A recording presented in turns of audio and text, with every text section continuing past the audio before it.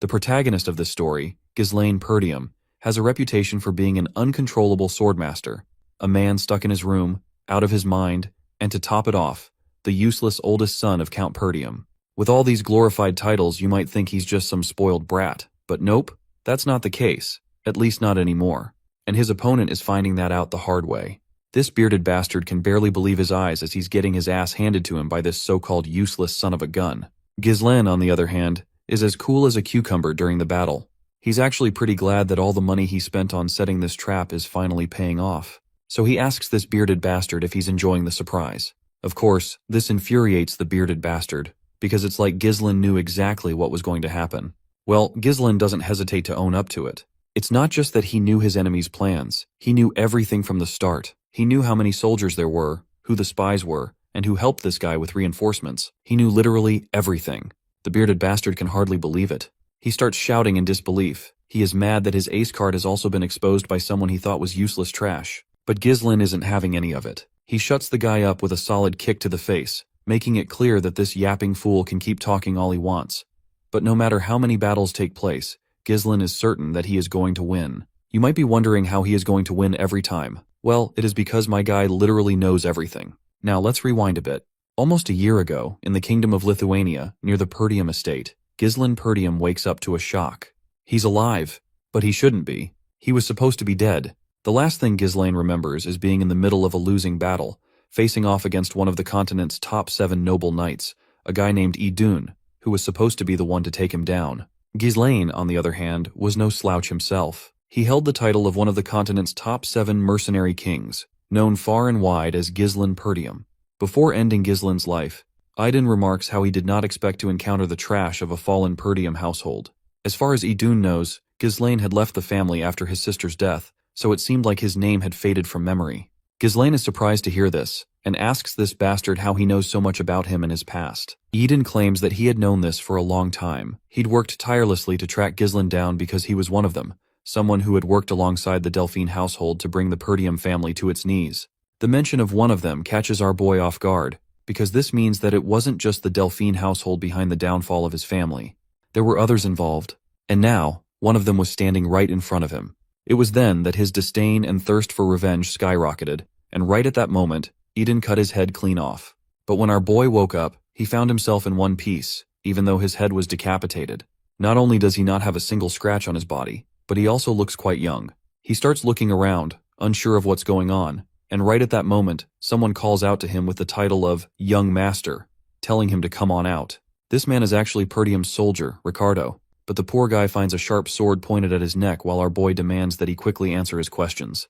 Of course, the soldier on duty has no idea what's going on, so he just agrees to answer anything his master asks of him, though he wonders why his master has to point a sword just to ask a few questions. Well, Ghislaine is also quite surprised by this, because he wasn't expecting this kind of reaction from someone he considers an enemy. Ricardo quickly yanks himself out of his master's grasp, reminding him that he tired himself out from his tantrum earlier and fell asleep. He was stressed out about how he is going to command the group to raid the orcs. As you can imagine, this doesn't make any sense to our boy, while the soldier tells him to grab his stuff and get out because the people are waiting for him outside. Our boy has no clue where they're going, to which Ricardo reveals that they're heading to the Perdium estate. The mention of his family name completely baffles him, because as far as he remembers, the Perdium estate had fallen. As they reach the place, Ghislaine takes a bird's eye view from the hill, which clears up any lingering doubts that it's definitely the Perdium estate, even though he had already seen it reduced to ashes back then. Ricardo under his breath tries to inquire why our boy keeps calling his own house a fallen one, as he might get kicked out if the Count hears it. Just like any sane person, Ghislaine pinches his cheek to see if he's dreaming. But well, the pain is very real, so he guesses he's not. He reflects on how he now has a younger face. His estate is also in good shape, and if he can piece all things together, this only means he's traveled back to the past. You see, his younger self resented the household, and the immaturity born from feeling inferior led to trouble. As more time passed, more people from the household started to avoid him, and he couldn't withstand the criticism, so he ran away from home. But several years later, he became a mercenary. He survived countless battles, built up his skills, and made a name for himself. He returned to the Perdium country to make up for his past mistakes, but by the time he got back, his household had already been crushed to dust. So, our boy lost everything, but it's all still here, once again. All the people he held dear are still here. He can barely contain his excitement to see that he's gotten another shot at life, but it's too early to rejoice. From what he's learned from Ricardo, they're here to raid the orcs. He vividly remembers that day. It was the day most of the people in his raid squad would die. In his past life, he had followed the orc raid squad in an attempt to make a name for himself. At that time, the report had said there were only 3 orcs, so Ghislain had thought it would be easy enough for someone like him, who had no experience commanding a squad. But when he got there were more than 20 orcs. Almost all of them ended up dying because of his foolishness and stubbornness. Right now, my guy is confident that it should be doable enough since those orcs don't really have a strategy. But the problem is whether his soldiers will trust him, considering they all think he's some useless bastard. It looks like he does not have any time to prepare, because a watchtower is just obliterated as the horde of orcs comes charging in. My guy is absolutely boggled out of his mind at the sight because he was not expecting these damned creatures to attack so early. The orcs are literally demolishing the soldiers left and right, and each orc is strong enough to take down multiple foot soldiers on its own without much effort. The raid squad commander Scoven also jumps into the scene and tells everyone to get into a defensive formation. But it doesn't seem like any formation or strategy would work against these brute monsters who are literally slaughtering people left and right. Even Scoven is sure they're screwed because, seriously, getting ambushed when they weren't even prepared at all is just brutal. Not only that, but there are way more of these damned monsters than expected, and the way things are going, he's certain they're all going to die for sure. Suddenly, someone calls out to the commander, and when he turns around, he notices a massive monster about to crush him with its axe. It seems like the commander doesn't have much time to move away to save his life. That's when our guy launches himself and yanks the commander away, then brutally cuts through the monster's hand like it's nothing more than a cucumber. Everyone is absolutely jaw-dropped to see how effortlessly Ghislain pulled off that move. After all, he is supposed to be a trash. The monster finally falls down, while Ghislain feels annoyed that his body still can't use mana. He then walks back to the commander, extends his hand, and demands the commander's rights. But it seems like the commander doesn't think some useless idiot should be commanding the soldiers when everyone's life is on the line, so he flatly refuses. He further asks our boy if he actually thinks this is some kind of game. Even if Ghislain is the young master, Scoven simply just can't give up the authority that the Lord gave him that easily. Well, our guy already figured that no one would trust him, and he's pissed. Another monster comes charging at them, but Scoven quickly gets in the middle of things, since he considers our boy an inexperienced idiot to lead their troops. Well, it looks like Ghislain has no choice but to show these damned fools what he's got. So he sends his sword flying at the monster with godly speed. The commander quickly starts to berate Ghislain for the insubordination, but his yapping is immediately shut up when he notices that the orc charging at them has been dealt with literally a single blow from the sword. It drops dead right away. Of course, this leaves the bastard looking like he's going through some serious constipation. Meanwhile, our guy questions this fool if he even knows the most important thing in battles. Of course, the commander doesn't know, since he's the actual useless trash here. So, Ghislain shifts his attention to the terrified soldiers and reminds Scoven that there's no hope in winning a battle when their troops are filled with fear. The first thing they should be doing is to gain momentum. With that said, our guy dashes once again, grabs his sword that was lodged in the monster's head, and leaps into the air. He lands right on top of another orc and thrusts his sword into the monster's skull. Scoven can barely believe his eyes. But our boy, on the other hand, just tells all the monsters to just come at him if they want to be killed. Of course, these foolish creatures quickly start charging at our boy, and he swings his sword like a ninja on caffeine, cutting through every one of these bastards who tries to get in his way. His speed, movements, reflexes, everything is so fast, and everything is happening so quickly that Scoven has no reaction but to stare in utter disbelief. Even as a mana user, it's hard for him to do anything, so how that skinny young master is even doing all of this? Though Scoven can tell that our boy is getting tired, he's still using the smallest of movements to dodge attacks, and his swordsmanship is striking their weak spots, like a manaless swordmaster, or perhaps even something greater. But our guy isn't ready to give up yet. He tries to trigger these mindless monsters by asking if this is all they've got since they're not living up to their reputation as a warrior species. The other soldiers also stare in utter disbelief, seeing that all the orcs are charging at the young master. Everyone calls to their commander for his next order, but this bastard is too cowardly to show the courage our boy is displaying. He can't get over the fact that our boy ran into a group of orcs and drew their attention in order to make them chase him. He doesn't seem to understand why he is running now, and why he's running toward the edge of a cliff. It doesn't take long for him to realize that Ghislain is planning to send those orcs plummeting off the cliff. Acting fast, he orders his troops to raise their shield wall as they prepare to follow the young master's lead. Meanwhile, the orcs are hot on our boy's heels. He's pretty sure Scoven, being a skilled commander, will figure out his plan. Although he'd love to slice all those orcs down himself, his crappy stamina won't allow it. Still, this idea is not bad either. Once he finally reaches the edge of the cliff, the orcs notice soldiers positioned behind them in a defensive stance. Without hesitation, our boy jumps off the cliff, signaling to Skovan to execute the plan.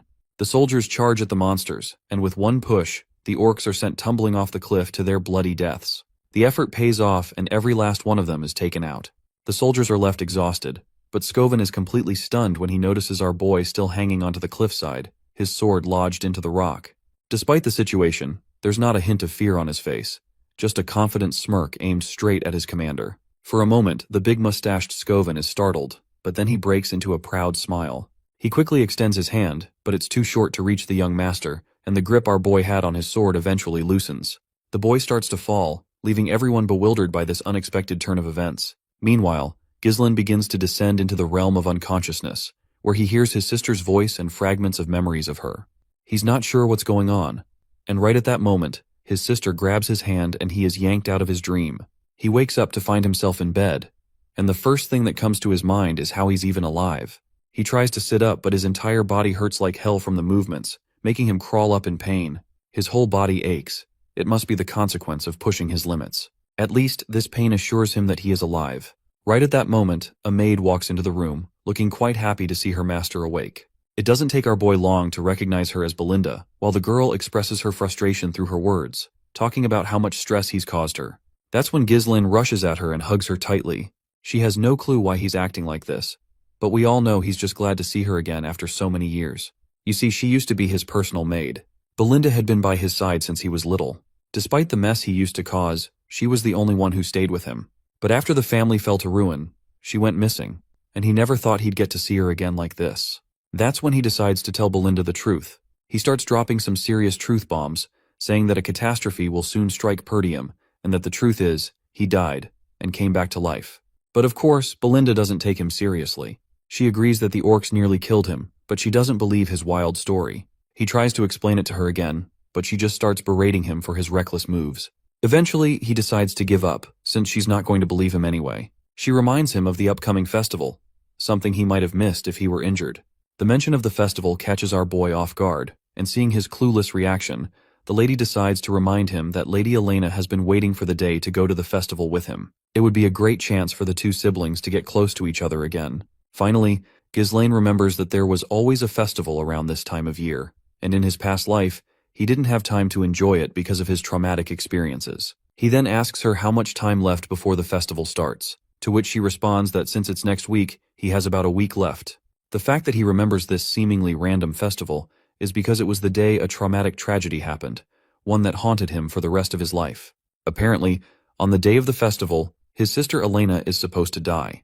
With the speak of the devil, his sister enters the room, and our guy rushes to hug her as soon as he can. The young lady is bewildered to see such a passionate hug coming from her brother out of the blue. She starts to blush and asks him if he's trying to pull some kind of prank. But little does she know, his brotherly love for her is sincere. But since he's not letting go, the lady herself yanks him out of her embrace. This leaves Ghislain's weakling body struggling for a moment, because his sister has got some crazy strength. It seems like Elena and he don't get along, because she flat out makes it clear she's only here to visit him because Belinda invited her. Apparently, these two siblings don't have the best relationship, and Elena vividly remembers the time he insulted her. Of course, Ghislain is pretty clueless about when he insulted her, but now that he remembers, he realizes he wasn't exactly close with Elena in his past life.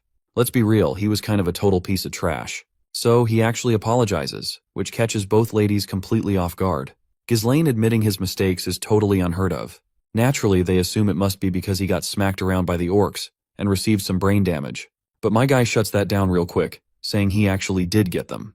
Right at that moment, though, pain shoots through him and he doubles over. This gives Elena the perfect chance to mock him even more, as it's pretty clear who really got who. As much as those remarks might seem a bit sharp, they're not really insulting at all. In fact, Ghislain feels totally warmed by their characters and smiles in response, thinking everyone is exactly as he remembers them. He can't help but wonder why the old him wasted so much time on pointless things.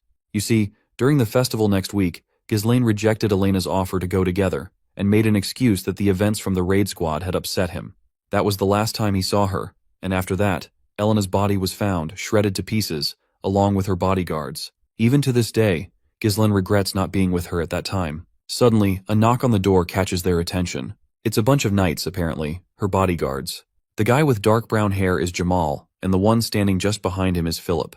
Elena asks why they've come, since they were told to wait outside.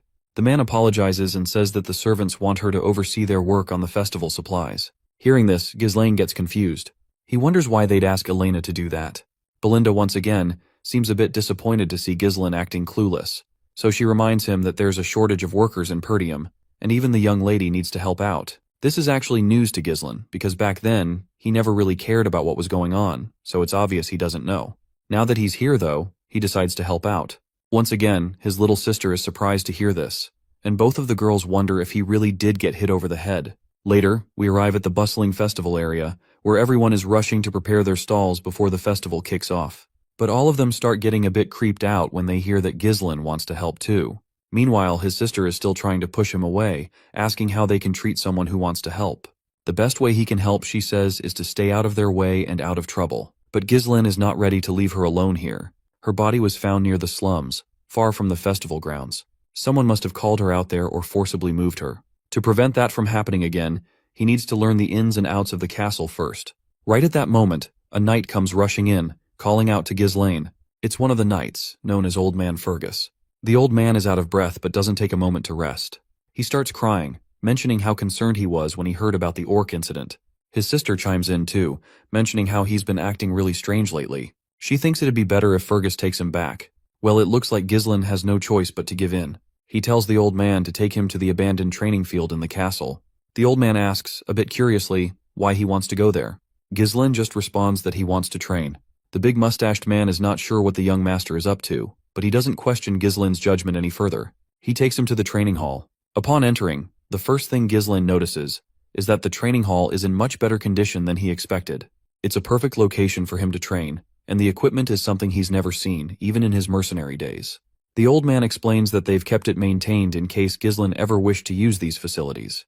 The old man has always had faith that Ghislaine would recover from whatever mental struggle he's been going through. Seeing how concerned the old man is, our boy is forced to reflect on how much the old man has tried to help him all along. He literally had no clue about any of this, and now he feels sad for not realizing it sooner. He then gives the old man a pat on the shoulder and assures him that dying feels like crap, so he plans to live long enough. As usual, the old man is bewildered to hear him talk as if he's already experienced life and death. But Ghislaine quickly agrees, casually telling him that he did, in fact, die and was resurrected.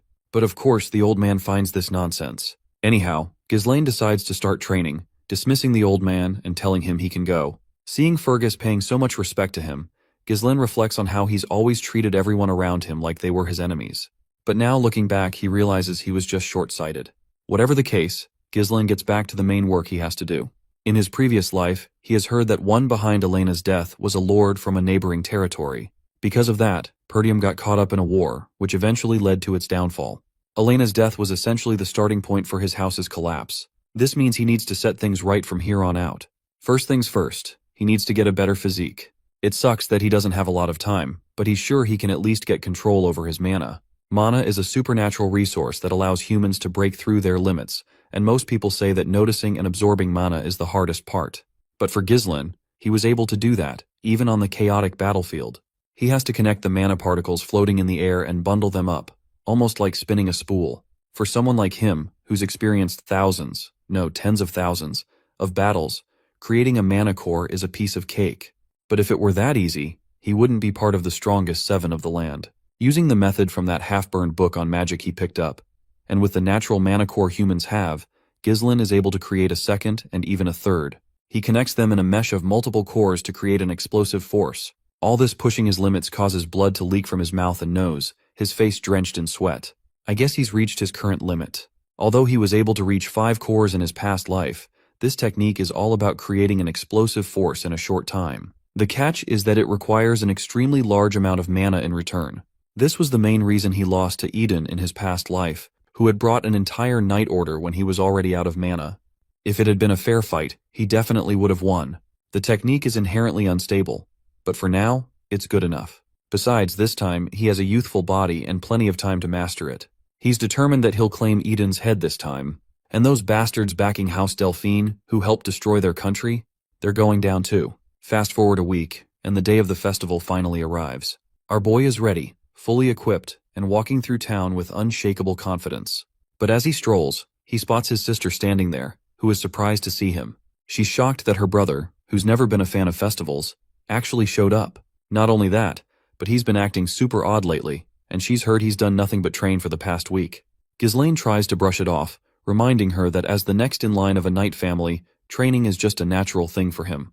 But she throws a brutal curveball, reminding him how he's always hated the idea of being lord, which is one of the main reasons he never got along with their father. Despite the jab, she starts to walk away with a smile over her face, as she is glad to see him finally acting like he was supposed to. Her remark forces Ghislaine to reflect on how his actions have started to change, not just how people perceive him, but also the trajectory of his future.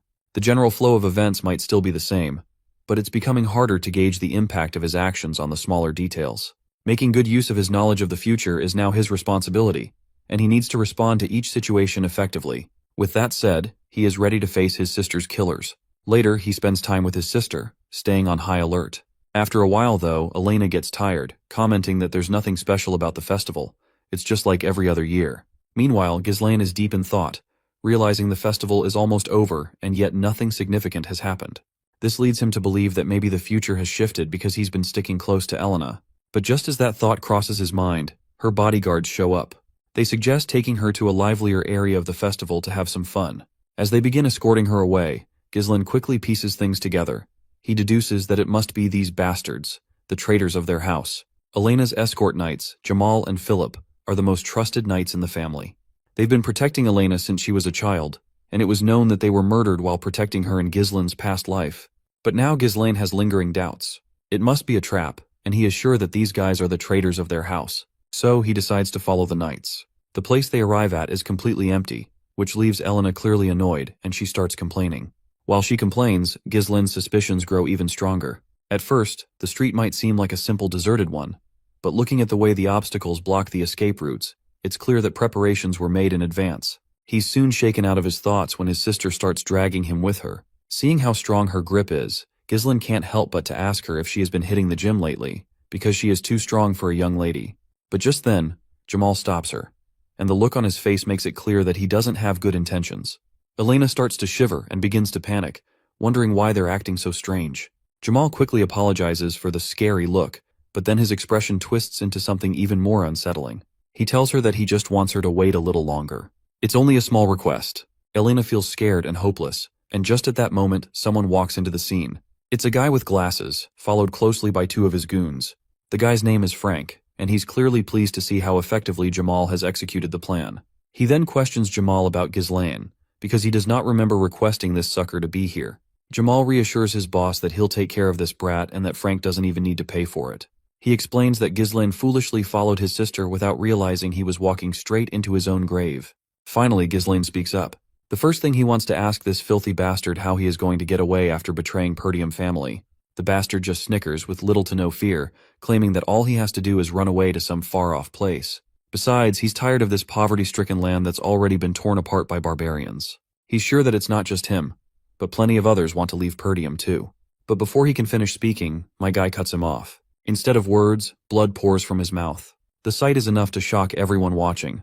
As the traitor falls to the ground in two pieces, my guy looks at him furious. He reminds this sucker that even if people are leaving this place, they never betrayed them. He is absolutely livid and shoots a deadly glare at the other bastard, who, in a panic, pulls Lena closer, hoping to escape the same fate as his friend. But well, he doesn't make it. A sword pierces his skull and the bastard trembles, choking on his last breaths. The lackeys who came with Frank start second-guessing whether they should even fight. What baffles them more is if this guy is really the eldest son of Perdium.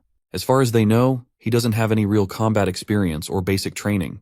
Frank, though, is convinced he's the eldest son, but he still can't wrap his head around how this guy managed to take down two men so effortlessly. And, more shocking, his attacks were infused with mana. Meanwhile, the girl clings to her brother, trembling, but he knocks her out with a quick hit to her neck, telling her to take a little rest. Frank, the bastard, shows his gratitude to our guy for taking down the two knights, claiming they were planning to handle them themselves. He even compliments our guy on his godlike skills and can't help but ask where he learned them. But Ghislaine is not obligated to reply to them, so he shuts them down immediately, reminding them that it is none of their business. He then sizes them up, 3 in total, but only the one in the middle is radiating any significant mana. But whatever the case, My guy is ready to finish this quickly. Before making a move, he demands to know who hired them for the ambush. Frank, with a smug grin, brushes off the question, implying that someone about to die shouldn't care about such things. Well, Ghislain knows these bastards won't give up the information easily, but he has his own ways of making them talk. One of the lackeys suggests severing his head, but the boss shuts him down because he wants him alive, as he plans to break every limb in his body until he's completely helpless. His goal is to leave him in agony, unable to do anything but writhe in pain, believing that the suffering must be as drawn out and excruciating as possible. With that, the two of the goons charge at him. Anticipating this, Ghislain pulls out a firecracker and throws at them. The unexpected move from our boy startles one of the lackeys for a split second, leaving him confused as to why someone would use a firecracker. That brief moment of distraction is all Ghislain needs. In the blink of an eye, he strikes, killing one of the goons instantly. The second lackey charges next, but Ghislain is ready. He quickly blocks the attack with ease, disarms the attacker, and yanks the sword from his hands. Finally, he follows through, cutting the man down as if it's nothing. As soon as the lackeys drop, their leader doesn't waste any time and tries to attack our guy from behind like a coward. But my guy's reflexes are on another level, and he blocks the attack without much effort. The bastard is left stunned, realizing his nearly perfect sneak attack has been completely ruined. Not wasting any time, my guy decides to retaliate. He moves so fast with his sword that Frank barely has time to react. The sword cuts deep across the bastard's throat, and the pipe he had in his mouth falls to the ground. The bastard tries to recover and launches another attack, but once again, my guy blocks it with ease. Frank quite frankly admits that his throat would have been completely sliced if he hadn't used mana. Even my guy is impressed, realizing that this bastard concentrated all the mana around his neck to reduce the damage. It's insane how he managed to pull that off. That's when Frank finally decides to show what he's really got. Gripping his sword as tightly as he can, he launches himself at our boy. But then, he notices the grin on our boy's face. That grin catches him off guard for a moment. It's almost like my guy wanted this to happen. And that's when Ghislain overpowers this bastard and lands a solid kick straight to his face. Frank manages to land on his feet instead of tumbling over and smirks, claiming that with his mana levels, that kind of move won't work. But then he's proven dead wrong when he suddenly starts coughing up a copious amount of blood. Frank's face twists in confusion as he has no idea what just happened. Even with thick mana reinforcing his entire body, he's in disbelief. How did Ghislain manage to pierce through his enhancement with sheer skill alone? Meanwhile, Ghislain thinks about how he never found out about the culprit behind his sister's death. But now that he knows, he's ready to make this bastard pay. He warns Frank to prepare for the worst. With that, Ghislain activates his third core. The bastard just stares in disbelief, but he doesn't have time to process it, because Ghislain is already in his face. The two clash at a speed so intense that all you can see are the trails left by their blades. Frank is giving it everything he's got, but it's clear he can't keep up. His hands are already going numb, and no matter how much mana he draws, it's not enough. His sword begins to crack under the pressure. He's never heard of a technique that can boost mana so explosively, let alone with this level of precision. It's like Ghislain has become a completely different person, and that different person lands a devastating blow that gives a nasty cut on Frank's body. But Ghislain isn't done yet. He drives his blade into his sister's killer with full force, but he doesn't let him die. There are burning questions he needs answered. Through gritted teeth, he demands to know who ordered the hit on Elena. But it looks like Ghislain isn't about to get his answers easily from this bastard. The sucker quickly pulls out these sneaky ninja daggers, but before he can throw them at Elena, some sort of threads block his hand from moving further. And the one holding those threads is our boy. Ghislain decides to give this bastard another chance to talk. If he answers everything right, he promises to sheath his sword. Meanwhile, Frank's mind is once again officially blown when he realizes that the threads our boy is controlling are made of mana. Meanwhile, Ghislain is sure someone of his caliber would know how to patch himself up. But well, not that it would matter if my guy destroys this bastard's mana core. So, without a second thought, Ghislain starts pouring some magic energy into the sword he's already stuck in the bastard's belly. The bastard screams in pain as he feels his mana core shattering. This is one hell of a move our guy is pulling off, because one wrong step and the backflow of mana could cause an explosion and blow this whole area to pieces. It literally feels like Ghislain is trying to self-destruct. But you see, my guy isn't some unskilled amateur. He can handle it pretty easily. Even this long-haired bastard can tell that Ghislain isn't bluffing. With the way things are going, he knows he's as good as dead. When he stares into Ghislain's eyes, all he sees is a bloodthirsty reaper. So, Frank decides to be a little wise for once, and finally slips out the name of Count Desmond, the real mastermind behind these assassination orders.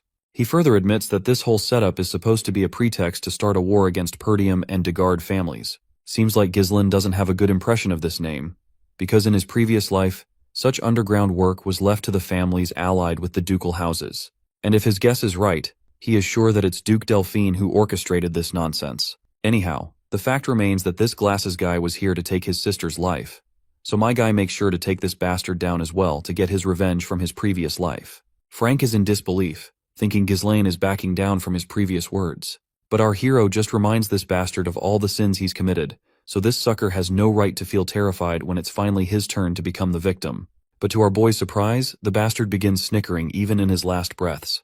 This bastard is sure that nothing will change, even if our boy kills him, since he's already finished the work with the Degard family. He makes it clear that Perdium will perish due to the war, no matter what. Ghislaine quickly puts his hand over this bastard's filthy mouth to stop him from yapping. He lets this shithead in on a secret that he has reawakened after dying, so he's not about to let the past repeat itself this time. Those were the final words Frank heard before our guy cranked up the mana core shattering process. The mana inside backflows, and Ghislaine directs it into the sky, causing it to explode with a big bang like some twisted firework. Ghislaine is also out of breath, but at least all of the people involved have already been dealt with. He then takes notice of his unconscious sister, who seems safe and sleeping soundly. As he just closes his eyes to relax his muscles, a mouthful of blood leaks from his mouth, and he doubles over because of the pain. He reflects that exploding 3 cores wasn't an issue at all back when he was the Mercenary King, but his weak body is limiting his potential this time.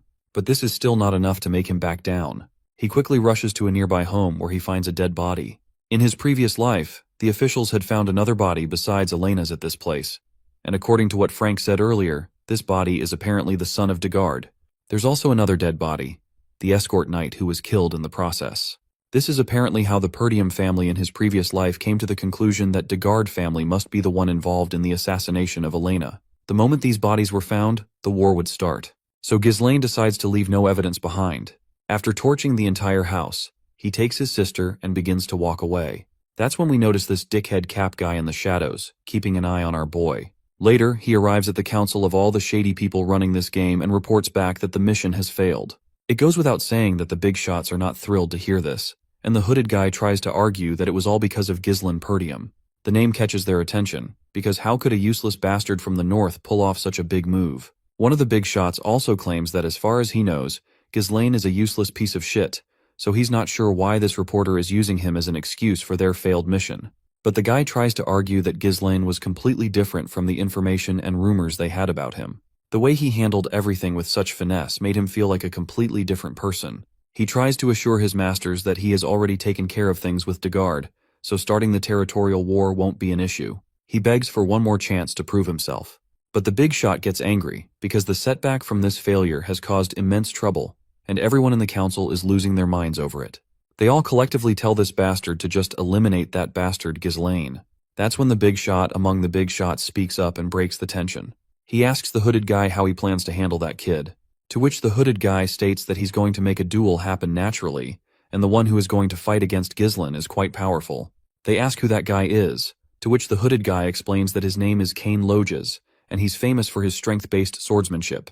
Despite his young age, he is the epitome of strength, and he's confident that there is no one in the north who can match his power. Not to mention Cain is Ghislaine's cousin, so the hooded guy is sure it won't feel forced to have them meet. Everyone goes silent as they begin to consider this plan. The big shot, however, makes it clear that if this mission also ends in failure, there will be no next time. Terrified, the hooded guy quickly promises to deliver promising results this time. The scene transitions to the Perdium Castle training hall, where we see Fergus, who is here to announce mealtime to our boy. That's when Fergus notices a rope of mana coming at him. It grabs the sword hanging right beside him, and the mana rope quickly starts retracting back with the sword attached to it. After enough practice, Ghislaine is glad to see he's making progress. That's when he notices the old man, who promptly bows his head in front of our boy, apologizing for interrupting the training session. But the old man can't hide his curiosity, and asks how Ghislaine just did that. Ghislaine nonchalantly explains that it's mana threads, using mana like string. In his previous life, he used it all the time, but at his current skill level, he needs to implode his core to use it like he used to, because he currently lacks enough mana. However, if he just makes one thread to use less mana, my guy is confident he can still use it effectively, despite having a limited supply of mana. Fergus is sure he's trained his mana for a long time, but he's never seen anything like this before. Now that the old man thinks about it, he remembers that just a while ago, Ghislaine didn't even use mana, let alone train with it. He can't figure out how our boy came up with the idea of using mana like this. Anyhow, Fergus snaps his attention back to the task he came for. He humbly tilts his head slightly and expresses his gratitude for protecting the young lady. But Ghislaine doesn't see any need for anyone's gratitude. She's his sister, and he would have done the same unconditionally. A few days pass after that, and the festival is paused. It only makes sense since a guardian knight tried to traffic the young lady. We then meet Elena, whose face is far from pleasant. She seems quite annoyed that no one believes her when she says Ghislaine is the one who saved her. She asks her brother why he doesn't try to convince them, to which my guy just shrugs it off. He doesn't care, and besides, they wouldn't believe him either. Belinda's blood is boiling just thinking about how the culprits were actually Jamal and Philly, the ones who tried to take Elena out. Whatever the case, Ghislaine is glad his sister survived, and that he was able to stop the war from happening. But he is sure that those bastards won't give up that easily, and he can't stop them on his own forever. So, he needs to grow his military force. Right at that moment, a maid arrives with food. When the maid serves him, Ghislaine finds it odd that he is being served a dry piece of bread instead of something delicious. He asks Belinda about it, to which she explains that it's one of the consequences of the recent mess. Right then, a fat sucker starts screaming out loud, demanding compensation for the damage caused by the festival's cancellation. And it's not just one fatty, there's a whole group of merchants protesting outside the castle. Their demand is simple. They want compensation for their losses. Our boy looks out the window and inquires about the angry mob. That's when Belinda reminds him that this country is full of merchants who make a living from the profits brought in by the festival. Last year the merchants had a great season, but since the festival was cancelled after just one day, it makes sense that they're furious. Ghislaine didn't realize until now just how badly his country is doing economically. He knows that if he doesn't meet the merchants' demands, the situation will only get more aggressive. So, he tells Fergus to command the soldiers to calm the angry mob down. But the old man casually replies that they don't have any soldiers. He explains that most of them have been dispatched to the Forest of Monsters for reconstruction, because of the damage caused by the orc raid. Well, it seems like Ghislaine's situation is even more dire than he had thought. You see, Perdium is basically in a state of eternal war. To the north, they constantly have to deal with barbarians, and on the other side, there's the Forest of Monsters, from which monsters can appear at any moment. Since he doesn't have money, he won't have soldiers either, which only adds to his worries. He takes Belinda with him for a talk, and under his breath, he reminds her that since she's the one managing his money, they need to calm the merchants down somehow. But the lady breaks it down to him that there is no money left. When he asks why, she reminds him that the Lord cut off his allowance because he always spent the money like water. The thought of being broke disgusts him, so he demands that she lend him some money. But the lady says she doesn't have any either. All the odds seem to be against him. No money, no soldiers, what the hell does he even have? Without even the smallest amount of money, there's nothing he can do. Even with his knowledge of the future, he's going to need funds first to make any of it work. Just as he's thinking about it, Ricardo comes rushing in at full sprint. He's completely out of breath, and our boy quickly asks him what's going on and why he's in such a hurry. Ricardo, practically shouting at the top of his lungs, says there's a problem. Apparently, young Master Kane wishes to see our boy. The mention of Kane catches Ghislaine off guard. That's when we see one of our boy's knights, Commander Scoven, getting absolutely destroyed by Kane. Kane's jacked up muscles and sheer strength are literally crushing the knight's face like it's a tomato. Each punch lands with the force of a hammer, and it's clear Kane isn't holding back. The last punch finally knocks the poor knight out cold. Ghislaine arrives just in time to see his knight on the ground, totally injured. The look on Ghislaine's face makes it clear that our boy is not thrilled to see his knight in such a state. Anger burning in his eyes, he turns to face his cousin. The bastard in front of him is so huge that Ghislaine literally looks like a puny punk. The smile on the big guy's face is even terrifying. Along with this jacked up dude, there's also his escort knight. You see, the heir of the Logis County, with whom House Perdium had an alliance, is Kane Logis. He was both Ghislaine's only friend at the time, and his enemy. The big guy walks toward Ghislaine after beating up his knight. But Ghislaine doesn't flinch. He calmly asks Ricardo what exactly led to this situation. Ricardo quickly explains that they responded to a report of a disturbance at a tavern, where they found Kane and his escort knight. It is when Kane asked Commander Scoven if the rumors about young Master Ghislaine were true. So, Commander Scoven explained the details of the rumors about our boy. But that's when Kane grabs the commander by the mouth, because Kane believes the commander is lying under his breath, and he would not tolerate someone lying in front of the heir of Logis. With that, Ricardo wraps up the flashback. At that moment, Kane's escort knight speaks up. Since Ricardo isn't telling the full truth, he decides to explain it himself. According to him, Commander Scoven claims that Ghislaine, who never even trains, took down an orc with his bare hands and dealt with the traitorous escort knights all by himself. That's why Scoven got beaten up, which was meant to be a wake-up call for him for his lies. The knight smugly claims that none of this would have happened if Scoven hadn't lied in the first place. Ghislaine doesn't speak out loud, but in his thoughts, we learn how much he hates Cain. Apparently, Cain used to be his subordinate, and whenever he visited Perdium, he always caused a mess. Even after causing all that trouble, no one could say anything because he was basically one of the allies for House Perdium. No one ever looked down on Cain, unlike Ghislaine, who always had an inferiority complex. Cain's confidence and bold demeanor were praised as qualities befitting of an heir, which is why our boy was criticized more. Let's now turn our attention to Cain's perspective. This big jackass is amazed at how much patience Ghislaine is showing because usually he would have charged at him with this much provocation. We then flash back to a little while ago in Logis County. There, Cain got an order to kill Ghislaine. The one who gave him the order was the same hooded guy who had gotten a lot of slack from his leaders for failing his previous mission. The hooded guy promised Cain that if he succeeded in this task, the esteemed one would support the Logis family. Cain assured him that he could easily defeat Ghislaine since he was just a weak brat. But what bothered Cain was that Ghislaine was also an heir to this land, so he wasn't sure how he was going to eliminate him without complications. The hooded guy suggested they could lure Ghislaine into a duel, making it look like an unfortunate accident. It would simply appear as a trivial dispute between heirs. The hooded guy also promised to support Cain by disguising himself as an escort knight to orchestrate the situation so there would be no need for concern. The thought that he gets to kill his own cousin fascinates Cain, and the bastard agrees with this right away. In the present, Cain is thinking about why they want Ghislaine eliminated. He wonders if perhaps Ghislaine has changed a little, and that's the reason for the order. But in any case, Cain proceeds with the plan. In order to provoke Ghislaine, he calls out to him, asking why he's standing still. Since they're facing each other, he better make arrangements. Ghislaine has no clue what arrangements he's talking about. Cain reminds him that he's heard the festival has been interrupted, so why not liven up the mood and have an amazing time? He further reminds how they've always been in sync when it comes to things like this. Ghislaine doesn't react much, and cryptically asks if he's talking about alcohol. You see, this bastard always had Ghislaine prepare alcohol and women every time he came here. Ghislaine granted his request back then because he didn't want to get beaten up, but he's not going to comply with this bastard anymore. Because of Cain, he had to waste a lot of money, which is also why his father cut off his allowance. But it looks like Ghislaine has finally found the root cause of his money problems, and he's sure Cain is also the solution to this issue. Cain, on the other hand, keeps on demanding, telling him to bring the goods right now. Of course, Ghislaine plays along and tells Cain that he'll bring them right now, but first, he wants this bastard to repay the debts he owes. The hooded bastard can feel the aura and vibe Ghislaine is exuding. Even Cain gets serious and asks what debts he's talking about. Ghislaine just flashes a pleasant smile as he reminds him that he had been handling and arranging everything Cain asked of him with money, so now he wants that money back. At least 1,000 gold.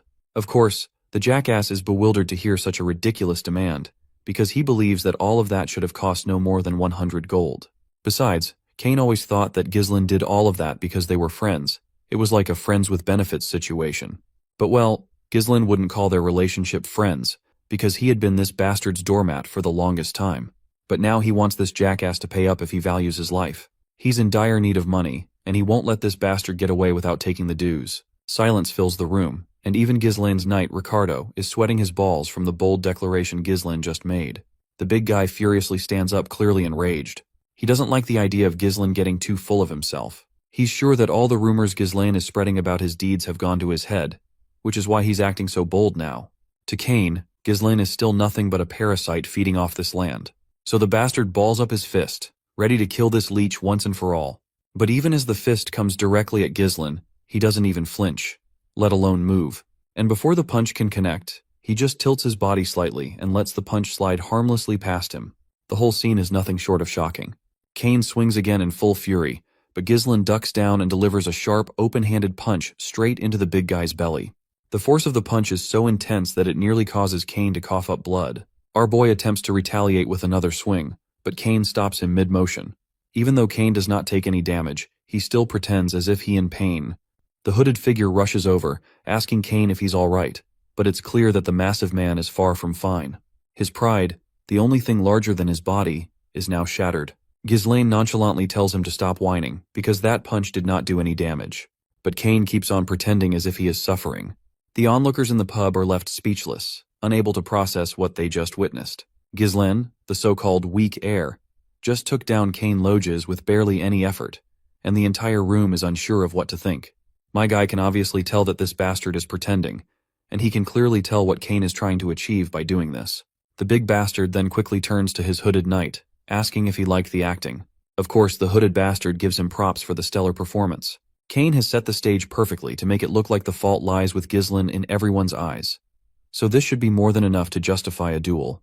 Kane is more than ready to seize this opportunity, because helping the big shots to eradicate Ghislaine means he'll have backing from those in authority, and he must want the support of those above him. Not only that, it'll also help him cut off the Perdium household.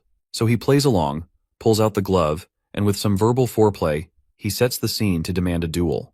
But before this bastard can throw the glove in our boy's face, my guy acts first and throws the glove at this jackass's face, challenging him to the duel. Since Kane insulted the heir of Perdium in front of everyone and assaulted his knight, my guy demands to have a duel.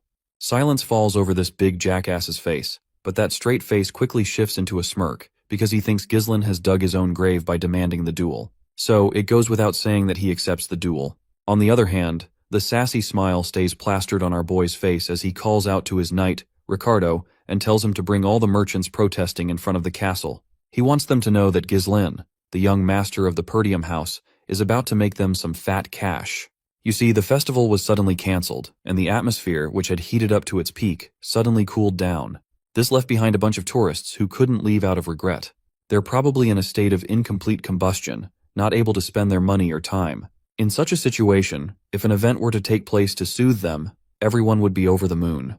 And so, as my guy stands in the ring against that bastard, the crowd is going absolutely bonkers with cheers. People are gathering from far-off places, and the merchants in the market are finally able to make some cash out of the tourists. That fat merchant who was at the front of the line during the protest has set up his table for people to bet on their respective players.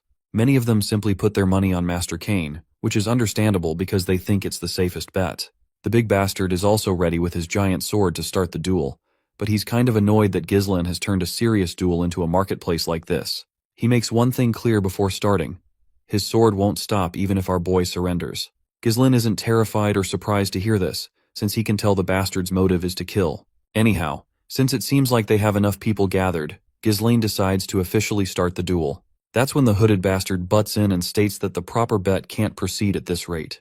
Everyone is confused about what this hooded guy means, so the fat merchant explains that nobody has bet their money on young Master Ghislaine.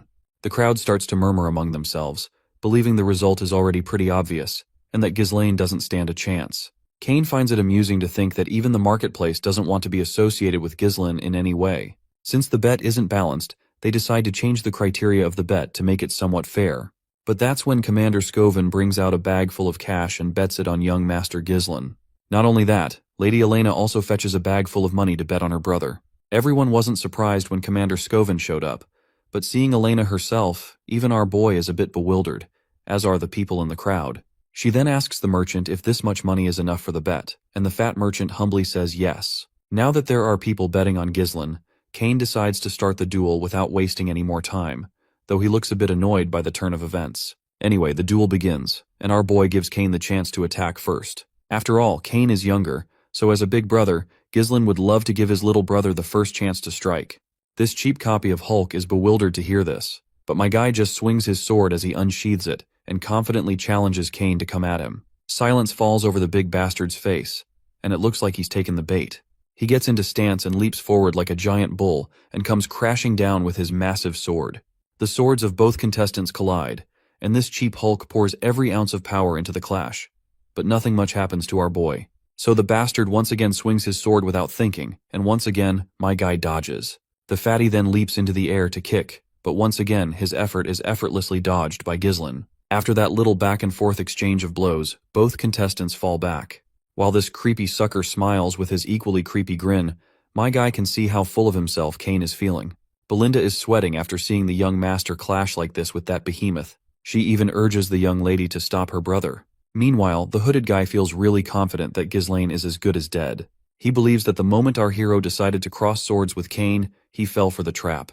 He's sure that Ghislaine will be overwhelmed by Kane's immense power, and will become consumed by the thought that there's no chance to counterattack. He will end up using all their energy just on evasion. In the end, the exhausted Ghislaine will leave an opening and eventually meet his end.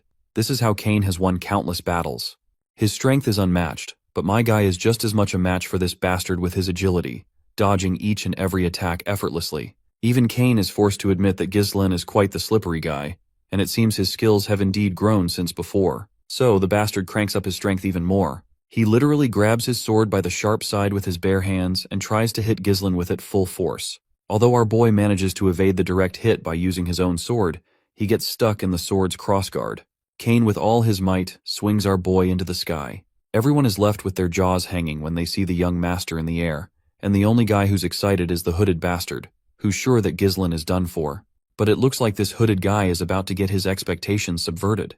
While Ghislain is mid-air, he quickly channels mana into his legs. After gaining his balance, he lands perfectly on the ground. At first my guy was just going easy on the bastard, but since this shithead has crossed the line, he's ready to teach him a lesson. He dashes at this bastard with godly speed and zips past him. The hooded guy is completely dumbfounded to see that this guy safely landed back by condensing mana into his legs. Ghislain, on the other hand, calls this cheap hulk an ignorant swordsman. He believes that this sucker must have thought he was the strongest, just because the opponent would get scared if he showed a little bit of his strength. But my guy is ready to open this bastard's eyes by making him realize that brute force is not everything. The fatty feels mocked, so being the brute he is, he charges at our boy once again, asking how he's going to do that. That's when my guy takes a firm grip on the ground, and after kicking over the hilt of the sword, he quickly leaps into the air and lands multiple strikes on this gorilla. But the gorilla retaliates with his own sword. Ghislain quickly sidesteps and then steps right over the sword itself. Once the bastard is momentarily rendered weaponless, Ghislain takes his chance and swings his sword, and lands a hit. After that deadly dance of the blade, my guy dramatically stops, and the bastard starts to leak from every place he was hit by Ghislain's sword. All the spectators are left in awe, and people suddenly erupt in disbelief when they finally realize that our boy has indeed improved a lot. They start to panic if he's actually going to win the battle. Meanwhile, Elena is feeling proud as she confidently reminds Belinda that she was scared for no reason. Commander Scoven is equally proud to see our boy's stellar performance. But the only person sweating his balls is this shithead in the hoodie. He can clearly see that the wounds are shallow, even though our boy could have easily made them deeper if he had wanted. This makes him believe that Ghislain didn't deliver a deep wound on purpose. The fatty, on the other hand, is feeling mocked to see such godlike swordsmanship from our hero. Ghislain then turns his attention to the defeated bastard and throws his sword away because he intends to fight without a sword.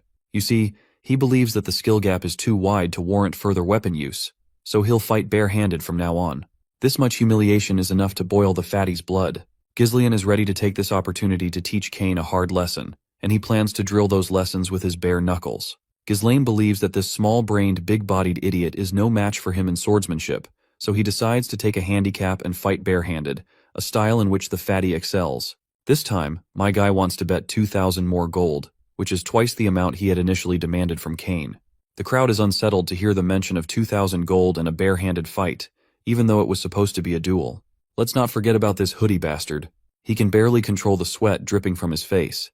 To think that our boy dares to challenge Cain to a barehanded fight. He literally never thought he'd see this day.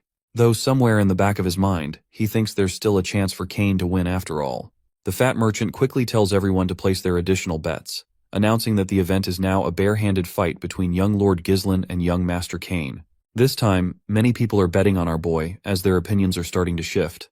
They realize that sheer force isn't always the winning factor, and for that reason, they're putting their money on Ghislain. The cheap hulk is still full of himself, but he nonetheless accepts Ghislain's challenge. However, he refuses to let go of his sword and decides to use it against our boy. Belinda, panicking at this unexpected turn of events, quickly urges the young master to pick up his sword as well. But the big bastard has already started to swing his sword down, while my guy stays as cool as a cucumber, ready to knock some sense into this brute. As soon as that sword comes crashing down, Ghislain ducks, moving so fast that his silhouette seems to lag behind. He delivers a crushing blow to the sucker's overgrown leg, following it with a devastating uppercut under the chin. The bastard's face is left leaking blood. That one punch was enough to scramble his brain, and one of his knees hits the ground. This was unreal. Cain didn't even see those punches coming. The audience is just as surprised as everyone else, thoroughly enjoying this unexpected turn of events. Meanwhile, Ghislain exudes confidence and charisma, claiming he hasn't even started yet and wants to play some more. This bruises the fatty's fragile ego, making his jaw clench as he rushes at our boy once again. But my guy just keeps dodging left and right effortlessly. The choreography of this fight scene is insane. Even as the narrator, I can't keep up with all those godly movements. No matter what the fatty tries, every move gets countered and overpowered. In return, he's met with one crushing blow after another. As Cain reflects on his situation, he remembers how Ghislain used to avoid looking him in the eye, always bowing down whenever Cain showed up. But now, everything has changed. The fatty keeps taking hits, an endless barrage of blows from our hero. He's playing the perfect role of a punching bag. At one point, his entire body is covered in bruises. His face is so banged up that even his own mother would refuse to recognize him as her son. Ghislaine grabs the bastard by the hair, and as he looks at this stubborn fatty, he feels genuine pity for his family. Count Logos had supported the Perdium house relentlessly, even when it was on the verge of collapse, simply because he was a close friend of our boy's father. However, Ghislaine can tell that Cain is nothing like his father. The scene transitions to a few years ago, where we hear Cain shouting at his father for being overly supportive of the Perdium house. Cain is annoyed, arguing that his father is wasting resources by continuously investing in a land that's withering away. It hasn't even been a week since Logos returned home, but he's already preparing to head back to help Perdium. Cain begs his father not to go, visibly frustrated by what he perceives as his father's blind loyalty. But his father politely yet sincerely responds that he's doing all of this because they are friends, and there's no other reason than that. In the present, seeing this fatty, Ghislaine balls up his fist. But surprisingly, this isn't a punch meant to obliterate the fatty's face. It's actually a hand of friendship extended from our boy. This hand of friendship is something none of us expected. And what's even more unexpected is that Cain warms up to this gesture and admits defeat. Everyone is left absolutely awestruck to see Cain admit his defeat, and the referee promptly announces Ghislaine as the winner. Everyone from House Perdium is fascinated to see the young master win, while Elena is quite happy and overjoyed to see her brother finally bag the victory. That's when the hooded guy rushes toward the defeated Cain and starts berating him. He asks how Cain could admit defeat so early just because he was at a slight disadvantage. Cain doesn't respond. He simply turns his head away, stating that he's not playing that game anymore. Since Cain has failed to take down Ghislaine, the hooded guy is not sure how he is going to face his seniors. Right at that moment, our boy also pops up in the scene and decides to play a little dirty with this sucker. The hooded guy has no clue what Ghislaine is even thinking. But we soon get to know when our boy shouts at the top of his lungs that this man here is volunteering to pay for all the meat and drinks for everyone gathered here. While the hooded bastard is losing his mind, the crowd erupts in pure happiness at the thought of getting meat and drinks for free. The hooded guy quickly argues back, telling Ghislaine that he never agreed to any of this and demands that he withdraw his statement. But my guy simply places a reassuring hand on this bastard's shoulder and lets him know that this is the price for losing the duel. And just to be clear, it won't be deducted from the bet. He tells him to remember to add 2,000 gold to the original bet of 1,000 gold. And if he tries to run, the consequences will be severe. When Ghislaine says this, he means every word of it. The menacing picture of our boy quickly burns into the bastard's eyes. Later, the next day, in Ghislaine's room, we find Ghislaine staring at a treasure chest full of glittering gold coins. The amount of money he has is actually pretty huge. To give you an idea of how much it is, you could easily hire a small mercenary corps with this amount of money. But it takes a lot of time to grow money, and those bastards who want him killed won't wait for his forces to grow. So he only has a limited amount of time to execute the business plan he has in mind. That's when Belinda and his sister come up to him with satisfied smiles on their faces. The way they're looking at him feels like they have some ulterior motive hidden behind their smiles. He quickly questions why they're here, to which his little sister politely asks where he plans to spend all this money. Of course, Ghislaine catches on to what she's implying, so he directly asks her if she wants some. To which the lady responds that she's just asking. Belinda then speaks up, stating that she has a pretty good idea of where he's going to spend it all. She is sure that since Lady Amelia's birthday is coming up soon, Ghislaine must be planning to put on a grand show to buy his fiancée an expensive present. But we all know that our boy isn't thinking about this at all. However, the mention of a fiancé catches Ghislaine completely off guard. He literally does not even remember if he even has fiancé. The maid laughs softly, thinking he must be feeling shy. They know he's pretending to be clueless because he's embarrassed that they figured him out. Still, since Elena is noticing that her brother is quite absent-minded lately, she decides to remind him that they're talking about Amelia of Rayfold County. Finally, the name triggers some memories in Ghislaine's mind, but they're not exactly fond ones. You see, Amelia Rayfold is renowned as a noble among nobles. Known for her kind nature and selfless actions, she's deeply admired in her territory, garnering the unwavering support of her people regardless of their social status. But Ghislaine knows another side of this story. In his mind, she isn't a celebrated noblewoman but a traitor. Why? Because Amelia Rayfold, who once stood as a shining beacon of nobility, would later incite rebellion. She would become infamously known as the Witch of the North, aligning herself with the Delphine Duchy to deliver the final blow to Perdium's downfall. To Ghislaine, she is no gentle fiancée, but the very woman who betrayed everything his family stood for. He then asks Belinda when his father will return, to which she responds with uncertainty, saying probably in a week. This is good enough for Ghislaine, With a full week ahead of him, he decides to take a trip to Rayfold County. Belinda isn't sure why he's leaving already since it's not even her birthday yet, but my guy says he's going to get some money from them. Later, we finally see the lady in question, Amelia Rayfold. At first glance, she looks dead-eyed, but I can't take my eyes off her major assets. Nonetheless, she's in this town, where she's offering a poor little girl a pair of sandals. Amelia is apparently offering her own sandals, so the little girl isn't sure whether to take them or not. But Amelia assures the hesitant girl that if anyone has to walk barefoot on her land, it should be her. She then commands her soldiers to provide food and shelter for them right away, and the soldiers quickly jump into action. As she walks away with her entourage of soldiers, all the civilians echo their gratitude. Later, we arrive at Rayfold County, in Amelia's garden, where we see this guy washing her feet with such dedication that you might feel jealous of. He's really proud of the great job she's done. This guy is actually Amelia's escort knight, Bernaf. Amelia responds to him that her father had always demanded absolute obedience from the people of his territory, but the common folk will always follow the one who keeps them warm and well-fed.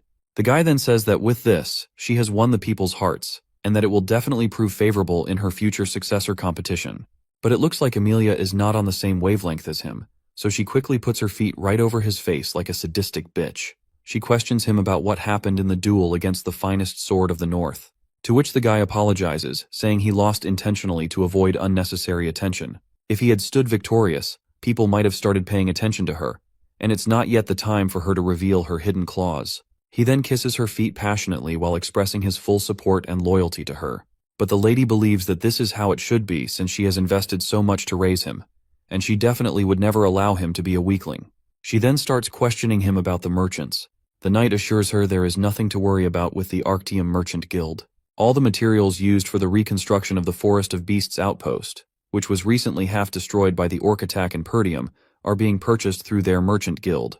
In essence, her merchants are recouping all the support funds that Count Rayfold sends to Perdium each year. Moreover, he is recruiting all the soldiers and knights who are leaving Perdium.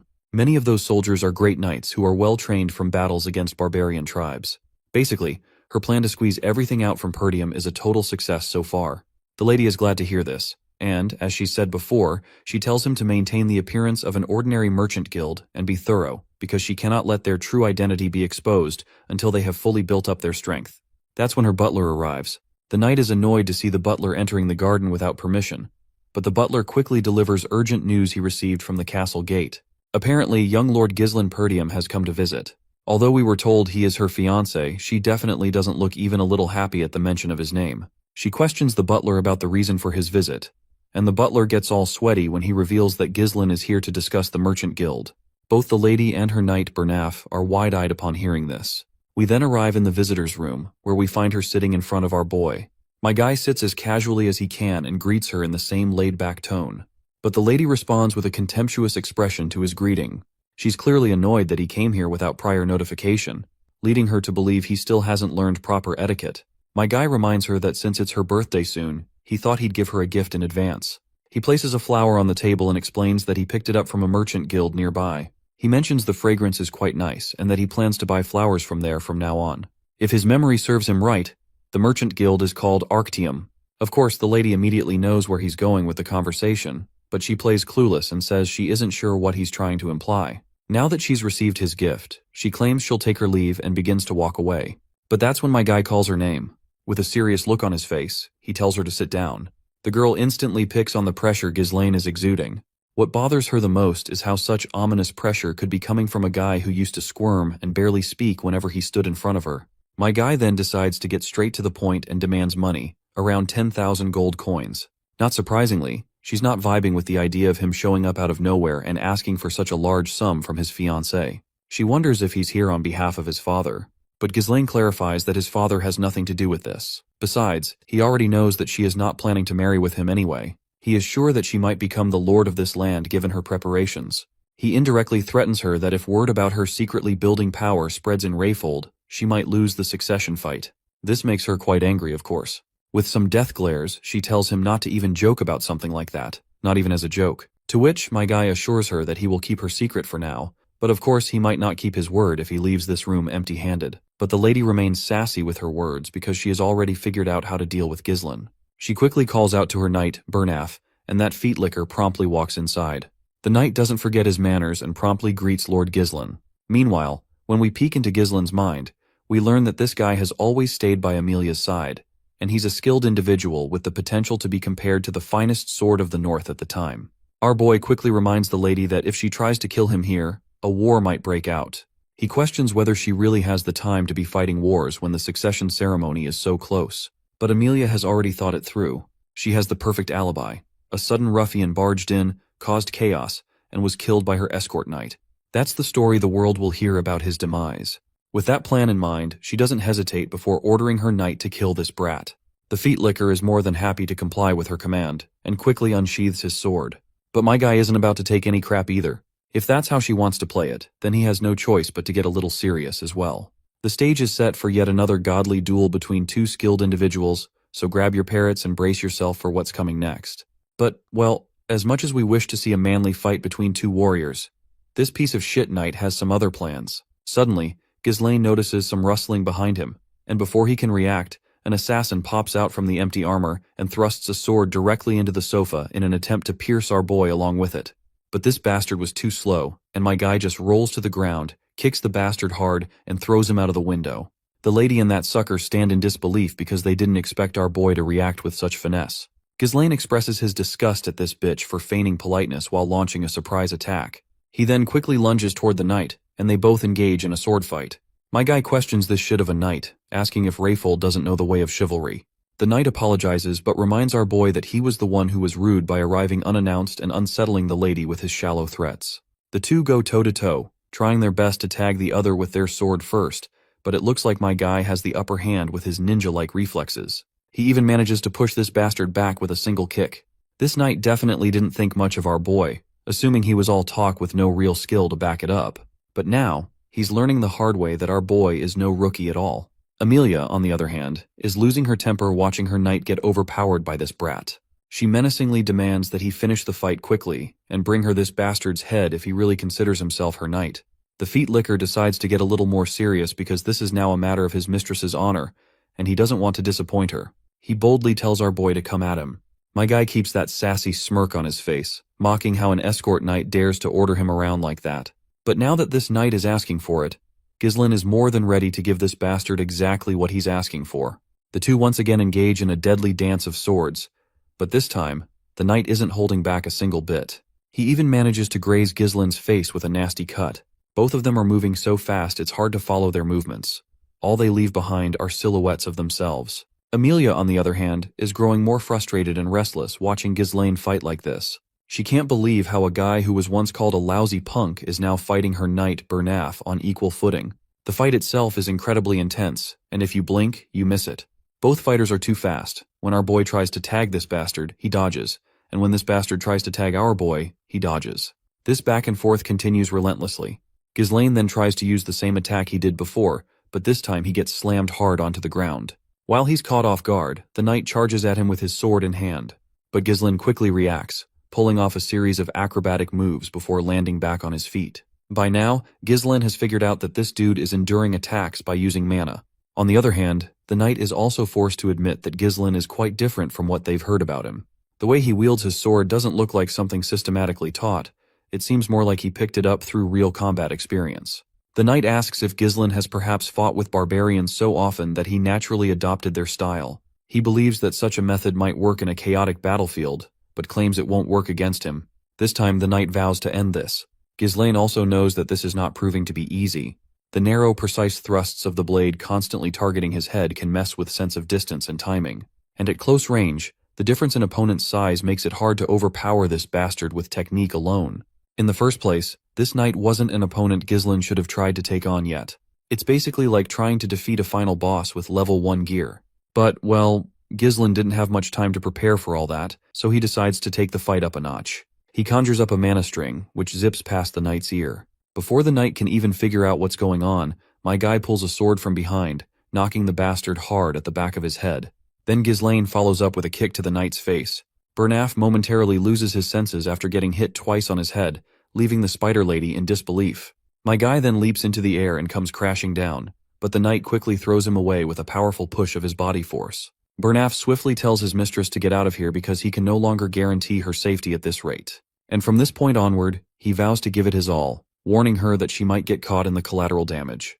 Ghislaine is also fired up for this fight because he hasn't faced such an entertaining opponent in a long time.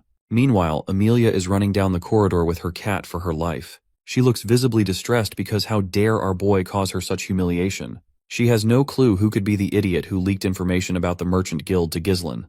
There's no way he would know about it in such detail, at least not without help. The rumors about him about slaying orcs, protecting his younger sister from assassins, and even defeating the heir of Logius, judging by that rascal's past, she had thought it must have been either luck or exaggerated information. But now she is forced to believe that he might really have improved. She then notices that all of the guards are missing, which annoys her further. But she soon finds all the soldiers scattered on the ground, and the one who took them down is none other than Belinda. Amelia is startled to see Perdium's maid, and before she can react further, Belinda places a dagger right over her throat. That's when Belinda notices the spider hanging over her face. She grabs the little critter in her hands and expresses her dislike about this shit. Belinda then reminds this bastard of a lady that she remembers the day of the engagement ceremony, where she eavesdropped on the conversation between Count Rayfold and the Lord of Perdium. She apparently overheard that all of Amelia's siblings picked on her for having creepy spiders around her, so she raised the spiders herself and took her revenge. Belinda isn't sure if that action was perhaps an attempt to overcome trauma or a display of self-assertion. Belinda then apologizes if this might come off as harsh, but she reminds Amelia that it doesn't suit her. With that, she crushes the spider under her feet. After crushing the spider brutally, Belinda requests that this bitch cooperate with her a little. But before we can learn what kind of request Belinda wants to make, we're back to the fight between the boys, and it looks like the knight has started to exude some serious ominous power already. The air has gotten rough, and the overwhelming amount of mana is really making our boy quite concerned. The knight is really pissed that our boy isn't taking him seriously and had called him an entertaining opponent previously, because that sounds almost like something a lowly mercenary would say. He despises the very idea that someone as lowly and non-serious as our boy dares to call himself a noble and tries to stand on equal status as Amelia. Well, of course, our boy is a noble, and he doesn't think this is something a mere escort knight like himself should say. Bernaf takes his first step, and they start clashing their swords. He is absolutely livid because he thinks Ghislaine is mocking the nobility. He continues to throw one blow after another. My guy is amazed that this bastard is moving forward with such strength and fierceness. But Ghislaine has also had enough. He responds with equally aggressive swordsmanship. This time the knight is definitely not messing around. With a single swing, he pushes our boy backwards, then quickly follows up with another blow to land a critical hit. The time freezes as the final blow from that bastard is deployed, and blood splatters as the blade grazes the shoulder of our boy. Bernaf, on the other hand, is absolutely boggled out of his mind that this bastard braced himself for the injury and used his shoulder to push away the blade. Our boy then quickly retaliates, pushing the absurd knight backward a little. But Bernaf quickly delivers a kick to our boy while mocking him, saying this is the difference between him and a brat who wields his blade for entertainment. The kick sends Ghislaine flying backwards, but it still isn't enough to take him down. He still finds this whole situation quite entertaining. With overwhelming speed, range, and consecutive attacks, the knight controls the flow of the fight. Any attempt to counter him in close quarters through grappling is instantly shut down. In a locked clash, it seems like their swords are bound together, making the knight believe they can't be separated. With Ghislaine's current mana, he can't counter the knight's strength, but he's playing a long game, knowing that the knight has still yet to see the ace our boy has up his sleeve, which is Ghislaine's unique mana cultivation technique. In an instant, Ghislaine unleashes his third core and shifts the balance of the fight. One powerful strike is enough to knock the sword out of the knight's hand, leaving him bewildered. The only thing in Bernaf's mind is how this guy wields such explosive mana during combat.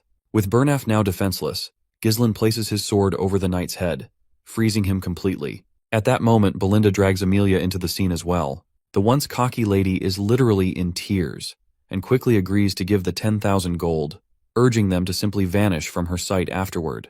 While Ghislaine is glad to have gotten what he came for, he's also irritated that it had to come to this.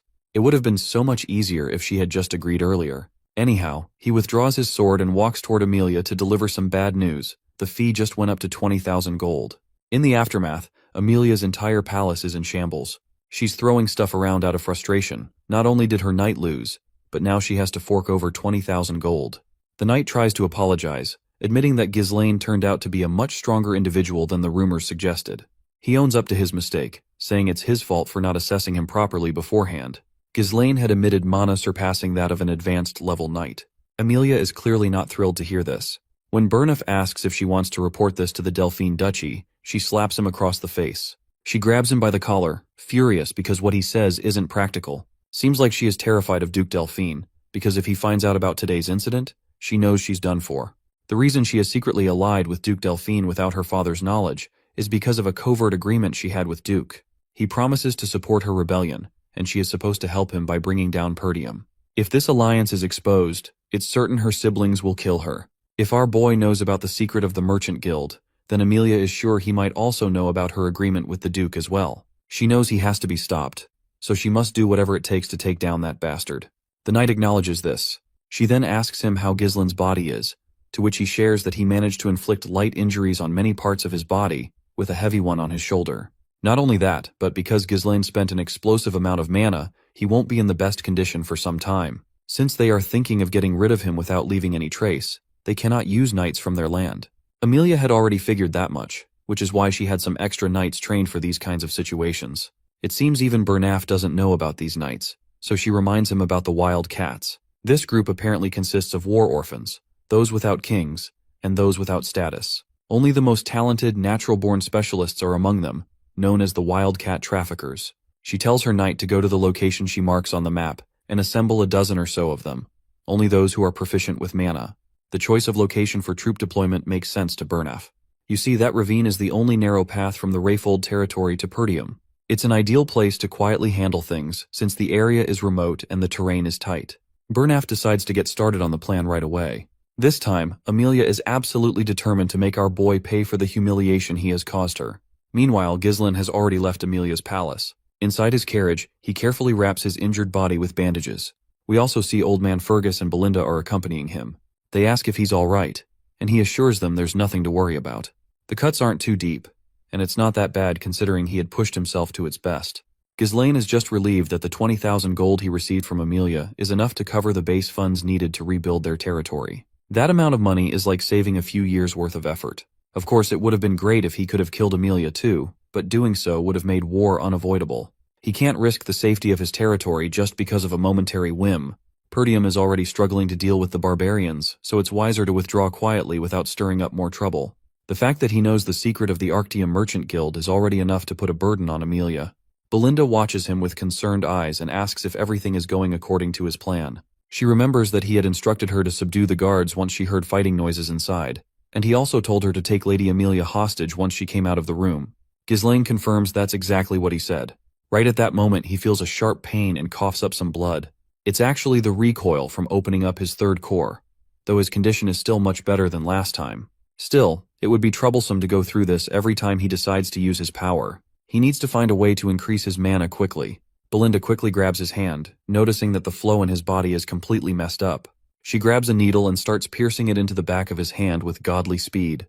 Ghislaine finds it surprisingly therapeutic. Once she finishes, he exhales a cloud of smoke from his lungs and feels a sense of relief. He can feel that his tangled mana road has opened up a bit. What's even more mind-blowing is that the method she used on him isn't something you can do without a deep understanding of mana. It's understandable that Belinda can do this, considering it was his mother who brought her into the palace. But the question still remains, who exactly is she? Ghislaine has no clue why such a skilled individual is working as a headmaid in the countryside, but it's good to have as many skilled people as possible in his land. After all, the enemies he's encountered so far are just the beginning. That's when Belinda speaks up, assuring him that she'll help with anything because she trusts him unconditionally. But he better tell her why he took such a huge amount of money from Lady Amelia. Ghislaine states that he needed to spend the money, and since Amelia is the only rich person he knows, he decided to extort her. Both of his subordinates are bewildered to hear this. They find it odd that he literally broke the engagement just for the money. And because of this, he'll be in trouble once Count Rayfold finds out. This makes Ghislaine break into a smile, and he rhetorically asks her if she actually trusts him. Belinda barely contains her annoyance at him asking the same question again, even though she just confirmed it. Since she trusts him, she's sure he'll at least tell her what he plans to do with the money. Ghislaine answers with one word: the Forest of Beasts. That single sentence leaves her silent and shocked. Our boy, on the other hand, goes on to reveal that he's going to use it to pioneer the Forest of Beasts. The old man, Fergus, nearly jumps out of his skin at this, and reminds Ghislaine that development has been attempted there ever since his great-grandfather's time, but there hasn't been much progress.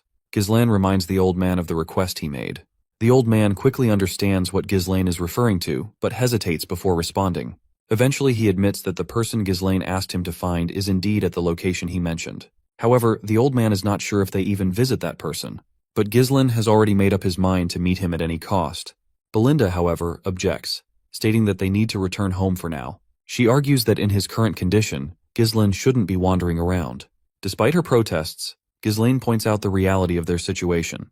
He questions whether Amelia would let them leave so easily after everything they've done to her. Knowing her personality, he is certain she will try to kill him to silence him, ensuring her secret about her alliance with Duke Delphine is never revealed. Belinda tries to flex her scrawny muscles, confidently assuring her young master that she can easily take down anyone who comes their way. Not to mention, they also have the old man Fergus as their knight.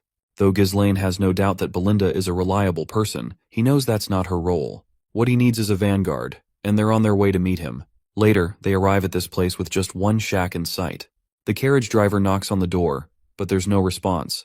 It's almost as if the house is abandoned. But Fergus points out that this is the address they're looking for. Finally, someone answers the door. Out comes this guy with a face fully covered in facial hair. He immediately questions the identity of the visitors. While everyone is a bit freaked out by this unusual man, my guy shows no expression at all. Belinda even asks him if this is really the person they've been searching for, because she doesn't think this guy looks like he could fight, let alone survive what's coming tomorrow. But Ghislaine confidently assures her that this is the man they're looking for.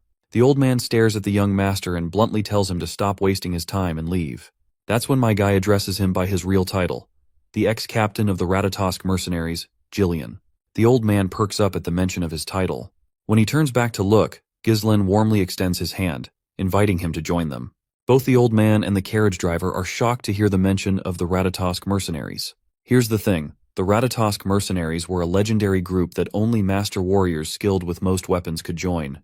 Though they no longer exist, their reputation is so strong that knights from even distant lands have heard their name at least once. And the captain of that legendary group is Gillian. That's the man Ghislaine has come all this way to meet. The old man throws his axe with full force, but my guy just tilts his head slightly, and the axe zips past him. Everyone else immediately goes on high alert. They quickly surround their young master and take fighting stances, ready for whatever comes next. But Gillian is all business. He's not here to waste time. He bluntly asks Ghislaine the reason for his visit. Belinda steps in front of our guy, believing this man is a complete nutcase. But Ghislaine keeps it short. He only says one thing, the eternal punishment, and further claims he knows the cure to the incurable illness his daughter is suffering from. Well, that's enough to pique Gillian's interest. Apparently, his daughter's condition causes her high fever, frequent coughing up of blood, and red spots blooming like flower petals on her skin. The sight of her pain, similar to a prisoner enduring punishment, gave this incurable disease its name, eternal punishment. Finally, we see the girl in question. She screams at the top of her lungs in pain, and the mercenary rushes inside the shack to tend to his daughter, Rachel. Ghislaine can see that it's not too late for her. In his previous life, our boy had tried to find Gillian to recruit him, but the man had taken his own life shortly after his daughter passed away. Judging by the state of this house, it's clear that all of Gillian's assets must have been spent on her treatment. Now, all that remains are his weapons. The poor girl cries out, pleading with her father, saying she's in pain and can't bear it anymore. Seeing her suffer, Ghislaine decides to act quickly. He quickly tells Gillian that he's going to start the treatment right away, but Belinda immediately steps in to stop him before he can go any further. She doesn't understand what he thinks he's trying to do, but she knows this isn't something strength alone can solve. This disease is so severe that even priests have failed to cure it, and they called it a punishment from the gods for a reason. She doubts there's anything he can do, but my guy just yanks her hand off his shoulder and makes it clear he can fix her. He reminds Belinda that since she claimed to trust him, she'd better stick to her words. With that, it seems Belinda has no room left to argue. He then hands her a paper listing all the medicinal herbs they'll need and tells her to come back with them. When she reads the ingredients, she's stunned for a moment. The reason my guy knows all this is because, for wandering mercenaries without a home, knowledge is directly tied to survival. You see, eternal punishment might be incurable right now, but a cure will be discovered in the future. Back then, it became quite a hot topic, especially because the method was relatively simple. Thanks to that, my guy remembers it clearly. The only problem is that the exorbitant cost of the ingredients, and one of them is a rare herb called Fairy's Blessing. Now that he has the Fairy's Blessing and the other herbs, he carefully chops them, packs them tightly into a bottle, and pours distilled alcohol over the mixture. He shakes it thoroughly to blend everything and lets it sit for a while. Once ready, he adds the remaining ingredients, stirs them together, and prepares the potion. With that, the remedy is complete. He presents it to Jillian and instructs him to have his daughter drink it. Since Jillian has no reason to refuse, he quickly pours the medicine into his daughter's mouth. The moment it reaches her stomach, the effects begin to take hold. Her bruised red body starts returning to normal, leaving everyone speechless. It's just unbelievable. No one, not even Jillian, expected the medicine to work. But Ghislaine was already confident in the results. Jillian turns to him and asks how he knew about this cure when even divine power couldn't heal her. To this, Ghislaine explains that the priest's divine powers aren't omnipotent. They enhance the body's vitality and strengthen its regenerative abilities, helping it fight the illness. But that's different from offering a fundamental cure. The man's hands tremble as he reaches out to our boy, asking if his daughter will actually be cured. Ghislaine gives the father the positive response he's been longing for. He reassures Jillian that it will take a couple of months, but guarantees that his daughter will be completely cured. The man's eyes widen in disbelief. As big and strong as he is, he falls to his knees, bows his head, and humbly asks what our boy could possibly want in return. Since Ghislaine came all this way, there must be a good reason. However, the old man tells him up front that he has nothing much to offer, other than his useless body. If Ghislaine needs him to become his dog, so be it. He'll follow every command and be his slave. But Ghislaine makes it clear that he doesn't need a slave. What he needs is Gillian, the captain of the Regressed Mercenaries. When the old man looks up, he's shocked to see the familiar eyes of a dreamer. Gillian quickly stands up, picks up his axe, and removes his long ponytail.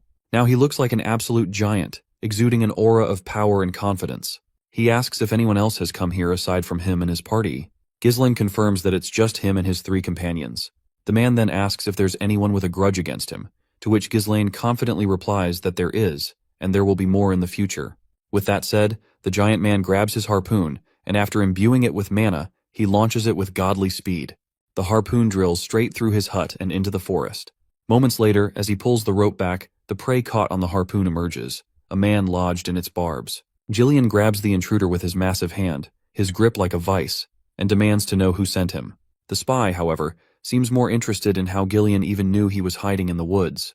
Turning to our boy, Gillian asks what he'd like to do with this one. Ghislaine calmly replies that he already knows who sent the man, but he'd prefer not to stain his blade on a day like this. Still, he admits, it seems he has no choice.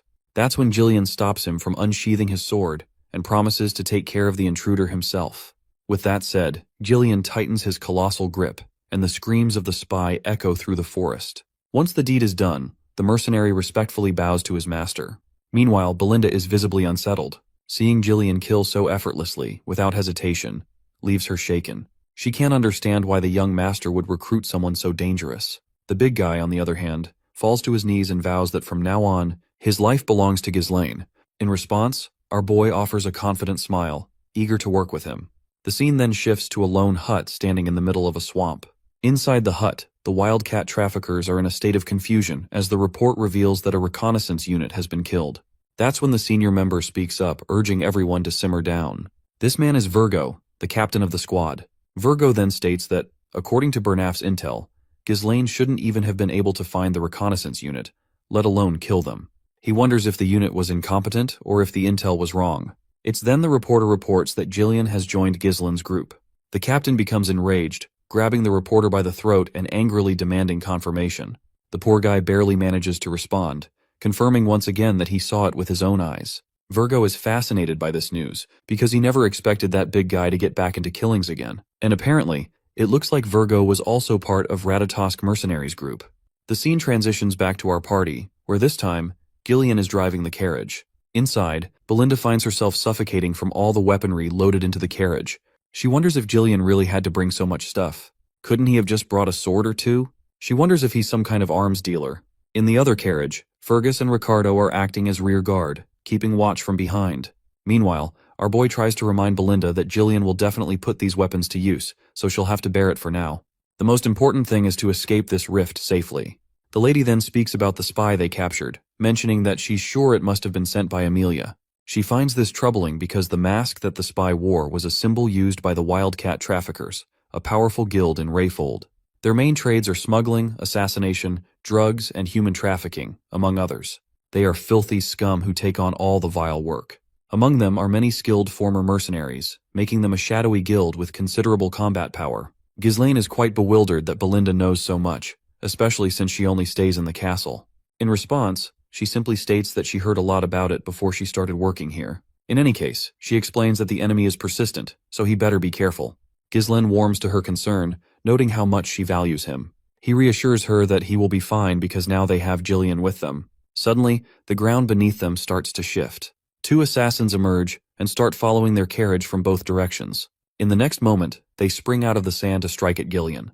But this gigachad of a man grabs a sword in one hand and an axe in the other, effortlessly blocking both attackers' strikes simultaneously. Not only does he block them, but he twists his weapon so quickly that the assassins' arms are torn off from their bodies. And with his next move, Gillian cuts through both of them like they were nothing. More of these men appear, quickly activating the traps they've set up. Giant logs start to fall toward them, but before they can be crushed, Gillian takes control of the reins. He yanks the bridle, and the horses slam on the brakes. In a matter of seconds, the area is crawling with these creepy assassins, all armed with weapons embedded in their hands. That's when Virgo mentions Gillian as the former captain of the Ratatosk mercenaries. He calls him a coward for disbanding the entire group just because of his daughter. Gillian doesn't seem to vibe with the accusations this unknown bastard is throwing at him. Virgo continues, saying that after the group was disbanded, he had to live a life he never wanted. He tells Gillian not to act senile, as if he can't even remember his former peer. It seems that Gillian actually doesn't remember this creepy man. But Virgo is convinced that he's just pretending to play dumb. But Virgo is looking forward to making Gillian remember his old colleagues, and promptly signals his lackeys to charge. Our boy asks if he should step in to help, but Virgo simply replies that it's all okay. These bastards clearly have business with him, so he assures Ghislaine that he doesn't need to bother. As soon as those creepy bastards get close to pierce Gillian with their swords, this gigachad of a man cuts through them like they're vegetables. A few more charge from the other direction, but Gillian prepares himself and cuts down the first one in line. When the second tries to attack, he too has his hands ripped apart. Virgo, watching from the sidelines, had expected this outcome. After all, Gillian held the position of captain for a reason. Since direct attacks are pointless against this brute of a man, Virgo orders his units to split into two groups and take him on from both sides. But Gillian quickly hops onto his horse, axe in hand, charging at these bastards. With a single swing of his axe, he obliterates them, not letting a single one come close. Seeing no chance of getting closer, the men then decide to aim for the horse first. But they stand no chance. Gillian is swinging his axe like a blender, cutting down everyone in his path, leaving the ground a bloody mess. Finally, Virgo himself jumps into the fray, but Gillian quickly safeguards himself with his shield. Virgo, seething with rage since Gillian ruined his life, declares that he won't let him ruin his plans as well. For that, Gillian must die. The bastard quickly kills the horse Gillian was riding, but our big guy quickly jumps off, unharmed.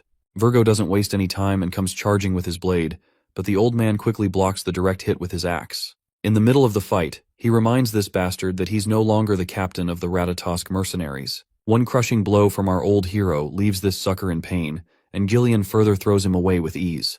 Virgo is in shambles after just one hit. Blood leaks from his mouth as he questions who the captain is if it's not him. In response, Gillian begins to channel his mana, calmly stating that he has discarded his past. He is now nothing but young Lord Ghislaine's subordinate. This leaves Virgo utterly bamboozled. He furiously charges like a madman, realizing that this bastard is acting so nonchalant after destroying his life.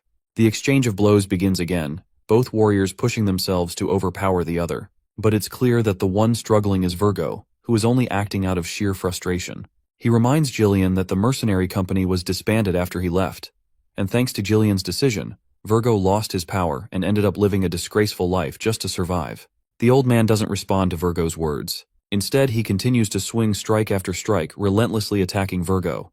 But finally, Virgo manages to render the old man's shield useless with a powerful kick. Virgo makes it clear that he had been prepared to sacrifice his entire life to make the Ratatosk mercenaries the best in history. But Gillian threw it all away, only to end up as a mere pawn of a spoiled noble. For that, Virgo isn't sure he can ever forgive him. He finally throws his deadly ninja daggers, but the old man swings his axe around and deflects 3 of the blades. Right then, Virgo charges in with a dagger in hand, but it zips past Gillian as their clash continues.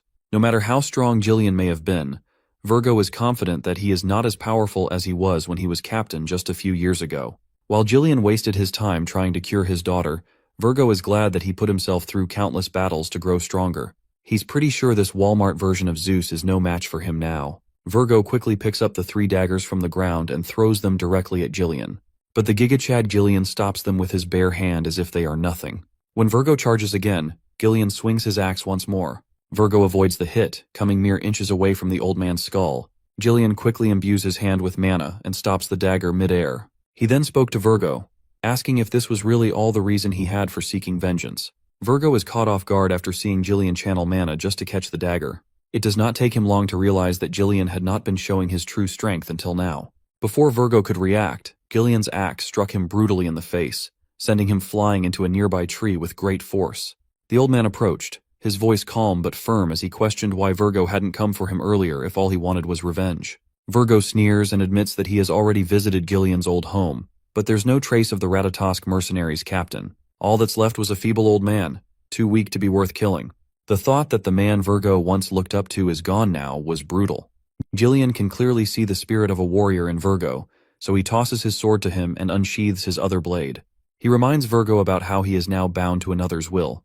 But for this moment, he's ready to show his former comrade the highest level of respect as the captain of the Ratatosk mercenaries. For Virgo, this feels like a dream come true. He quickly grabs the dagger and launches himself into battle. The two clash with all their might, their weapons exchanging blows at such speed that only sparks fly. They seem evenly matched, standing on equal footing, until Jillian strikes. He thrusts his blade into Virgo's ribs with brutal force. Despite the savage blow, Virgo refuses to give up. He pushes forward and retaliates back. But his last attack is futile, and Jillian is on the verge of severing Virgo's head. In that moment, Jillian speaks. He promises his former comrade that he will remember him as the 5th unit commander of the Ratatosk mercenaries, Virgo Villanos. For Virgo, it's a heartwarming moment. To be recognized by the captain of the Ratatosk mercenaries fills him with pride. He smiles one last time before Jillian's sword ends the life of this proud warrior. Once the fight is officially over, Jillian grabs the dagger his comrade was using. Ghislaine also comes out of the carriage with Belinda, and the first thing they notice is the shit ton of limbs and dead bodies scattered around. Belinda comments how they could easily bring in quite a bit of money by looting these dead bodies. Jillian bows his head in apology for the unnecessary delays, but our boy reassures him that there's no need to worry about it. He then can't help but recognize just how exceptional Jillian is, far more than he had originally thought. You see, in Ghislaine's previous life, when he first left home to start his mercenary work, the stories about Jillian were a significant influence in laying the foundation for him to eventually become the mercenary king. Now, he's grateful that his quick actions have earned him such a reliable comrade. He then notices Jillian holding onto the dagger Virgo was using, so he asks the big guy if he knew that person. Jillian quickly confirms that he does remember this person. He even mentions that they were once old comrades. The mention of old comrades causes Ghislaine to reflect on his friends from his previous life. He wonders what they might be doing now. Since he had not met them at this time in his previous life, he's sure they are living their own lives. But he plans to find them and recruit them into his party as well. Anyway, now that everything is cleared, he decides to follow Belinda's suggestion and gather anything valuable these guys have. The lady happily acknowledges it and commands Jillian to take the lead and collect them for us. But the brute warrior reminds her that he is not her subordinate. 2 days later, we find ourselves in Perdium territory after many days. Our party has finally made it into their land after riding for what feels like forever. The brute asks if this is Perdium, to which our boy confirms. When Ghislaine peeks at his territory through the carriage, he feels good to have a home to return to. When he first ran away from home, he thought he would be able to come back at any time, but he was dead wrong. He then turns to Jillian and asks for his opinion about this place. The brute is momentarily caught off guard to hear this and is not sure how to respond, so he just says it's great. But our boy knows that this place is awful, and as much as Jillian hates to admit it, it's indeed in a bad state. All the houses are outdated, renovations are out of the question, and the fields are completely uncultivated. All the farmers have been conscripted into the military, leaving the land forcibly fallow. Gillian then reveals the rumors he has heard that Perdium is always at war because of the northern barbarians, but after seeing it firsthand, the situation is worse than Gillian had expected. To which my guy states that this is one of the many problems he wants to resolve, and this is precisely why he needs the strength of the Ratatosk mercenaries captain. He's sure it will be a long battle, a battle to eliminate everything connected to Duke Delphine and to protect what was taken for granted. Our boy will revive this land no matter what. Once they finally make their way through the pavement of the castle, Belinda is shocked when she notices something unexpected in their way. The man in front of them is actually our boy's father, the man who had been missing since the beginning of this series. At the Perdium castle, we see some men talking to the Count. The Count suggested that they reduce their forces. The men were surprised to hear this. One of them said that it will be difficult to maintain the front lines properly if they cut their forces down. Another man advised the Count to request more support from the Rayfold family. The general administrator revealed to the men that the Rayfolds were the one who reduced the support fund. He said that the Rayfolds are gathering soldiers and stockpiling food right now. The knight in the room was surprised to hear this. Another man said that they need the funds because they need to rebuild the Forest of Beasts garrison that got partially destroyed during the last battle against the orcs. According to the man, reducing the Night Order's forces is barely enough to give them some breathing space. He said that reducing the forces poses a significant risk. Ghislain watched the men as they argued. He found this to be normal. The knight in front of him was the knight captain. His name is Randolph. The man with a lot of beards is the treasurer. His name is Albert. The general administrator's name is Homer. Our boy wondered about how long it has been since he saw his father as the young Lord of Pertium. It has only been a few months. However, it has been several decades for him as the mercenary king. Ghislain called out to his father and welcomed him back home. The count found it odd that his son did this. The count's name is Walter Pertium. As a child, Ghislain never liked his father for being so strict and serious all the time. But now it was different for him. He could now see it. He could see the countless burdens of exhaustion and fatigue weighing on the count's shoulders. He understood the responsibilities of the lord of the land. As Walter took a sip of his tea and revealed to his son that he heard he left the castle for a week, Ghislain told him that he visited the Rayfolds. As Walter asked him if he did not cause trouble there, our boy told him that he didn't. The treasurer turned to Ghislain. He told him that he heard that he won a duel against Cain and won some money. He actually found this hard to believe with a serious look on his face. Albert asked him if he went to Rayold to gamble. Ghislain was annoyed to hear that the man thought that he went to gamble when he actually went to invest. He told him that he actually had some business with Amelia. Homer told Ghislain that he needs to think before he acts. He reminded him that he will be the one to take over Pertium. With an unbothered look on his face, our boy told him that he understands. He asked him not to worry about it.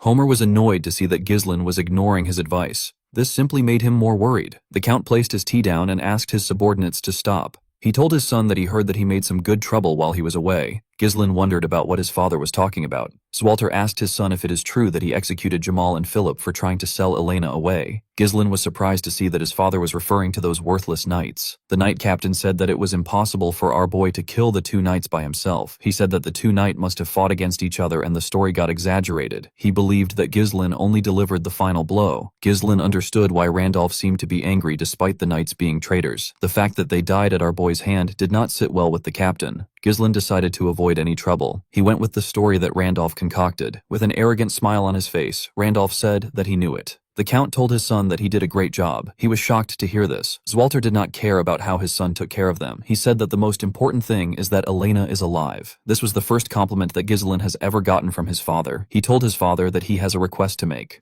Walter was surprised to hear this. Homer told our boy that he needs to stop now if it is money that he is going to ask for. Randolph agreed with him. He asked Ghislain to remember all the trouble he has caused so far. With a look of anger on his face, Randolph reminded him that he sold military provisions to get gambling money. He lit the front gate on fire to grill an army horse and melted all the armors to forge some worthless legendary sword. Ghislain could not talk back to the captain. Although he didn't remember these things, he knew that he must have done them at one point in time. He revealed to his father that he simply wants to get permission from him. The count asked him about what he needs permission for. Our boy revealed to them that he will like to pioneer the Forest of Beasts. The men were shocked to hear this. Ghislain smiled at them confidently. The scene shifts, and we see our boy in his bedroom with a confident look on his face. He revealed to them that his father denied his request. According to him, Walter freaked out and began to yell at him. Belinda was not surprised to hear this. She told her master that this was expected. She said that the place is filled with monsters. She told Ghislain that there is nothing to gain from taking care of the monsters. Ghislain asked Ghislain if he has heard his plan from Belinda. The man said that he has. He said that our boy plans to pioneer the Forest of Beasts with the funds he received from Amelia. Gillian explained to his master that the forest is a forest of death which no one can return alive from. Because of this, nothing is known about the place and everyone avoids it. The forest's notoriety is already well known in other regions. With a smile on his face, Ghislain told his guard that he is well informed about the forest. He told him that there is actually nothing to gain from entering the forest. He stood up and walked towards his door. He told Gillian that they need to get started. Belinda reminded her master that he did not receive permission from the count. She asked him if he is still going to proceed anyway. Ghislain turned around and explained to her that he did not actually need his father's permission. He said that he simply asked out of courtesy. He told her that he needs to do this. Belinda did not understand why her master was adamant about going there. She asked him to tell her what is in the forest that he is so obsessed with it. Ghislain told her that he will tell her later. He knew that things will be bad for him if he was to reveal it now and the word spreads. If our boy is able to successfully pioneer the forest, he will get massive funds. At a place not too far away from the forest's entrance, there is a massive runestone vein buried there. When ore is infused with mana, a runestone is created. It is an extremely rare mineral that mages are absolutely crazy about. It is used in all sorts of magical tools, things like barriers, magic circles, magic scrolls, alchemy, and magic research. It is basically used in anything that uses mana.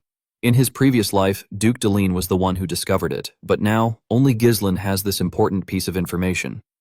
Belinda could not see through her master's intentions. She decided to give up. She knew that he must have a plan. Gillian told him that he will follow his orders.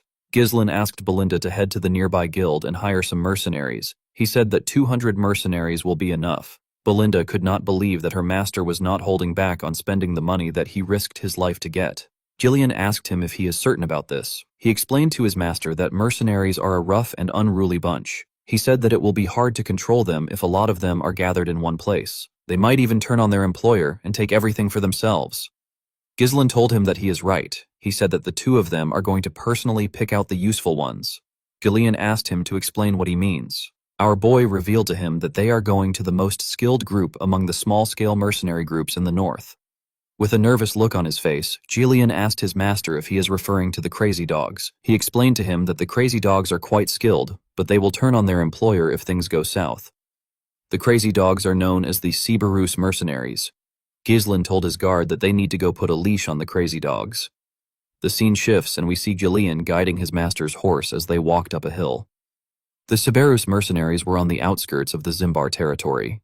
One of them spotted Ghislain and Gillian coming from afar. He told his colleague that they have arrived. The man laughed when he heard this. He referred to Ghislain as a poor soul and said that they do not know what they are walking into.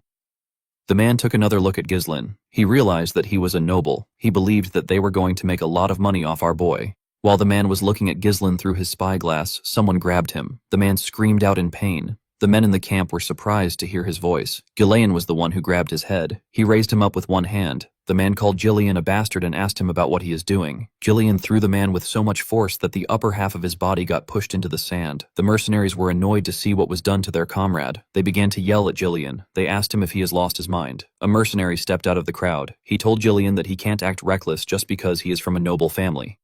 The mercenary held a chain and a hook with a smile on his face. He told Gillian that he should not expect to return home alive. Unfortunately, this dumbass did not know who he was talking to. The man noticed that someone else was coming into the camp. He saw Ghislain on a horse. Our boy asked him to shut up and bring his captain. The man laughed when he heard this. He began to spin his chain. He said that the noble brat has lost his mind.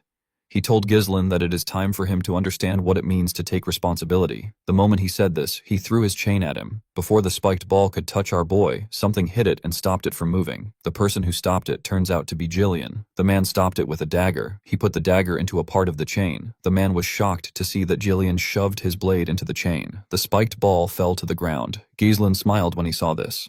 He already knew that words won't get through to them. He asked Gillian to do enough so that the men won't die. Gillian took a stance and grabbed the chain. He told his master that he understands. He pulled the man in front of him with the chain. The man flew to his side without any resistance. The moment the man got close to him, he swung the spiked ball at him. The ball hit him in his stomach. The man screamed out in pain. The mercenaries were annoyed to see this. They called Gillian a bastard. They said that they won't go easy on him because he works for a noble. They charged at the man. Ghislain twisted his blade around the chain. He used it to raise the injured man up. He threw him at the mercenaries that charged at him. The man's body pushed them to the side. The other mercenaries were surprised to see this. Ghislain turned to the side and glared at them. The men were terrified to see the look on his face. Ghislain came down from his horse. He asked the men to tell him how long they plan on making them wait. He asked them to go get their captain. The moment he said this, someone said that he was sleeping. He asked them about what caused the commotion. The mercenaries immediately cleared the road and arranged themselves. When they saw this man, the red-haired man introduced himself as the captain of the Cerberus mercenaries. He said that his name is Kier. He asked them about why they were looking for him. Ghislain believed that this was a stupid question. There is only one reason why anyone would look for a mercenary group. He said that he came to entrust a request to him. Kerr was surprised to hear this. He asked Ghislain about why a client would beat up his subordinate. He told our boy that a noble should be more knowledgeable when it comes to manners. With a smile on his face, Ghislain told the captain that this is his own way of greeting him. He told him that this is the best way to properly tame him. Kerr smiled when he heard this. He wondered about what would happen if Ghislain had greeted them twice. The scene shifts and we see everyone in Kerr's tent. He had some mercenaries with him. He asked Ghislain to tell him the kind of request he has. Our boy revealed to him that he would like to hire him to pioneer the forest of beasts. The mercenaries behind Kerr were shocked to hear this. They could not believe that our boy wanted to send them to the forest filled with beasts. They knew that the forest was near the Perdium territory. With a smile on his face, Keir asked Ghislain to tell him the kind of person he is for him to try disturbing such a dangerous forest. Our boy revealed to him that he is the young lord of Pertium. Keir was surprised to hear this. He and his men began to laugh. They could not believe that they were looking at the insane young lord from the rumors. They became certain that he had lost his mind. Keir told our boy that he does not know what the forest of beasts is like because he was raised in a greenhouse. He told him that it is not a place for rookies like him. The captain said that he is no longer interested in hearing anything from Ghislain. He signaled his men and told them that the negotiation is over. The men raised their weapons. Gillian raised his axe when he saw this. Ghislain asked Kerr if he is scared. The man was shocked to hear this. With a smile on his face, he said that he is disappointed because he heard that his mercenary group is quite skilled. He told Kay that it is just a hoax. Carr placed his leg on his table. He asked Ghislain to not mess with him. He reminded him that they are mercenaries. He told him that they do not take jobs that don't pay off. Ghislain said that weaklings usually like to come up with excuses. Keir was annoyed to hear this. He told our boy that the mood is ruined. He told him that all he is doing is throwing around pathetic provocations. He referred to Ghislain as a clueless brat. He told him that he is not even worth killing. He assured our boy that he will let him go. He asked him to hand over some money for the trouble he caused and to get lost. Ghislain told him that this won't happen. With a serious look on his face, our boy requested to have a Marana's recognition with the captain of the Siberus mercenaries. Gillian and the other mercenaries were shocked to hear this. Carr asked him if he even knows what this means. With a confident smile on his face, our boy told him that he does. Marana's recognition is a traditional betting method passed down among mercenaries. When two people agree to the bet, they fight using only a single dagger without relying on mana. Each of the participants have one of their arms tied together. Stepping outside the small circle counts as a loss. This match forces them into a brutal life-or-death struggle within limited space and movement. In many cases, not only the loser, but even the victor ends up dead. Ghislain explained to Keir that the loser must cleanly admit defeat and absolutely obey the words of the winner. In other words, the loser becomes the winner's dog. He asked Kay about how he feels about the bet. Gillian wondered why his master, who is a noble, would know about a filthy mercenary tradition. In the mercenary world, rejecting this challenge would mean admitting to one's weakness. Due to this, it is something that can never be refused. Carr began to laugh like a crazy person. With a creepy smile on his face, he told his subordinates that they have a bold little noble who wants to be recognized in a mercenary's way. He told them that they should help our boy a bit. The men began to laugh when they heard this. The scene shifts, and we see everyone outside. Ghislain and the captain tied one of their arms together. They were both given a dagger. Carr took off his jacket. The mercenaries were cheering for their captain. They asked him to kill the insolent noble. Kay believed that Ghislain heard about this method from somewhere and decided to fight him with it. He told our boy that he cannot back out of it now. He pulled Ghislain to his side with a confident smile on his face. He told him that he has done this 5 times. Ghislain went back to his original spot. He pulled the captain close to him with a condescending look in his eyes. He revealed to Sir that he has done this over 100 times. The captain was shocked to hear this. Ghislain and Keir were asked to start. The two of them charged at each other with their daggers. They both managed to dodge the attacks. They swung the daggers at themselves again. They barely missed each other. Ghislain attacked Keir with more strength. The mercenary was able to block his attacks. He pulled our boy in front of himself and tried to stab him from behind. Ghislain managed to block each of his strikes. Even though he couldn't see the dagger well, he bent his head and made Kay miss an attack. He quickly attacked him with the opportunity. Carr managed to dodge it. He pulled our boy close to himself. He gave him a heavy kick on his leg. Our boy felt the power of the kick with a smile on his face. The mercenary told Ghislain that he is doing better than he expected. He could not believe that our boy was claiming that he has done a Marana's recognition 100 times. This is something that most people don't get to do once in their life. Carr charged at Ghislain. He advised him to make his bluffs sound realistic. He did not give our boy the chance to attack. The members of the Siberus mercenaries were happy to see this. They asked their boss to kill Ghislain for messing with them. Gillian glared at them when he heard this. The men immediately became silent. Gillian could tell that this was a losing battle. The area of the circle is barely large enough for one person to lie down. The rules forbid mana and force. This forces the opponent to purely rely on physical strength. Another problem is the size difference and the limited movements due to the hands being tied together. Ghislain can barely dodge or block his opponent's attacks. Meanwhile, the opponent has every opportunity to take control and dominate the fight. Jillian gently placed his hand on his axe. He decided to interfere if the situation becomes dire. Keir grabbed our boy's hand and held him down. He swung his dagger at him. Ghislain jumped to dodge the attack. He landed on the other side. The moment he landed, our boy noticed that he could feel some pain in his leg. The pain was surging from the leg he used to block Caesar's attack earlier. The damage was stacking up due to the lack of mana protection. Sears smiled when he saw the look on Ghislain's face. He told him that he is looking pale. He asked him if he has already reached his limit. He began to attack our boy more fiercely.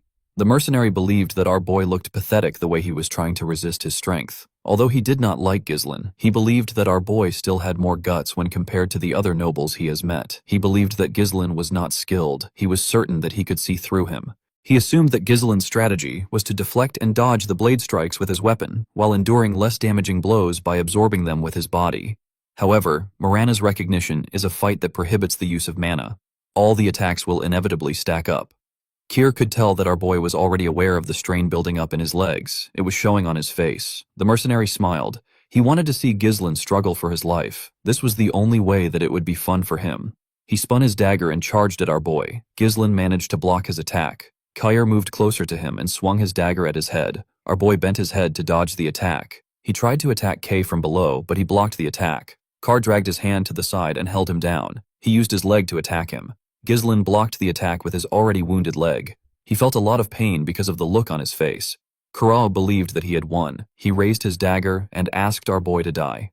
His subordinates became excited when they saw this. Jillian took out his axe. He wanted to rescue his master. Ghislain smiled. He dodged the dagger by going low. Keir was shocked to see that he was able to dodge from that position. Our boy pushed himself to the other side and gave Keir a cut near his ribs. Keir was shocked to see what just happened. The Cerberus mercenaries and Jillian were also shocked to see this. Kay charged at Ghislain out of anger. Our boy skillfully went low. He gave Keir another cut on his chest while he was below him.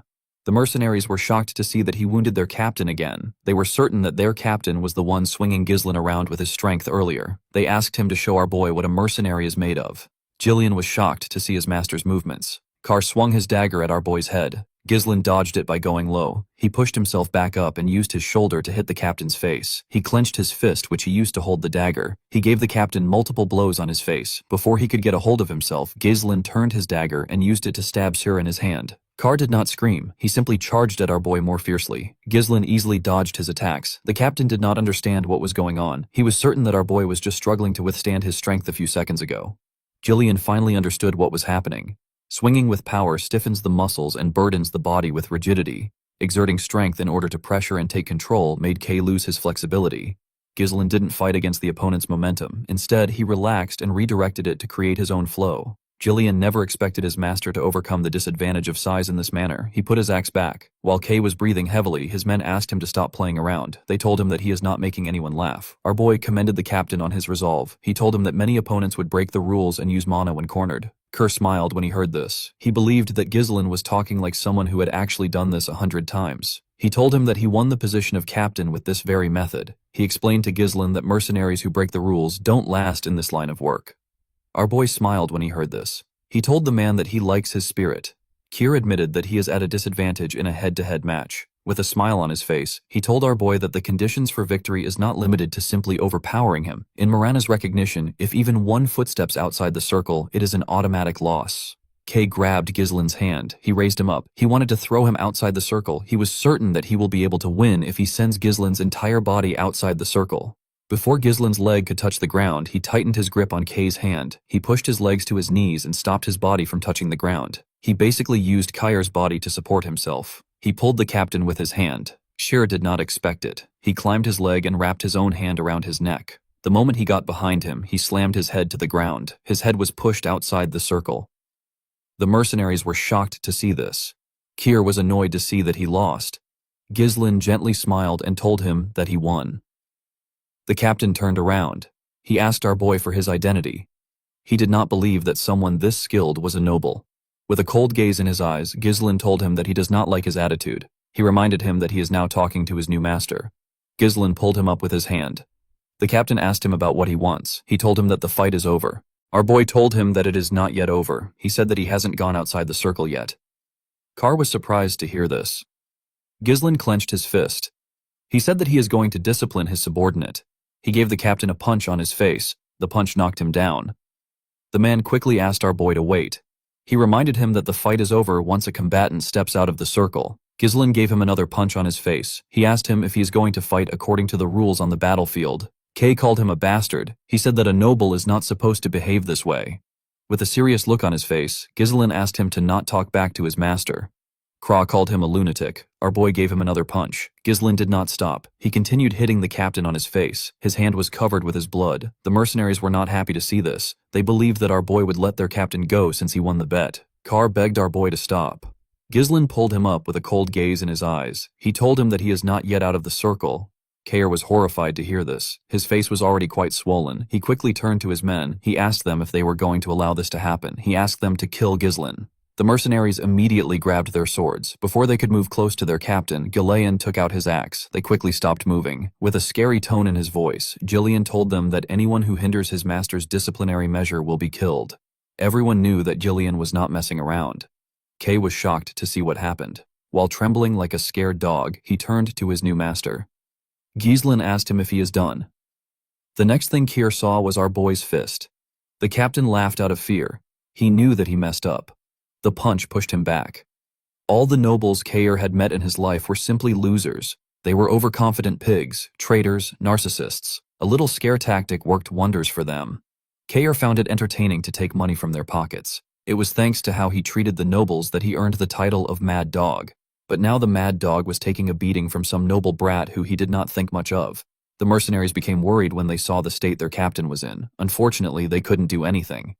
Ghislain took a look at Kay's body. He wondered if he had done enough. He asked the men to stop standing around. He ordered them to bring him some water, a bandage, and a towel. The men were surprised to hear this. Ghislain told them that their captain will die soon if they don't act quickly. The men were shocked to hear this. They accepted his order. Ghislain carefully watched his master. He noticed that the unruly mercenaries were listening to his orders. In the world of mercenaries, where fists are closer than the law, Ghislain engraved his position into their heads using the most direct and surefire method. He showed them who the boss is. In the next scene, we see Kerr sitting on a chair. His body was wrapped in bandages. Our boy placed a paper on the table. He asked him to sign on the paper. Cyr stared at Ghislain. He knew that he had no choice but to do it. He took out his pen and signed. He asked our boy to take it. With a scary look on his face, Ghislain asked him to repeat what he just said. The captain became nervous. With a shaky tone in his voice, he told Ghislain that he looks forward to working with him. Our boy grabbed his hand. He was quite scared to see this. Ghislain told him that they are now family. He told him that he also looks forward to working with him. A few days later, we are taken to the outskirts of the Perdium territory. We see some mercenaries gathered there. One of them yawned. He asked the others if they know the reason why they were called early in the morning. A bald man with a shield told some of them that he heard a rumor that their employer is the young lord of Perdium. The men were shocked to hear this. One of them said that our boy is just a brat. He believed that Ghislain will not be able to handle the mercenaries properly. He said that the job might turn out to be easy.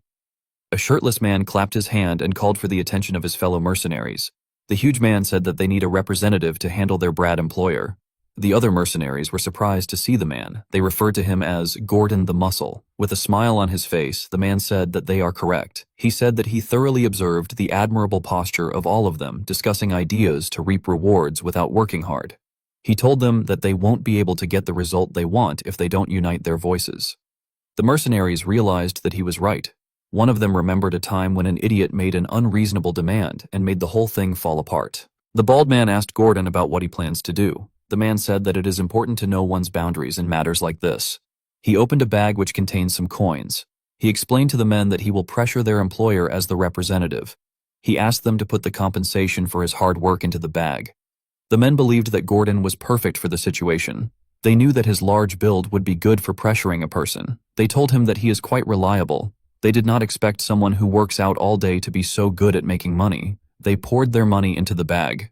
The moment they did this, one of them said that someone is coming. Everyone quickly raised their head. They saw Ghislain coming from the distance. He was riding his horse towards them. They were shocked to see that he was alone. One of them said that our boy might run away after seeing Gordon's muscles. Gordon asked the men to move close with him. He said that it will help them set up a scary mood. With a smile on his face, the man said that it is time to teach a brat how scary the real world is.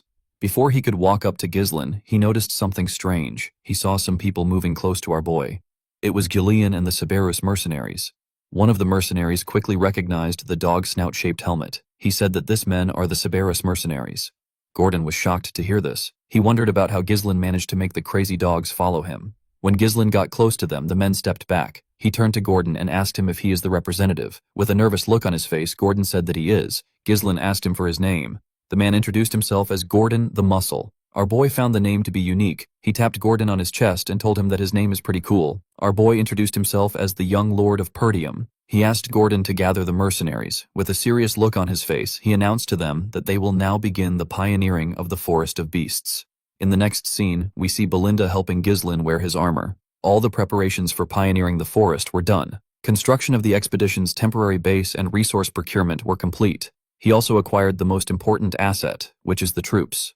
Ghislain begged Belinda to do a head count one more time. The maid accepted his request. She revealed to him that there are 148 mercenaries contacted from the office and 41 Cerberus mercenaries which he brought there. The total number of people there was 192. Ghislain told her that she did well. He asked her if she has properly informed Scovin. Belinda said that she has. She expected Scovin to have stopped them from going. To her surprise, the knight stepped in to ensure that they aren't detected while entering the Forest of Beasts.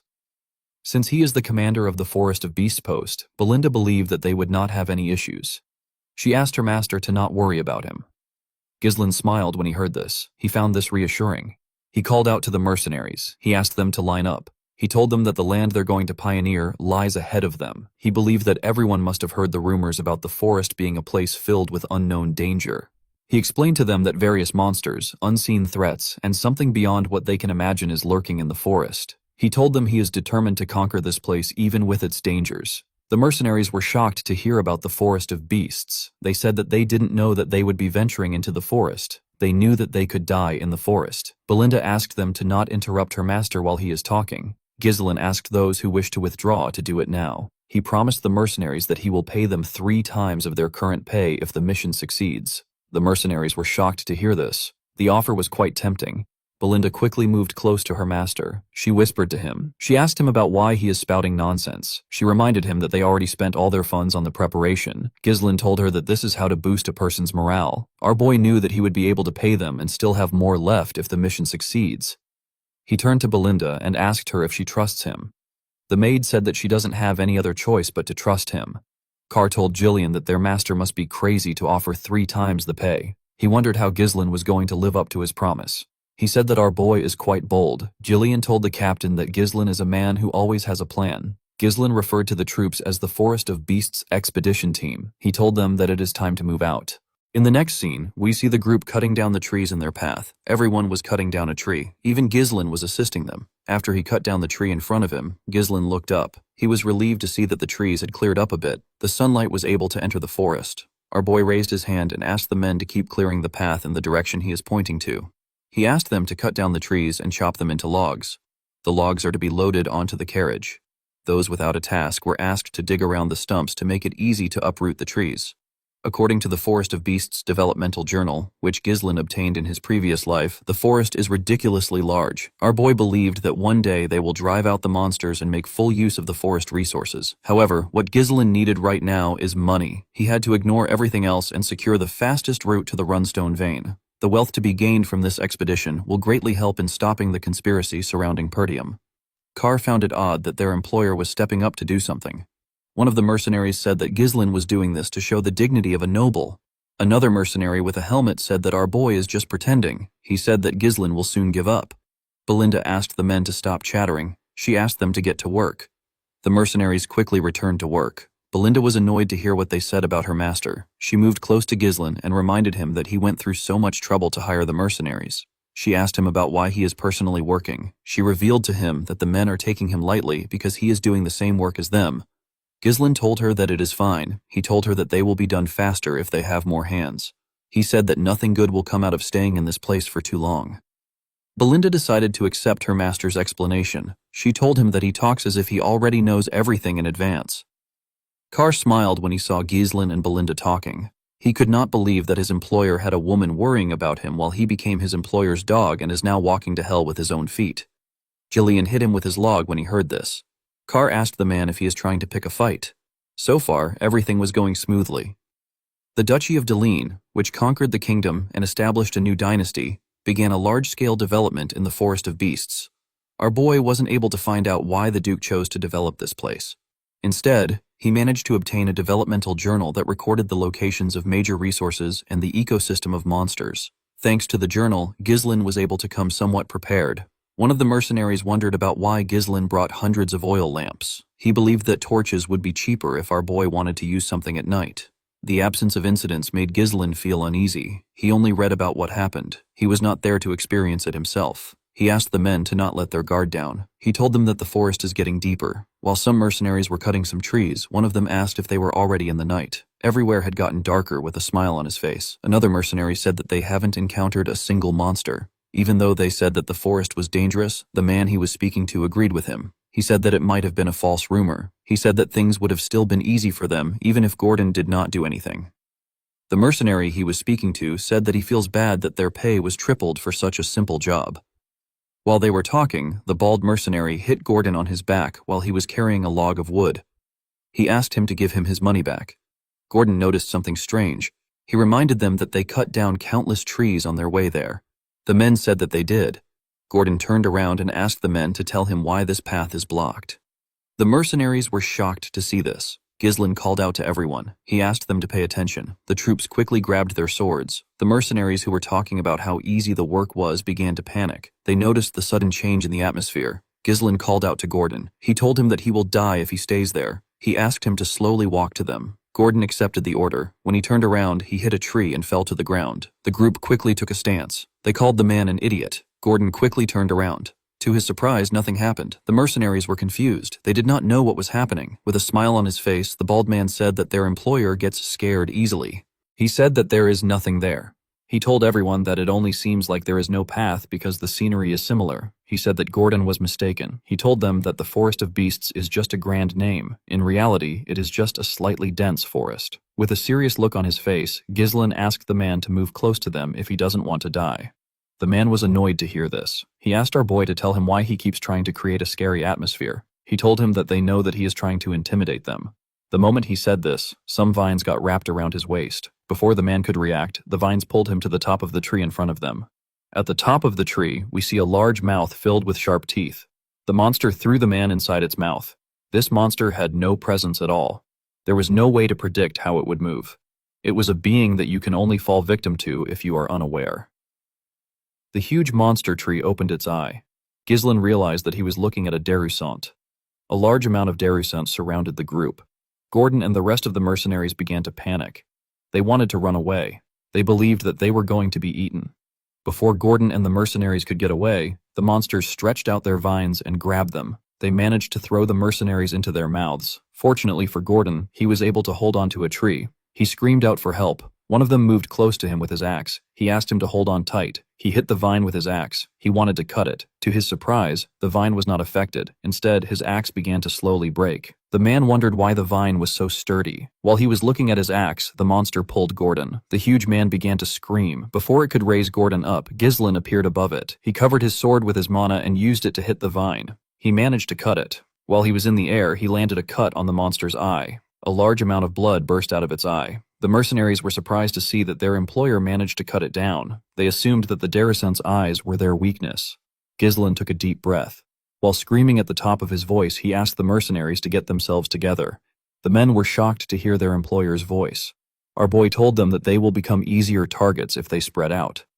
He asked them to raise their shields and form a tight formation to make sure that no one gets caught by the vines. He asked them to focus on defense until they received the next order. They all accepted his orders. They quickly got into position. One of them said that he is not going to die in a place like this. Ghislain quickly went to the carriage. He asked Keir about the oil lamps. The captain said that they were all there. Our boy asked Kay to light the lamps and throw them at the monsters to burn them down. Keir was surprised to hear that this was the reason his master brought so many lamps. One of Keir's teammates told him that the monsters are looking at them. Ghislain asked the captain to throw the lamps now. Sir and his teammates began to throw the lamps at the monsters. Unfortunately for them, the monsters were using their vines to destroy the lamps before they could get close to them. Sir was shocked to see that they swatted the lamps away. His subordinate told him that they cannot burn the monsters down like this. A Derusant fired its vines at them before it could touch them. Jillian appeared in front of them. He used his axe to destroy the vines. Belinda took out some knives. She threw them at the monster's eye. Ghislaine asked Jillian and Belinda to prepare to throw the oil lamps while guarding the Cerberus mercenaries. Our boy raised his sword. He said that he will draw the attention of the monsters. The moment he said this, a Derusant fired its vines at him. Belinda called out to her master. She asked him to look out. Ghislaine swung his sword and managed to cut through the vines. The other Darusants began to attack him. Our boy skillfully dodged their attacks. One of the Darusants raised its leg to crush him. The mercenaries were shocked to see that the monsters had legs even though they were trees. They believed that their employer was going to get stomped on.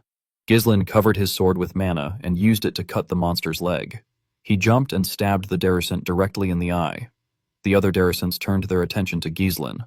The mercenaries were surprised to see this. Belinda ordered the Cerberus mercenaries to throw the lamps now. The mercenaries were certain that it would work this time. They quickly began to throw the lamps at the Darusants. The monsters screamed out in pain when the lamps touched them. The Cerberus mercenaries were happy to see this. Ghislaine asked them not to stop. He asked them to keep throwing the lamps until they burn all the Darusants down. The flames spread on the monster's body. The mercenaries were shocked to see what was happening. They could not believe that they were able to fight against them. One of them said that the entire forest will burn at this rate. With a nervous look on his face, Gordon said that the Darusants aren't anything big. He said that it is natural that they are weak to fire because they are trees. Ghislaine asked the men to not let their guard down. He told them that it is not over yet. The mercenaries were shocked to hear this. With a serious look on his face, Ghislaine informed them that the Darusants will now show their true appearance. The Darusants released some steam into the surroundings. The mercenaries did not understand why there was steam there. They wondered if the fire has already been extinguished. Belinda and Jillian quickly ran to their master. Belinda asked Ghislaine about what is happening. Our boy explained to her that the shells of the monsters are weak against fire, but their insides are different. He said that the fire that is burning the shell is meeting the moist flesh and causing them to release steam. When the steam cleared up, we see the true form of the monsters. The Darusants screamed at them. The mercenaries were shocked to see this. They could not believe that the monsters were still alive. Ghislaine raised his sword and called for everyone's attention. He asked them to raise their weapons. He told them that it will be a close quarters battle from now on. He ordered them to charge. He also ran to attack the Darusants. The mercenaries were shocked to see Ghislaine running towards the monsters. They could not believe that he wanted them to have a close quarters battle against this massive monsters. They were scared that the monsters would stomp on them to death. Unlike Gordon and his friends, the Cerberus mercenaries and their leader charged at the monsters. They said that they have been waiting for this moment. The men seemed to be excited. Belinda also ran to her master. Jillian asked Gordon and the other men to tell him why they are hesitating. He reminded them that Ghislaine gave an order with a serious look on his face. He asked the mercenaries to trust our boy. The moment he said this, Ghislaine cut one of the Darusants down. The mercenaries were shocked to hear what Jillian said. They decided to follow their employer. They believed that Ghislaine was going to do something about the monsters. Gordon asked his teammates to trust their employer. They all raised their weapons and charged at the monsters. Ghislaine raised his sword and pointed it at the monsters. He revealed to his men that they will be able to cut the monsters without mana because their barks has burned away. He asked them to not be afraid. He told them that the Darusants are nothing but huge target dummies. The mercenaries followed his orders and ganged up on the monsters. Kay was enjoying killing the Darusants. Belinda and Jillian also helped in taking care of the monsters. The group did not relent. They fought every single monster that surrounded them. Ghislaine knew that hesitation in this situation is death. He believed that his role is to eradicate all hesitation from his followers. The moment he thought of this, he stabbed a Darusant in its mouth. He used his sword to tear it open. Our boy believed that he needs to instill them with the will for making the impossible possible. He wanted to instill this will into his men. When the monster which our boy killed fell to the ground, the mercenaries looked around. They realized that nothing was around them. The men could not believe that they killed all the Darusants. Ghislaine asked them to line up. The mercenaries quickly followed his order. Our boy asked them to look around. He told them that this is the reality of the forest of beasts. He reminded them that they were still at the entrance and yet it is already swarming with Darusants. The men became nervous when they heard this. Ghislaine asked them to not fret. He assured them that he will always be standing at the forefront. He turned around and looked them in the eye. He asked the mercenaries to trust and follow him. The mercenaries were shocked to hear this from an employer. They assured Ghislaine that they will follow him. As they continued their journey, they faced several monsters. Carr seemed to be enjoying himself. They faced monsters like orcs and some form of crystal mole. As they fought monsters, Belinda took care of her master. The group also faced some form of ancient birds. When they went deeper into the forest, they came across a giant rat. The mercenaries became nervous. They never expected the monsters to be endless. They had already gotten tired. Sir and Jillian appeared in front of them. Sir charged at the rat and cut off its leg. The monster screamed out in pain. It opened its mouth as it fell to the ground. The mercenaries were shocked to see it falling. Before the monster could fall on them, Jillian appeared in front of them. He used a shield to block the monster's mouth. While the monster was struggling on the ground, Ghislaine climbed on it and stabbed it in the head. After taking care of the monster, Ghislaine asked the mercenaries if anyone is injured. The men told him that they are all fine. They all gathered around him. One of them said that they cannot leave their employer's side if they want to survive. Jillian told his master that the formation of the mercenaries is starting to look decent. Carr explained to him that training through real combat always yields the best outcome. Ghislaine told the mercenaries that they still have a long way to go. He asked them to keep cutting down the trees to clear the path. One of the mercenaries watched as the others worked. He was breathing heavily. The man said that everyone is insane. He believed that everyone had lost their mind because they were in a crazy forest. At night, we see the group arrive at a lake. The mercenaries were extremely happy to see a water source. They quickly ran to the lake. They could not believe that the water was so clean. Belinda was not happy to see the mercenaries close to the lake. She told her master that something can come out of the water. Ghislaine realized that they have taken the right path so far. The lake is the most important milestone in reaching the Runest mine. He asked the men to set up camp. He told them that they will be taking a break. The mercenaries quickly followed his orders. The scene shifts and we see some mercenaries sitting together. One of them asked the others to tell him what they're doing. He could not believe that they were already facing this amount of monsters when they are only at the entrance. He told his teammates that he cannot imagine what is waiting for them ahead. Another one said that they are lucky that nothing happened in the last 2 nights. In another part of the camp, we see the man who was breathing heavily earlier talking to Gordon and some men. The man suggested that they sneak out of the forest with him. One of them asked the man whose name is Myas to explain himself. Myas told the men that they do not need to risk their lives anymore. He told them that their lives matter more than money.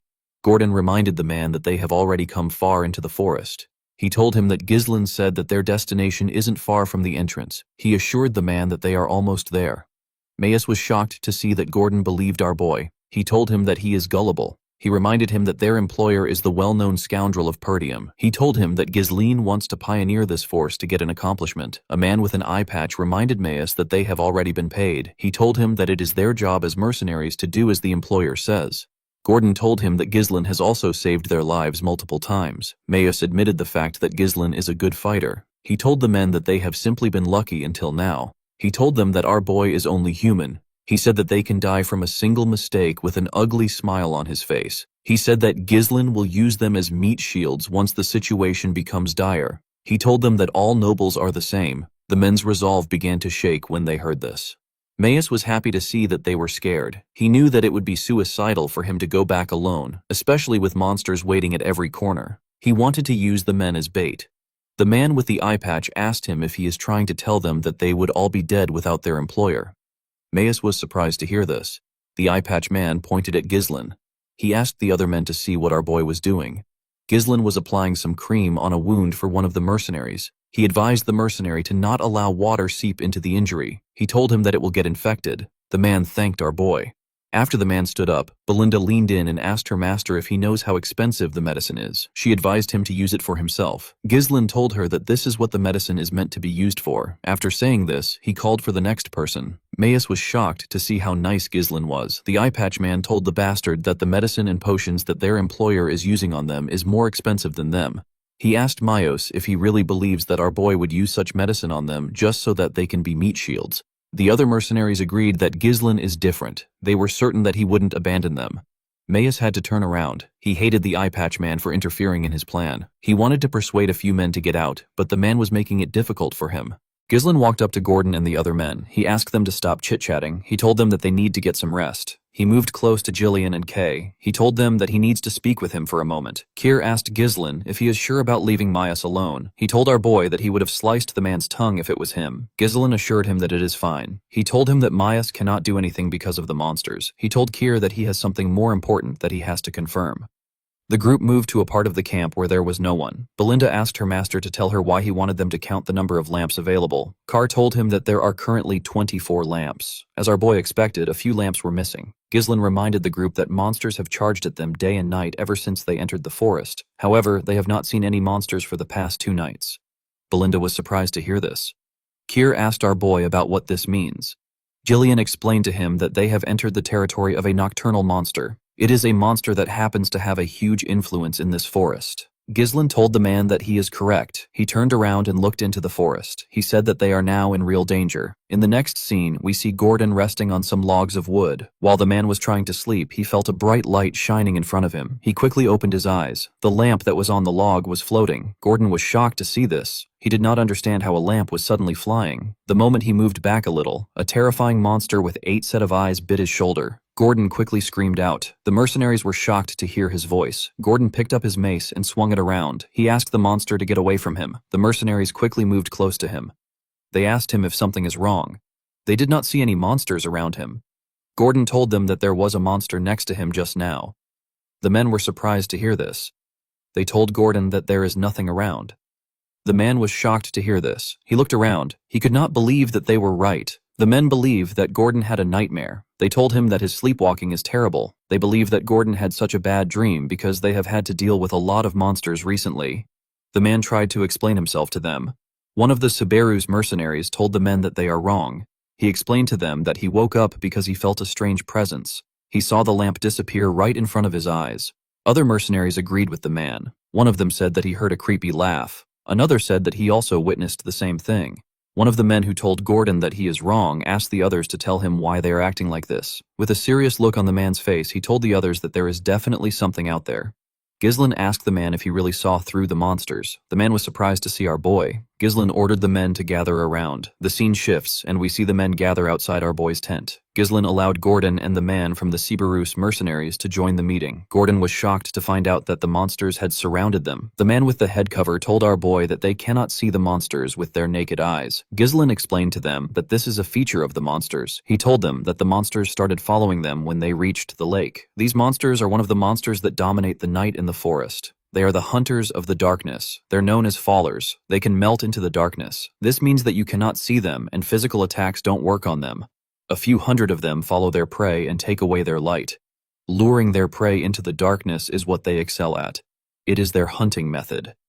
The head coverman and Gordon were shocked to find out that a few hundred followers surrounded them. Belinda was surprised to find out that this was the reason why they have been losing their lamps. Kair was annoyed to hear what Ghislain said. He wondered if the monsters were trying to play with them before killing them. He suggested that they take care of the monsters now. He told our boy that it will be better for them to strike first, before the monsters start toying with them. Ghislain told him that they need to wait until the monsters start attacking them. He said that it will be the best time to counterattack. Belinda reminded her master that they have already lost more than half of their lamps. She told him that they cannot just wait around. Ghislain explained to her that attacking the monsters recklessly would only stimulate their sadistic tendencies. The followers would fall back for a bit and harass them more thoroughly.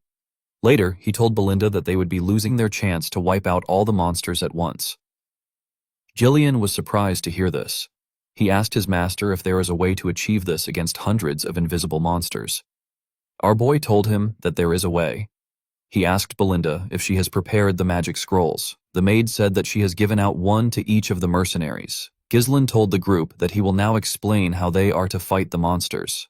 The group was surprised to hear this. Our boy drew some images on the ground to signify their current position. He told them that a herd has surrounded their camp from 3 different directions. The monsters are stealing their lamps to slowly tighten their position. Since they were vastly outnumbered, it will be impossible to cover the entire area, especially since what they are up against isn't human. Ghislain told them that they will start collapsing from the sides if they start fighting them head-on. Gillian explained to Ghislain that due to the fact that they set up their camp with a lake in the back, they avoided being surrounded from all directions. Our boy told him that he is correct. Although it looked like they were at a disadvantage, Ghislain assured them that it is not the case. He told them that they have the initiative of this fight. The group was surprised to hear this. Our boy explained to them that they need to first divide their forces into 3 groups. The defenders will take on the monsters' attacks. The crossbow unit will stop them, and the elite assault unit, which Ghislain is part of, will do the rest. The defenders and the crossbow unit will gather in the middle and push away the enemies. In the meantime, the assault unit will attack them from the left. They will be focusing all their firepower on that side. If they are able to surround them with the forces in the middle, it will be their victory. Gillian quickly understood his master's plan. Gordon asked if this is even possible. Carr said that it is possible as long as the units in the middle hold out long enough. Belinda interrupted the men. She reminded them that Ghislain said that followers are immune to physical attacks because they can melt into the darkness. She asked them about how they plan on dealing with the monsters. Everyone turned to Ghislain. Kair assumed that they just have to use mana. Ghislaine asked her not to worry about it. With a smile on his face, he told her that they have magic scrolls. Later in the night, we see the defense unit standing in front of the monsters with their shields up. One of them asked the others to not break the formation. He asked them to remember what their employer said. One of them announced that the followers have taken their last lamp. He said that something is coming. In the Pioneer Journal of the Deline, it was stated that the followers are extremely vulnerable to light. When they shone intense light on them, they revealed their true selves. The moment he thought of this, Ghislaine raised his magic scroll and tore it. He asked the others to do the same. Julian, Belinda, and the rest of the group followed his order. They all tore their first circle magic scrolls. The spell is known as Light. The magic scrolls fired some energy into the sky. The energy turned into a ridiculously bright light. The followers screamed when they saw the bright light. The mercenaries were surprised to see that the darkness has been repelled. They could not believe that this was what the monsters looked like. They never expected this eel-looking monsters to be the ones surrounding them this whole time. Immediately, they thought of this. The followers charged at them. The crossbow unit quickly raised their crossbows. They were ordered to stop the monsters' charge. They were asked to hold on for as long as possible. The men fired their arrows at the monsters. Ghislaine raised his sword. He told his men that the true appearance of the falls has been revealed. He covered his sword with mana and swung it. He pointed his sword at the monsters and ordered the assault unit to charge at them. The team immediately charged at the monsters. They tore them apart when they got close to them. Ghislaine made a huge swing and tore through them.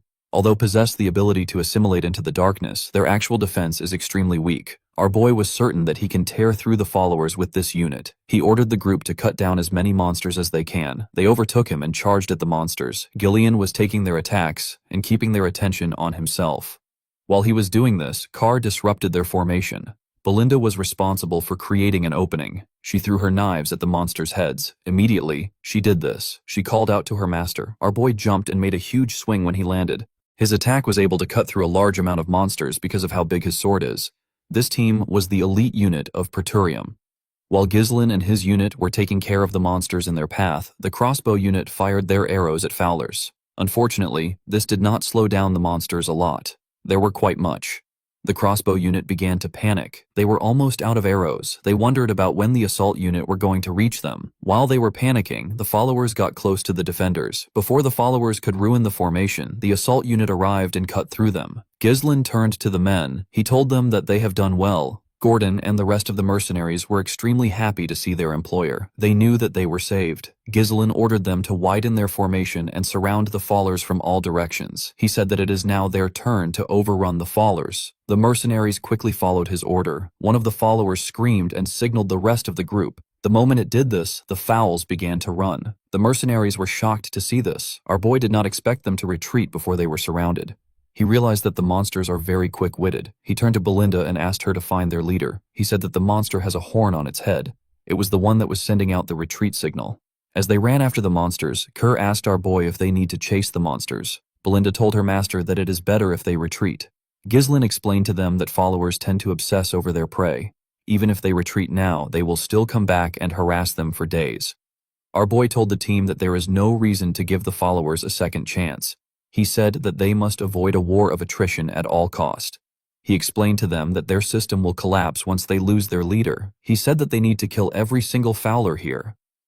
Belinda was surprised to hear this. She gently smiled and took out a rope. She realized that her master has changed a lot. She took a stance and told Ghislaine that she understands. She threw the rope at a tree and held onto it with a hook. She used the rope to drag herself up. While she was in the air, she got a look at everything in the surroundings. She easily spotted the leader. She quickly threw her rope at it and held it down. She told her master that she has caught the monster. Ghislaine covered his body with mana. He charged at the monster with his sword pointed at it. He moved at a crazy speed, so he cut through every monster in his path. He stabbed the leader in its chest. The monster tried to struggle. Our boy told it that it is over. He tore the fowler apart. The moment he did this, he announced that the leader was dead. He ordered his mercenaries to wipe them out. The mercenaries quickly charged at them. They told the monsters that they will make them regret hunting them in the dark. Sir ordered his mercenaries to attack. He told them that they must not lose to Gillian. At sunrise, we see Ghislaine kill the last monster. He commended his mercenaries on their efforts. He told them that it is their victory. The men raised their swords and cheered. They could not believe that they survived and won the fight. Belinda quickly ran to our boy. She asked him if he is hurt anywhere. Gillian commended his master on his efforts. Ghislaine told them that they all did well. He asked Belinda to do a head count.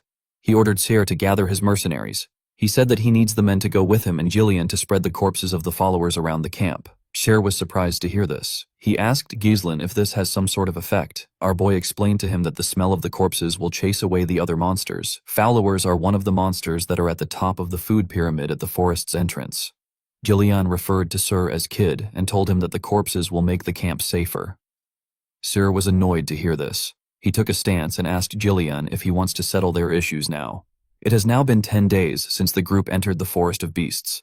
Now that the followers have been exterminated, the group has successfully eliminated all sources of danger from their planned route. The only thing left was to mine the runstones. Ghislain took a look at the mountains. He wondered if the danger was really over.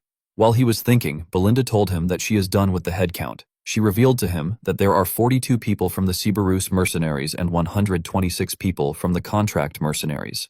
They lost 3 people. Ghislain asked Belinda if there are no casualties from the Cerberus mercenaries. With a cocky smile on his face, Care reminded our boy that he is their captain. Ghislain asked the maid if the 3 dead people are among the contract mercenaries. Belinda said that she cannot confirm it because they cannot find the bodies of the 3 mercenaries. Gordon noticed something odd. He asked his teammates if they know where Maius is. One of them said that he might have died fighting. Another person said that they can't find Maius' body. The man with the eye patch said that Maius must have fled. The scene shifts, and we see Maius and the 2 other mercenaries who are missing. They were running away from the camp. One of them said that he heard a fierce battle sound. He said that they would have died if they stayed at the fight. The other man suggested that they slowed down since they are quite far away from the battle. Maius turned around and called them fools. He asked them to get themselves together. He told them that they need to get out of the forest while the group was busy fighting. He asked them to keep running if they want to leave. The moment he said this, he noticed that the men stopped moving. He moved close to them and asked them if they are deaf. The men began to tremble. One of the men pointed up and asked Maius to look behind him. When the idiot turned around, he saw a terrifying beast. He did not know what he was looking at. In the next scene, we see a ridiculously huge snake on the runstones. The snake had a large amount of bones in front of it. It opened its mouth and let out something. It dropped the bodies of Maius and the stupid men on the bones. The scene shifts, and we see the group cutting down the trees in their path. The mercenaries wanted to end their journey and returned back to the town. They were working extra hard. Sir noticed that they were working well without someone ordering them around. He said that he has never seen the lazy mercenaries working so hard. Gillian told him that the mercenaries are different from him. Kerr decided to ignore him. He asked Ghislain if he is going to let the mercenaries go once the mission is over. He told our boy that it is a waste to only use the mercenaries once. Ghislain asked him not to worry about it. He pushed a tree down and revealed to Kair that he is going to hire the men as his personal mercenaries.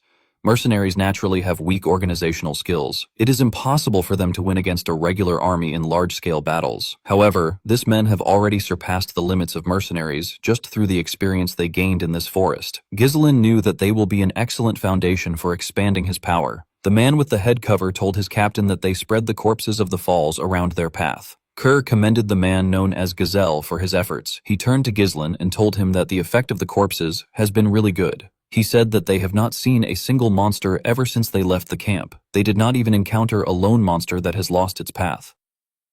Ghislain looked into the forest. He got an eerie feeling. He hoped that it was just a needless worry. While he was looking around, Belinda jumped down from a tree. She called out to him. Ghislain asked her if she saw anything up ahead with a bright smile on her face. Belinda said that she did. Ghislain was shocked to hear what she found. He turned around and ordered the mercenaries to pave the path with all their might. They all accepted his orders. As they moved closer to their destination, they saw a bright light through the trees. When they walked out of the woods, they saw something shocking. The mercenaries were shocked to see what was in front of them.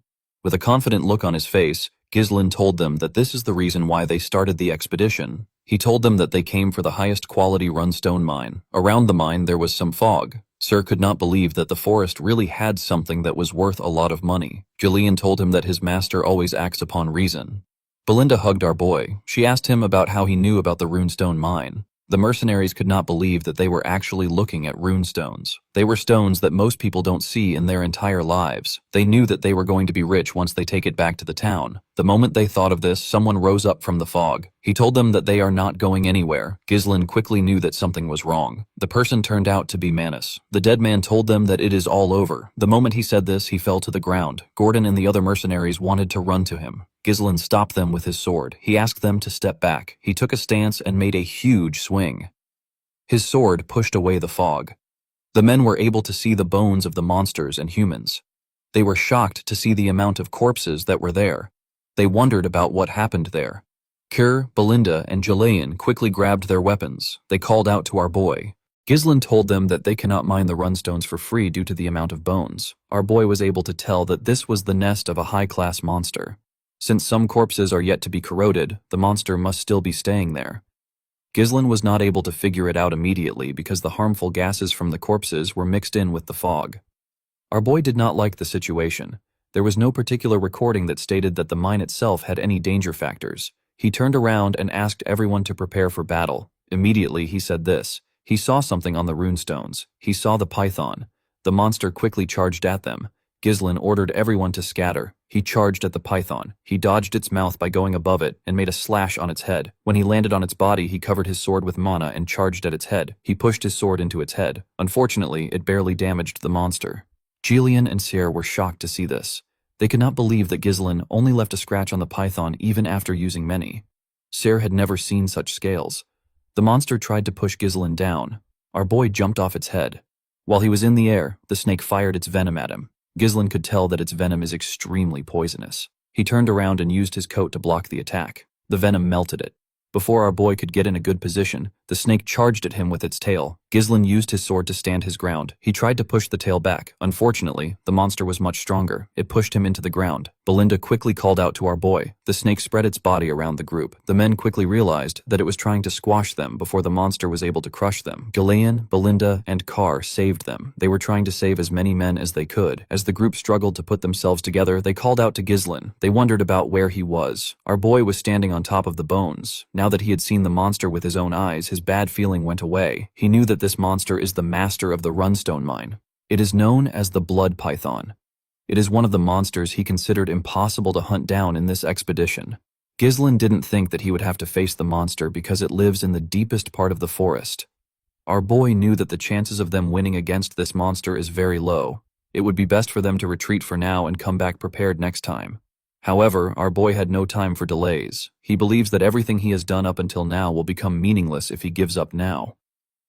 A bright light shined from his chest, and he took a stance. He asked the monster to not get in his way. He said that he has too many things on his back. Ghislaine opened his third core after saying this. The blood python turned to him and charged at him. Our boy managed to block its head and landed a cut on it. Before letting the monster go back up, he landed a cut in its eye. The moment he did this, the blood python used its tail to attack him. Ghislaine quickly used his sword to shield himself from the crushing weight of the monster. He managed to push the tail back. However, the monster did not stop attacking him. It used its tail to aggressively attack our boy. Ghislaine managed to block off the attacks. Even when winning is unlikely, there are battles that one must not avoid. This is the definition of responsibility. Kir, Belinda, and Jillian watched as their master fought for their lives. Ghislaine jumped and landed a cut on the python's mouth.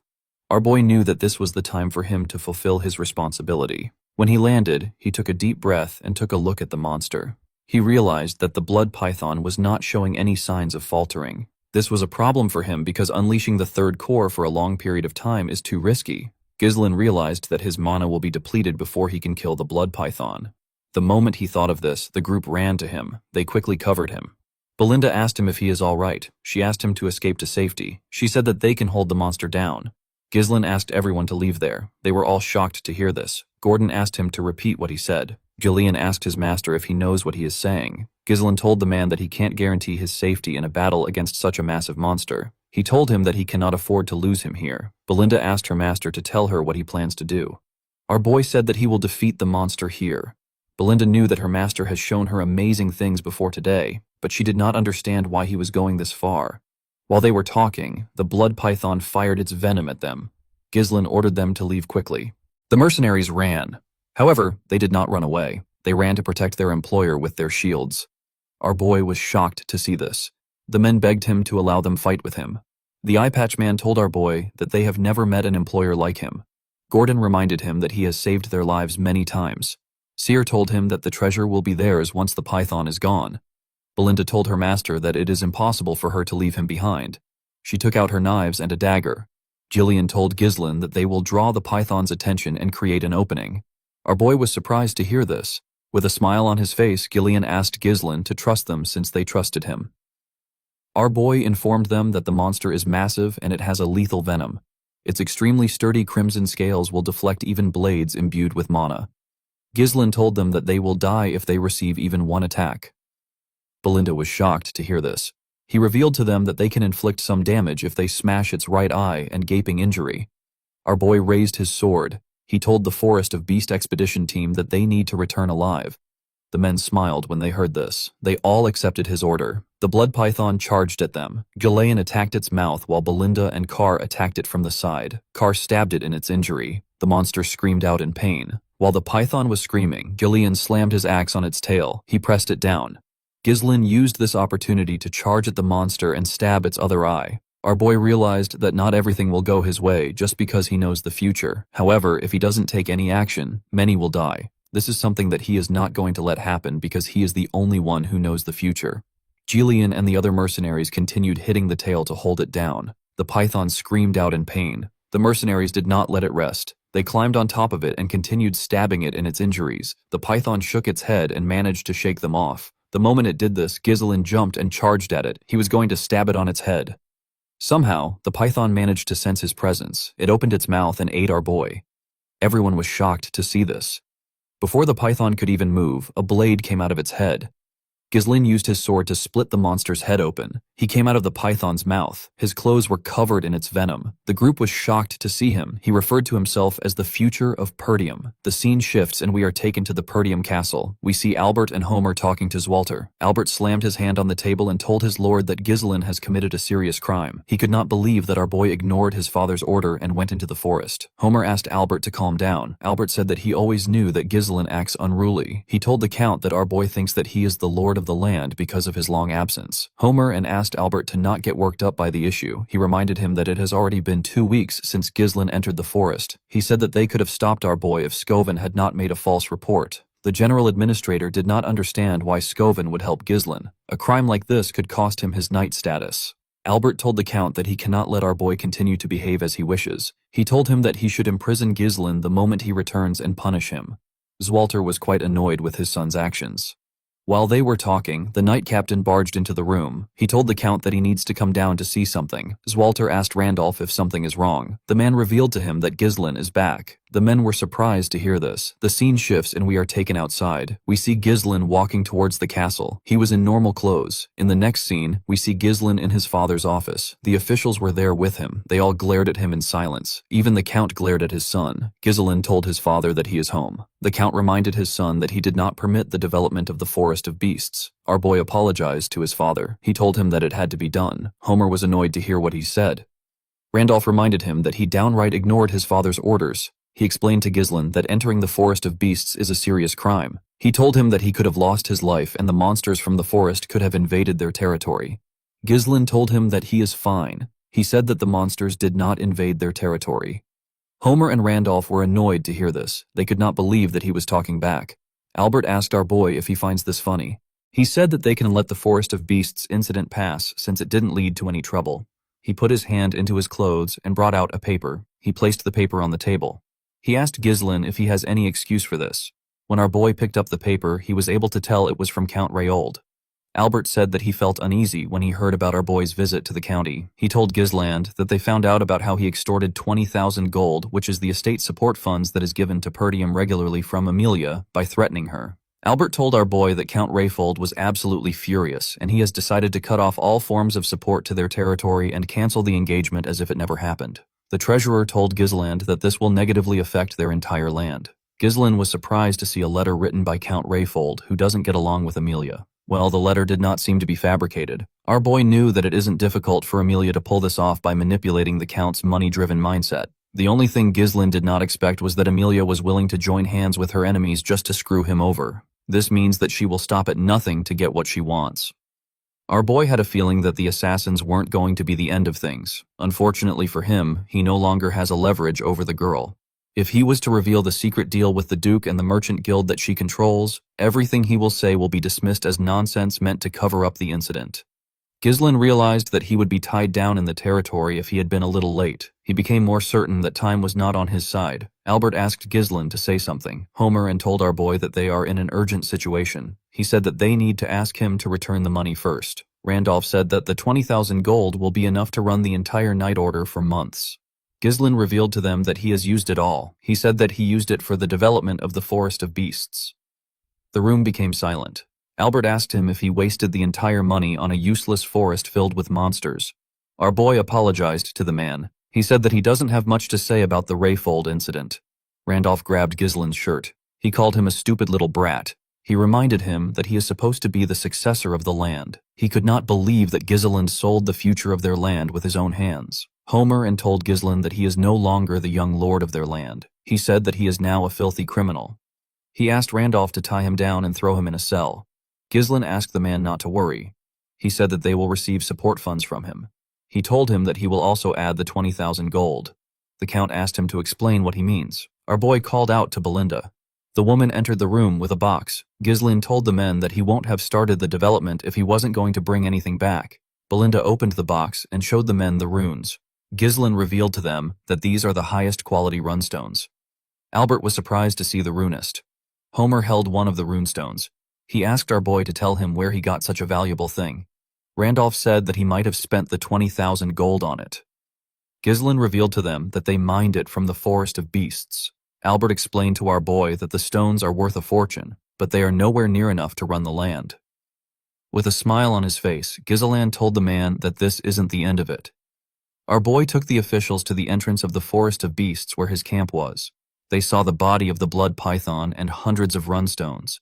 They saw the mercenaries working hard to transport the runstones. They were moving fast and carefully in order not to scratch the runstones. They were also separating the corpses of the monsters into different sections. Homer could not believe his eyes. He could not believe that Ghislain and this men managed to get all of this in 2 weeks. Randolph asked Homer if he is seeing things. The Count asked Belinda if all of this truly came from the expedition. The woman said that it did. She said that Ghislain led the expedition himself. Ghislain told the men that they obtained the inner hide of the Darusents and they got some byproducts from the blood python. He revealed to them that the amount of runstones here is merely a fraction of what they found in the mine. He told them that the reason for his expedition was to help the land. He said that he will use the gains for their land. Albert revealed to the Count that they won't have to struggle with the lack of support funds with the amount of items available here. He said that this is only a rough estimation. Homer and Randolph were shocked to hear what the man said. They both tapped Ghislain on his shoulders. Randolph commended him on his efforts. He asked him if he is tired from his expedition. Homer and asked our boy to let them know if he needs anything. Ghislain revealed to the men that he has a few conditions for the support funds.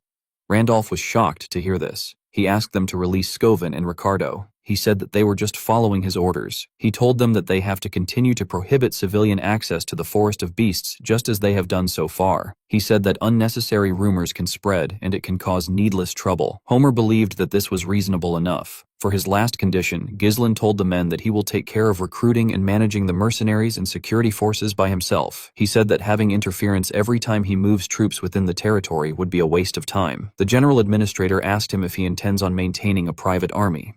Randolph was against this idea. He told our boy that they do not know what he is plotting. Albert told Ghislain that he seems to have misunderstood something. He said that he will explain it to him. He told our boy that he is currently in a position where he should be begging for forgiveness. He told Ghislain that he sounds as if he is saying that he will do as he pleases, so they should stay out of his way. Ghislain told the man that this is a misunderstanding. He said that he is simply laying out the conditions necessary for him to provide financial support to Perdium in place of Rayfold. He explained to the man that if such trivial issues were to disrupt their operations, it will also negatively affect Perdium's finances.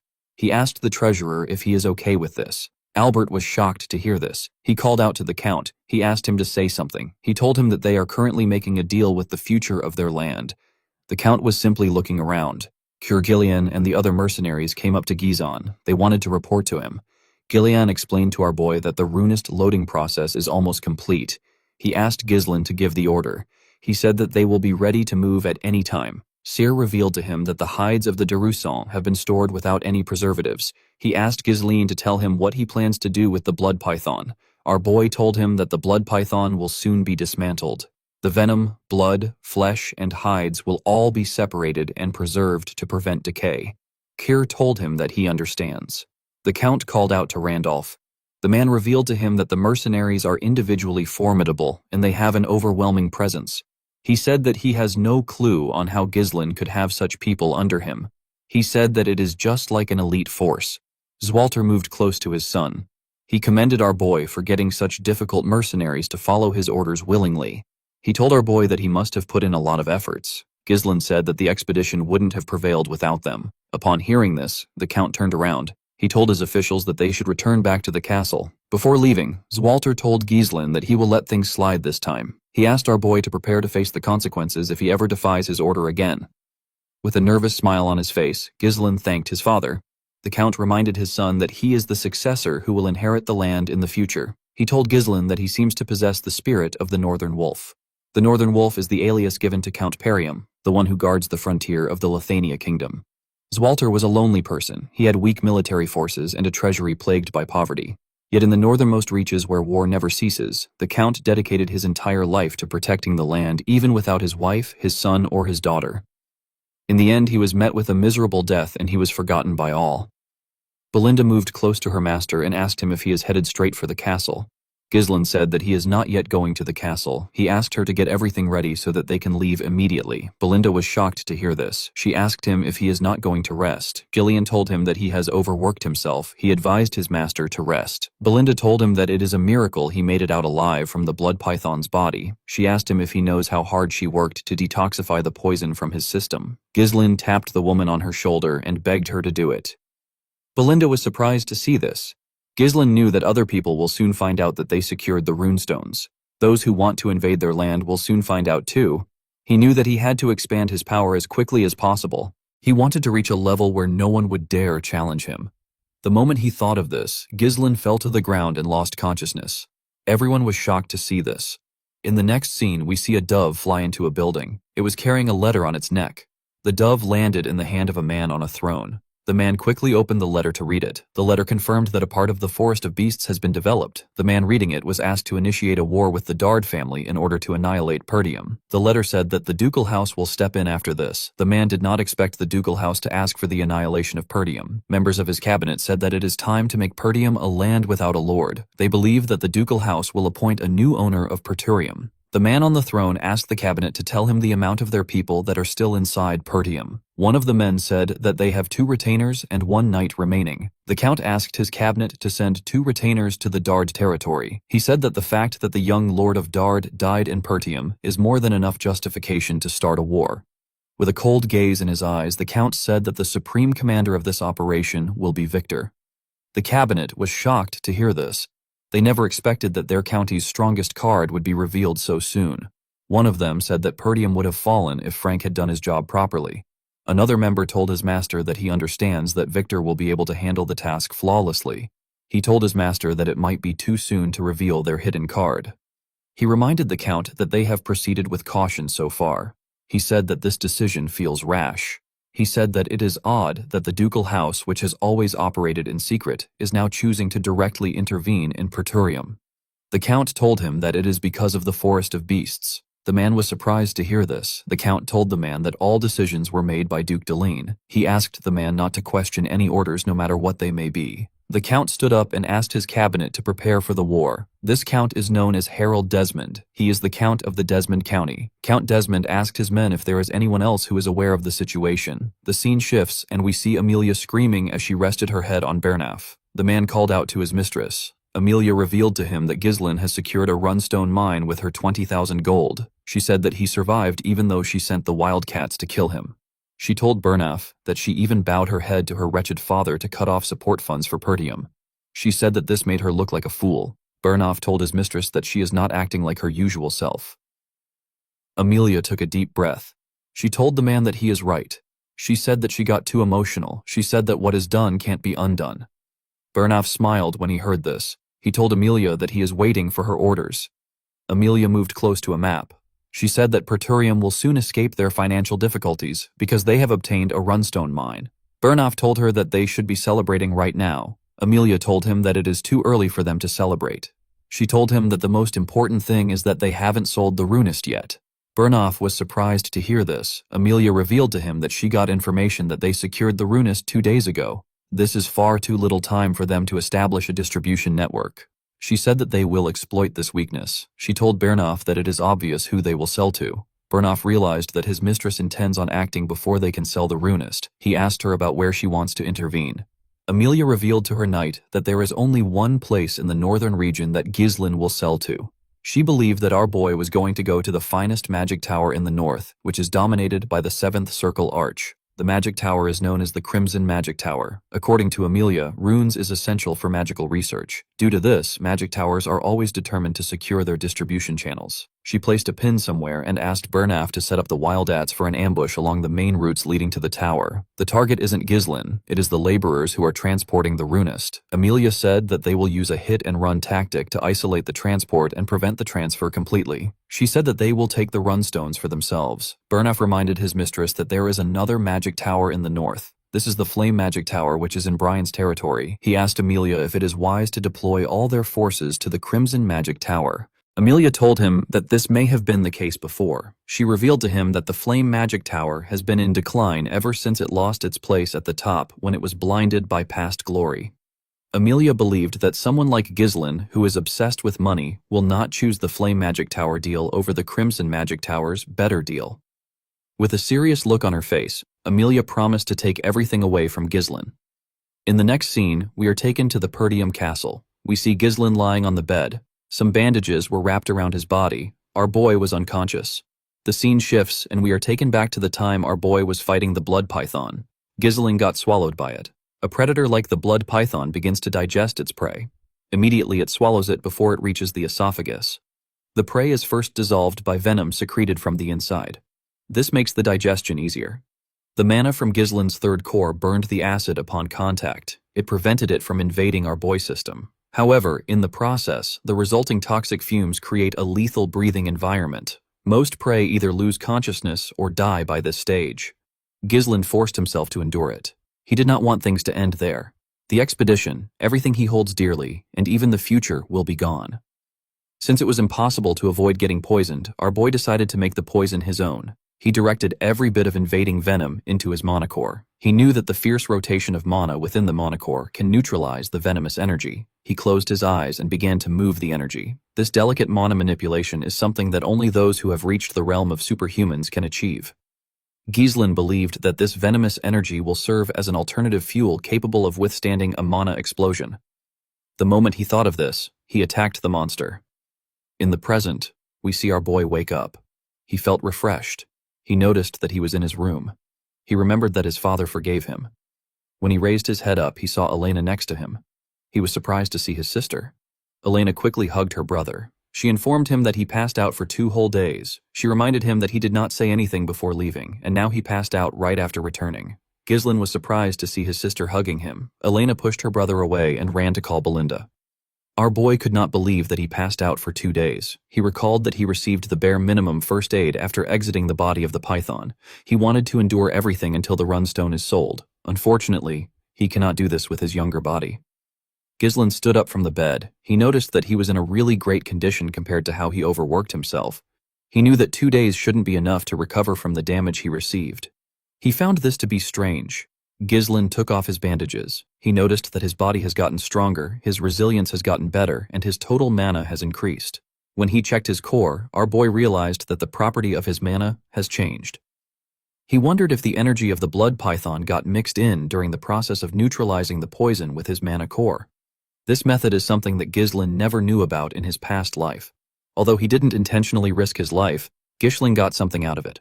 There were still a few things that he needed to verify. Our boy realized that he could grow much faster with this method. Ghislain got a shirt from his wardrobe. He believed that selling the runist takes priority. He knew that many people would have found out in the 2 days that he was unconscious. He wanted to first visit the mercenaries. Before he could go anywhere, someone knocked on his door. Ghislain asked Belinda to enter. He told her that there is no need to knock. Belinda stepped into his room with his father. The Count asked him if he is all right. Our boy was shocked to see his father. Zwalter told his son that he heard about how he was poisoned after jumping into the mouth of the blood python. He told him that he heard it from Belinda. He asked his son if he is all right again. Ghislain told him that he is fine. The Count was relieved to hear this. Belinda quickly moved close to our boy. She touched his face and told him that she was surprised when he suddenly passed out. She asked him if he is really fine. Ghislain assured her that he is. Zwalter asked his son if he has a moment to talk. He told him that he has a request for him. Ghislain was surprised to hear this. In the next scene, we see our boy and his father on a training ground. Zwalter had taken off his armor. Everything felt a bit odd to Ghislain. This was the first time he got to have one-on-one time with his father. He avoided his father at all cost in his past life because he was scared that he was going to get yelled at. The Count apologized to Ghislain for calling him there when he just woke up. Our boy told him that it is fine. He said that he is in excellent condition thanks to the 2 days of rest. He asked his father to tell him what his request is.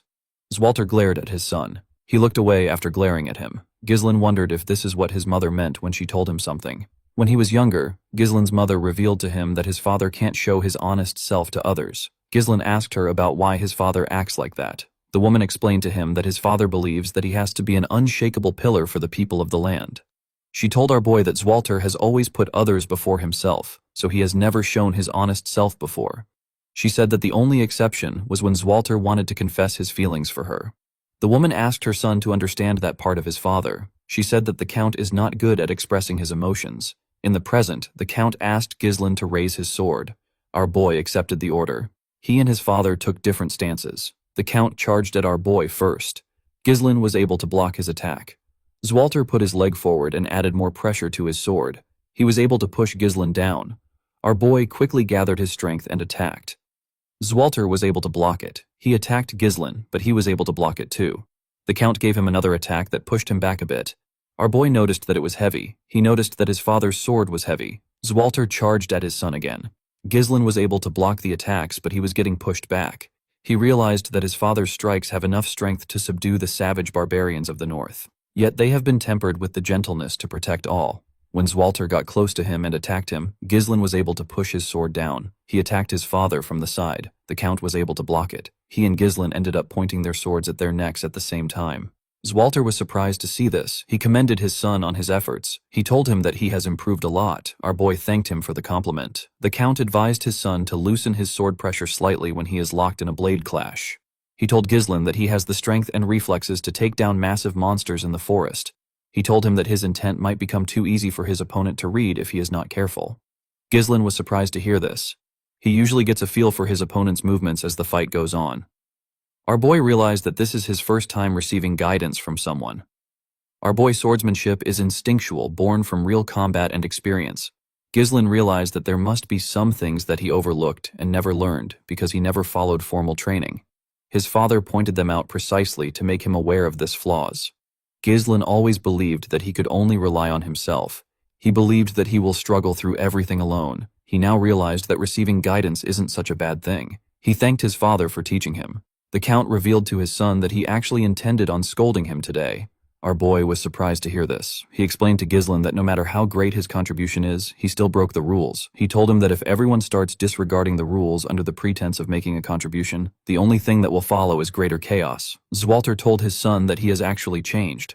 Unlike the past incidents which he caused in his reckless pursuit of merit, Ghislain was actually looking beyond this towards something greater. The Count advised his son to keep acting the same way. He asked him to think of Pertium and those around him. He asked him to fulfill his responsibilities as a successor. After saying this, Zwalter walked towards the exit. Ghislain thought about his responsibilities. While he was thinking, he remembered something. He reminded his father that he said that he has a request. He told the Count that he has not yet told him what it is. Zwalter stopped walking when he heard this with a nervous look on his face. He asked his son if he has some extra funds. In the next scene, we see our boy arrive at the Forest of Beasts outpost. His men were waiting for him. Ghislain smiled when he saw them line up. He asked them if they have all been well. While screaming at the top of their voices, the men said that they are good. Gillian asked his master if he has gotten better. Carr told him that he is looking much healthier now. Ghislain apologized to them for making them wait so long. He asked Gillian about how Rachel is. The man bowed his head. He said that he never thought a day would come when he would see her walk again. He told Ghislain that it is all thanks to him. Ghislain was happy to hear this. He told Belinda, Care, and Gillian that he has something to tell them. With a serious look on his face, our boy revealed to them that their land is in danger right now. The three of them were shocked to hear this. They all went into a tent. Ghislain told them everything about what happened on the day Elena was attacked. He told them about how he stopped them from killing her and using her death to start a war. He also told them about how he discovered the corpse of the Dard's young lord. He also mentioned the existence of those who are eyeing Pertium. He explained to them that this people are currently surveilling them right now. He said that they have probably been active for a long time. He said that they have neither the time nor the resources to prepare for an attack. Belinda finally understood why her master was in a hurry. She said that she thought that they could catch their breath after securing the runestones. First, it was the Forest of Beast, and now it is war. Cyr said that this land never gives him a chance to be bored. Gillian told our boy that this is the perfect time to attack Perdium. In a territory known for its weak military and poverty, the discovery of a runestone mine, which is a highly valuable resource, can change everything. Ghislain told the man that he is correct. He said that their enemies won't let them be. Belinda told our boy that he should have mentioned this earlier. She told him that they need to tell his father and the vassals. Ghislain told her that it is not yet time to do this. He explained to her that Elena's bodyguards betrayed them. He said that they could be traitors among the vassals. There is no way to confirm who is on their side, so they need to keep it to themselves. Belinda knew that our boy was right. He told them that he bought some time with Elena's survival, but now that they have found the runestone, there is no reason for their enemies to sit still. With a serious look on his face, Ghislain told them that it will be a tough fight. Everyone became silent. Cyr asked our boy to order them around. He told Ghislain that staying around him has been fun so far. Gillian reminded our boy that he already swore his life to him. He promised to fight with him until the very end. Belinda told him that no one is going to protect him if she is not around. Ghislain smiled when he heard this. The biggest enemy of Perdium is Duke Deline, as well as Count Desmond and Amelia, who are taking orders from him. Ghislain promised to not let things go as they planned. He told the group that they will now head to the Flame Magic Tower. Cyr was happy to hear that they were finally going to sell the runestones. He said that they will be rich. Belinda asked her master if he is certain. She told him that the Crimson Magic Tower is closer to them, and they will probably pay them a higher amount. Ghislain explained to her that the Flame Magic Tower will cause less friction. Gillian told him that he is right. He explained to them that when transporting high-value goods, unwanted guests are bound to appear. Since their payload is filled with runstones, staying one step ahead of the enemy is the only rational course of action. Belinda realized that they could be ambushed, like last time. Ever since Delmuth of the Crimson Magic Tower ascended to a 7th circle arcage and made his name known, the Flame Magic Tower has been on a downward spiral. Ghislain knew that it will be more profitable for them to sell the runestones to the Crimson Magic Tower, which is the greatest in the north. The Flame Magic Tower is making its own efforts, but it won't be easy for them to return to their former glory. Yet, despite all this, Ghislain still chose to head for the Flame Magic Tower for his own reasons. Our boy wanted to meet someone. The scene shifts and we are taken to the Flame Magic Tower. We are shown its amazing and luxurious buildings. Inside the tower, we see a girl surrounded by books shaking. She called out to someone known as Professor Ronato. She asked about when the light that he mentioned will come for her. In the next scene, we see Ghislain and his group arrive in the Brevant territory. They saw the huge tower of the Flame Magic Tower in the land. Gordon was surprised to see how huge the tower was. The man with the eye patch said that he has only heard about the tower before. He said that he has never been here before. Just from looking around, the mercenaries could tell that the quality of life was much different here than in Perdium. The territory had magnificent buildings and beautiful carriages. The mercenaries saw a large amount of magic scrolls. They also saw some mages using their magic to tile the road. They had never seen magic used in such manner. The mages were annoyed to see that the mercenaries were staring at them. They activated a different spell and used it to cover themselves. The spell made them invisible. The mercenaries were shocked to see this. They could not believe that the mages disappeared in broad daylight. Ghislain explained to them that the mages used a spell to conceal their presence. He told them that the mages don't welcome them. Cyr called the men idiots. He asked them to stop fooling around. Belinda was also surprised to see how big the magic tower is. Even though they were pushed down from the top spot, their magic tower was still amazing. Gillian revealed to her that the Brevant territory is one of the richest lands in the kingdom. Ghislain understood why they were impressed, but he knew that this magic tower that was once at the peak will later fall to ruin. When they arrived at the gates of the tower, Kos said that he can't even see the top of the tower even though he is so close to it. Belinda looked around. She asked about where the gatekeepers were. Only armors were lying at the entrance. The moment she asked this question, someone at the top of the gates raised his hand and asked them to stop.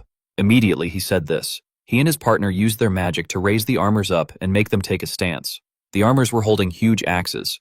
The mage announced that nobody can just enter the magic tower. He asked them to reveal their identity and state their business. Belinda was surprised to see that they control the armors like puppets.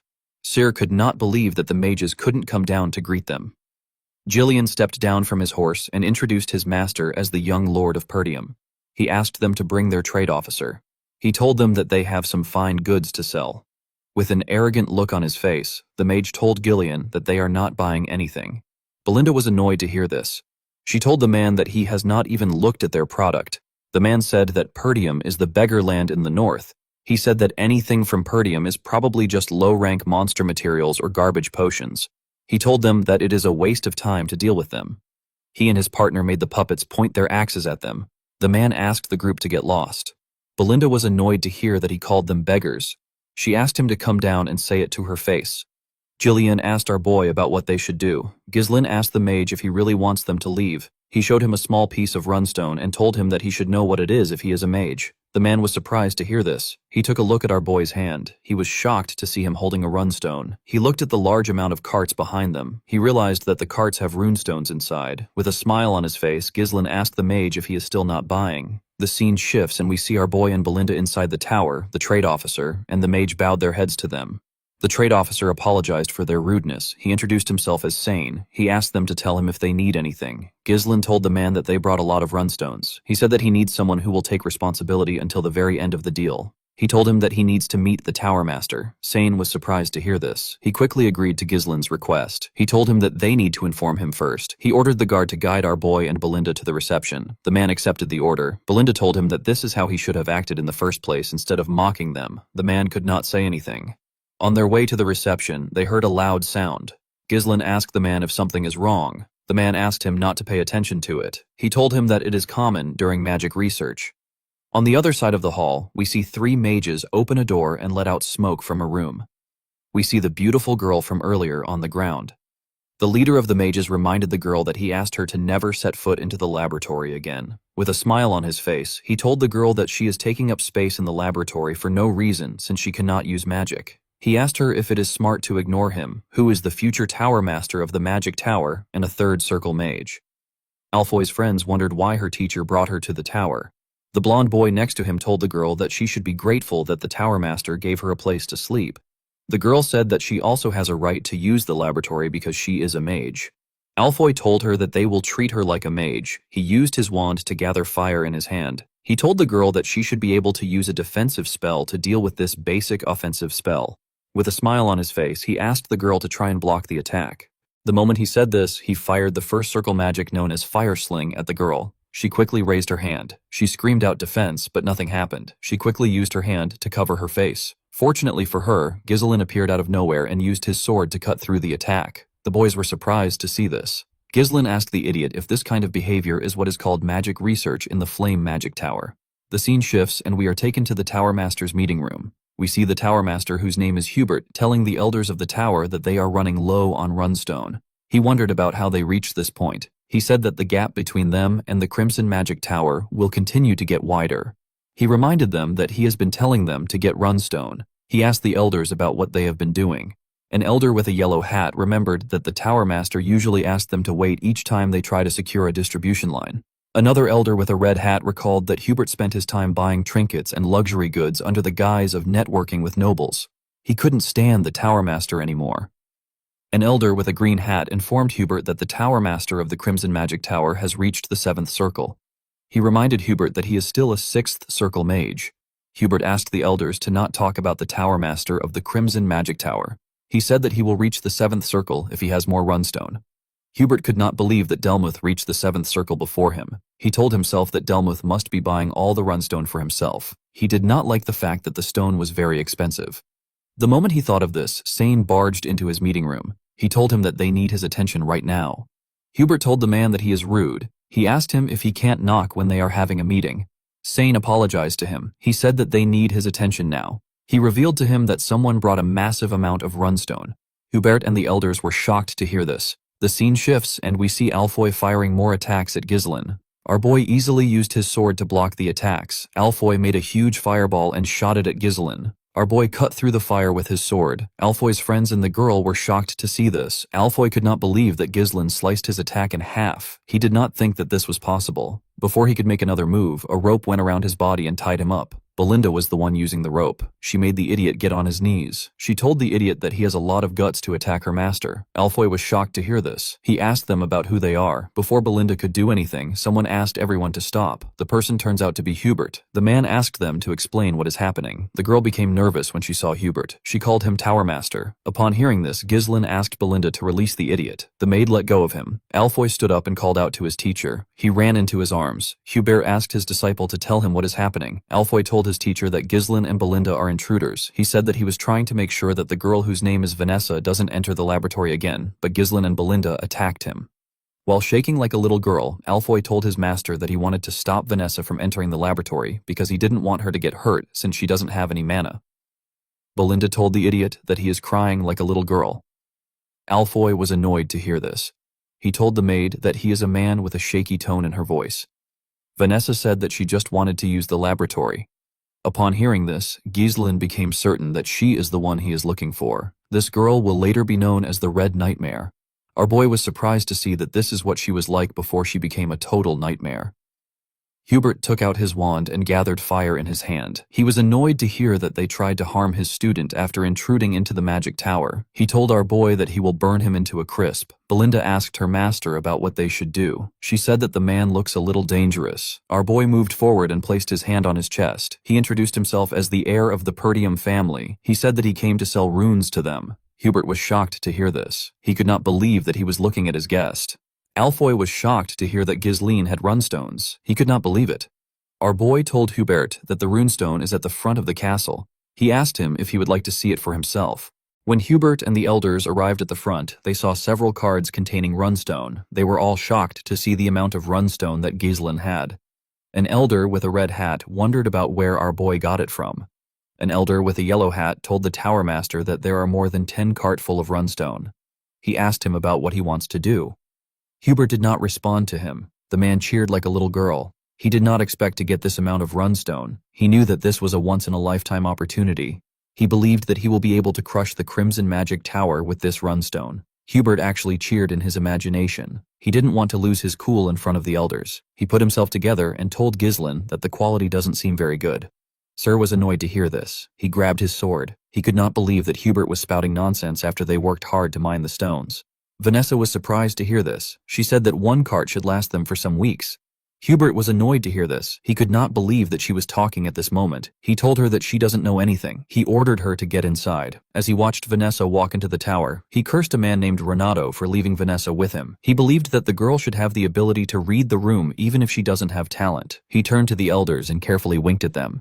He asked them if they agree with Vanessa. The elders immediately understood what he was trying to tell them. The green hat elder picked up one of the stones and said that the quality is not very good. The yellow hat elder said that runestone from a poor territory has a possibility of being fake. Belinda was annoyed to hear this. She asked the old idiots if they know how hard her master worked to get them. The yellow hat elder said that their efforts is not his business. He asked Belinda if she knows how many scammers there are today.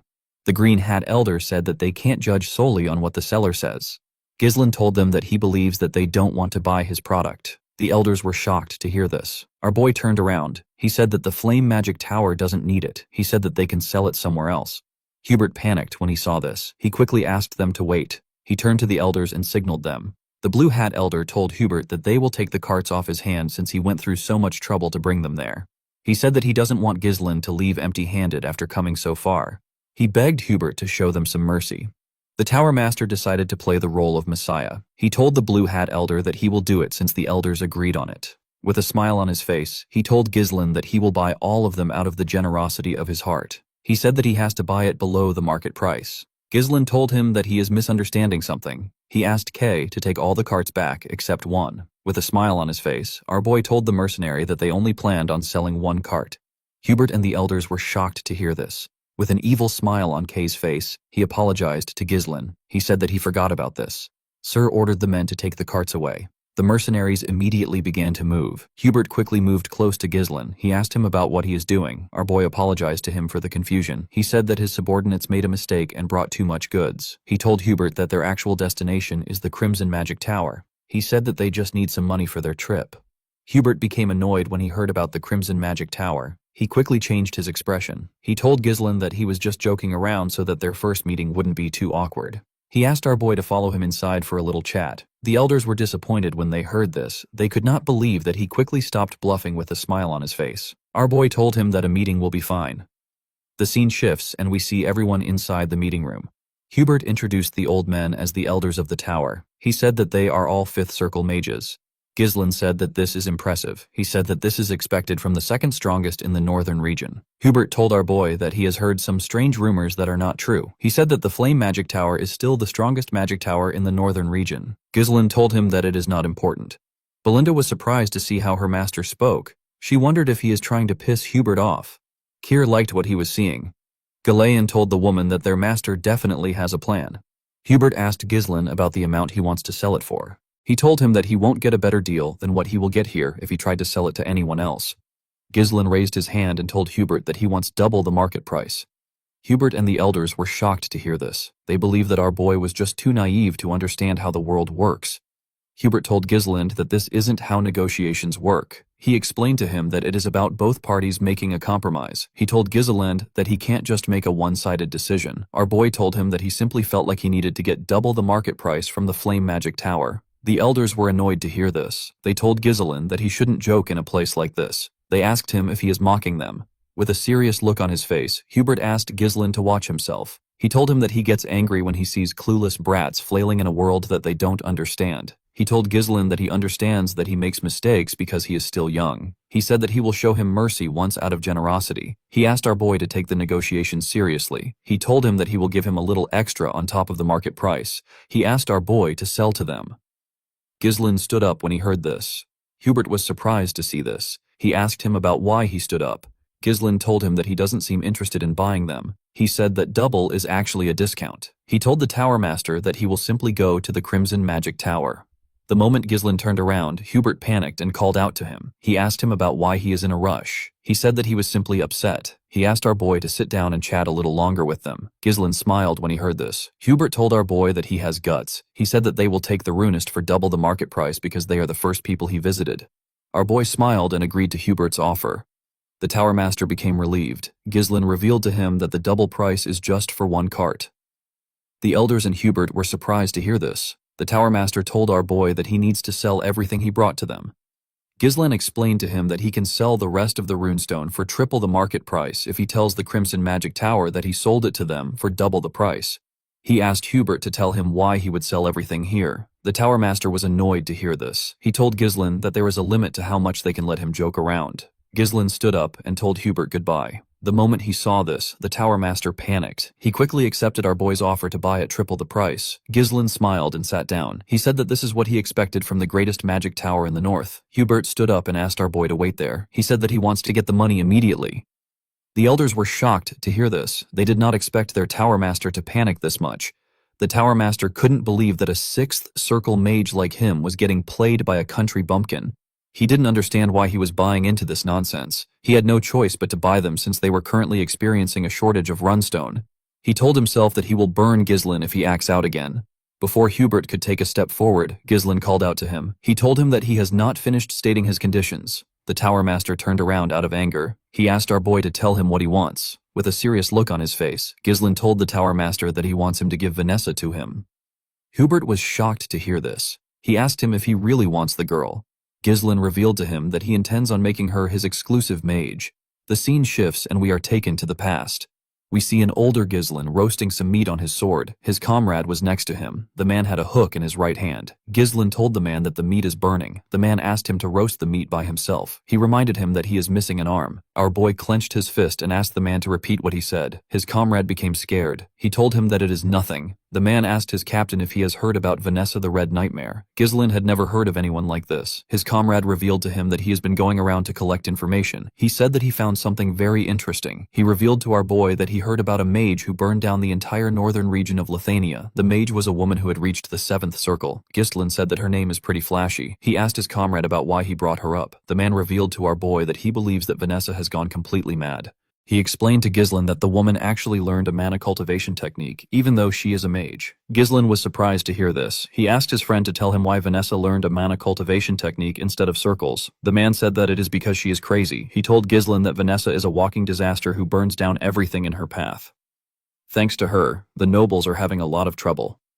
The man told our boy that the subjugation request they received a while back is for her. Ghislaine still found it odd that a mage reached the 7th circle through a mana cultivation technique.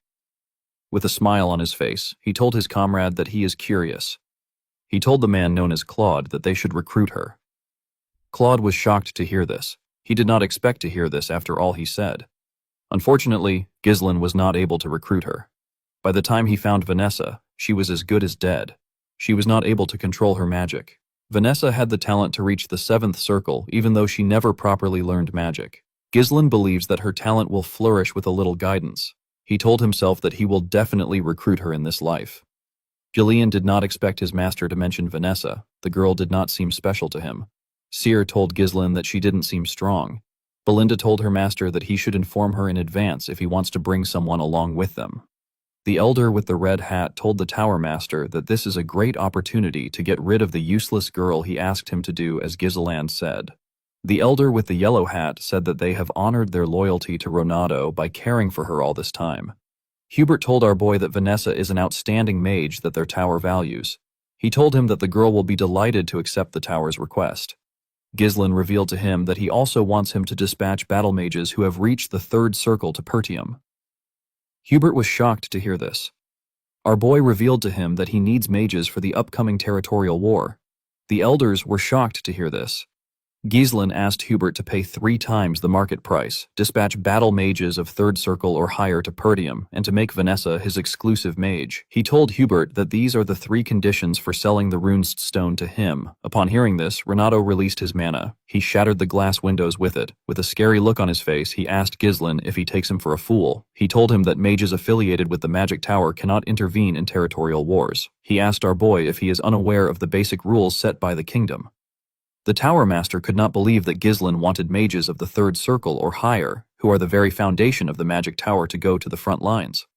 With a serious look on his face, Hubert told Ghislaine that this is an insult to the Flame Magic Tower. He told him that even his ashes won't be left behind. Ghislaine quickly grabbed his sword. He could not believe that Hubert was able to exert such pressure just with his mana. Cher reminded him that the man is a 6th circle mage. Belinda called out to her master. Hubert took a step forward to move closer to our boy. When Ghislaine saw this, he told the man that he will regret it. Hubert did not expect to hear this. Our boy revealed to him that they discovered a massive runestone vein in their territory. He told him that what they saw earlier is just a small portion of the runestone. The elders were shocked to hear this. Ghislaine revealed to Hubert that this information is already spreading across the north. He asked the Tower Master if he knows what this means. Hubert told him that many will come for the runestone vein. Our boy stood up and explained to him that they are not trying to start a war. He said that Pertium simply needs the Magic Tower's help to gain strength.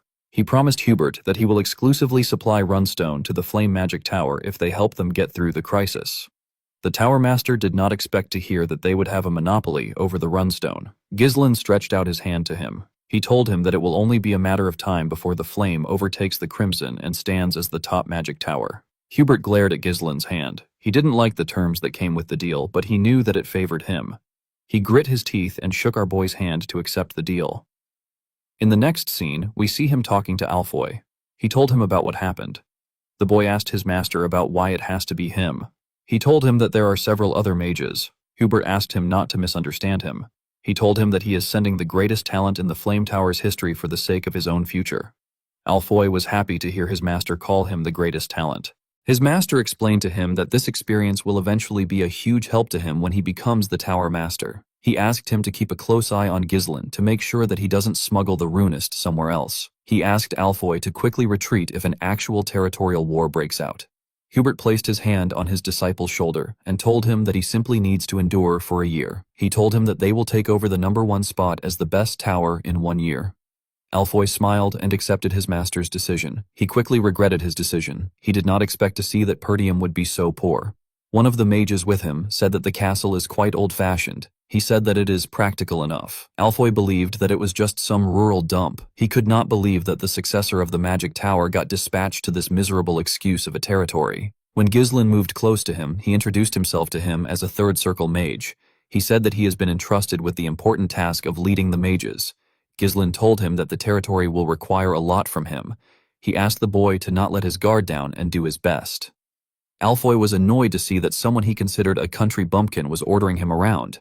He told himself that he will first deal with Ghislaine once he becomes the Tower Master. Ghislaine looked around. He was looking for someone. He called out to Alfoy and asked him about where Vanessa is. The boy turned around and said that Vanessa is bringing their bags. When our boy looked behind him, he saw the girl carrying the heavy bags while walking barefooted. She was breathing heavily. She moved close to Ghislaine and bowed her head to him. Alfoy asked her about what took her so long. He told her that Ghislaine almost thought that she wasn't coming. Ghislaine asked Vanessa to leave the bags and follow him. Vanessa told him that she hasn't finished moving the bags. Alfoy asked him to let her do it. He said that this is what the girl has been doing in the Magic Tower. He said that she should be able to do these chores if she can't use magic. Ghislain picked up one of the boxes. He threw it at Alfoy's face. The boy fell to the ground. The mages were shocked to see this. While holding his nose, Alfoy asked Ghislain about what he is doing. Ghislain explained to him that Vanessa is no longer affiliated with the magic tower. He told him that the girl is now his personnel. He asked him to not order her around. Our boy told Alfoy that he will let it slide this time. He told him that he will be risking his life if this happens again. Vanessa did not expect this. Alfoy stood up in anger. He could not believe that Ghislain would treat the heir to the flame magic tower and a third circle mage like this. He told Ghislain that he has crossed the line that even nobles can't cross. He told him that him and his teammates can burn down the territory in seconds if they wanted to. He asked his comrades to stand up. He said that they need to show Ghislain the pride of mages. The moment he said this, Ghislain snapped his fingers. His mercenaries surrounded the mages. They pointed their swords at them. Alfoy said that this is barbaric. He told them that they are barbarians who draw their weapons against mages. He demanded that they treat them as mages. He said that they deserve the best treatment. Ghislain asked him to shut up. He reminded him that he is there due to a contract. He explained to him that he has been granted full authority to command him freely for a year through a legitimate deal with the Tower Master. He told him that he has to exclusively supply runestone to the Flame Magic Tower in return. He asked Alfoy to tell him whose side the Tower Master will take if the contract is voided because of his reckless action. The boy became nervous when he heard this. Ghislain explained to him that his role is nothing more than that of a reserved bundle of living mana. He asked the boy to obediently fulfill his role if he wants to be treated well. Aloy became angrier when he heard our boy call him a reserved bundle of living mana. Ghislain turned around and asked Julian and Serre to take good care of the mages. With a creepy smile on his face, Serre asked the boy if he liked it better when he was at the magic tower. He told him that he will guide him so that he can adapt to their land. Alfoy began to tremble. He called them miserable human beings. While they were screaming, our boy walked up to Vanessa. He asked her to not take orders from anyone other than him. He told her that she is his exclusive mage. Vanessa was shocked to hear this. She put her head down. She informed Ghislain that she can't use magic like Alfoy. With a smile on his face, our boy asked her to follow him. He told her that he will help her use magic. In the next scene, we see Ghislain take Vanessa to his training room. He called out to her when they stepped inside. The girl quickly answered him. He turned around and asked her about how far she got in her magic studies. The girl said that she got up to the 5th circle in theory. Ghislain told her that this is excellent. Vanessa did not expect to hear this. She said that it is all useless because she can't use magic. Our boy asked her if there is a particular reason why she can't use magic. Vanessa explained to him that she was never able to feel mana since she was a child. Even though she couldn't feel it, she believed that she would be able to use magic someday if she worked hard enough. The more she studied magic, the more she realized that this day will never come. Vanessa held her staff close to her chest. She said that she must have been kicked out of the tower because her teacher who guided her has passed away. Ghislain realized that a 5th circle mage possesses the strength that is on par with the average elder of the Flame Magic Tower. Magic isn't something that can be mastered just by memorizing it. It requires insight and understanding of the principles behind activation and the ability to infuse it with your interpretation and will. Vanessa may understand it in her head, but her body can't keep up. Ghislain knew that she must have endured grueling efforts and countless trials and errors to overcome this problem. He believed that the girl's efforts were not in vain. He just wanted to lead her down a different path. He remembered Claude telling him that Vanessa reached the 7th circle in his past life. The man told him that she learned a mana cultivation technique. He said that she did this because she is crazy. Our boy smiled when he remembered this. He revealed to Vanessa that he will teach her a mana cultivation technique from now on. The girl was surprised to hear this. She asked Ghislain to tell her why she will learn a mana cultivation technique when she is a mage. Our boy explained to her that both circles and mana cultivation techniques are used for controlling mana. He asked Vanessa if she has ever tried it before. Vanessa was shocked to hear this. She said that it is crazy. She asked Ghislain to tell her how she can use magic with a mana cultivation technique. She said that she can become magically crippled for the rest of her life if things go wrong. Ghislain stretched out his hand and told Vanessa that she should try it with him. When Vanessa saw the look in Ghislain's eyes, she knew that he was being serious. She never thought of herself actually using magic. She clenched her fist and told herself that she will do it if this is what it takes. The scene shifts and we see her and Ghislain sitting on the floor. She loosened her dress to show Ghislain her back. Our boy recalled that the girl had the same eyes as him in his past life. It was filled with regret, rage, and hatred. The place she fell to after endlessly yearning for magic was an endless abyss.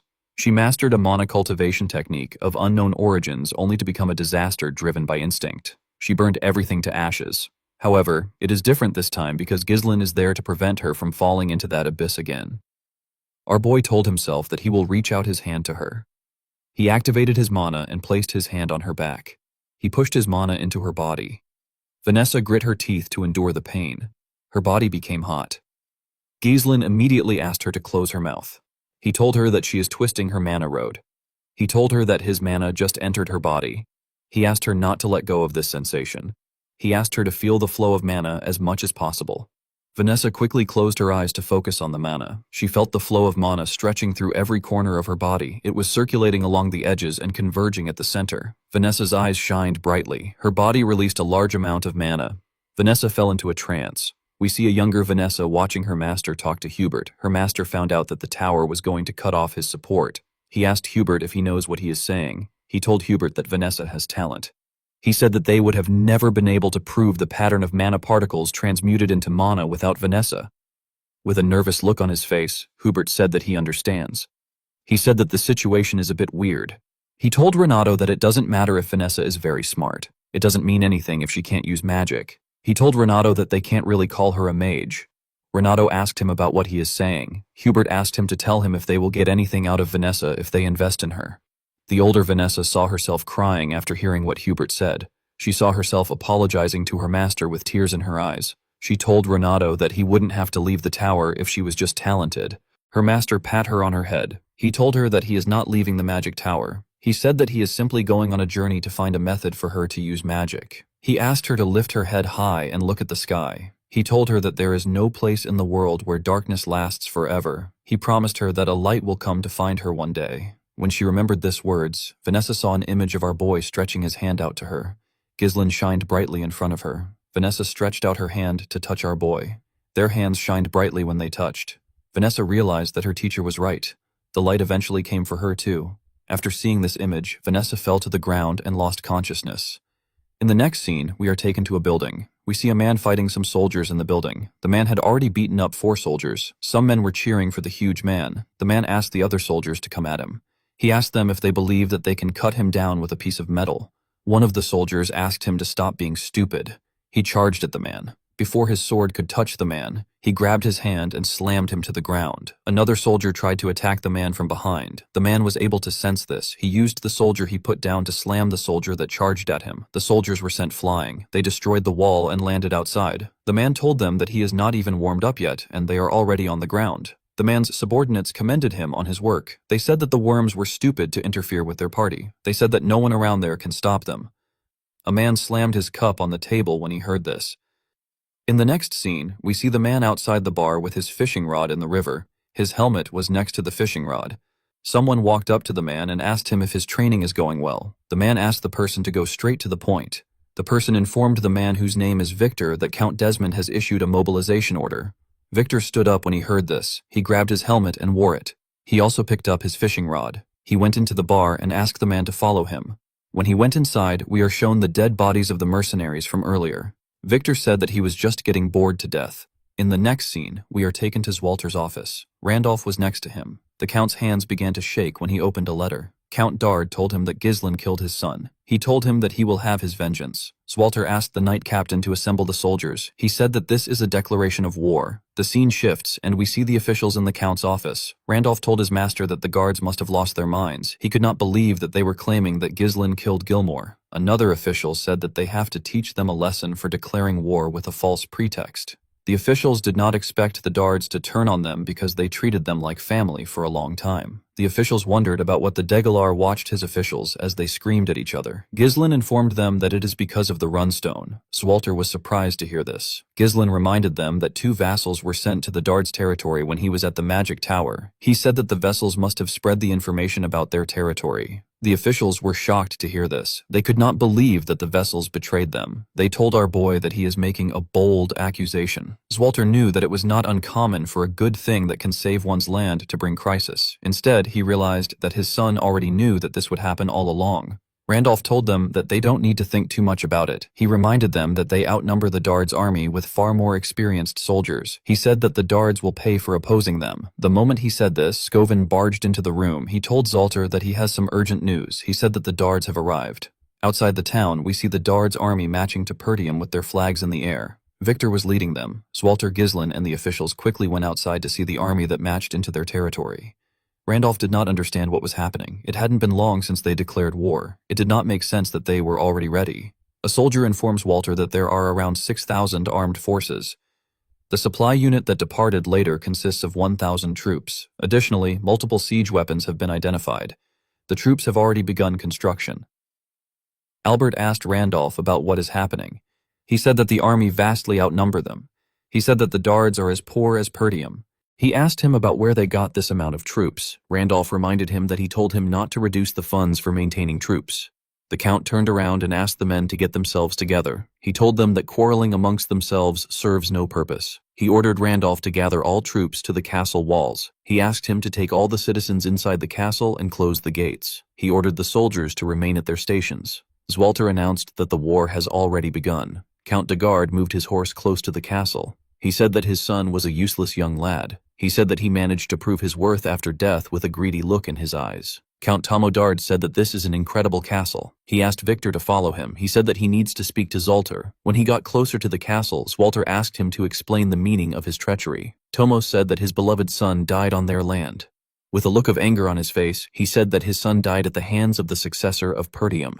He told Walter that there is no parent that wouldn't be furious at the death of his child. He told the Count that things will end peacefully if he surrenders now. Randolph was annoyed to hear this. He told his master that Tomos is lying to the very end. Albert told his lord that there is no reason to continue this conversation. Even though he managed to save Elena, Ghislain knew that things would still end up like this because Gilmore died. Ghislain could tell that they came to trample on them because they brought siege weapons. Everything was going as our boy expected. Walter told Tomos that Ghislain did not kill his son. He released his mana and told Count de Garde that this is the only answer he will give him. He asked him to return to his land if he values his life. Tomos became scared. Even Victor had to acknowledge that Walter Pertium truly has a commanding presence worthy of the renowned general who has protected the North for so many years. Tomos put himself together. He tells Walter that he can't even fathom the amount of blood that will be spilled because of his foolish choice. He turned around and told him that he will regret it. Randolph turned to his master. He asked him to leave the troops to him. He said that these troops are nothing but unorganized dogs. He assured Zoltar that he will wipe them out and bring victory to their land. Homer asked him if he has lost his mind. He told him that it doesn't matter if he is very strong. He said that the difference is too vast. Albert told him that one lost battle can cost them their lives. Randolph told them that they can't just stand by and watch. Homer suggested that they request aid from other lands. Randolph asked him if they can hold out until they arrive. Someone said that they may have to abandon the castle and retreat to the northern fortress as a last resort. Due to the chaos, Walter could not get his thoughts together. After the sudden declaration of war, their enemies appeared fully prepared. Due to the number of enemy troops, Walter was able to tell that someone must have assisted Count Dard from behind. He didn't know who it was.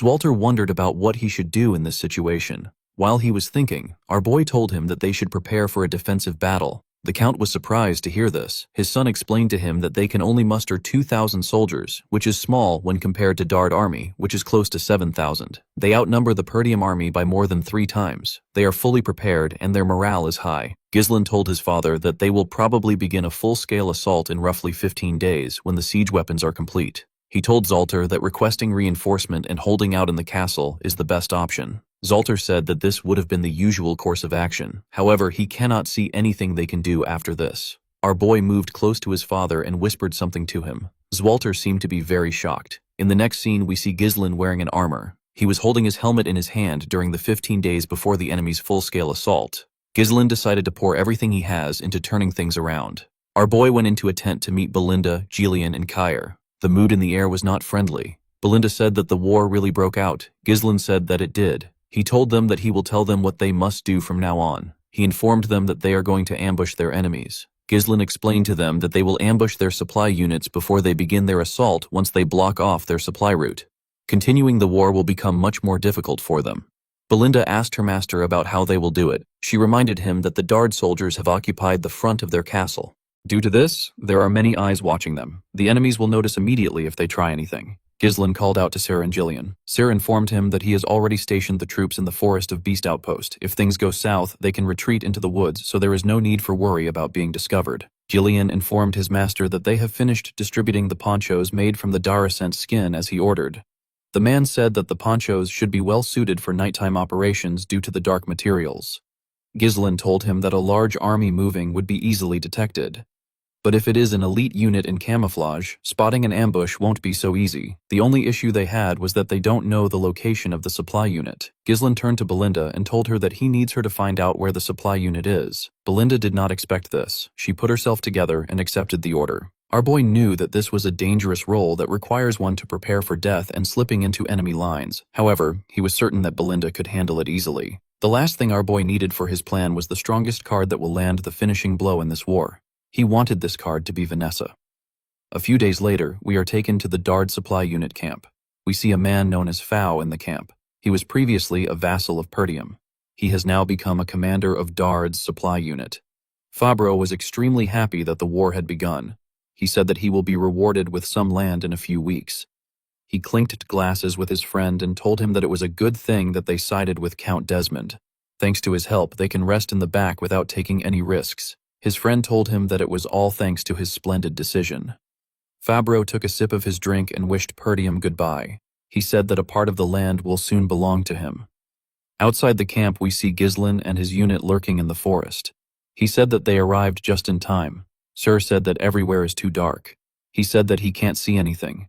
Belinda said that the weather is terrible too. Our boy said that this is actually perfect for an ambush. He closed his helmet and announced that he does not need any hostages. Ghislaine drew his sword and covered it with mana. He ordered his men to kill them all. Ghislaine and his soldiers charged at the soldiers of the supply unit. The soldiers quickly stood up when they saw them coming. Kair and our boy tore the first soldiers they saw apart.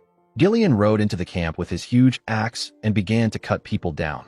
The soldiers were shocked to see that they were being ambushed. They wondered about what the sentries were doing for this to happen. Before they could put themselves together, Ghislaine and Gillian cut them down. Our boy ordered his mercenaries to move according to the plan. He asked them not to spare anyone. In another part of the camp, someone informed Baron Fabreau that he had to come out quickly. He said that they are being ambushed by the enemies. Fabreau told the man that he has eyes too. He asked him about what the sentries were doing. He asked the man not to panic. He reminded him that they have 1,000 soldiers on their side. With a worried look on his face, the man revealed to the Baron that 70% of their soldiers have already been killed. Ghislaine, Kair, and Gillian slaughtered the soldiers.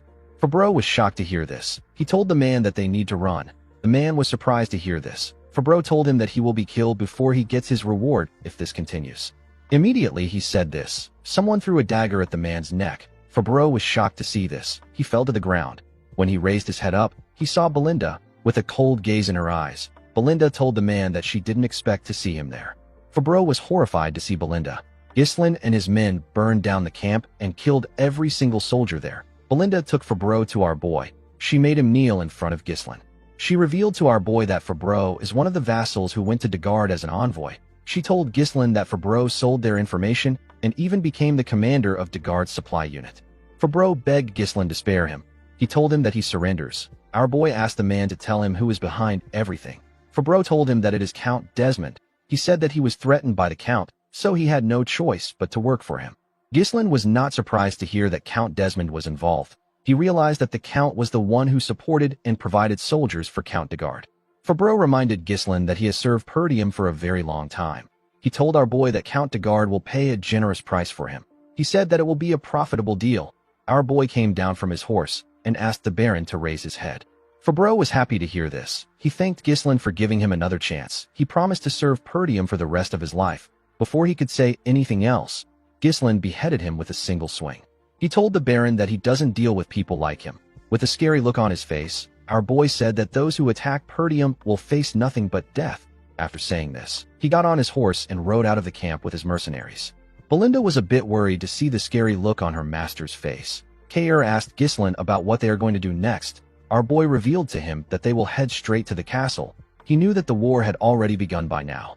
Their enemy's attention was focused on the castle. Ghislaine planned to use this to his advantage by attacking the enemy from the rear to confuse them. While riding to the castle, Ghislaine informed Kair and Belinda that they will be supporting the left side of the castle when they arrive there. Our boy said that he will head to the right side of the castle walls.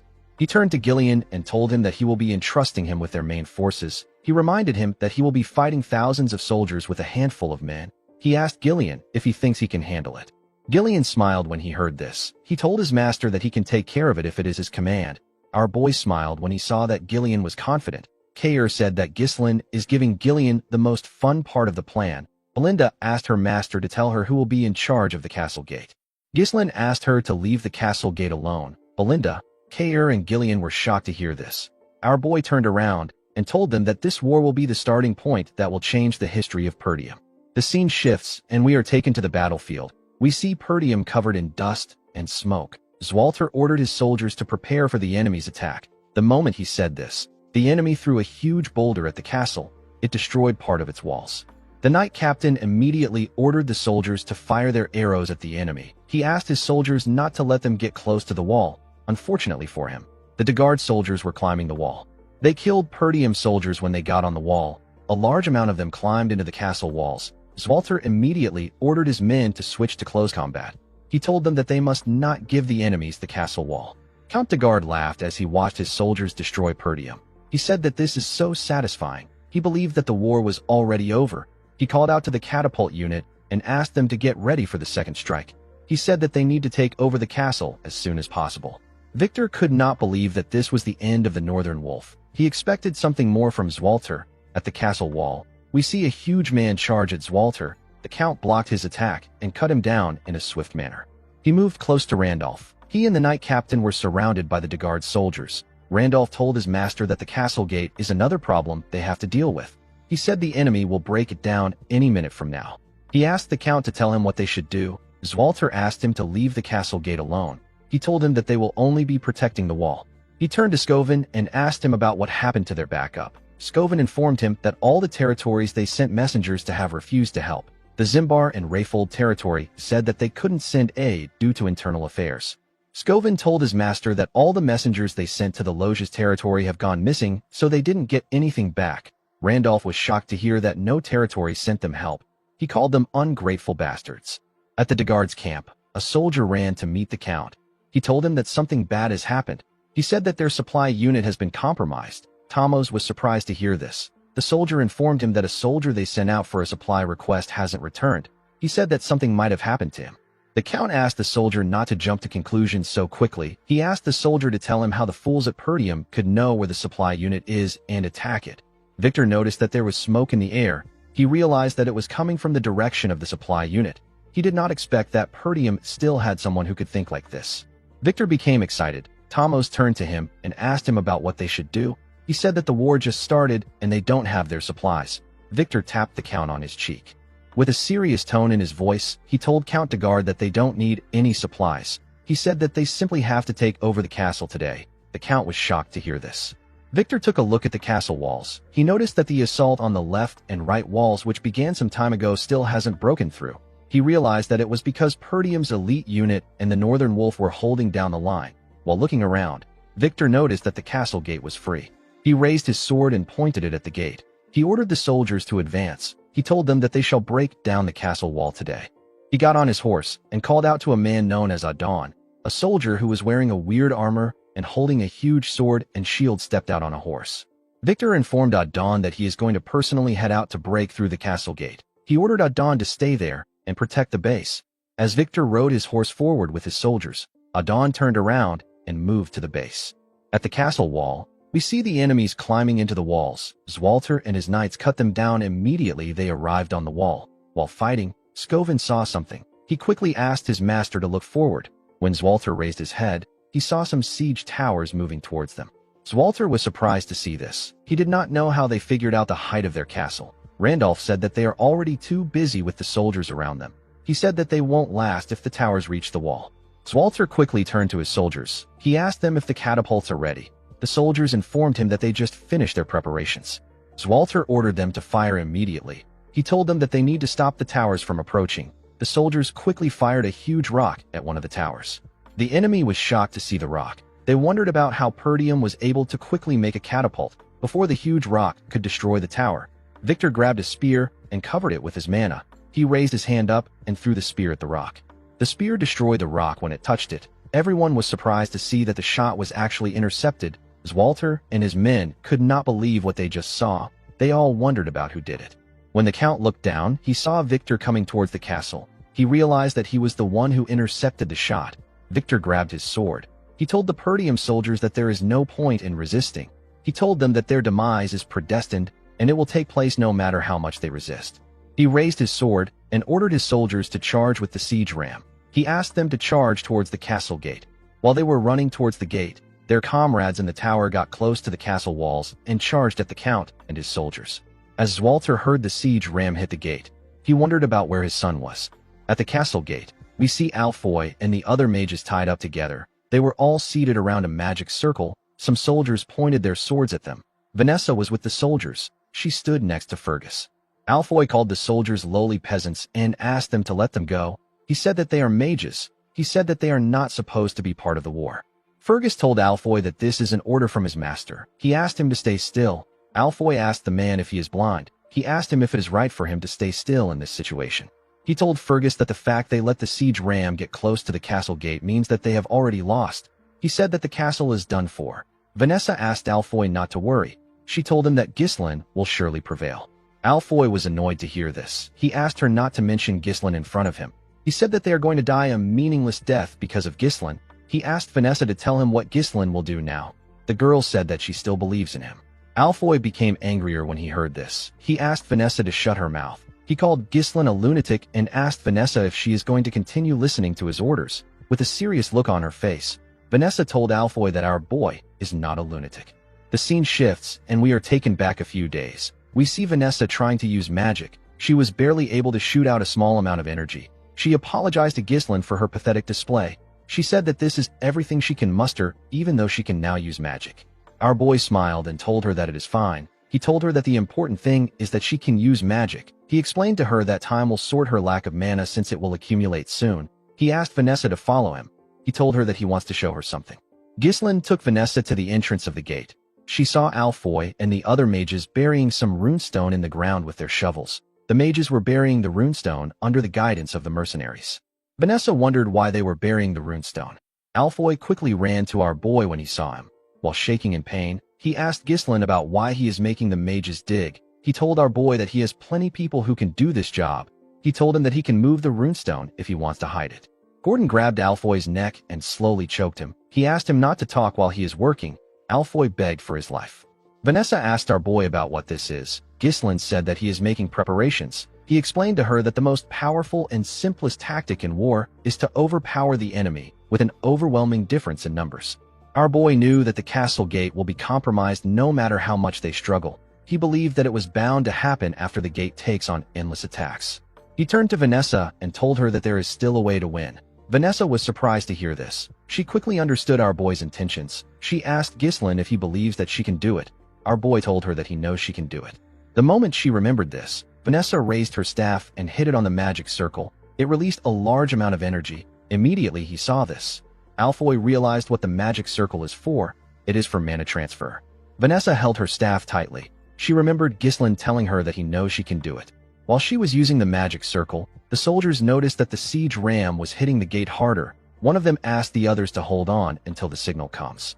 While they were fighting on the castle walls, Randolph pointed at something and asked his master to see it. When he turned around, Walter saw a group running towards the castle. He quickly realized that this squad belongs to Ghislain. He saw his son leading his men towards them. While Victor was looking at the gate, a soldier ran to him and told him that he has something to report. He revealed to Victor that an unknown cavalry unit is launching a surprise attack from the rear of both sides. Ghislain and his mercenaries cut down anyone in their path. Our boy tore the soldiers who attacked him apart with a single swing of his sword. The enemy was shocked to see that they were being ambushed. They heard that no support would come to Perdium. They didn't understand what was happening. The archers quickly fired their arrows at Ghislain. They wanted to kill him before he got close to them. Ghislain didn't fear the arrows. He charged at them bravely. When he got close to them, his horse jumped. The soldiers were shocked to see him flying. The moment he landed in their midst, our boy tore them apart with a single strike. He did not give anyone a chance to fight back. The other soldiers became scared. They could not believe that he killed this amount of soldiers in one strike. They wondered if they were looking at a monster. Ghislain raised his sword and opened his helmet. He ordered the soldiers of Perdium to rise. He told them that their counterattack begins now. Ghislain and his soldiers charged at the enemy. Belinda and Kair charged at them from the left, and Ghislain charged at them from the right side. Victor was in the middle. At the Degard main camp, Gillian tore the soldiers apart with his group. He called out to Gordon and the eye patch man whose name is Torrent. He told them that he will draw the enemy's attention. He asked them to spread out wide and disable their key facilities. The two men accepted his order. Torrin smiled when he saw how the enemies were panicking. Gordon told them that their base will be in ashes by the time they return. Count de Garde did not understand what was happening. He did not know why they were the ones being ambushed. A soldier pushed him back and told him that he needs to leave right now. Before the Count could run, Gillian charged at him. He told Thomas that he will take him as a hostage. The Count became scared when he saw the man coming towards him with his huge axe. Before Gillian could reach the Count, someone swung his weapon at him from the side. Gillian was able to sense the attack. He used his axe to block it. He was attacked by Adon. The attack pushed him back. Thomas fell to the ground when he saw this. Gillian could tell that this man was strong. Adon told our man that he has a lot of guts to attack the main base with a small force. He introduced himself as Adon Prasso. He asked Gillian to state his name, like a badass. Gillian raised his axe and told the man that he has no name. He said that he is merely a weapon for his master. At the left fortress wall, we see Belinda use a rope to tie some soldiers up and throw them at Kair. With a smile on his face, Kair tore the soldiers apart. Belinda was annoyed to see this. She asked him to stop splattering blood on her. Kair called her an old lady and asked her to handle it herself. He said that he can't worry about this. Belinda became angrier when she heard him call her an old lady. At the right side of the castle walls, Ghislain was cutting down the enemies without any issues. They began to run out of fear.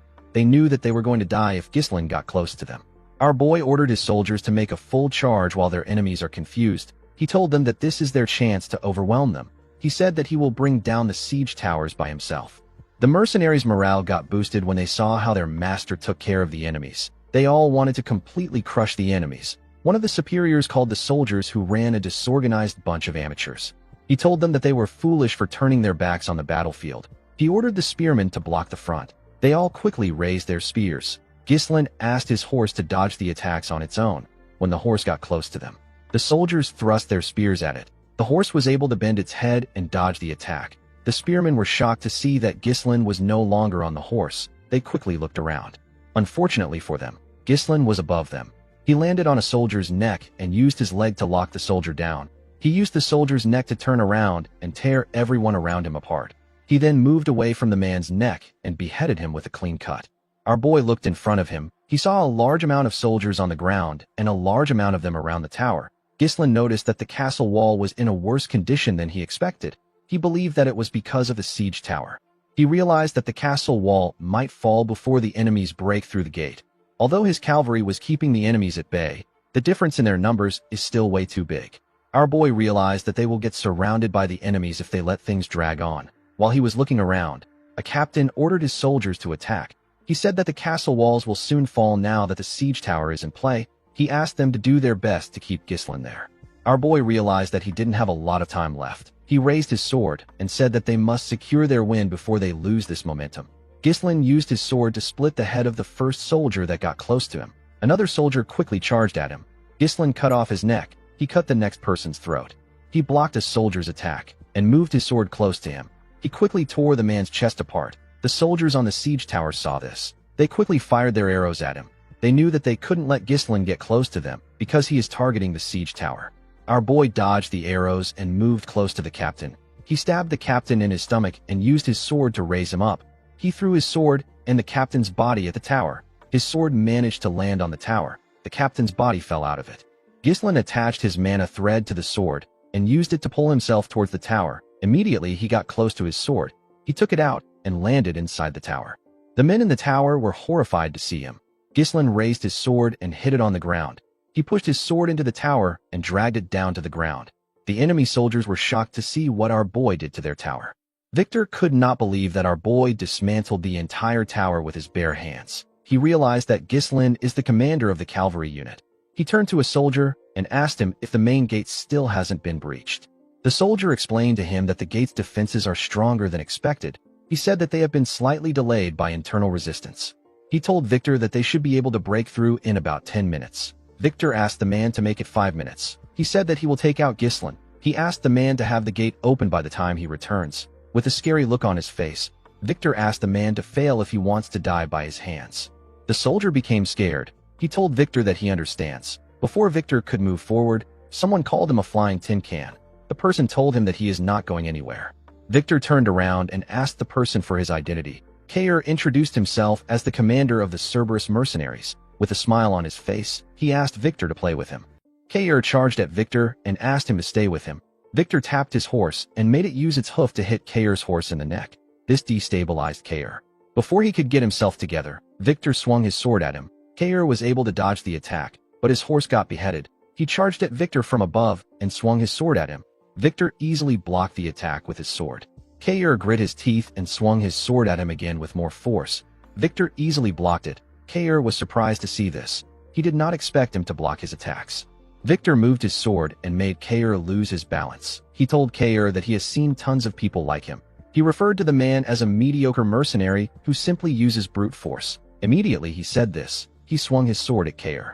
The man quickly used his sword to block Victor's heavy attack, but he got pushed back. He could barely stand his ground. Victor used his sword to break Kair's sword and landed a cut on his shoulder. Victor glared at him and said that there is nothing easier to deal with than beasts who just swing their front paws instinctually. Kair quickly moved back. He placed his hand on his shoulder to slow his bleeding. He realized that Victor is as strong as Ghislain said. The scene shifts and we are taken to the past. We see Ghislain reveal to Kair that Victor is the hidden Joker card of Count Desmond. Kair asked our boy if Victor is stronger than him. Our boy told him that Victor is stronger than everyone he has ever fought except for himself. Ghislain explained to Kair that Victor will use his overwhelming advantage in numbers to force them to focus all their attention on defending the walls. While they are focused on the walls, Victor plans to break through the weakened gate and launch an all-out attack. Ghislain told Kair that this is actually what he wants Victor to do. He told him that the plan might fail if Victor makes it out of the castle gate. Our boy asked Kair to hold Victor down. Upon remembering what his master said, Kair smiled and stood up. He said that our boy is asking for too much. On the other side of the battlefield, we see Gillian clashing with Adon. Adon used his shield to block Gillian's attacks. Count de Garde called out to the knight.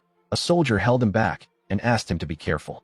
Torin, Gordon, and the other mercenaries fought the soldiers behind Gillian. They were doing their best to reduce the number of enemies so that they don't get in Gillian's way. Gillian was annoyed to see that Adon was blocking his attacks. He didn't want to waste time with the knight. He noticed that Adon's shield can take attacks from all angles. Unfortunately, Gillian couldn't pierce through it. He wondered about the last time he met someone this sturdy. The moment he thought of this, he swung his axe at Adon with a large amount of force. He told the knight that he can no longer waste time with him. The knight was able to block the attack with his shield. Adon asked him not to waste his time. He told Gillian that he can't break his shield. He pushed Gillian's axe aside and thrust his huge sword at him. Gillian was able to push his sword aside with the handle of his axe. Adon turned his sword and used it to behead Gillian's horse. Gillian did not expect this. As his horse fell to the ground, Adon raised his shield and asked him to fall. He covered it with his energy and used it to push Gillian back. Gillian used his axe to block the attack. While he was fighting the knight, the enemy was hitting the gate with their siege ram. They eventually destroyed it. Zwalter and his soldiers were horrified to see this. However, our boy did not panic. Alfoy called out to Vanessa. He asked her to do something since she took their mana. While draining their mana, Vanessa said that it is not yet time. Victor raised his sword and ordered his soldiers to attack and take over the castle. The soldiers quickly ran into the castle. Victor turned to the soldier next to him and ordered him to bring Count de Garde there. He said that he is going to eliminate the enemy commanders. The soldier accepted his order. Kair stood up with his body covered in injuries. He raised his sword and told Victor that he is not going anywhere. Victor asked Kair if he does not know when to run away as a mercenary commander. He asked the man to tell him why he wants to fight him again. On the other side of the battlefield, Adon told Gillian that their gate has been torn down. He told Gillian that he is lost. He said that it was unexpected that they boldly launched a surprise attack. He told Gillian that the result didn't change in the end. He told him that the biggest mistake he made was filling the strike team that would decide his fate with mere mercenaries. He told Gillian that no matter how skilled a mercenary is, they can't defeat a highly trained knight. At the same time, Victor asked Kair to act like a mercenary if he is one. He advised him to know when to run if it is not worth it. Victor and Adon told both Kair and Gillian that there is nothing in this war worth throwing their lives away for. Kair laughed when he heard what Victor said. He asked Victor if this is important. He smiled and told him that mercenaries and knights are not important in the battlefield. Gillian also said the same thing to Adon. He told him that what matters the most is winning or losing. The moment he said this, Gillian stood up and charged at the man. Kair also charged at Victor. Adon raised his sword and told Gillian that he doesn't want to hear the loser's excuse. Gillian blocked his attack and pushed his axe into his sword. He used his axe to pull Adon down from his horse. Adon did not expect Gillian to pull him down with the inside of his axe. Gillian quickly took his axe out and swung it at the knight. Adon was able to block the attack with his shield, but Gillian's axe struck his horse's neck. Adon got slammed to the ground. He raised his head up and called Gillian a wretched mercenary. Gillian jumped and swung his axe at him. Adon quickly used his shield to block the attack. While standing on top of the knight, Gillian told him that even the sturdiest defense has a gap. He took out a sword and revealed to the knight that he has already offered his life to Ghislain to serve him as a weapon. He raised his sword and told the knight that he must bring only victory to his master. The moment he said this, he stabbed Adon in the head. On the other side of the battlefield, we see Kair running towards Victor. Kair knew that Victor was much stronger than him. He knew that he could die fighting the man, but he still charged at him because Ghislain asked him to hold Victor down. Kair believed that he can slow Victor down if he can land one strike on him. He remembered asking Ghislain about how he is going to do something. Our boy asked him about what he means. Kair asked him to show him how he used the moves he used when they had their duel. With a look of embarrassment on his face, he asked Ghislain if he can teach him how to use his moves. Our boy smiled when he saw the look on his face. He revealed to the man that it is not about the movement. He explained to him that anyone who runs into him would probably look down on him. Kair raised his sword and ran towards Victor. The man told him that he is just an animal that charges forward. He blocked Kair's attack and swung his sword at him. Kair dodged it by moving to the side. He threw his broken sword at Victor with a large amount of force. The knight used his sword to send the sword flying. He told the mercenary that fools like him always make hasty decisions in desperation. They are oblivious to the fact that this might be their last decision. Victor raised his sword and thrust it at Kair. He asked him to die. As the sword got closer to him, the man remembered that our boy told him that he will be able to land a proper strike if he can hide his true intention when his opponent is close to him. Immediately, he remembered this. Kair dodged Victor's blade. Victor was still able to leave a cut on his shoulder. Kair grabbed Victor's arm and used it to push himself up. He grabbed his broken sword that was in the air. Victor was surprised to see this. Kair charged at him with his broken sword. Victor was barely able to dodge the attack. Fortunately for Kair, he was able to stab Victor's horse. The horse screamed out in pain. It fell to the ground. Kair also fell to the ground. Victor was able to get off the horse before it fell down. He did not expect Kair to make an irregular movement to catch the blade that he deflected. He realized that Kair threw his sword at him in order to shift the extremely disadvantageous situation to his favor. Victor knew that only those prepared to face death could reach this caliber of skill. He told Kair that he is not as thoughtless as he believed. He walked up to him and said that it is not uncommon for one to surpass their limits at the crossroads of life and death. He told Kair that he missed his chance because he met the wrong opponent. He raised his sword and asked the mercenary if he has any last words. Kair raised his head and smiled at Victor. He told him that he landed a hit. The knight was surprised to hear this. Before he could question Kair, someone threw some daggers at him. Victor was forced to move back to dodge the dagger. The person who threw it was Belinda. Our favorite maid jumped and took out a rope with a hook. She threw the hook at Kair and used it to hold his jacket. She landed on a horse and used the rope to drag Kair with her. Victor didn't chase after them. He was more worried about what Kair meant when he said that he landed a hit. He knew that he lost his horse because of Kair's attack, but he would have still been able to kill him if Belinda had not interfered. Victor knew that Kair wasn't so stupid that he would trade his life simply to kill his horse. He realized that the mercenary was risking his life for something important. He turned to his dead horse. Victor quickly raised his head to see his soldiers. He watched them as they rushed inside the castle. He looked past them to see Vanessa gathering mana. He quickly realized that Kair's goal was to hold him down there. While gathering mana, Vanessa remembered our boy telling her that the situation can be flipped to their advantage even if the enemies get right under their noses after breaching the castle gate. He told Vanessa that the situation can be flipped with the help of her magic. Vanessa asked Ghislain if he really thinks that she can do it. Ghislain smiled and told her that he is certain that she can do it. The moment she remembered this, Vanessa released her magic. A bright blue light shined in the eyes of the soldiers. Vanessa activated a spell known as Flame Strike. A ridiculous amount of fire got released. The fire destroyed the castle wall and broke outside. It burnt everything in its path. Zwalter and his allies were shocked to see the scale of the attack. Ghislain and everyone on the battlefield could see this ridiculously powerful flame. The soldiers burnt to death. They screamed out in pain. The soldiers outside began to retreat. Before they could get far, Ghislain attacked and cut them down. He ordered his mercenaries to surround the castle gate and not allow a single enemy escape. Victor was able to survive the fire thanks to his armor. A soldier carrying a shield ran to meet Victor. He informed him that most of the soldiers have been burned to death. He told them that they need to retreat. Victor said that this is irritating. This was a war that was meticulously planned with long preparations. The army had effectively blocked every path Perdium could take to survive. With all their efforts, Victor and his masters couldn't predict the special forces, the Mad Dog, and an Elder Class mage capable of incinerating thousands of soldiers in an instant. Victor knew that these factors were far too convenient to see them as a mere coincidence. It was all perfectly aligned to thwart his victory. Victor used his sword to push himself up. He accepted the fact that he has fallen into Gislin's trap. He ordered the soldier to assemble the rest of the soldiers. He told him that they will be making a temporary retreat. He explained to him that the area is not forested. He told the soldier that they can regroup back at the main camp if they are able to get out of the blaze. Victor said that it will take longer to capture Perdium than they expected. He ordered the soldier to call Adon immediately. The moment he said this, he saw something shocking. He saw Gillian walking towards him with Adon's helmet in his hand. With a serious look on his face, Gillian asked the knight if he is the commander of the Degard army. Victor could not reply. He was in shock from seeing Adon's helmet in Gillian's hand. Gillian threw Adon's helmet on the ground and told Victor that his main force and army are done for. He pointed his axe at him and asked him to surrender. Victor released his mana and asked Gillian not to make him laugh. He raised his sword and asked Gillian if he really believes that his war will end this way. He told him that he will simply cut off everyone's head by himself. He covered his sword with his mana and said that the war has just began. While the enemy soldiers were rushing to retreat, Zwalter ordered his men to fire at the enemies. He told them that the enemy is trapped. Gislin ordered his mercenaries from the ground. He asked them not to allow any of their enemies escape from the fire. He told them that this is their golden opportunity to turn the tides of the war. Gislin asked his soldiers not to spare anyone. While the mercenaries were tearing the enemies apart, Belinda called out to her master. She moved close to him and asked him if he is hurt.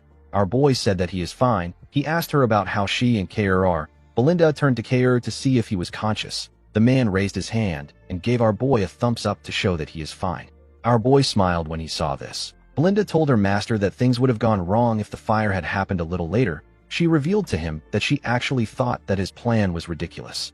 Gislin told her that it ended up working out. Belinda asked him not to ask them to do this again. She could not believe that they spent all their mind runestones in that one strike. Gislin looked around. He asked Belinda about where Gillian is. The girl was surprised to hear this.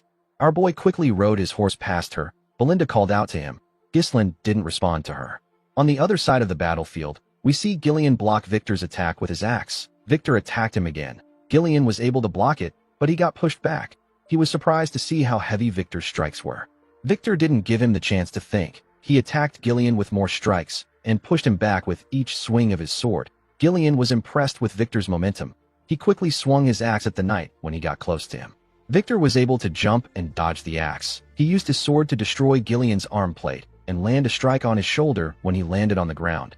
Gillian did not expect this. Victor's speed and strength were both ridiculous. He wasn't giving the mercenary any time to rest. Victor overwhelmed Gillian with his attacks. He called him a disgusting mercenary. He said that he will take a mile when he is given an inch. Gillian attacked the knight with his axe and used it to push his sword down. But this didn't stop Victor. He moved his sword inside the axe.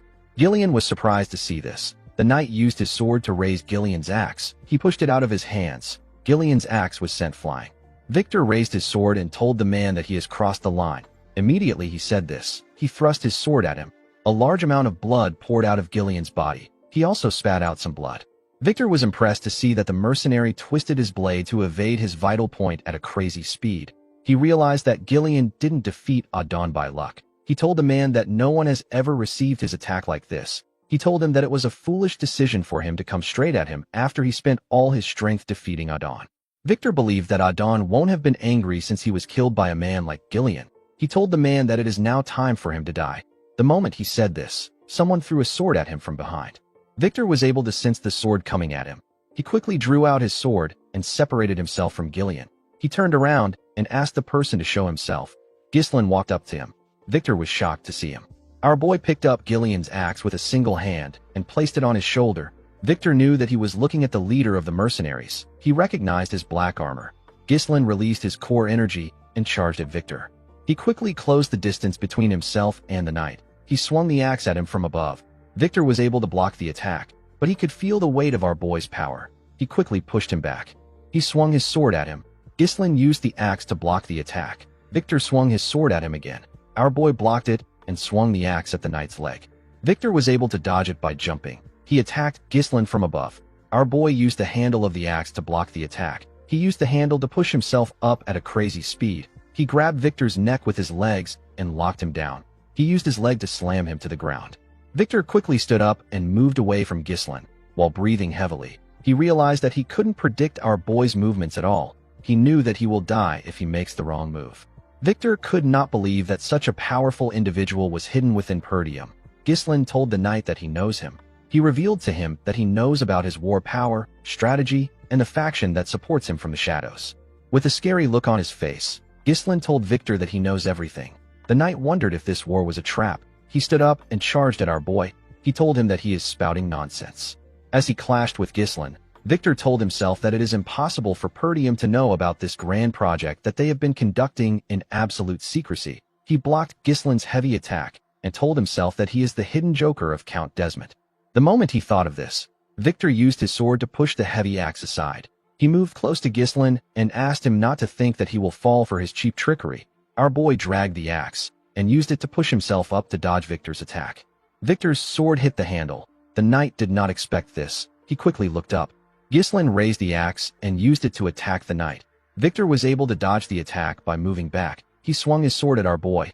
Ghislain quickly moved back to dodge the attack. He pushed himself forward and gave Victor a heavy kick directly on his face. The knight was able to quickly regain his balance. Ghislain raised the axe while he was in the air and swung it at the knight. Victor was able to block the attack, but it was too much for him. Our boy pushed his sword down. The attack caused a huge explosion. Victor's helmet was sent flying. We get to see the knight's blonde hair and face. His head was covered in blood. While breathing heavily, Victor raised his head up to see Ghislain. Our boy moved close to him. He took out his sword, which was in the ground. He told Victor that he likes using axes, but a sword suits him better. The knight asked Ghislain to tell him who he is. Our boy grabbed his helmet and told the man that he is the young lord of Perdium. He took off his helmet and introduced himself as Ghislain Perdium. Victor couldn't believe his eyes. He began to laugh like a crazy person. He couldn't believe that the strongest knight in the north lost to a mere scoundrel. Ghislain told him that he wants to show him the real strongest knight in the north. Victor smiled and told Ghislain that he is arrogant. The knight wasn't interested in knowing how our boy set up a trap like this. He understood that it is fundamental to use every means possible to gain a decisive victory. The process of war is not important. The important thing is that the winner is the last person standing. Victor took a stance and released his mana. He seemed to be excited for the fight.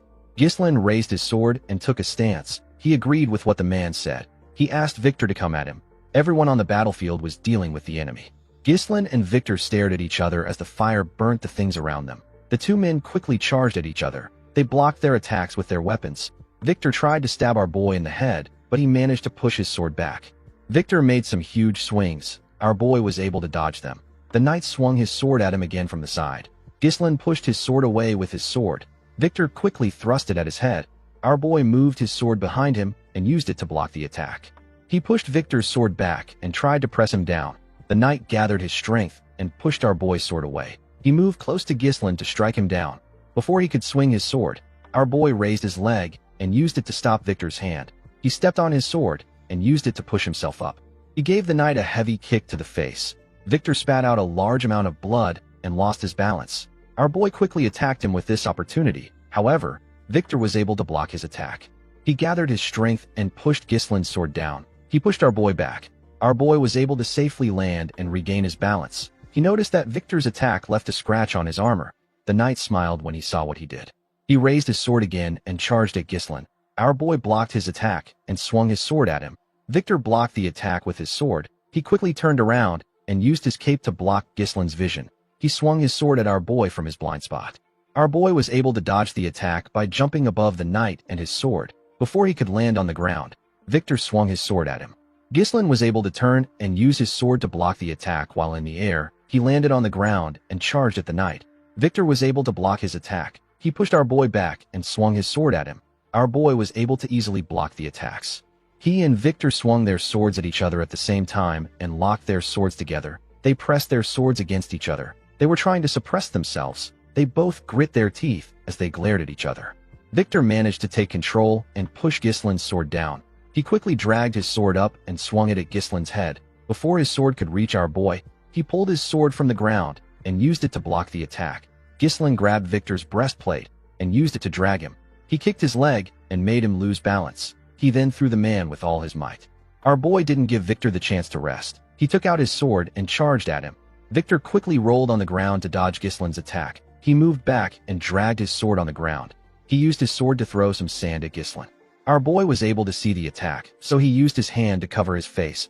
Victor used this opportunity to thrust his sword at him.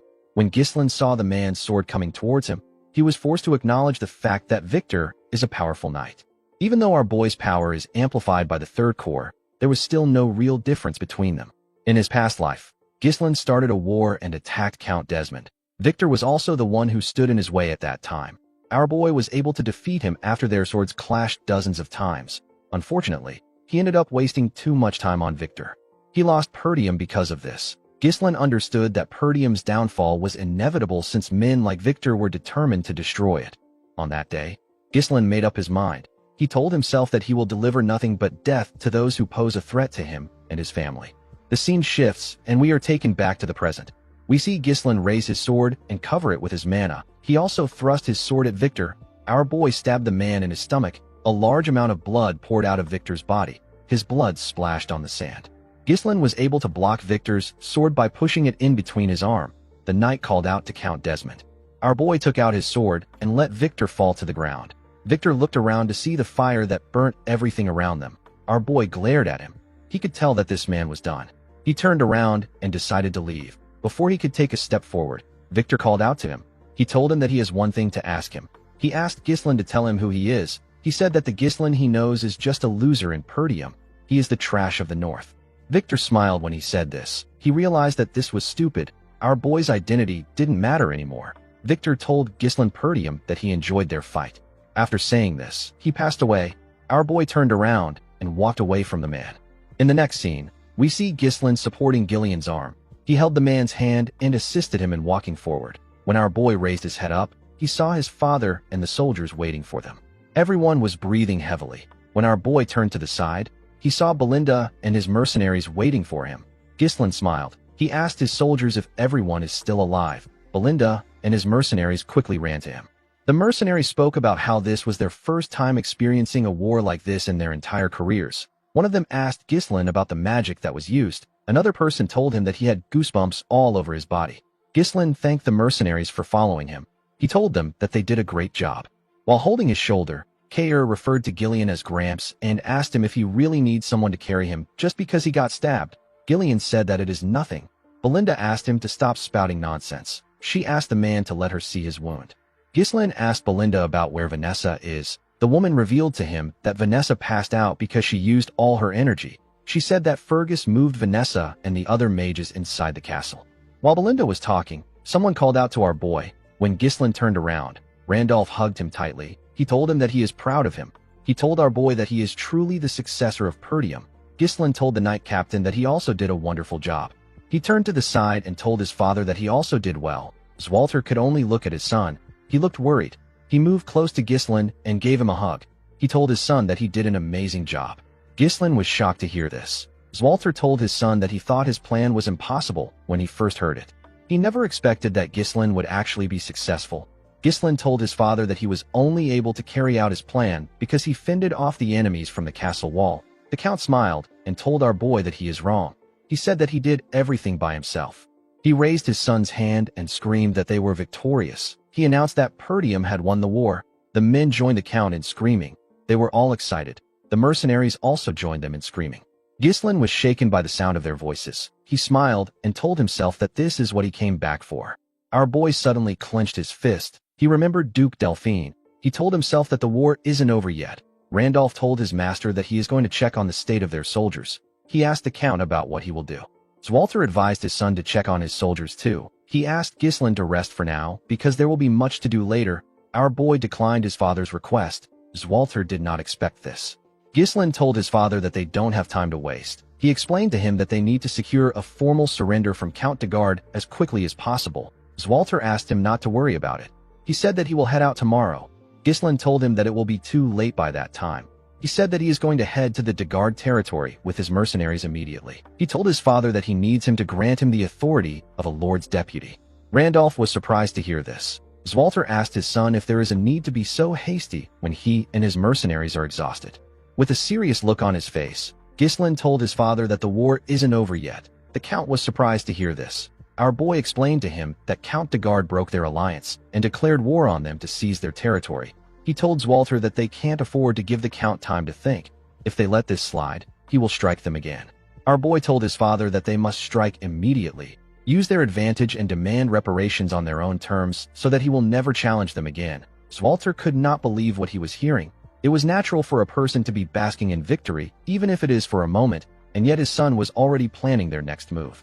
Zwalter told his son that they must push forward to take the chance to end things decisively. He granted Ghislain his permission. Our boy thanked him. Before our boy left, Zwalter reminded him that Count de Garde was once their ally, and he is a noble who has sworn his loyalty to the royal family. He asked Ghislain to do his best to treat the Count with as much courtesy as the situation allows. Our boy smiled and asked his father not to worry about this. Ghislain turned to Caer and Belinda. He asked them if they can still move. Caer said that he is fine. Ghislain got on his horse. He asked his men to follow him. He told them that they are heading to the de Garde territory at full speed. The scene shifts, and we are taken to Castle de Garde. We see Thamos throwing things around. The Count could not believe that they failed. He only accepted this secret treaty because everyone knows how powerful Desmond is. Thamos couldn't believe that the powerful Desmond lost to the scrubby Perdium territory. The man in front of the Count asked him to calm down. Thamos asked the man known as Lowell to shut up. He asked him if this looks like a situation where he can be calm. He asked the man to stop standing around and prepare for surrender negotiations. He asked Lowell to tell the bureaucrats to prepare for reparations. Lowell asked the Count if he is serious. Thamos said that Zwalter is an idiot known for respecting customs and honor. He was certain that Zwalter would accept the negotiation. The Count knew that Perdium is desperate for money at the moment. He believed that he could overcome this if he offers them reparations. He planned to make Count Desmond take responsibility for what happened after he is done with the negotiation. Lowell reminded his master that they poured all their finances into the war. He asked the Count about where they can get money for reparations. Thamos grabbed his neck and began to choke him. He called him an idiot. He asked him about how he was able to work in his castle with his brain. He asked Lowell to squeeze the money out of the citizens. With a scary look on his face, Thamos asked the man if he feels guilty about doing this because he is also a peasant. He asked him if the animals are more important than him. While struggling to speak, Lowell told the Count that the peasants are not more important than him. Thamos threw him to the ground and asked him to know his master. He ordered the man to get moving. Lowell spat out some blood. He glared at the Count. He was tired of his tyranny. He was forced into administering this territory. Lowell was well aware that the people couldn't take more of the Count's tyranny. He knew that they might revolt soon. Before he could get up, a soldier ran into the room. He told the Count that there is trouble. He revealed to him that the soldiers from Perdium have already arrived. In the next scene, we see the mercenaries lined up in the Count's office. Thamos sat on his chair waiting for Zwalter. Lowell was behind him. Thamos couldn't believe that the soldiers got here so quickly. He told himself that he won't let anything go as Zwalter wants. The moment he said this, someone stepped into the room. It was Ghislain. Belinda and Caer were with him. Our boy asked Thamos if he is prepared for the surrender negotiation. Thamos was shocked to see Ghislain. He asked our boy about where his brother is. Ghislain told him that his father is quite busy focusing on the recovery of their territory. He told him that he is the Lord's deputy and he has been put in charge of this negotiation. With a serious look on his face, Ghislain asked his men to bring Thamos to his knees. A few hours earlier, we see Ghislain and his mercenaries riding their horses towards the de Garde territory. Caer said that Count de Garde is quite fast when it comes to running away. He couldn't believe that the Count abandoned his soldiers and ran back to his territory so quickly. Gordon apologized to Caer for letting the Count slip away. Caer smiled and told the man that Gillian is the one at fault. He told him that he and the other men did their jobs well. Upon hearing how Caer spoke about Gillian, Ghislain wondered if he should grant Caer the chance to fight against Gillian one day. Caer moved close to our boy and asked him if he plans on sparing Count de Garde by asking for a surrender negotiation. He asked Ghislain to tell him why he will do this. Our boy explained to him that everyone knows that Count de Garde is a shameless bastard who tried to take over Perdium. His external pretext is the vengeance of his successor. If Perdium demands excessive compensation, they will be put in an uncomfortable spot. Ghislain told Caer that they need to end their negotiation with reparations. This sounded complicated to the mercenary. He told our boy that they are making things more complicated than it needs to be. He asked Ghislain to tell him why he doesn't just march into the territory and wipe everything out. Belinda felt like Caer made a stupid suggestion. She asked the man if he thinks that a dispute between nobles can be resolved the same way as a fight between mercenaries. Kair was offended by this. He told Belinda that mercenaries and nobles are both humans. He asked her to tell him what makes the nobles better than them. He said that the Degards were the ones who attacked them first. It didn't make sense to him that they still had to think about the position of their enemy. Ghislain asked the man not to think about it. He told him that what he said is what his father would have done. Belinda became worried when she heard this. She asked her master about what he means. Ghislain smiled and told her that he is different. He said that he will make the Degard territory his own. The scene shifts and we see Kair and Gazelle raise the Count up by carrying his arms. They kicked the Count's table down. Tamos could not comprehend what was happening. He asked the men to let go of him. The men pushed him down and made him kneel in front of Ghislain. Belinda moved close to her master and gently asked him if he is certain about what he is doing. Our boy told her that he is sure. Belinda asked him to remember that she tried to stop him when his father is questioning him. Tamos told Ghislain that he has sworn his allegiance to the kingdom. He asked our boy if he thinks that he can get away with doing this to the king's subject. He ordered Ghislain to show some respect. Our boy pointed his sword at him. The Count quickly became silent. Ghislain explained to Tamos that he is a traitor who was deceived by the enemy's sweet temptations. He broke their alliance and tried to seize Perdium for himself. Our boy told him that only death awaits those who dares to harm Perdium. The Count became scared. He asked Ghislain to stop playing around. He couldn't believe that our boy was really going to kill him. Ghislain explained to him that he must also risk his life if he pushes countless lives into the battlefield. He told him that he must pay the price that such actions deserve. Tamos began to laugh. He realized that Ghislain was an insane bastard. He was really going to kill him. Our boy raised his sword. Before he could swing it, Tamos asked him to wait. He said that he has a price to pay. He told Ghislain that he will give him the territory. Belinda and Lowell were shocked to hear this. Ghislain simply smiled. He knew that Tamos would do this. He reminded the Count that one must be from the same bloodline or a rightful successor to inherit a territory. Otherwise, they would be against the inheritance law. A domain isn't something that a person can just trade like battering goods. Tamos told our boy that he will handle those issues himself. He asked him not to worry about it. He told him that they will say that he is a distant blood relative. Tamos revealed to Ghislain that he will have his people forge the inheritance rights. He told him that all he has to do is accept it. The Count turned to Lowell and asked him to stop standing around. He ordered him to bring a pen and paper. Ghislain decided to press the Count more. He told him that he is not sure about the arrangement. Tamos told him that he will still pay reparations. He said that he doesn't have money right now, but he can get some by taxing the citizens. He begged Ghislain to give him some time. Tamos begged our boy to spare him. Ghislain asked the man if he really values his life this much. He told him that he will give him a chance. Tamos was happy to hear this. Ghislain dragged his armor. He took the Count outside the castle and threw him to the ground in front of his subjects. The people were surprised to see someone throw their lord to the ground. Tamos turned to Ghislain and asked him about why he put him in front of the peasants. Our boy advised him to watch what he says. He revealed to him that the people get to decide whether he lives or dies. The Count did not know what he meant. Ghislain called out to the people of Degard and introduced himself as the young lord of Perdium. He announced that their lord declared war against Perdium to avenge his successor and was defeated. He told them that the Count wants to collect reparation from the people. He asked if there is anyone that would like to volunteer. The people were shocked to hear this. The Count took a lot from them in order to start the war, and now he wanted to take more. The people said that the nobles should handle their issues among themselves. Ghislain announced that he will offer them mercy as the deputy lord of Perdium. He told them that he will also give them a choice. Ghislain asked the people if they will save their lord and pay a massive reparation or let him die and have their land absorbed by Perdium. He revealed to them that they won't have to bear the weight of defeat if they do this. Tamos could not believe what he was hearing. He did not expect that Ghislain would insult him in this way. The moment he thought of this, someone threw a rock at his head. Tamos was shocked to see this. Before he could react, more of his citizens threw heavy rocks at him. The citizens picked up pitchforks and stones. They moved close to their lord. One of them told Tamos that he took his mother's keepsake and the bread for his children. The citizens asked him if he knows the amount of people that have suffered because of him. Tamos couldn't respond. The citizens attacked him with their pitchforks and stones. They beat Tamos as if they had forgotten that he was their lord. They didn't give him the chance to beg. The man could only cover his head and scream out in pain. Ghislain walked up to his men and told them that they can go back now. He said that the war is over. He turned to Belinda. He said that he has something to say to his father. Belinda believed that our boy must have a plan to deal with his father. She told him that she is not worried. The scene shifts, and we are taken to Perdium. We see Zwalter and his council looking shocked after finding out that Count Degard is dead. Zwalter asked his son to repeat himself. Ghislain told his father that the Count is dead again. Zwalter asked his son if he remembers that he asked him to treat the Count with as much respect as the situation allows.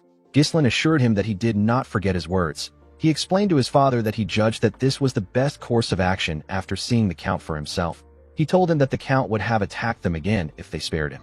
Albert and Homern were shocked to hear this. Homern said that this is impossible. Ghislain reminded the men that the Degard attacked Perdium with an army of over 7,000 men. He told them that this isn't something that the Degards could do by themselves. Our boy revealed to them that Desmond provided the troops, and Rayfold worked behind the scenes. The men couldn't believe what they were hearing. They could not believe that two dominant powers were targeting them. They knew that the Desmond territory is known for maintaining neutrality. They wondered why they supported the Degards. Ghislain already knew that the reason they didn't receive any aid from their allied territories is because of Amelia. She killed the messengers to cut off the flow of information completely. This isolation tactic has always been her specialty. Once Ghislain takes control of the Degard territory, the situation will change. The Desmond and Rayfold County would not be able to launch an immediate attack on Perdium, because it would now share a border with the Degard territory. If any of their enemies make a move that is even slightly suspicious, our boy will be able to respond immediately. Zwalter now understood his son's reason for killing Tomos. He reminded his son that the land won't belong to him just because he killed the Lord. He told him that it must be inherited by a blood relative or a rightful heir. Ghislain took out a scroll and placed it on the table. He asked his father to take a look at it. When the Count opened the scroll, he saw that Tomos wrote that Ghislain is a distant blood relative of his, and he is the first successor of the territory. Zwalter could not believe his eyes. Our boy revealed to him that he got it from Count Degard himself. He assured his father that they can dodge all the issues that comes with inheritance with this document. Zwalter was in disbelief. He put himself together and told his son that ruling over a territory is not an easy task. He asked Ghislain if he can handle it with the manpower he has. Our boy smiled and asked his father not to worry. He said that he has someone fit for the role. The scene shifts, and we are taken to the Austin territory in the Syrian kingdom. We are shown a bar in the territory. We see people screaming inside the bar. They were watching some men gamble.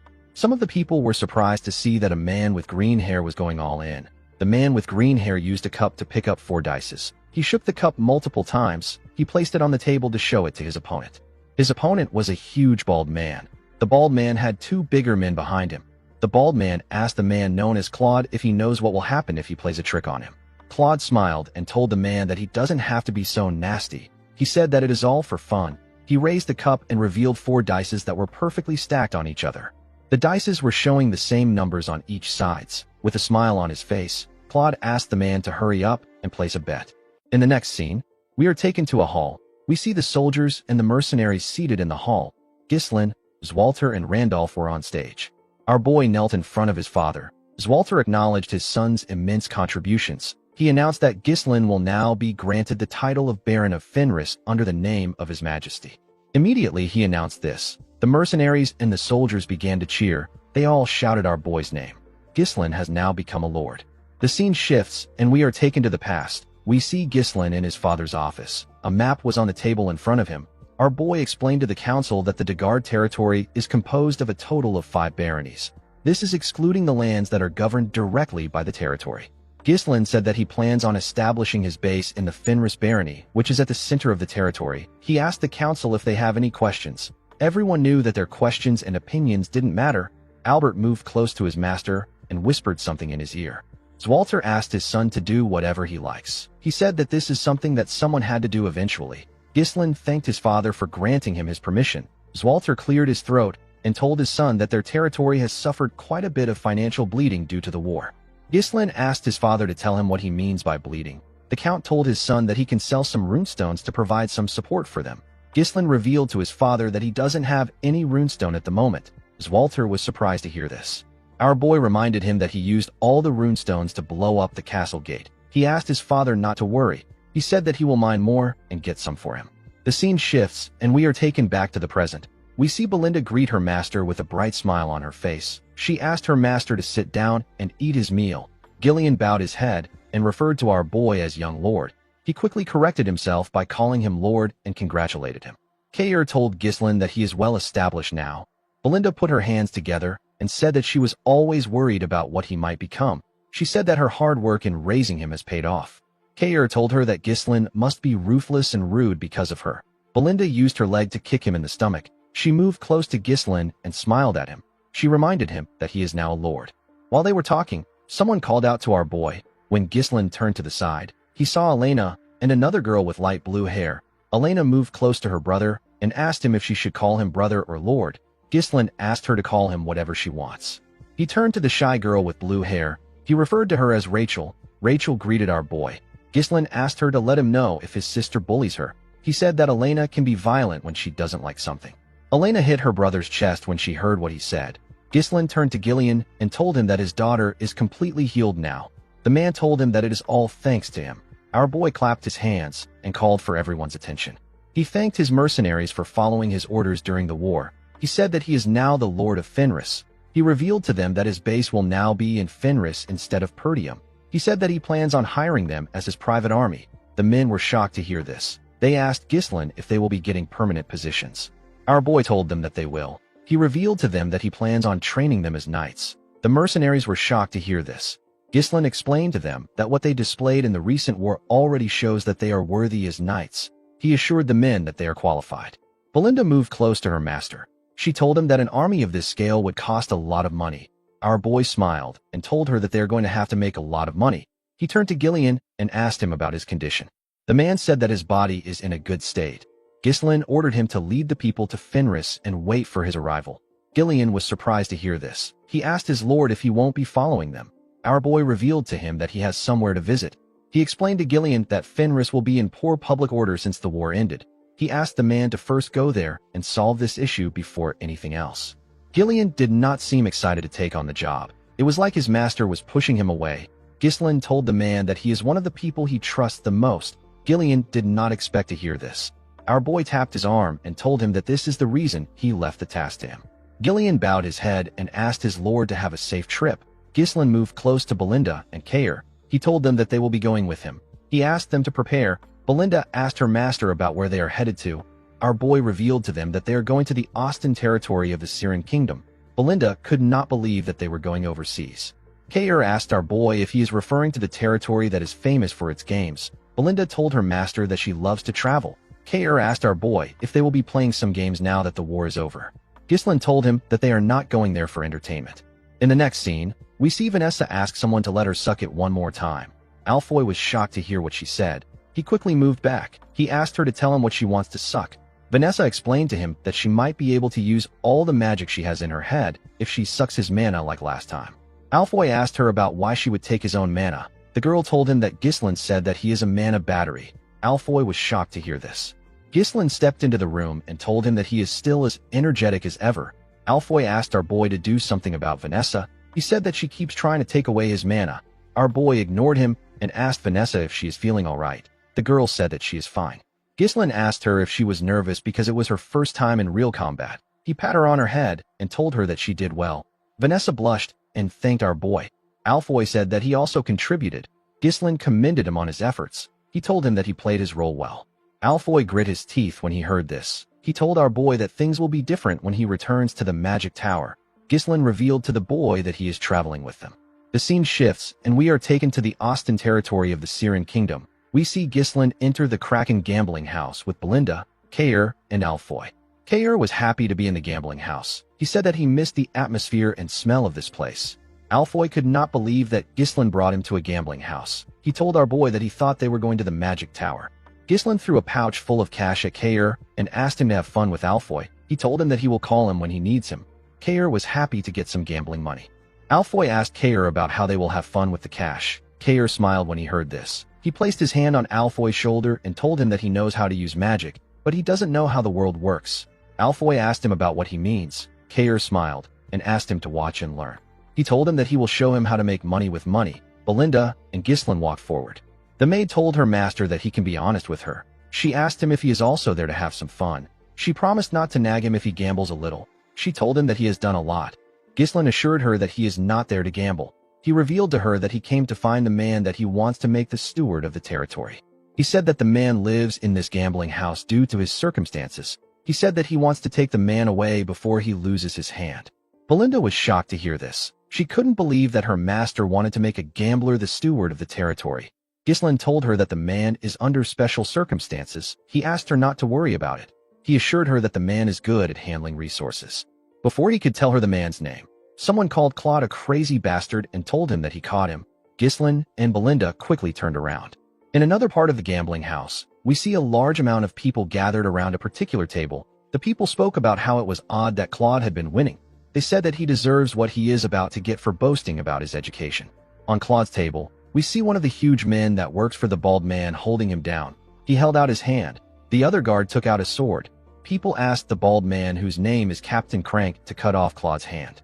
Crank reminded Claude that he asked him not to play any tricks. He accused Claude of swapping and using a die that has weight in it. He told him that he can't use tricks with a fake die. The man crushed the die in his hand and asked Claude if he has been scheming this entire time. Claude said that he has never prepared or swapped a die like that. He told Crank that he is the one playing tricks on him, even though he asked him not to play a trick. Crank asked Claude not to feel mistreated. With a smile on his face, he told the man that they can never fully understand each other. Claude grit his teeth out of anger when he heard this. Crank ordered his subordinate to cut his hand off. When the man raised his hand, Claude closed his eyes. He began to sweat. While he was panicking, he heard someone say that it is a fun game. The person asked Crank to let him join them. Claude quickly opened his eyes. He saw that Ghislaine was blocking the man's sword. With a look of anger on his face, Crank asked our boy for his identity. Our boy introduced himself as Baron Ghislaine Fenris of the Lithania Kingdom. Crank did not expect to meet a noble from a foreign land. His men quickly raised their swords. They wanted to attack Ghislaine. Crank ordered them to stop. He welcomed our boy to the Kraken gambling house. He asked him not to start a fuss in this place. He asked Ghislaine and his men to put their swords away. His men quickly followed his order. Our boy put his sword away and called out to Belinda. The maid put her dagger away. Crank referred to our boy as a distinguished guest and asked him about why he came to a place like this. Ghislaine said that he was looking for someone. He said that he has found the person.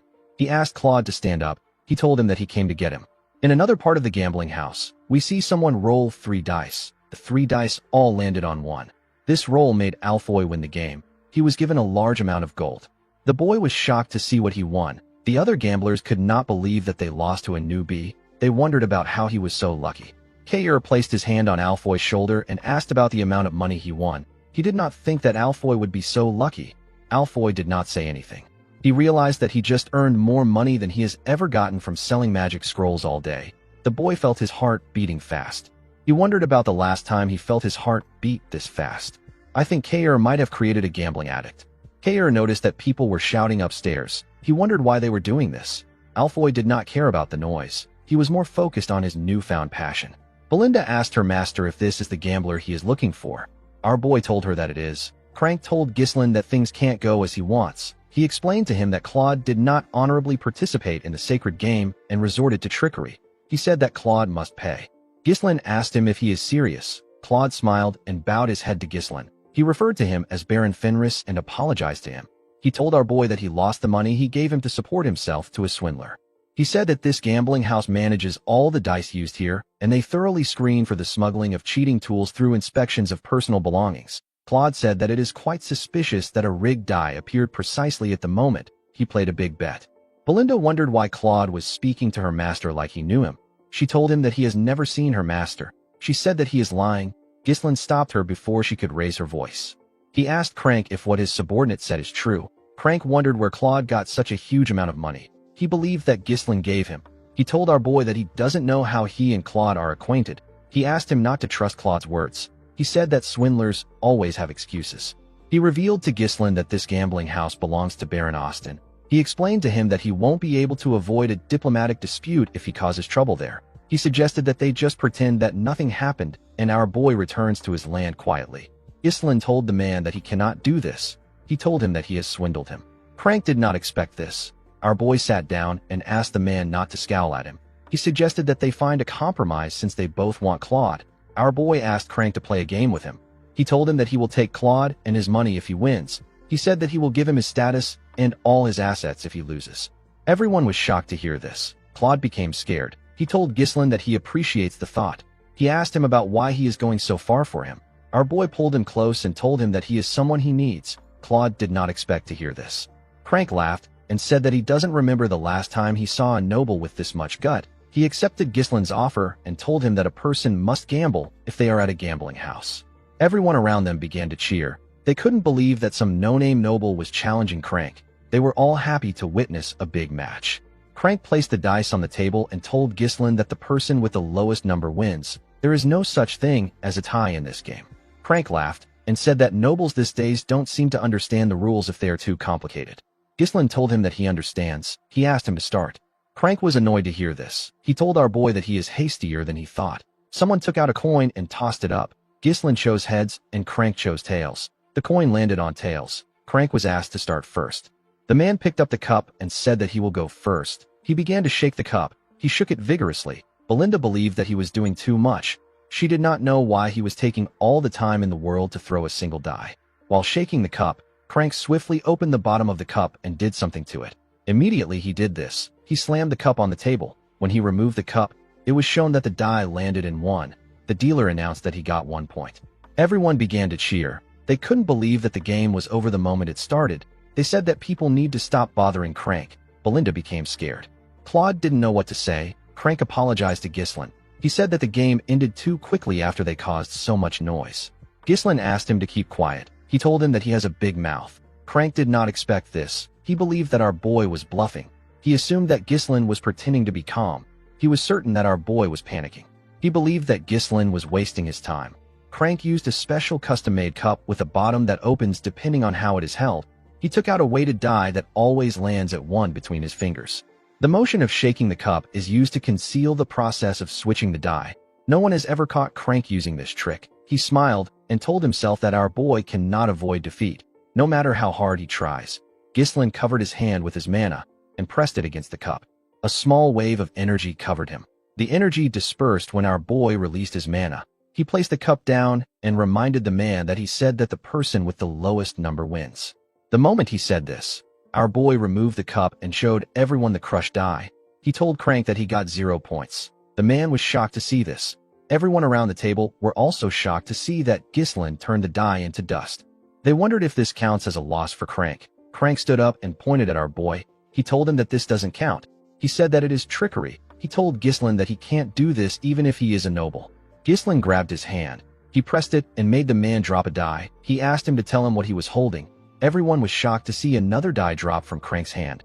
They couldn't believe that he has been lying to them this entire time. Our boy reminded him that he talked about acting honorably in the sacred game.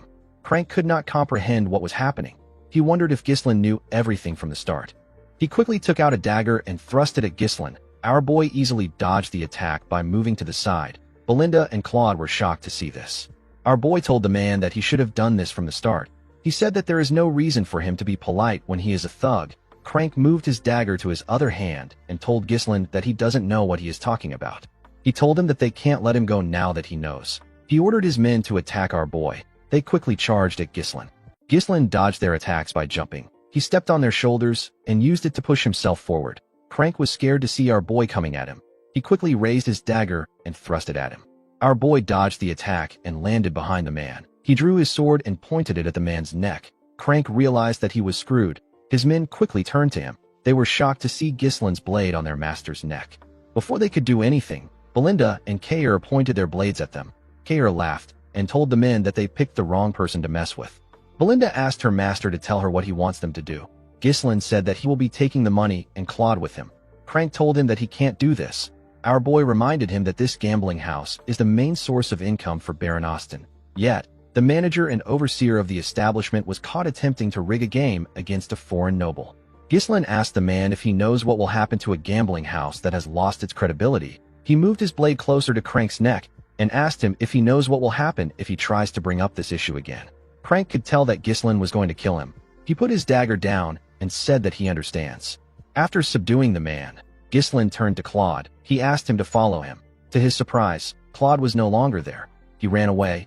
Belinda was annoyed to see that the gambling addict ran away and took her master's money with him. She said that the man is ungrateful because he would have lost his hand if they didn't help him. Kair said that Claude might have just ran away to a different gambling house. Belinda suggested that they search for him. Ghislaine asked her not to bother. He said that he already knows where Claude is headed. In the next scene, we see Claude riding a horse somewhere. He carried a bag full of coins with him. He wondered about who Ghislaine was. He didn't know why he helped him. He knew that he was only able to get the money thanks to Ghislaine. He felt bad for what he did. He convinced himself that he really needs the money. The scene shifts, and we are taken back 1 year into the past. We are shown a poorly built cabin in the woods. Inside the cabin, we see Claude pouring gold coins on the table. He asked a lady wearing a hood to see what he got. This lady's name is Anna. Claude told the woman that he got everything through gambling. He said that gambling isn't all luck. There is a certain winning formula. He told her that they won't have to hide anymore if he can keep making money like this. He said that they can live a normal life again. Anna asked him to stop. She begged Claude to stop, with her trembling hands. Anna told him that she is aware that her father, who is his teacher, didn't pass away because of him. The woman couldn't even look at Claude. His body was covered in bruises and his face was swollen. Claude told her that it is his fault. He said that he made his teacher a traitor because he was stupid and immature. The scene shifts and we see Anna tied up. She was being held by Crank and his subordinate. A fat man said that Anna Arceus, the daughter of Boethius Arceus, a scholar of the Syrian Royal Academy, and a traitor, will be imprisoned. Immediately he said this, he asked Crank and his subordinate to take her away. Claude struggled to get up from the ground. He called out to Anna. The fat man turned to him and asked him to bring him 2,000 gold within a year. He told Claude that Anna is supposed to die, but he will set her free if she can get the ransom. Claude held on to the bag of gold tightly. He said that he will free Anna soon. At the Austin castle, we see the fat man from before writing something. The fat man turned out to be the Baron. Baron Austin found out that the prison camp is full. He didn't like what he heard. He saw the prisoners as lowly bastards who waste food. He said that there is no reason to keep them alive if they can't collect their ransoms. He asked a knight named Rogier to execute anyone who doesn't pay their ransoms within a week. The knight accepted the order. He reminded his master that it has almost been a full year. The Baron quickly realized that the knight was talking about the traitor's daughter. He asked him if he has heard anything about Claude. Rogier said that Claude is only wasting his time at the gambling house. The Baron said that Crank is doing his job well. He had planned to make Anna a maid, but he didn't think it was wise to hire a traitor's daughter. He asked Rogier to execute the woman along with the others, and to make sure that Claude never finds out. Rogier asked his master about what they should do if Claude pays the ransom one day. The Baron asked the man to take the money and eliminate him later. He knew that no one would care about a dead gambler. He smiled and said that this can only happen if Claude is able to pay the ransom. Immediately he said this, a soldier stepped into his office. The Baron asked him about why he came to see him at this late hour. The man revealed to him that someone known as Claude is making a fuss and shouting about how he wants to pay a ransom. Baron Austin and his knight were shocked to hear this. A while later, we see Claude place the money on the Baron's table. He told him that the bag contains 2,000 coins. There were 4 soldiers in the Baron's office. Claude asked him to release Anna. Baron Austin carefully looked at the coins. He was surprised to see that the coins aren't fake. He asked Claude about where he got the money from. The man told him that he won it in a bet. The Baron ordered his men to lock Claude up. The man was shocked to hear this. Before he could do anything, the soldiers grabbed him from behind. Claude asked the Baron to tell him what is happening.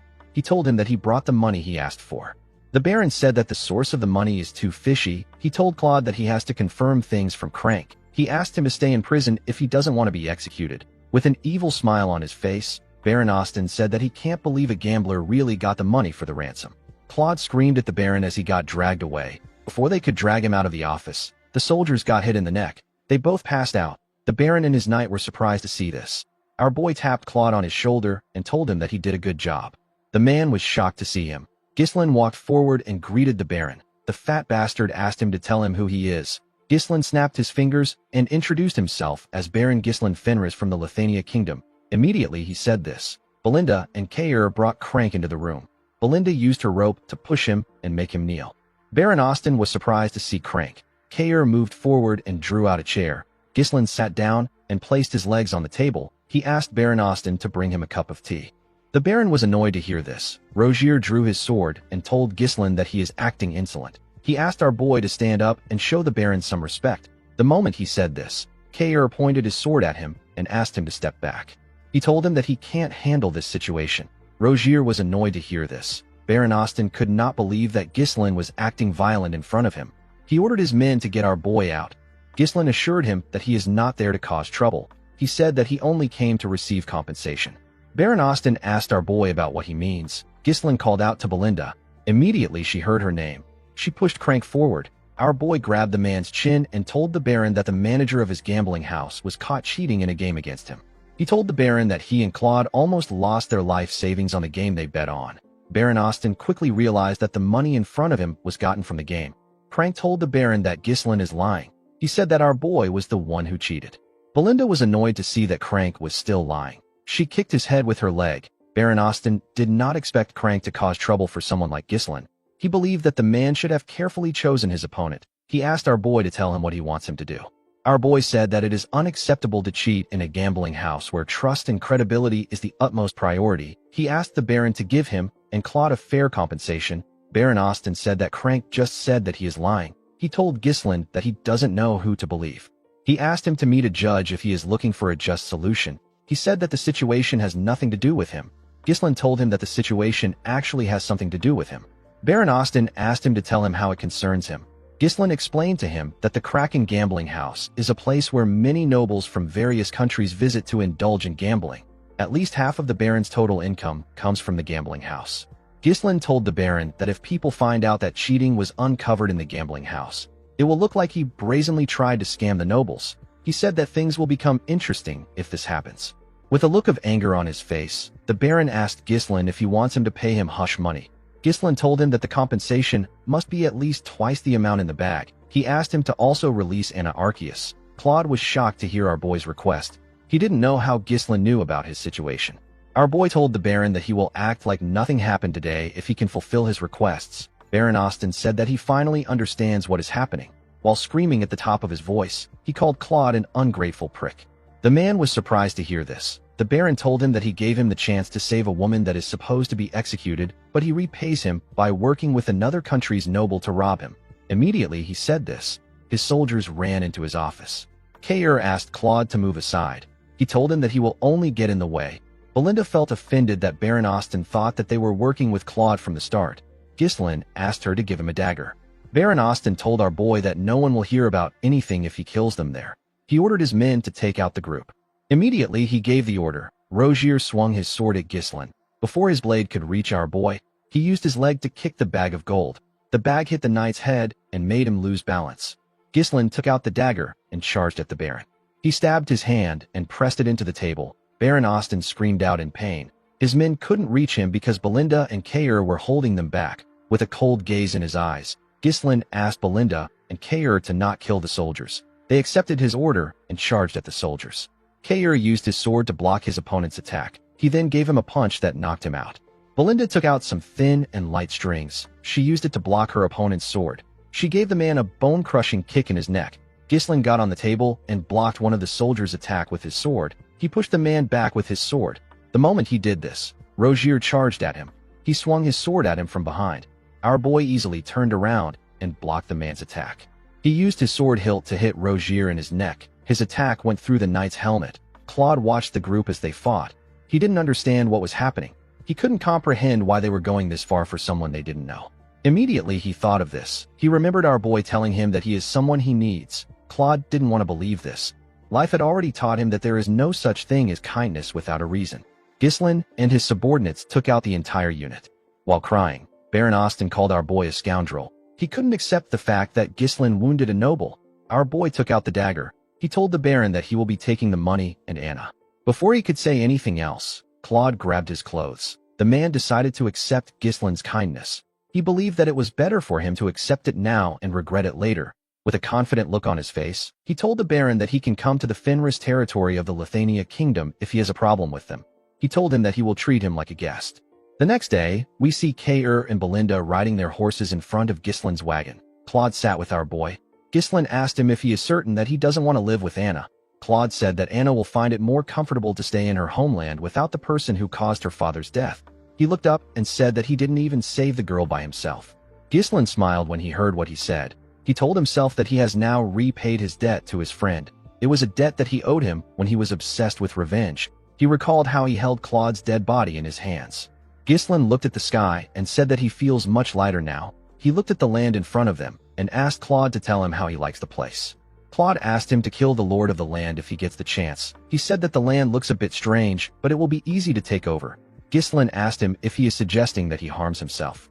Claude was shocked to hear this. He couldn't believe that this poor-looking countryside belongs to our boy. He told him that he only followed him because he looked rich. Ghislaine grabbed his head and moved him closer. He revealed to Claude that he is now the steward of their land. He told him that everything he sees will now be under his management. Claude realized that he messed up. He told Ghislain that he takes back everything he said. He begged him to take him back to Anna. Unfortunately for him, it was too late. The scene shifts, and we are taken to the Desmond territory. We see Count Desmond sitting on his throne. His officials sat on a round table in front of him. The Count mentioned Perdium and Fenris. His officials became nervous when they heard him speak. With a serious look on his face, Count Desmond mentioned our boy's name. He raised his hand and ordered his officials to send a messenger to Amelia. He said that they will be moving up their plan. In the next scene, we are taken to Ghislain's castle. We see our boy standing in front of his men. He was dressed like a proper noble for once. He thanked them for gathering there. He told them that they need to get to work. Everyone accepted his order. The state of the territory that was just freed from Count Degard's tyranny was abysmal. Ghislain appointed Claude to various administrative roles and began to restore order in the territory. As they walked around the town, Ghislain asked Claude to do a census and track down every last person. He asked him to purchase at least 6 months of food supplies in bulk. He told him that solving the food crisis is the top priority. Claude accepted his order and wrote it down. Since they will soon start farming, Ghislain asked Claude to assign oxen with plows to the farming households in order to get the land tilled. He asked him to also check if they can clear parts of the nearby forest to secure more arable land. Claude was surprised to hear this. He asked our boy if they are really going to farm on the dried-up, withered land. Ghislain told him that they are. He explained to him that they will grind the bones of the blood python and use it as fertilizer. He asked Claude to replace all the outdated structures because they are useless. He asked him to construct a warehouse and a sewer.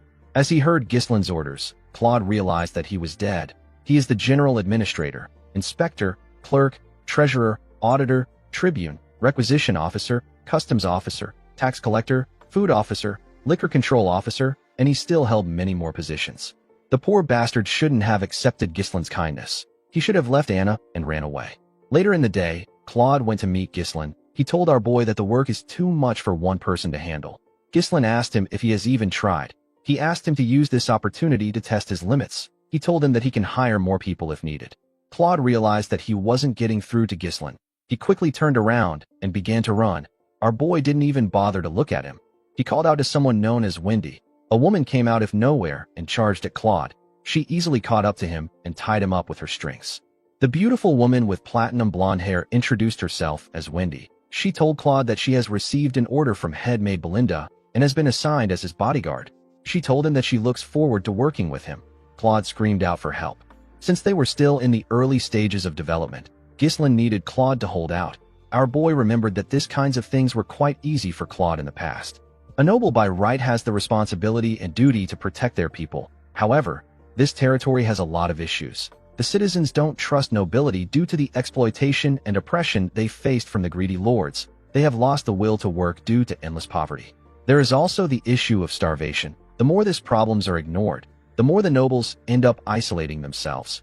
Ghislain knew that he needed to resolve the basic issues quickly if he wanted to restore the foundation of this territory. Unfortunately, our boy was met with another problem. There was not enough funds to resolve their issues. Ghislain explained to his group that he won't be able to pay their wages in 3 months if they keep spending money on the territory. Gillian said that this is truly an important issue. Kair didn't understand why our boy was bothered about money. He reminded Ghislain that he can just mine some runestone. Our boy explained to him that the runestone has more uses for it other than just selling it. He said that they need to fund the mage's research. Apart from this, the runestone vein isn't limitless, so they can't rely on it forever. Our boy said that they need a stable source of income. The moment he said this, Claude barged into his office. Ghislain told him that he arrived at the perfect time. He told him that he has something he wants him to do. Claude told him that there is no need for him to do anything.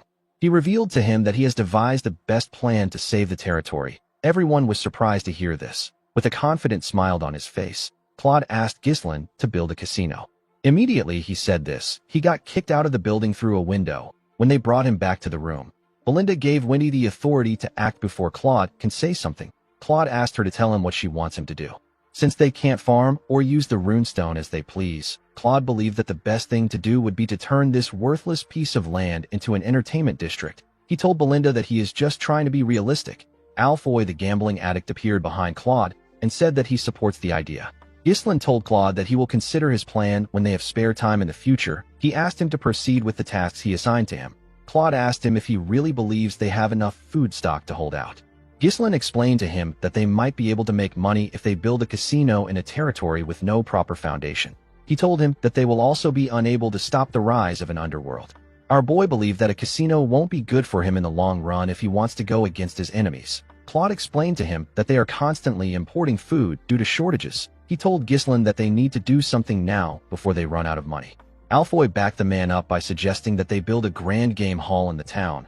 Ghislain told him that he will take care of the food problem. Claude was surprised to hear this. Our boy revealed to him that he will make crops grow on their soil. He asked Claude to do whatever he says without complaints. Claude reminded him that he said that the land isn't fit for farming. Ghislain smiled and asked him if he is certain about it. Claude said that he is sure. Alfoy backed him up and said that it can never happen. With a smile on his face, Ghislain asked them if they would like to make a bet. 3 months later, we see Claude and Alfoy staring at something in shock. Claude asked Alfoy if he is dreaming. The two of them couldn't believe their eyes. The field was filled with rye. The commoners were extremely happy to see that the seeds they planted actually grew. It had been so long since they harvested crops in their land. Claude asked Ghislain about how he did it. Our boy explained to him that rye grows in harsh environments. Before planting the seeds, they spread the powdered bones of the blood python on the soil. The bones are rich in nutrients. They then planted rye seeds which were enhanced with the mana compression sigil. Ghislain touched the rye and told the man that this method will make crops grow faster and allow them to be harvested frequently. Upon hearing our boy's explanation, Alfoy now understood why our boy made them develop a mana compression sigil. Vanessa was amazed by Ghislain's knowledge. She asked him about how he thought of using a mana compression sigil on seeds when it is normally meant for humans. The truth was that Ghislain didn't come up with the idea himself. A mana compression sigil is a magic circle that extracts power stored in a runestone to accelerate growth several times over. When mages first suggested that mana compression sigils could be used this way, they experienced some backlash. People didn't want to use something so valuable on mere grains. However, once the results were shown, no one argued again. This method of farming has already been verified by magic scholars in the future. The principle behind it was none of Ghislain's business. The people began to cheer for Ghislain. They said that they will now trust him. They were extremely happy to see that they will no longer starve. While the people were cheering, Claude and Alfoy tried to sneak out of the fields. Ghislain called out to them. He asked them about where they are going. He told them that they need to write their contracts. With a nervous look on their faces, they asked Ghislain about the contract he is referring to. Our boy took out some papers and reminded them that they made a bet saying that he will give them 5,000 gold each and grant them freedom if they won. However, if Ghislain won, they will work as unpaid slaves for 10 years. Immediately, our boy reminded them of the bet. His soldiers surrounded them from all ends. The two of them realized that they were screwed. Now that they had resolved their food problems, they were free to use the runestone for purposes beyond just selling them. In the next scene, we see the tower master of the flame magic tower sitting with Ghislain. Hubert was shocked to hear our boy ask him to build a branch of his magic tower in his territory. He didn't understand why Ghislain suddenly made this request. He told him that he simply stopped by to congratulate him on becoming a lord.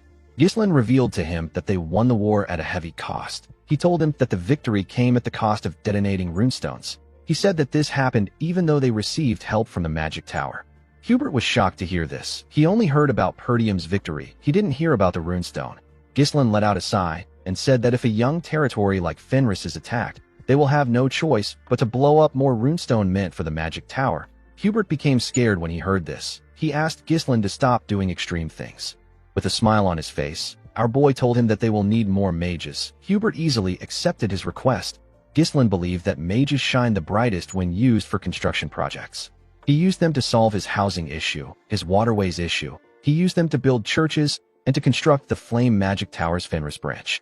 Due to the fact that more mages were dispatched from the Magic Tower, they were able to complete the large-scale construction swiftly. Of course, there were occasional minor conflicts by some mages who struggled to adapt to the territory. The mages protested against Ghislain's treatments. They called him a ruthless scum. They couldn't believe that he was making mages like them do hard labor. Ghislain found a way to resolve the issue through what he calls amicable agreements. Of course, our boy knocked them out. He asked Alfoy to get the contracts. Alfoy gladly accepted the order. He didn't want to be the only one who became a slave in this territory. Thanks to the efforts of the mages, the territory quickly regained its functionality. Unfortunately, there were still external issues that Ghislain had to face.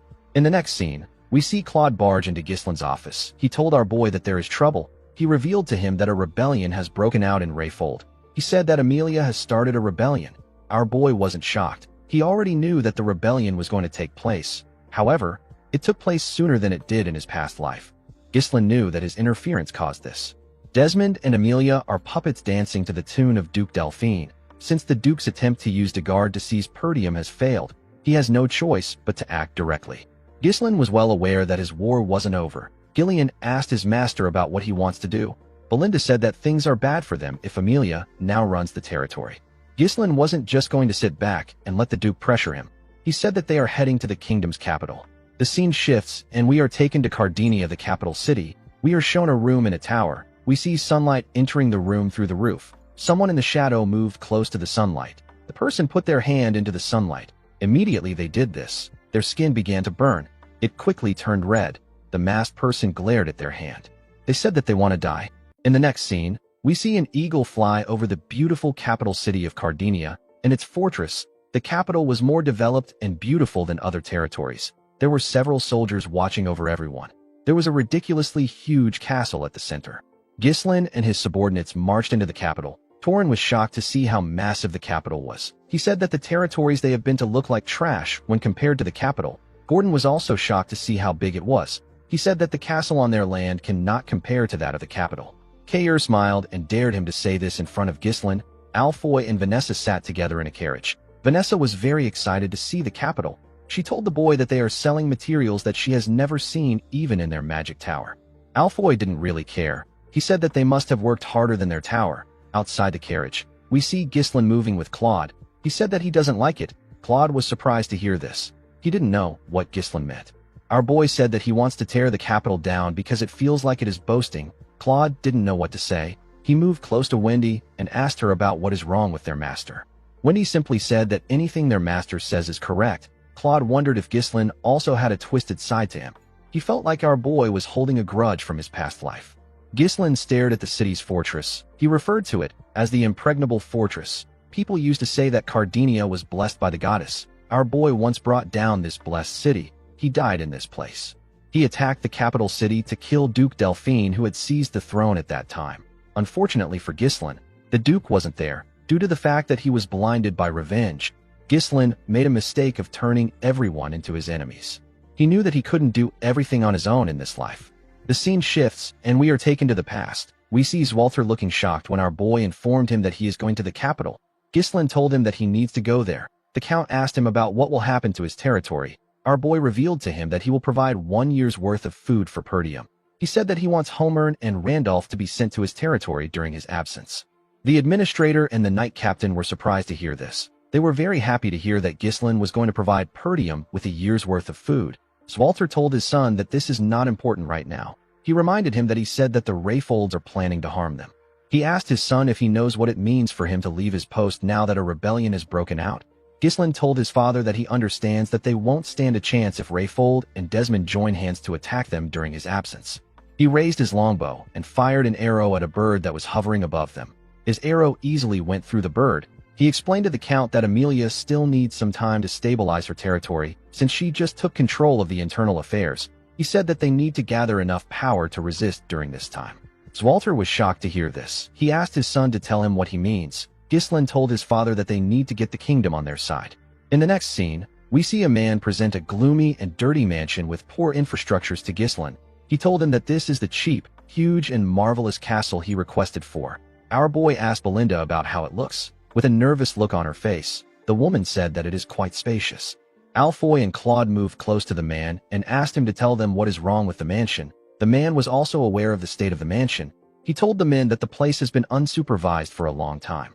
The moment he said this, Gordon screamed when he heard something move in the trees. He moved close to the others. One of the soldiers asked him to act like his size. He didn't know how someone like Gordon went into the forest of beasts.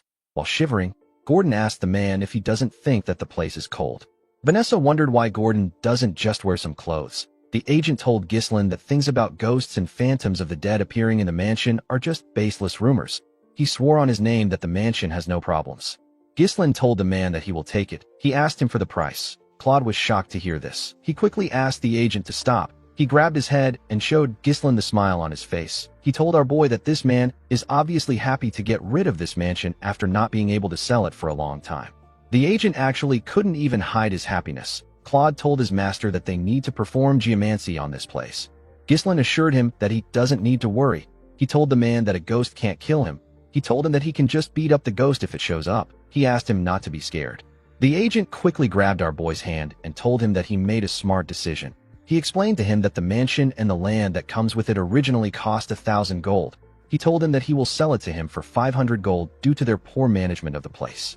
Ghislain said that he will pay 200 gold. The man was shocked to hear this. Our boy reminded him that he said that there are ghosts in the mansion. He said that he is very scared of ghosts. He told him that he can go somewhere else if he doesn't want to sell it for 200 gold. The agent explained to him that this is the only mansion in the capital going for this price. Our boy told him that the maintenance costs of a cursed property like this will end up higher than the property value. He reminded him that he will still have to continue paying the annual land taxes if he is unable to sell it. The agent became nervous. With a smile on his face, Ghislain asked the man if he knows anyone else who would buy this mansion other than him. While our boy was talking, we see the masked woman who was in the tower watching him from the roof. Immediately, she got a look at Ghislain. She disappeared. After our boy bought the mansion, Belinda and the others went inside. Belinda told the men that they need to remove all the gloominess in this mansion. The men quickly began to clean the building. While they were cleaning, Claude called out to Ghislain. He reminded him that he said that he will get one of the factions in the capital to support them. He asked him about how he plans to do this. He asked him if he believes that the factions would want to meet a countryside noble. Ghislain told him that the nobles don't have a reason to meet with him. He said that he will give them a reason to meet with him. In the next scene, we see a large amount of ingredients on a table. There were numerous cauldrons next to this ingredients. Claude asked his master about why he prepared these things. Alfoy asked him if he is going to perform some sort of alchemy. Ghislain told him that he is kind of correct. He revealed to the group that they will be making cosmetics from now on. Alfoy and the others were shocked to hear this. Our boy explained to them that he is going to make some samples and send it to every noble house in the capital. Claude asked him if he plans on using this to establish connections across the capital. Belinda wondered if this would really work. Ghislain smiled and told them that they will understand what he means once they use one of the products. He assured them that the nobles won't be able to resist his product. Nobles see exceptional looks as a symbol of power and dignity. They were the kind of people who would stop at nothing to look beautiful or handsome. In the future, it will be revealed that the cosmetics which are made from mercury and cinnabar powder are incredibly harmful to the skin. Duke Delphine created an improved line of cosmetics to address this issue. He made a massive profit from this. Ghislain stole the recipe for this cosmetic when he plundered the Duke's house. This dream cosmetics that resolved all the flaws of the old products is known as Deneb. Our boy asked Vanessa to use her magic to oxidize the zinc and turn it into powder. He placed beeswax into a preheated steamer and let it melt. He then added evening primrose seed oil and shea fruit extract. Once removed from the heat, the zinc oxide powder is added. After this, our boy blended an oil extracted from the blessing of the fairy. The moment he did this, the product released a scent into the air. Vanessa and Alfoy were shocked to smell the amazing scent the product released. Claude wondered why a mere baron would even know how to make something like this. Ghislain gently shook the cream. He told his subordinates that it is not yet finished. He explained to them that they need to leave it for a day in order for the cream to solidify. Ghislain knew that once anyone uses Deneb, they will not be able to get themselves to use other products. This products will become essential to the nobles. Our boy smiled and said that he will make good use of this product. He turned to Claude and asked him to wrap the product up. He ordered him to send it to the nobles as a gift. Claude was surprised to hear this. He asked our boy if he won't even test it. Ghislain assured him that it is fine. While they were talking, the masked woman watched them from a window. She was staring at the product. Later in the night, we see a heavy rain falling in the capital. Everyone in the mansion was asleep. The masked woman appeared in the mansion. She appeared in the room where the products were. She moved close to the wrapped products and picked one up. She opened the product and gently touched the cream. While she was looking at the cream, Ghislain appeared behind her. He asked her if she is the ghost from the rumors. The woman was shocked to hear his voice. She quickly turned around. Ghislain told her that he can guarantee the effects of his product. A heavy lightning struck when our boy said this. The woman quickly drew a sword and charged at Ghislain. She appeared in front of him in an instant. Our boy drew his sword and blocked her attacks before it could touch him. The woman tried to thrust her blade at him, but our boy blocked it before it could touch him. He swung his sword at her and pushed her back. The woman turned around and attacked his back. Ghislain was able to move his sword behind him to stop the attack. He pushed her sword back.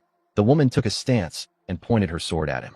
Ghislain recognized this sword technique. The woman thrust her sword at him. Our boy easily blocked it. He pushed her sword back. He and the woman pushed each other away and swung their swords at the same time. They parried each other's attacks. Ghislain recognized this grace. modesty, and spiral of roses that this woman displayed. Every single one of her movements draws a graceful trace. The woman raised her sword and swung it at our boy from the side. Ghislain easily blocked the attack. He grabbed the woman's hand and dragged her. He put his blade close to her neck. The woman was unable to move. Ghislain found it odd that a lady like her is pretending to be a ghost in a place like this. He asked the woman about her relationship with the Bramford family. A while later, we see Belinda and Gillian rush into the room. Belinda was only wearing a garment. She held her dagger in her hand. Gillian asked his master about what caused the noise. When they got inside the room, they saw their lord looking at an open window. Ghislain asked them to go back to their rooms and rest. He said that things might actually work out better than he expected. The scene shifts, and we are taken to a more beautiful mansion. We see a woman standing in front of a mirror after getting her makeup done. Her maid told her that she is as beautiful as ever. This woman is the Countess of Elizabeth. Her name is Muriel. Muriel wasn't satisfied with her face. She knew that her face was burdened with all kinds of paint and powder. In her youth, she was a pioneer who led the fashion world of the capital. Every woman imitated her cosmetics, and they wore clothes styled to look like hers. However, her fame began to fade as the years passed. Her makeup is now nothing but a veil to hide the passing of time. Muriel wondered if she can never return to her glory days again. While she was thinking, her maid informed her that she has to go to the salon. The moment the Countess turned around, she saw something shocking. Her maid's face was glowing. Her skin looked amazing. Muriel grabbed her face. She felt the moisture and the firmness of her skin. She ordered the maid to tell her what she did to her face. The woman revealed to her that Count Elizabeth received cosmetics as a gift, but he didn't want them, so he gave them to the maids. She told Muriel that her husband received it as a greeting from a noble who just arrived in the capital. In the next scene, we see Muriel's carriage at Ghislain's entrance. Alfoy, Claude, and Gordon were shocked to see the woman's golden carriage and white horses. They wondered if the queen was coming to greet them. Claude realized that Ghislain's cosmetics idea worked. He watched the Countess step out of the carriage with her feather fan, when he pushed him and asked him to greet the Countess. Claude bowed his head and greeted her. He asked her to follow him inside to have a talk. Inside the mansion, we see Ghislain sitting in a pavilion in the garden. He was feeding a bird. Claude greeted him and revealed to him that Countess Elizabeth has come to visit them. Our boy fed the bird and stood up. The woman asked him if he is Baron Fenris. Ghislain kissed her hand and introduced himself as the lord of the Fenris territory in the northern region. He told her that he is honored that she came to a secluded place like this. The Countess told our boy that he didn't send her any gifts. She said that he only gave it to her husband. She said that her fame wasn't great enough to reach the place he lives in. Ghislain smiled and told her that this is not true. He explained to her that he thought that it would be impolite to give the madam who leads the fashion world something that wouldn't satisfy her. Muriel liked that our boy praised her. She told him that he is not completely clueless. She said that they need to go straight to business. She sat with Ghislain in the pavilion. She asked our boy to give her his cosmetics. Ghislain asked her if she has used it. The Countess told him that it is excellent. She said that she no longer needs the other cosmetics she uses because of the product. She revealed to Ghislain that she wants to monopolize the product. She told him that all he needs to do is focus on developing and delivering the products. Our boy told her that he can only allow her to buy in bulk. The Countess gently smiled when she heard this. She told him that it will be very difficult for him to do business in the capital on his own. She explained to him that it will not be easy for him to enter the network of influential figures even if his product is good. Due to the fact that our boy settled in an old mansion, the Countess assumed that his finances are not very great. Belinda was annoyed to see the Countess talking down to her master. Claude found Muriel's words to be weird because they only settled in the mansion out of Ghislain's stubbornness. Our boy told the woman that the supply price will be a bit high. He asked her if she is okay with this. The Countess laughed when she heard this. She revealed to him that the Elizabeth family is one of the wealthiest family in the capital. Ghislain told her that each unit will cost 100 gold. The Countess was shocked to hear this. She asked our boy if he is joking. Ghislain assured her that he is not. He said that the Queen of Socialites has set her eyes on a product, so it must be worth a lot. Muriel blushed for a moment. She quickly put herself together. She believed that our boy was a sly fox. If it were jewelry or furniture, the price would make sense. It is completely absurd to sell a single jar of cosmetics for 100 gold. In order to make any profit, Muriel would need to raise the retail price above the supply price. Our boy was basically telling her to give up on the monopoly. She was annoyed to see that Ghislain was toying with her. Our boy smiled when he noticed that she was angry. He told the Countess that he has another offer. Belinda moved close to him with a box. Our boy explained to her that he can give her honor even if he cannot give her an exclusive deal. Muriel asked him about what he means. Ghislain placed the box on the table and opened it. He presented 15 cosmetics to Muriel. The woman was shocked to see this. Ghislain told her that this is the cosmetic he made by himself. He told her that it is called Deneb. He said that it is a gift to commemorate their connection. He picked up one of the Deneb and explained to her that there are still many nobles who don't know how effective Deneb is. He said that this is a product that can change the market. He told Muriel that she can be the one to change the market. Muriel let down her feather fan and smiled. She told Ghislain that he is a baron who only knows how to pick the prettiest words. She closed the box and accepted his offer. She stood up and moved her fan close to him.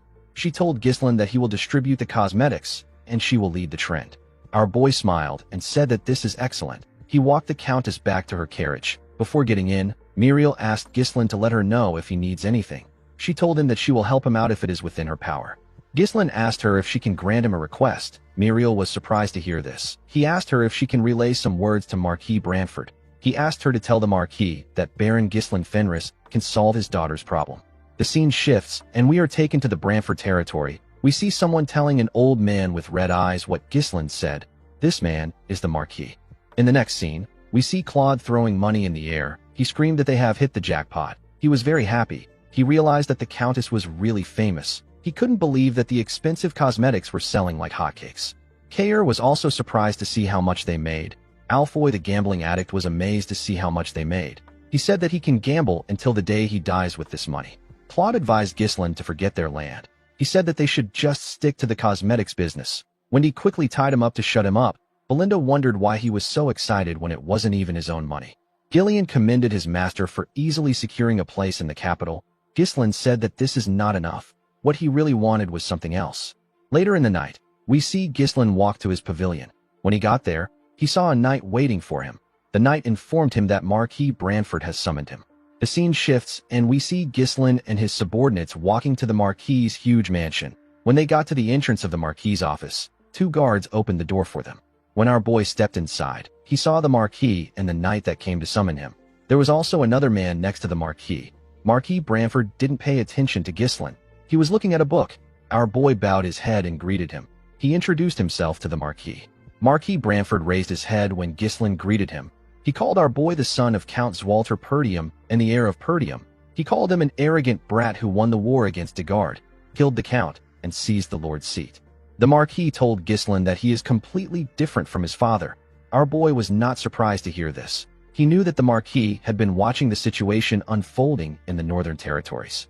Marquis Branford is a minister and the greatest authority in the kingdom. He is the leader of the royalist faction that opposes Duke Delphine. All the kingdom's affairs pass through the Marquis's hands. If it weren't for Countess Muriel, who is a fellow royalist, Ghislain wouldn't have been able to meet him this quickly. The man next to the Marquis drew a chair out for our boy. The Marquis asked him to sit. Ghislain noticed that the Marquis had a Deneb on his table. He sat in front of him. The Marquis told our boy that he heard that he claimed that he can solve his daughter's problem. Ghislain told the man that he can cure her illness. The Marquis let out a sigh and closed his book. He told Ghislain that he has never even met his daughter, whose name is Rosalind. He asked our boy about how he plans to cure an illness that they have been unable to cure for years without even knowing her symptoms. Ghislain informed the man that he heard some rumors while staying in the capital, and he gathered information on his own. He told him that he has cured an illness before. The Marquis told Ghislain that he likes his confidence. Before our boy could reply to him, the Marquis asked him to leave. Ghislain did not expect to hear this. The man told him that he is not the first person to claim that he can cure his daughter's illness. He said that all the others have failed. Each one of them had to pay the price with their lives for not taking responsibility for their words. The Marquis picked up the Deneb. He said that he doesn't want a talented young man to waste his life. Ghislain understood the Marquis's cold consideration. He knew that the man would have already tried everything possible to cure Rosalind's illness. He asked him if he doesn't plan on curing his daughter. The man said that it is not a big deal. He said that having bad skin cannot kill her. Ghislain told the man that his daughter won't agree with him. The Marquis knew that our boy was right. He told him that he brought him there because he wanted to confirm it by himself. He asked Ghislain if he is confident. Our boy placed his hand on his chest and told the man that he is different. The Marquis could tell that he was serious. He asked Ghislain to do his best if he is determined to risk his life. He ordered the man next to him to provide Ghislain with everything he needs. He asked him to reward our boy well if he succeeds. Ghislain told the Marquis that a reward is not enough. He asked him to give him something that he desires. The Marquis did not expect to hear this. He asked our boy to repeat what he said. Ghislain told the man that he is the pillar supporting the kingdom. He asked him if granting him one small wish would be difficult. The Marquis asked our boy if he is really asking for compensation just for treating his daughter. Our boy told him that he is. He asked the Marquis to tell him the value of being the pillar of the kingdom and the greatest authority if he cannot even protect his own family. He asked the man to tell him the use of his authority. Belinda was surprised to hear what her master said. Claude was scared. He didn't know why Ghislain was speaking so boldly. The Marquis told our boy that the price of demanding something from him is not cheap. He told him that he has to put everything he has on the line if he wants to get what he wants. The moment he heard this, Ghislain remembered his county, his sister, his father and his officials, his comrades and soldiers. This were the most important people to him. With a serious look on his face, the Marquis stretched out his hand and asked Ghislain if he can do it. Our boy looked into the man's eyes. He put himself together and shook his hand. The Marquis was surprised to see this. Our boy told him that he will put everything on the line. The Marquis looked into his eyes. He could tell that Ghislain was being serious. He turned to his assistant and asked him to inform the royal treasurer to prepare to cut off all support for Perdium. He asked him to instruct the commander of the guards to surround Ghislain's mansion in the capital. He forbade all entries and exits. The Marquis stood up and told Ghislain that he has 1 week. He asked him to bring Rosalind to him in perfect condition within this time. Our boy smiled and said that he can do it. Belinda became nervous when she heard this. Claude was annoyed. He couldn't believe that Ghislain put them in another issue when they just solved their money problem. Belinda knew that the Marquis could easily take out Perdium and Fenris. She hoped that her master knew what he was doing. Ghislain stood up.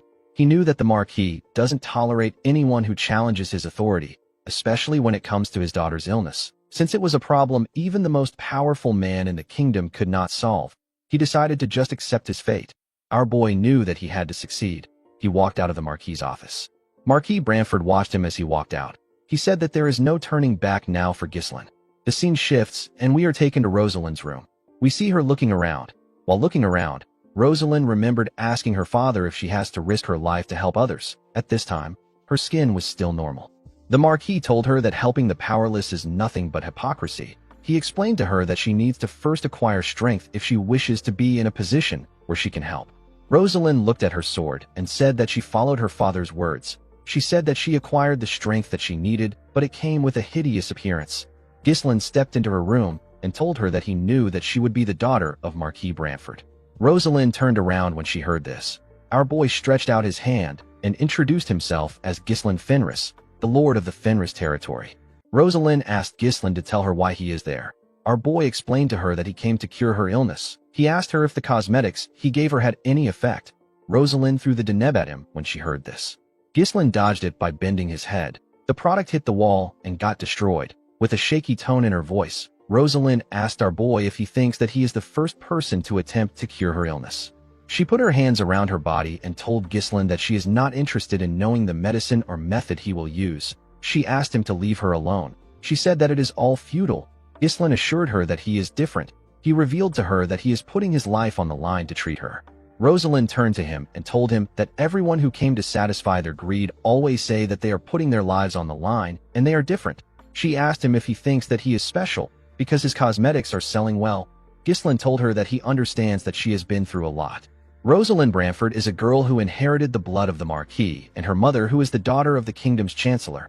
After her mother passed away, she became the sanctity of her family. The girl was skilled in both the pen and the sword. She knew how to wield the sword and use mana. She also built her achievements as the foremost patron of Cardinia's various industries. However, an unknown disease completely overturned the life of this talented girl. Even when the Marquis' family exhausted every possible means, Rosalind's illness couldn't still be cured. Due to this, Marquis Bramford sought to resolve his daughter's problem through a political marriage. Even if she could no longer live like before, the Bramford name would still be able to protect the girl. The cause of Rosalind's illness is an irreversible spontaneous skin eruption, which is caused by improper training of the mana cultivation technique. This is one of the rare rejection responses that appears when the balance between the polarities of mana collapses. In other words, Rosalind's mana road itself was in disorder. Rosalind drew her sword and covered it with mana. She asked Ghislain to get lost before she kills him. Our boy knew that Rosalind's illness will worsen if she continues to force mana out of her body. He apologized to her and told her that he is going to have to treat her forcefully. Immediately he said this, he charged at the girl. Rosalind swung her sword at him when he got close to her. Ghislain blocked her blade with his sword hilt. He used his sword hilt to push her blade down and grabbed her arm. He slammed Rosalind on the ground and managed to hold her down. Immediately he did this, he called out to Belinda and Wendy. The two women entered the room with a bed. They tied Rosalind to the bed. The girl asked them to let her go immediately. Claude stepped into the room with a box. Ghislain took off his jacket and told the girl that he will remove her mask. Rosalind was shocked to hear this. Our boy explained to her that he needs to check her condition before beginning the actual treatment. When he placed his hand on her mask, Rosalind asked him to stop. She told him that she doesn't need his treatment. Ghislain didn't listen to her. He took off her mask. Claude and the rest of the group were quite shocked to see how damaged her skin was. Ghislain didn't seem surprised. He took out a vial from the box Claude was holding and explained to the girl that she will have to endure a lot for a week. He told her that she can endure what is about to happen as long as she is determined. Rosalind grit her teeth out of anger. She asked our boy if he has a death wish. She asked him if he really thinks that he can treat her illness. Our boy told her that he will die if he is not able to treat her. He poured the substance in the vial in her mouth. He told the girl that she will also die if she doesn't get treated. Rosalind was shocked to hear this. Tears flowed out of her eyes. Ghislain covered his hand with his mana. He was certain that his method will be successful. This is because this treatment was invented by Rosalind's future self. Our boy placed his hand on Rosalind's stomach and pushed his mana into her body. His mana entered her veins. Rosalind felt a large amount of excruciating pain when Ghislain's mana entered her veins. She couldn't believe that she had to endure this for a whole week. The girl wondered why she had to get this illness. She wondered why she was the only person in the world who had to suffer this kind of pain.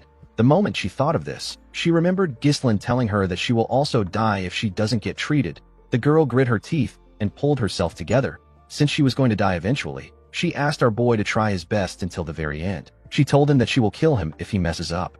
The scene shifts, and we are taken to Ghislain's mansion. We see the mansion surrounded by the Marquis' soldiers. Ghislain's soldiers were scared and confused. They didn't understand why they were in a situation like this. While trembling, Alfoy said that their stupid lord must have made another mess. Gordon suggested that they look for Ghislain instead of staying like this. Gillian asked him not to bother. He and Kair walked down the stairs with barrels of liquor in their hands. Kair asked the men to relax and have a drink. He reminded them that their lord wouldn't make a move without thinking. A week later, we are taken to the Marquis' mansion. We see the Marquis and two knights walking to the basement. When he stepped into the basement, the man saw something surprising. He saw Ghislain standing in a room covered with blood. His daughter's face had a light veil on it. Our boy turned to the Marquis and looked him in the eye. Marquis Branford stared at Ghislain with a chilling look on his face. Ghislain used his hand to remove the veil on the girl's face. The Marquis was shocked to see what our boy did. The scene shifts, and we see people gossiping about how the daughter of the Marquis has been cured of her illness. Later in the day, we see Ghislain step into the Marquis' office with Claude and Belinda. He bowed his head to the Marquis when he stepped into his office. Marquis Branford smiled and told our boy that he wasn't all talk. Ghislain sat down and told him that he was able to do it because he gave him a chance. The Marquis asked him to tell him what he wants. Everyone in the room nervously looked at Ghislain. They all wanted to know what he would ask for. Our boy asked the Marquis to be his guardian. The Marquis' subordinates were shocked to hear this. Belinda was happy to hear what her master said. She knew that he would request for this. Claude knew that Marquis Branford would be forced to take responsibility for his lord if he becomes his guardian. This is perfect for building a base of power in the kingdom. Marquis Branford reminded Ghislain that he said that he needs a small favor. He told him that he now understands why he came to him. Ghislain smiled when he heard this. The Marquis revealed to him that he already has someone in the north who he has set his sights on. Our boy asked him if he is referring to Count Brivant. The Marquis did not expect to hear this. He reminded Ghislain that Count Rayfold and Count Desmond are also great lords in the north. He asked him about why he thinks it is Count Brivant. Our boy explained to him that Count Desmond pretends to be neutral, but no one knows what he is really thinking. The Rayfold County is currently in chaos due to internal family strife. Besides this too, the other lords are incompetent and greedy. On the other hand, Count Brivant is wealthy and close to the royalist faction. He also possesses the military power of the Flame Magic Tower. The only person that the Marquis could set his eyes on is Count Brivant. Marquis Branford asked Ghislain if he is saying that he is more worthy than Count Brivant. Our boy smiled and asked the man to be honest. He asked him if he doesn't find the Count to be unsatisfying. Marquis Branford began to laugh when he heard this. He told Ghislain that he is correct. He said that the Count is a good man, but he is lazy, indecisive, and easily influenced. Our boy told him that the Count would have already been influenced by the Duke because of his personality. He asked the Marquis to be bolder if he is going to grant his wish. He asked him to make him the representative of the North. Marquis Branford did not expect this. He told Ghislaine that he now knows why he risked his life for this. He stood up and asked everyone present to bear witness. He announced that he will support Ghislaine as his guardian. He said that our boy's enemies are now his enemies. Everyone who wants to face Ghislaine must remember that the Marquis stands behind him. Marquis Branford turned to our boy and asked him to swear that he will consider his honor in everything that he does. Ghislaine went on his knees and drew his sword. He held his blade and swore that he will consider the Marquis' honor. The moment he did this, someone congratulated him. Our boy quickly turned around. The person told him that she couldn't greet him properly because of the chaos. The girl with the blue fan told Ghislaine that although her father has rewarded him, she is the one who is truly indebted to him. Immediately she said this. Rosalind closed her blue fan and revealed her beautiful face and shining red eyes. The girl told our boy that she will become his guardian. In the next scene, we see a party taking place in the Marquis' mansion. We see nobles dancing and talking to each other. Some of them talked about how Rosalind's illness was cured by some no-name noble with cosmetics. Someone said that it might be the Deneb that Countess Muriel has been advertising. A noble lady asked the man not to make her laugh. She said that a cosmetic product cannot cure an illness that even doctors couldn't cure. Another man said that Marquis Branford wouldn't host a banquet for no reason. He said that he heard that the Marquis has already decided on whom to support. While the nobles were chatting amongst themselves, someone asked them to look up. Everyone quickly turned to the door. They saw Ghislaine walking with Belinda by his side. The woman wore a beautiful dress. Belinda grabbed her master's hand and asked him to take it out of his pocket. She asked him to put a smile on his face. Ghislaine wasn't really interested in doing this. He asked the woman if she doesn't think that she is a little overdressed for the event. Belinda smiled and asked her master if he knows when she will get the chance to come to a banquet like this. She said that she cannot miss a banquet hosted for him by the real power of the kingdom. Ghislaine said that he is not certain if the banquet is for him. Immediately he said this. The doors slowly opened. Someone announced that Marquis Branford is entering the hall. Everyone quickly turned to the door. They saw the Marquis step into the hall with a lady by his side. Rosalind gently walked down the stairs. She put her blue fan away and revealed her face to the nobles.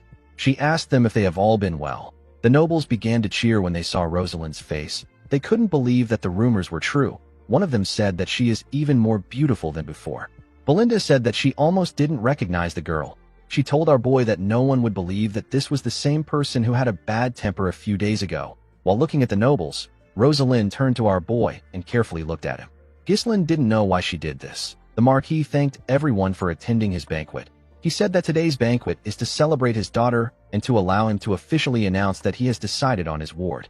The nobles were surprised to hear this. They couldn't believe that the rumors were true. Marquis Branford told them that some of them might already know our boy, but most of them don't. He said that Rosalind was able to break free from the illness that has been oppressing her for years thanks to the efforts of Baron Ghislaine Fenris. The Marquis said that his family will do its absolute best to help Ghislaine as its guardian. He asked the nobles to treat our boy the same way they treat him. He smiled and asked them to enjoy the banquet. Immediately he said this. The nobles turned to Ghislaine and glared at him with a scary look in their eyes. They looked like predators that have found their new prey. Ghislaine realized that the Marquis might be careful when making a decision, but he is decisive when it is time to act. He remembered the Marquis asking him to attend the banquet so that he could introduce himself to the nobles of the faction. He told our boy that the nobles can provide him with help in the future. Ghislaine noticed that most of the kingdom's important figures attended this banquet. He didn't like interacting with nobles, but he understood that the banquet would benefit him a lot. While he was looking around, he heard some people gossiping. Some wondered if Ghislaine deserved to be under the Branford family. Some said that his family doesn't even have any real power. Belinda was annoyed to see that they were looking down on her master. While the nobles were talking, someone called out to Ghislaine. Our boy and Belinda quickly turned their heads. Rosalind bowed her head and told Ghislaine that she would like to extend her gratitude to him. The nobles were shocked to hear this. The hall became quiet. Rosalind asked him not to pay attention to the petty noise. She said that it is natural for rumors to follow a popular figure. Ghislaine said that he is not interested in this kind of popularity. He told the girl that their intense gazes are almost burning his skin. Rosalind told him that today is a special day. She explained to him that the nobles have confirmed that she has officially returned to the public's eye, and they found out that her father has become his guardian. She said that the nobles must be itching to do something. She stretched out her hand and told Ghislaine that they need to greet the nobles. She said that everyone is waiting. Our boy carefully turned and looked at Belinda. The woman smiled and waved at him. Ghislain smiled and grabbed Rosalind's hand. The girl explained to him that the royalist faction is divided into 3 main groups. The first group belongs to the wealthy house of Elizabeth, which dominates the capital's culture and commerce. The second group is under the Chief Justice, who oversees law and administration. He is the eldest son of the royal chancellor and Rosalind's in-law. His name is Sir Bilor Norton. The third group is under Marquis Morris Macquarie. He is the commander-in-chief of the kingdom's army. He is in control of the nation's military might. Rosalind explained to Ghislain that this people are the high nobles of the Lithania kingdom who wield immense power over administration, finance, and the military. She told him that whoever he chooses to greet first as the northern representative will either raise or diminish their prestige. The moment he heard this, our boy remembered the Marquis telling him that the world he is about to step into is completely different from the one he comes from. Rosalind told him that he has to choose well. Ghislain carefully looked at the nobles. He let out a sigh and walked forward. He moved close to Count Elizabeth and bowed his head to introduce himself to him. Marquis Morris was annoyed to see this. Count Elizabeth greeted our boy with a smile on his face. He told him that his wife has gained some confidence thanks to him. He asked Ghislain to let him know if he ever needs any help. Countess Muriel moved close to our boy and referred to him as their little brother. She said that our boy is quite loyal. Ghislain asked her if she is allowed to call him this in this formal setting. The Countess said that it is not important since they are the only ones there. She thanked Ghislain for saving their faces. Immediately she did this. Marquis Morris cleared his throat loudly so that Ghislain can notice his presence. A man wearing blue clothes said that Ghislain should first pay his respects to the commander of the army if he is the son of a count. A man wearing red who stood behind Marquis Morris said that Marquis Branford has grown old. He said that Marquis Branford is now poor at discerning people. Ghislain turned around and moved close to the Marquis. He walked past the man instead of greeting him. Marquis Morris was shocked to see this. He saw our boy introduce himself to Sir Bilor Norton. The man was annoyed to see this. Sir Bilor thanked Ghislain for curing Rosalind. He told him that he has lifted a great burden off his heart. He revealed to him that Marquis Branford told him that he was looking for dwarven and elven slaves. He told Ghislain that he takes care of the legal issues related to slave traders and taxes. He asked him not to worry about it. Ghislain thanked the man for his help. After he was done with Sir Bilor, he went to greet Marquis Morris. The man was quite angry to see that our boy greeted him last. He asked him not to get conceited because Marquis Branford is backing him. He told Ghislain that he can cut him off anytime. Our boy said that he still has many shortcomings. He asked Marquis Morris to continue guiding him in the future. Marquis Branford watched our boy as he greeted the nobles. He heard the other nobles discussing about how Ghislain greeted the high nobles. When Ghislain was done, Rosalind asked him if the order was intentional. Our boy told her that he simply followed his heart. The moment he said this, the other nobles ran to him. They wanted to give him gifts and talk to him. The Elizabeth family and Sir Bilor watched Ghislain as the other nobles surrounded him. Count Elizabeth said that our boy has earned the resentment of Marquis Morris. His wife asked him not to worry because the Marquis is a simple man. Sir Bilor said that Marquis Morris can't cut Ghislain off just because he is jealous. Marquis Branford said that this is natural. He said that our boy is the only one who was capable of curing Rosalind's illness. Sir Bilor was amazed that the Marquis discovered such an excellent talent. He referred to him as brother and told him that he is quite impressive. Marquis Branford said that he didn't do much. He explained to him that Ghislain rose from the bottom to this position with his own strength. He said that our boy possesses the might to turn an unfavorable war into victory, and he has the ability to read the surrounding state of affairs and foresee what lies ahead. The Marquis said that he believed that Ghislain was worthy to receive his support. The moment he said this, someone stepped into the hall with a cane in his hand. Ghislain immediately sensed the person's presence. The high nobles and our boy quickly turned to the door. They saw a well-dressed man with a walking cane. Ghislain grit his teeth out of anger when he saw this man. He was happy to see that the man had finally crawled out. This man is the closest aide of Duke Delphine and the strategist of the ducal house. His name is Raoul Joseph. A man wearing a coat on a huge armor walked into the hall after Raoul entered. Our boy seemed to recognize this man too. The other nobles recognized Raoul. They all knew that he was from the Delphine ducal house. They believed that it wouldn't be smart to associate with him. Raoul and his knight walked up to the Marquis. Raoul greeted Marquis Branford. The Marquis told the Viscount that he believed that he had no interest in events like this. The Viscount told him that he simply came there to pay his respects. He told the Marquis that he heard he recruited a young lion. The Marquis told him that his lion is not special enough to interest the Duke. He asked the Viscount about the identity of the person behind him. Raoul told the Marquis that it is his escort. He said that it is not someone special enough to interest him. The Marquis Knight told the Viscount that his escort needs to remove his helmet and reveal his face. He asked the escort knight to show his face.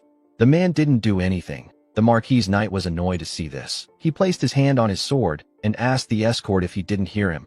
Before he could draw his sword, Marquis Branford asked the man whose name is Tolio to stop. He said that it is okay. With a serious look on his face, the Marquis asked Raoul to enjoy himself since he has come a long way. He asked him to take care of himself before he leaves so that he doesn't dishonor the Duke's name. The Viscount smiled and thanked the Marquis for his consideration.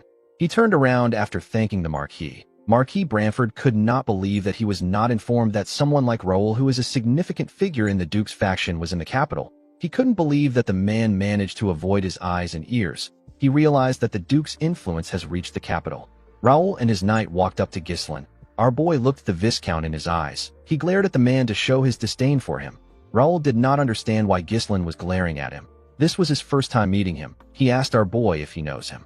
Ghislain put himself together and stopped glaring at the man. He told him that he knows him. He said that he heard many things about him in the capital. The Viscount told Ghislain that he also knows him very well. He said that our boy put on an amazing show in the northern region. Ghislain was not surprised to hear that the man knew about what happened in the north. This is because Raoul was the one who made all the plans to bring Perdium to its knees. The Viscount suggested that they move somewhere else since they have greeted themselves. He told our boy that he has something to tell him privately. In the next scene, we see Ghislain in a room with the Viscount and his knight. Raoul decided to be straightforward. He told our boy that they are interested in his cosmetics. He explained to him that he came to the capital because he heard that a product that was good enough to cure Rosalind's skin and bring it back to life had appeared. He said that they were actually developing something similar. Ghislain wasn't looking at the Viscount when he was talking. He was staring at the knight behind him. Our boy turned to the Viscount and told him that he will have to apologize to him if he came to talk about an exclusive contract or technology sharing. The Viscount told him that he did not come there to engage in such a tedious talk. He said that a brilliant young man like him is rotting away in the countryside with nothing. The Viscount said that a scoundrel suddenly made a name for himself, led a war to victory, and secured a successful position in the capital. He asked our boy if this is by luck or skill. Ghislain told Raoul that he improved by studying a bit. This wasn't the answer Raoul wanted. With a smile on his face, the man asked our boy to come to the Duke's faction. Our boy was not surprised to hear his offer. Raoul said that there is an expiration date to talents and abilities. He told our boy that his life will end before he gets the chance to show his talents if he stays in a harsh place like the North. He told him that he will be worn down by barbarians and foreign wars. He said that this is not the first time he has seen brilliant young men waste away like this. He stretched out his hand and told Ghislain that he won't have to worry about this if he joins them, because they have the power to change his life. Our boy reminded the man that he has already joined the Royalist faction. Raoul told him that he cannot really say that he joined the faction when it has not been that long. He revealed to our boy that they can provide some fine lands in the south and give some to his father too. He said that Count Perdium must have been through a lot of troubles to protect the kingdom from the barbarians. He told our boy that the Count can't fight forever. He said that it might be time for him to retire. Ghislain already knew that Raoul would try to convince him like this, even though our boy already joined hands with the faction that opposes the ducal house. The Viscount is still trying to win him over.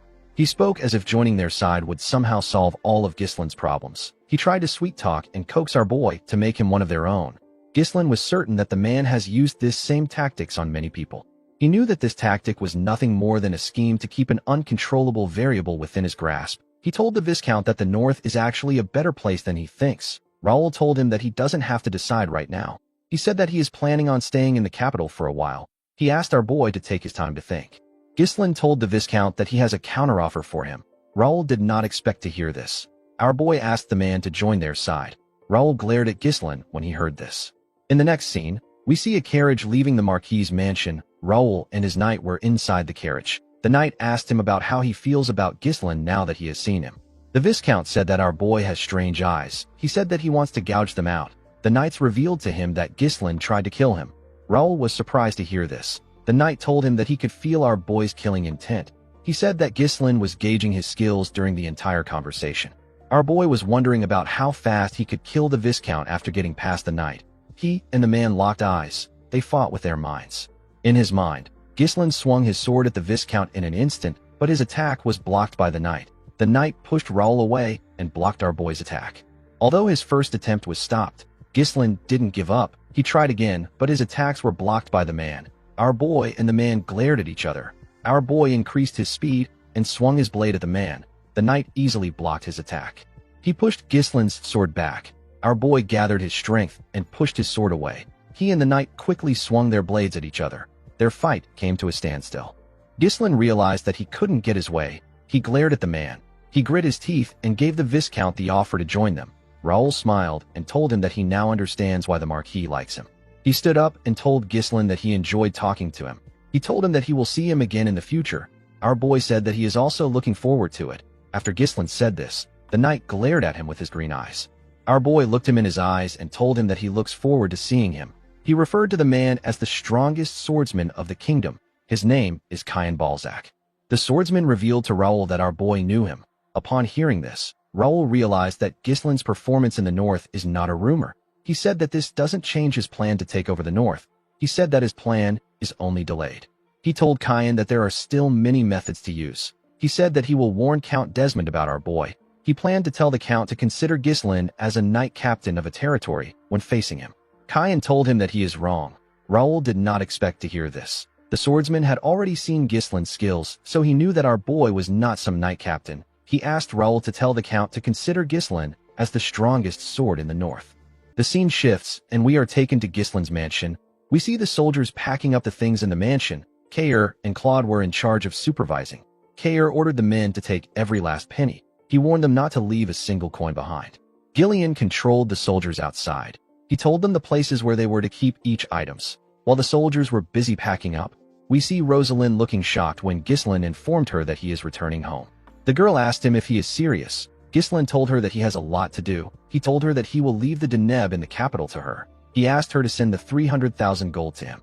Immediately he said this. He noticed that she wasn't pleased. Rosalind asked him if he doesn't have anything else to talk about other than money. Gislin didn't know what to say. He reminded her that she is his sponsor. Rosalind told him that he is cold. She let out a sigh and explained to him that she needs to know more about him as his sponsor so that she can understand him better. She said that she would like to know things like the kind of goal he has for him to devote his life solely to work. Gislin told the girl that it is nothing much. He said that he simply wants to live his life well without starving to death. Rosalind said that this is not true. She told him that he would have accepted Viscount Joseph's offer and joined the Delphine faction if this was his goal.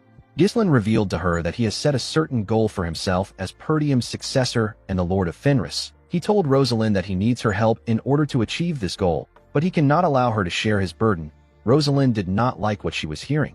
She asked Gislin to tell her why he won't share his burden with her. She said that a burden is naturally supposed to be shared. Gislin pushed her fan out of her hand and grabbed it. He gently raised her hand and kissed it. Rosalind was shocked to see this. She began to blush. Gislin told her that he cannot share his burden with her because he wants her to be happy. After saying this, he turned around and walked forward. Rosalind watched him as he walked away. She seemed blown away by our boy's smooth nature. As he walked away, Gislin thought about how the banquet ended with a positive mood. By rejecting Raoul's offer, Gislin was able to save the Marquis' image. All the support materials that would have gone to the Brivant territory are now headed towards Fenris and Perdium. Under the Branford name, Gislin can now enjoy many benefits like tax exemptions and preferential treatments. Our boy was able to secure 50,000 residents from the capital who will relocate to his territory. The dwarven slaves who are precious laborers have been sent to Fenris. With this improvement, no one will be able to look at Fenris as a small and impoverished domain any longer. However, the fact that the nobles from the ducal faction came to see Gislin in person means that they are plotting something else already. Our boy knew that this people will strike him down if he hesitates for a moment. He promised to kill Duke Delphine and erase every trace of him in the world. In the next scene, we are taken to a better-looking Fenris. We see some people handcuffed with chains. These people are dwarven slaves. The dwarves were being escorted by some soldiers. A bald dwarf called out to a dwarf with full beards. This dwarf's name is Galveric. The bald dwarf informed Galveric that the lord of the territory has arrived.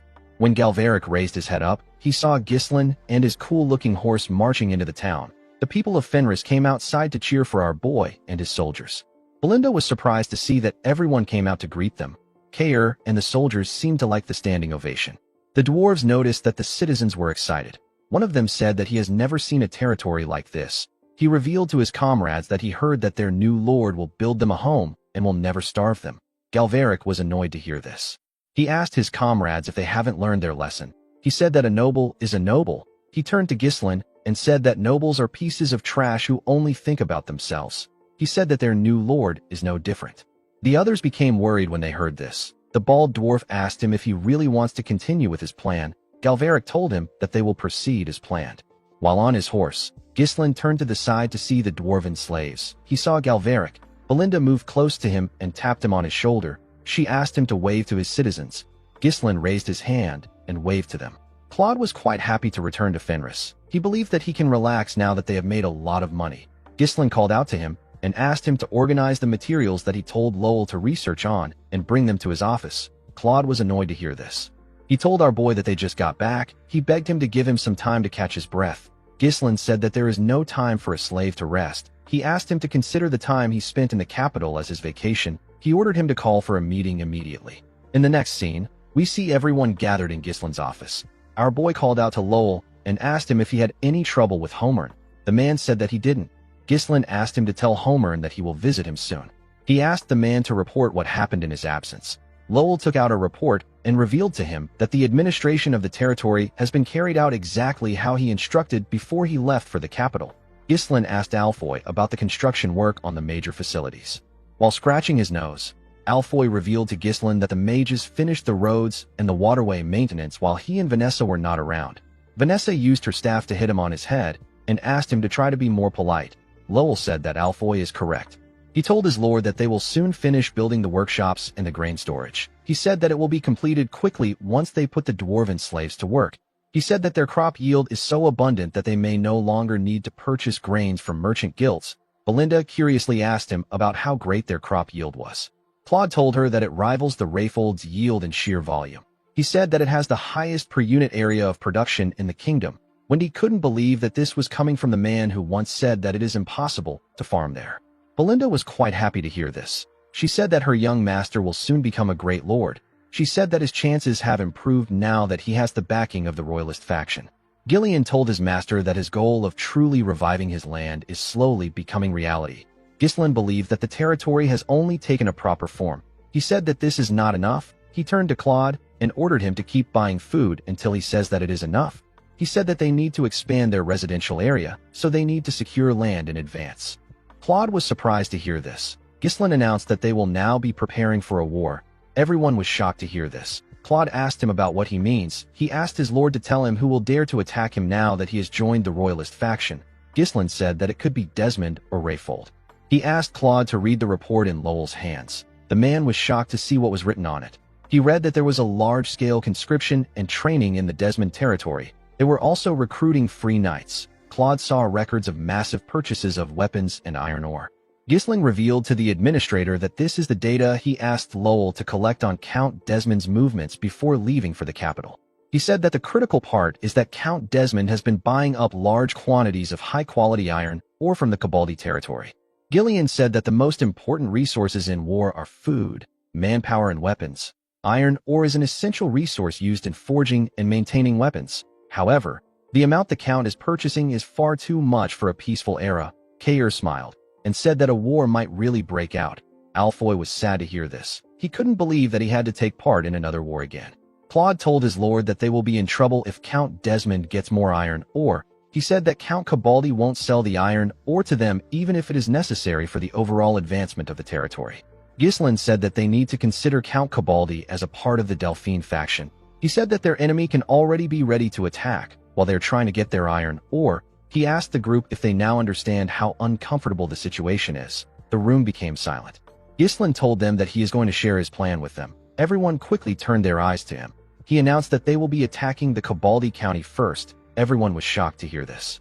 In the next scene, we are taken to the Cabaldi County. We are shown the Cabaldi Castle. Inside the castle, we see a man eat a berry and spit out a seed on the table. Count Desmond was sitting across this man. The man with the unique chin is Count Cabaldi. The Count asked Desmond to tell him what he means by strongest sword in the north. Count Desmond revealed to him that he received a report about the Fenris territory from the Duke. He said that the Duke asked them to consider Ghislain as the strongest sword in the north when facing him. He told Count Cabaldi that our boy is an unpredictable individual. He advised him to make preparations for war. Count Cabaldi asked Harold about why he is telling him this. He told Count Desmond that he will be the one to go out to fight. Harold told him that it was an order from the Duke. Count Cabaldi began to laugh like a crazy person. He asked Harold if he lost all his senses after losing to Ghislain. He asked him if anyone would dare wage war on his territory. His territory possesses a double wall that is built sturdier than an ordinary fortress. There is also a moat surrounding the castle. The siege weapons in the castle were forged with the North's finest smithing techniques. Count Cabaldi asked Count Desmond if he is really telling him to make preparations after seeing this citadel that has been handed down for generations. He told him that his castle has never been breached. With a confident smile on his face, he said that it has never happened in history. He advised Harold to worry about himself first. He reminded him that he recently lost his secret weapon. Count Desmond was annoyed to hear this. The scene shifts, and we are taken to Fenris. We see Caer, Gillian, and Belinda bow their heads as our boy walked past them in his armor. Ghislain stepped on the stage and looked down to see his soldiers standing in front of him.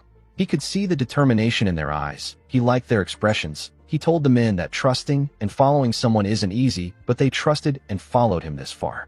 Ghislain took out his sword and slammed the blade on the ground. He announced to the men that he will turn all 200 of them into knights. He said that this is the founding of the Fenris Knight Order. The men raised their hands and began to cheer when they heard this. Claude and Wendy watched them cheer from their tent. The administrator was also wearing an armor. He said that the situation is driving him crazy. He told the woman that it doesn't make sense no matter how many times he thinks about it. He said that he is not sure if it is possible. He asked Wendy if she also shares the same views as him. The scene shifts, and we are taken back to when Ghislain announced that they will attack the Cabaldi County first. Claude stood up and asked his lord about how he reached this conclusion so quickly. Ghislain explained to him that Count Desmond and Count Cabaldi are pretending to be neutral even though they support the ducal house. In other words, they are chess pieces that can move freely in place of the ducal house. Our boy told the group that Count Cabaldi is also their enemy. He said that they will get the Count's iron, or if they win the war, they will also slow down their enemy's growth and accelerate their own. This move made sense to everyone. Claude asked his lord about what they are going to do. Gillian told his lord that the armaments of Cabaldi's soldiers are among the finest in the north. Caer said that their overall military power is lacking in quantity and quality. Ghislain revealed to them that he is going to turn all 200 mercenaries into knights who can wield mana. Caer and Gillian were surprised to hear this. According to Ghislain, a well-trained knight has the power of 100 ordinary soldiers. If they are able to form an order of 200 knights, they will gain an equivalent strength of 20,000 soldiers. With a worried look on her face, Belinda asked her master about how he is going to do it. She reminded him that it takes years to master mana properly. Ghislain asked Vanessa to bring something. The girl and other mages brought in some barrels containing a large amount of scrolls. Alfoy said that these are mana compression sigils. Claude asked his lord if he used the runestone to create these things. Our boy took out one of the scrolls and said that the mercenaries will be able to master mana with it. He said that it might stray a little from the normal method. He told his subordinates that he modified the Perdium family's mana cultivation technique to make it easier to learn. He said that it should take the soldiers a month to master it. Belinda became nervous when she heard that our boy modified the family's mana cultivation technique without permission. She asked him if the lord won't be mad about it. Ghislain told her that it is better that his father gets angry than they lose their soldiers. Gillian told him that they won't be able to bring down the Cabaldi castle by simply training their soldiers. He revealed to him that he has been to the castle during his mercenary days. He said that the castle has a sturdy double wall with a deep moat surrounding it and flawlessly arranged defensive weapons. With so many elements favoring the castle's defense, people say that it has never once fallen throughout the lineage of the family. Gillian told his master that their mercenary tactics won't work if the Count resolves to hold a defensive siege. Claude suggested that they give up on the castle and focus on blocking Count Desmond. He said that they can get iron ore from other regions, even though it might be difficult. Ghislain asked him if he wants to bet to see if they will lose or win. Claude was annoyed to hear this. He asked our boy to stop betting on his territory's fate. Ghislain smiled and asked him not to worry about it. He told his administrator that he always has a plan. The scene shifts, and we are taken to a training hall. We see Ghislain standing in front of his soldiers. The soldiers wondered if they don't need to know how to use mana to become knights. They knew that it would take a few years to learn mana. Gordon raised his hand and asked Ghislain about how they are going to use mana. Ghislain told the soldiers that it would normally take several years to learn how to use mana. He told them that he will make sure that they all learn it within a month. Gordon and the other soldiers were surprised to hear this. Ghislain smiled and said that he will explain to them in a way that they can really understand. A while later, we see Ghislain pushing his mana into Gordon. There were several exhausted soldiers laying on the ground. They were breathing heavily. Gordon grit his teeth to endure the pain of our boy's mana. Ghislain asked him to bear with it. He told him that he is compressing several years into a single month. The burden for this is naturally enormous. He told Gordon that he will temporarily feel mana through the compression sigil. He asked him to gather the mana particles in the air and take them beneath his lower abdomen to form a mana core. He advised Gordon to imagine winding up a skein of thread. While following his orders, Gordon dragged the mana beneath his lower abdomen. He screamed out in pain. A while later, we see Ghislain step out of the training hall. He saw Belinda and Lowell waiting outside for him. Belinda told him that he did well. Ghislain thanked her and asked her if she can take the soldiers back to their lodgings. He told her that she will need to keep an eye on them for a while. While breathing heavily, he called out to Lowell and informed him that they will be crafting the armor that their order will be using. He asked him about how their dwarven slaves are doing. Lowell informed his master that the elves haven't arrived yet, but the dwarves are already waiting in the territory's lodgings. Ghislain turned to the sky when he heard this. He said that the moon won't be rising tonight. The scene shifts, and we are taken to a forest outside the town. We see someone push his hand out from the ground. The person created a huge hole and came out of the ground. The person turned out to be Galveric. His comrades were behind him.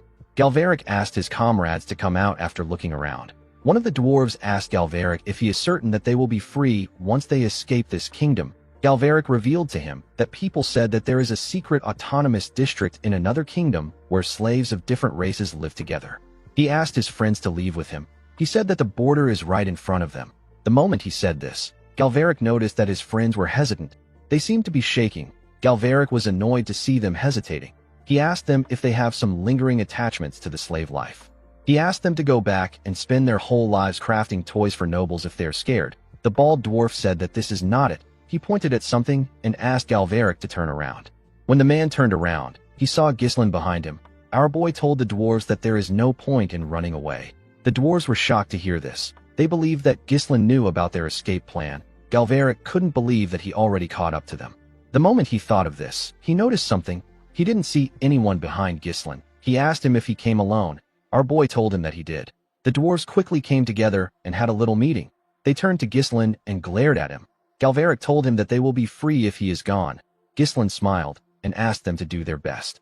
A while later, we see Galveric struggling to get up after taking a beating from Ghislain. His friends couldn't even move. Ghislain moved close to him and told him that dwarves are quite sturdy. Galveric raised his head up when he heard this. Ghislain explained to him that the slave traders are going to search for him once he runs away. He asked the man if he would like to just work for him. Galveric asked our boy not to make him laugh. He said that he would rather die chasing freedom than getting stuck there and making boring toys for him. He told Ghislain that he is gravely mistaken if he thinks that they are going to work without resisting. Ghislain smiled when he heard this. He liked the dwarf's resilience. He believed that his behavior was normal since he is someone who will later be called the legendary blacksmith in the future. Galveric pushed himself up and took a stance. Ghislain asked the man to give him 10 years. He promised to build an autonomous district for dwarves in his territory and free them from slavery if they cooperate with him earnestly.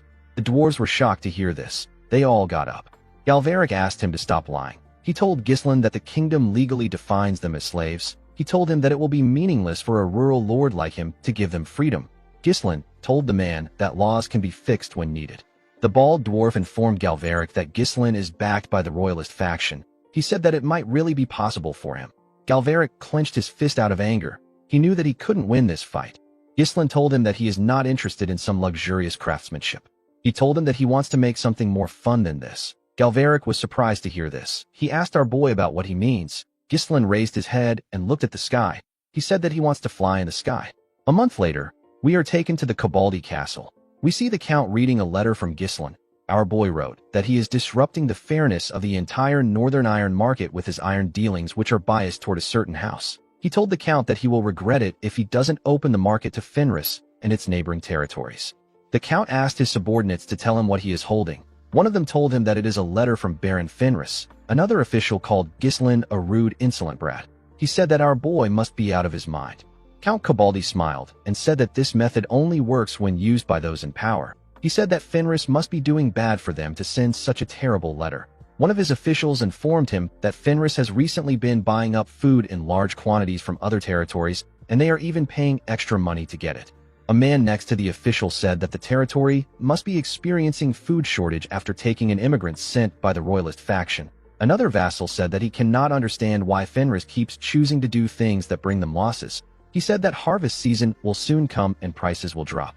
The noble next to him asked him not to bother trying to understand the actions of the territory. He said that it is typical for a youngster to act reckless without thinking. Count Cabaldi used a candle light to burn the letter. He told his subordinates that it is natural for Ghislain to run into trouble because he is trying to bulk up a territory that was just on the brink of ruin some time ago. With a smile on his face, the Count said that he is sad that he won't be able to see Ghislain's downfall.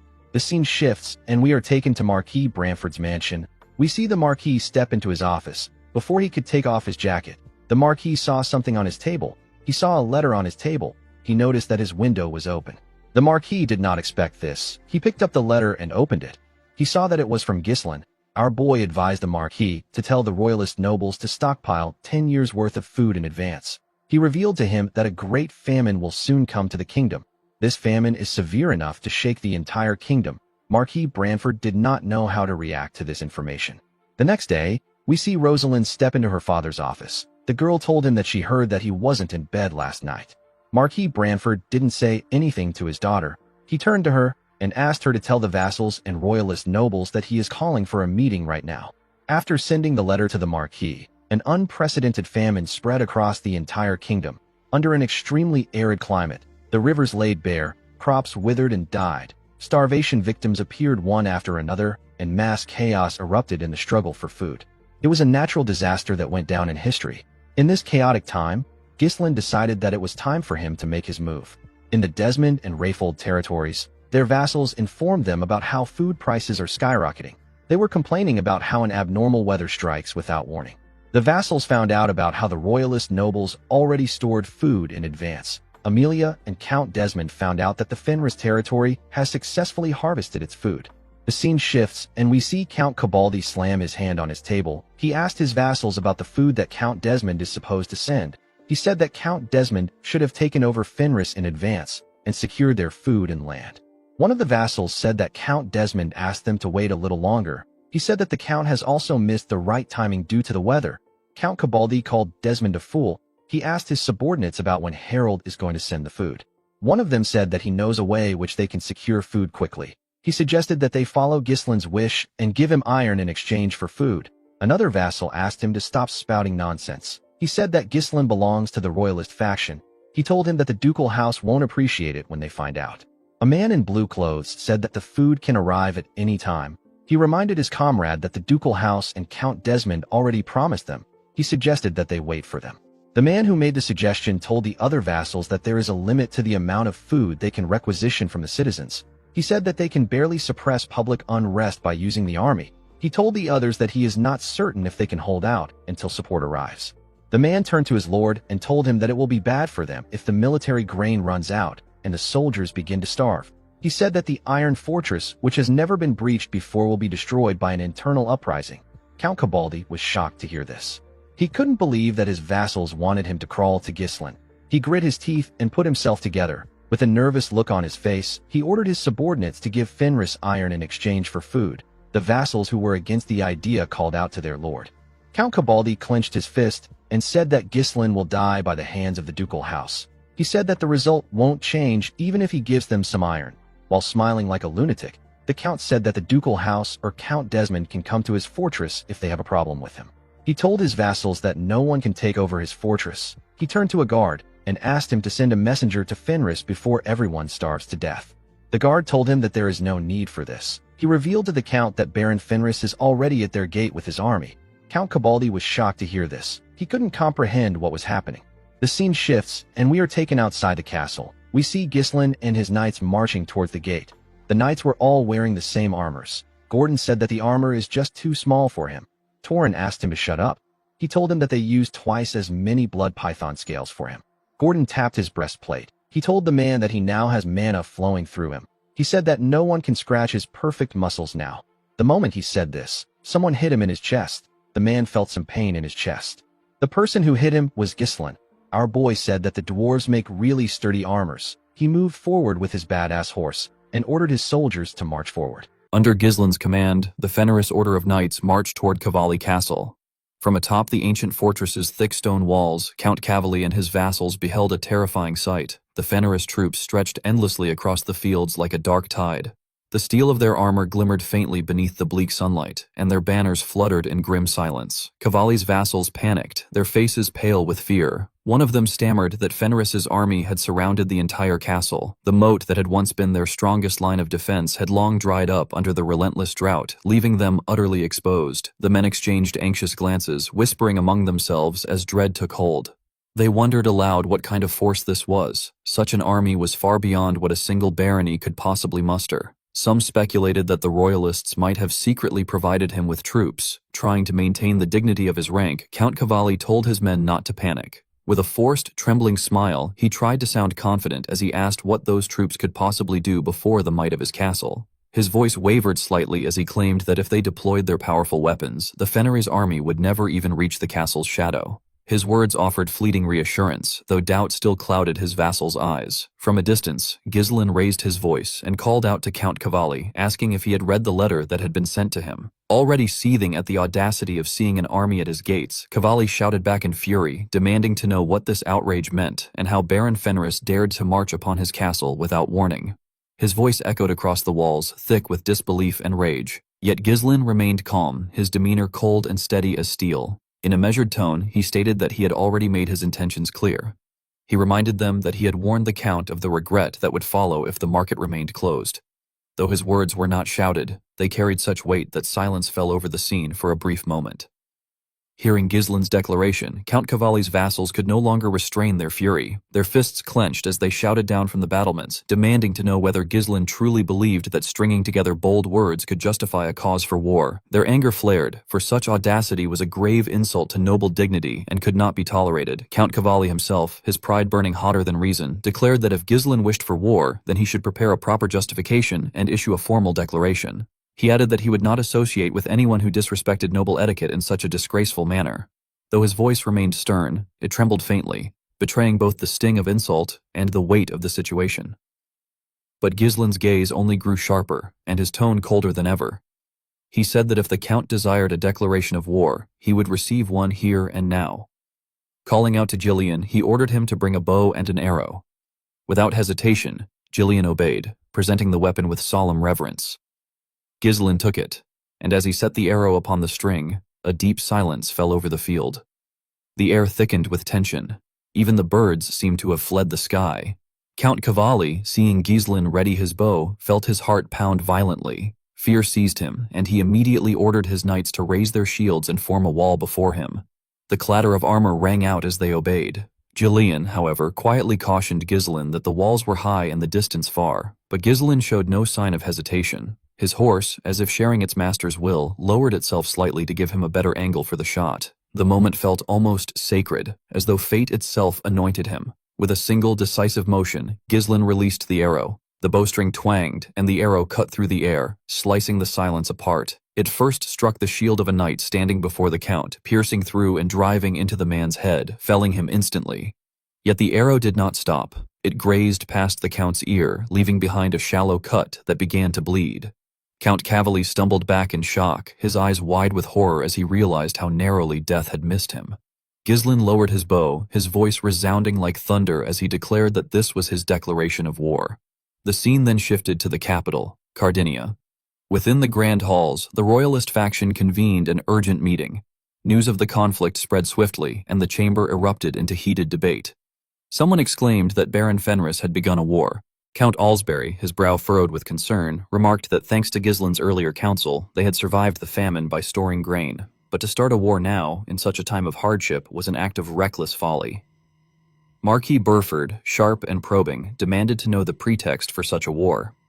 Rosalind, calm yet grave, explained that Count Cavalli had refused to open the iron market to Fenris and the neighboring territories. The refusal revealed that Cavalli had been trading almost monopolistically with Desmond's lands, a scheme that threatened the fragile balance among the nobles. Count Alsbury remarked that one could always find or manufacture a pretext for action if necessary, yet admitted that such a move felt dangerously reckless. The army commander then interjected in a firm tone, asserting that this revelation left no room for doubt. Gisline had to be expelled from the faction before matters escalated beyond control. His vassals nodded in agreement, voicing their full support with unwavering conviction. One of them added that all efforts ought to be devoted to recovering from the drought rather than fueling a war that would only deplete their already weakened resources. But the High Judge, leaning back with a casual air, questioned whether the army commander had simply disliked that young man from the very beginning. The remark struck sharply, leaving the commander momentarily flustered as he struggled to respond without betraying his true feelings.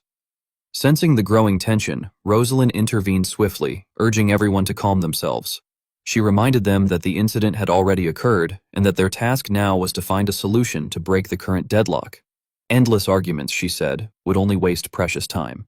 The army commander retorted that he was calm, exceedingly calm, and insisted that the war was nothing but bait set for the Duke's house to exploit.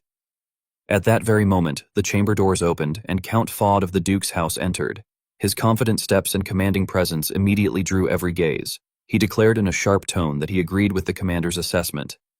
The room fell into stunned silence. The nobles were taken aback by Count Faude's sudden appearance. Marquis Burford, clearly displeased, narrowed his eyes and demanded to know what Faude was doing there.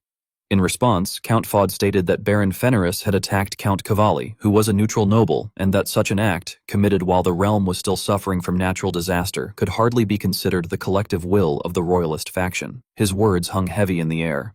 Marcus Burford fixed him with a cold, calculating stare, weighing his motives carefully. The High Judge, observing the exchange, mused inwardly that the Duke's intelligence network truly was formidable. Count Alsbury thought to himself that the Duke's house had shown its hand boldly from the very start. A sign, perhaps, that they were confident in their position. Rosalind reflected silently that this incident could drive all the neutral nobles to turn against the royalists. Such a shift, she realized, would grant the Duke's house an ideal opportunity to assert dominance. It was no exaggeration to say that her father's next words might decide the faction's fate. If Baron Ghislain were to be defeated, the royalists would lose their influence in the north. Yet even if they chose to withdraw, the outcome would still be the same. Their weakness would be exposed. However, if Baron Fenris managed to claim Cavalli's largest northern iron mine, the royalists could obtain a reward great enough to justify the risk. At last, Marquis Burford spoke in a composed tone, declaring that the justification for war was sound. Count Faude, momentarily taken aback, demanded to know what exactly the Marquis meant by that. Burford replied that this was merely a personal conflict between Baron Fenris and Count Cavalli. It did not represent the royalists' will, and thus the Duke's house had no grounds to intervene. Hearing this, Count Faude grew visibly unsettled. He argued that there was a proper time and place for war, and that to stand idly by now would be equivalent to abandoning their duty as royalist nobles to uphold the kingdom's order. Though his voice remained sharp, it carried an unmistakable note of desperation. Marquis Branford sighed with clear disdain, remarking that he could not comprehend why the Duke's house was so overly sensitive about the issue, as though the county were nothing more than their puppet. Meanwhile, on the battlefield at Count Cavalli's castle, the air was heavy with the stench of blood and fear. The Count screamed in agony, clutching his wounded ear as blood stained his hand. Ghislain, recalling Gillian's earlier warning about the height of the walls, acknowledged his subordinate's foresight and praised him briefly for his excellent judgment. Nearby, Caer smirked and muttered under his breath that the Count would never wear earrings again. The Knights of Cavalli descended into chaos. Some shouted for help to stop the bleeding, while others rushed to shield their lord. Confusion rippled through the battlements, yet despite the searing pain, Count Cavalli regained his composure. Grinding his teeth, he roared in fury, commanding all troops to take their positions and prepare to make the enemy taste their blood. He proclaimed that the majesty of Cavalli Castle, unbroken through all of history, would not fall on that day. His words reignited the troops' morale, and they hurried to their stations. The ballistae were drawn and loaded, their ropes straining under tension as the sound of preparation filled the air. Watching from Ghislain's side, Gillian reported that the enemy forces were preparing to attack.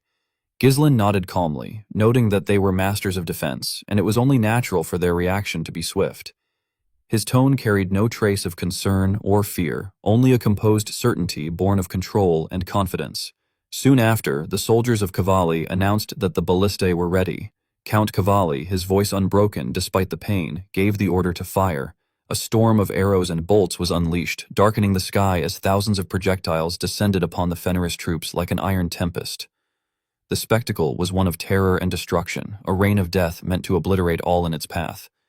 Yet Ghislain and his knights did not falter. They stood unmoving, as though the deadly barrage were nothing more than a gentle summer rain.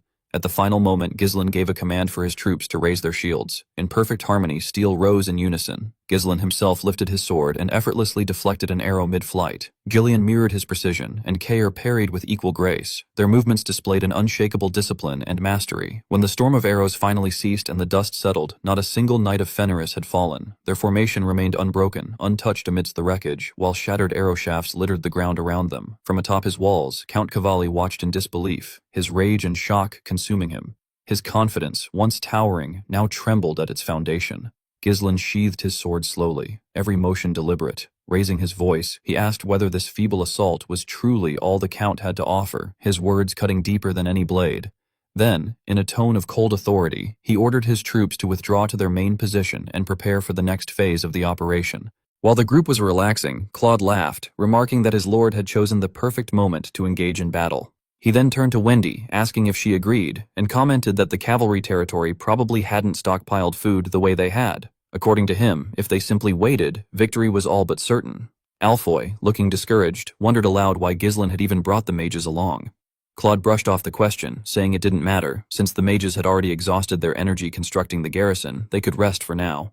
He leaned back against a supply crate, stretched his arms, and sighed contentedly, saying it felt good to finally relax and do nothing for a change. Turning to Alfoy, he suggested they play a game together. Trying to shake off his gloomy mood, Alfoy showed some interest and asked what the wager would be. Before Claude could answer, the tent flap was suddenly thrown open and Ghislain entered, his expression dark and commanding as he ordered Claude to step outside. Both Claude and Alfoy froze in surprise. Claude blinked in confusion, asking why Ghislain was already back, but Ghislain ignored him and strode past, instructing Alfoy sharply to gather all the mages at once. His tone left no room for refusal. Ghislain then declared that from that moment onward, they would begin digging tunnels toward the cavalry castle. The announcement left Alfoy wide-eyed in shock. Claude frowned, clearly puzzled, pointing out that they could win simply by maintaining their current position and questioning whether such effort was truly necessary. But Ghislain replied with unwavering determination that they couldn't afford to just wait. If they wished to end things before the Duke's house could send reinforcements to Cavalli, they had to take action immediately. Soon after, Ghislain reached the forward camp outside Cavalli territory. His eyes were cold and resolute as he looked toward the distant fortress walls, quietly stating that the war would end sooner than Cavalli could imagine. Meanwhile, inside the fortress, Count Cavalli grimaced as he tended to his wound. He cursed Ghislain as an insolent brat for daring to run off after having pierced the ears of his noble self. His vassals stood around him, their faces tight with anger and frustration. One of the men remarked that, faced with Ghislain's overwhelming firepower, they would have been helpless regardless of their efforts. He reasoned that the enemy must have switched to a delaying tactic, aware that the cavalry territory lacked sufficient food supplies. Count Cavalli clenched his teeth in anger and demanded of one of his vassals whether he was suggesting that Ghislain intended to wait until they surrendered. Yet, he reminded them that the Duke's house stood behind the Cavalli domain. With a dark laugh, the Count declared that the Duke's house would never abandon the largest northern iron mine under his control. He was certain that reinforcements would arrive. All they needed to do was hold out until then. At that moment, a soldier burst into the room, saluted sharply, and reported that it appeared Ghislain's forces were digging beneath them. The Count stiffened in disbelief. Seizing a telescope, he peered through it, his jaw tightening as he saw the Fenris troops working openly in the field. He was incredulous at their audacity. One of his vassals commented that since the Fenris army couldn't take the castle head-on, they must be attempting an underground assault. Another vassal quickly added that, given the structure of their castle's foundation, the only place the enemy could possibly emerge would be near the south gate. Count Cavalli's eyes gleamed as a plan swiftly formed in his mind. He commanded his knight, Jah, to station troops at the south gate and ordered that the moment the enemy surfaced, his men were to strike all at once. Once confusion spread among the attackers, they would open the gates and send out the cavalry to annihilate the Fenris troops completely. John then asked what they should do about the walls, to which the Count scoffed, questioning what the enemy could possibly achieve without siege engines. He remarked that since they were mostly infantry and cavalry, a minimal garrison would be sufficient to defend the fortifications. Count Cavalli laughed again, his voice echoing coldly through the chamber. Though taken by surprise, he believed he would ultimately be the one to prevail. As night slowly descended, outside, the dwarves toiled tirelessly, sweat glistening on their foreheads despite the chill in the air. One of them muttered that their lord had ordered them to haul the strange contraption all the way there. Another complained that without fire, it was difficult to see what lay ahead. A dwarf called out to Galbraith, asking whether they had constructed the device exactly as their lord had requested, but wondered aloud if it was even ready for real use. Galberic, brimming with confidence, grinned and asserted that there was no way anything he built would fail. He recalled how, when Ghislain had declared his desire to fly in the sky, every dwarf had been intrigued. Galber had asked him if he had somehow discovered the legendary hot aircraft blueprint, the lost technology of the ancient empire. Ghislain had only laughed and asked what that was, telling them that they would soon understand once they saw his creation. He then produced a large piece of cloth and held it over a fire. As smoke filled the fabric, it began to lift gradually. The dwarves' eyes widened in disbelief. Galber frowned, staring intently and demanding to know what exactly he was supposed to be looking at. Ghislain told him to focus on the cloth itself, on how it swelled and lifted. The heated air, he explained, rose and filled the inside of the cloth sack. Though hot air escaped through a small opening, the fabric remained inflated. Galber, transfixed, murmured that if it were mere wind, the cloth would have fluttered sideways. Instead, it rose upward, and that, he realized, was something entirely different.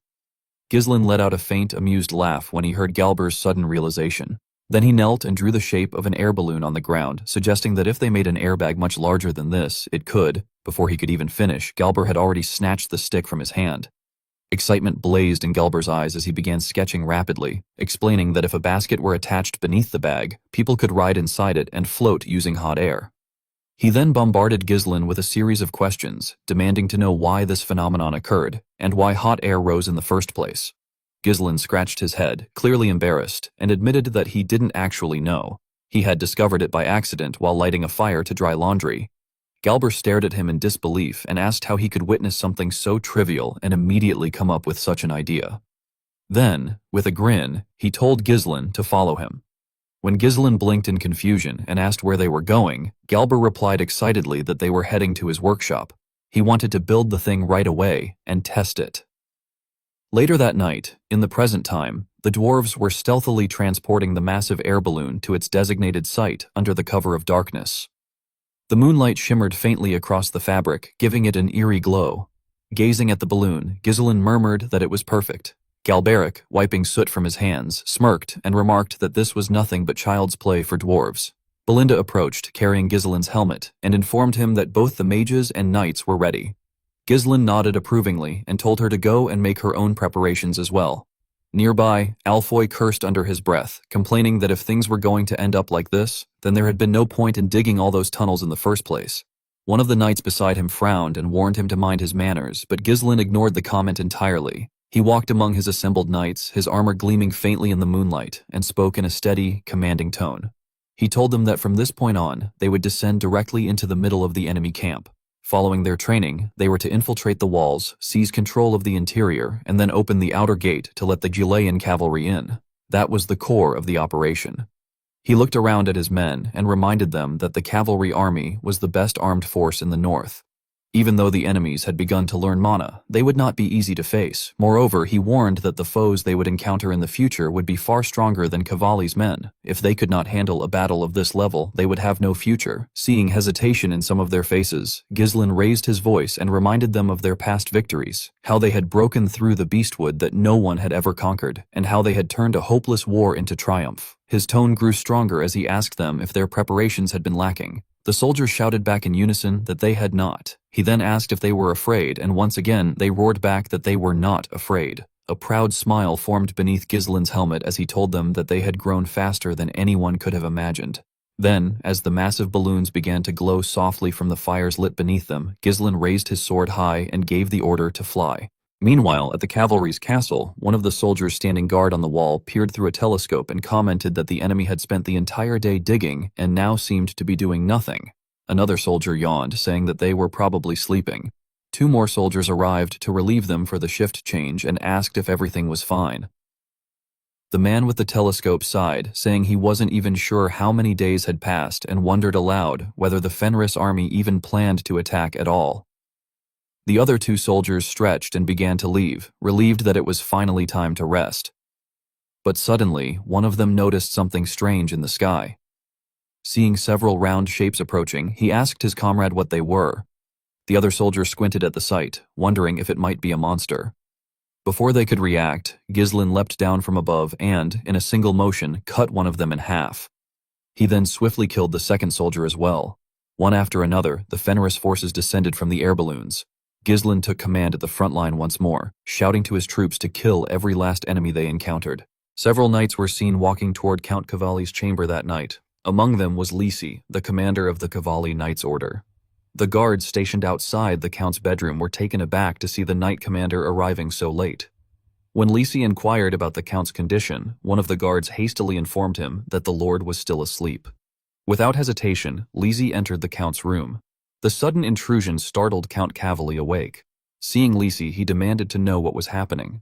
Addressing him formally as Lord, Lisi reported that an emergency had arisen. The enemy had breached the castle walls.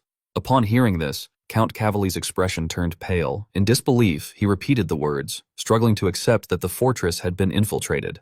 Outside, air balloons continued to descend one after another, delivering waves of Fenris troops into the castle grounds. Ghislain and his comrades began slaughtering the defenders stationed along the walls. Filled with bloodlust, Kay shouted to his men to advance and tear off the last remnant of pride from the rump-faced lord. The deafening sounds of battle, clashing steel, dying screams, and panicked cries soon echoed through the corridors and reached the count's chamber.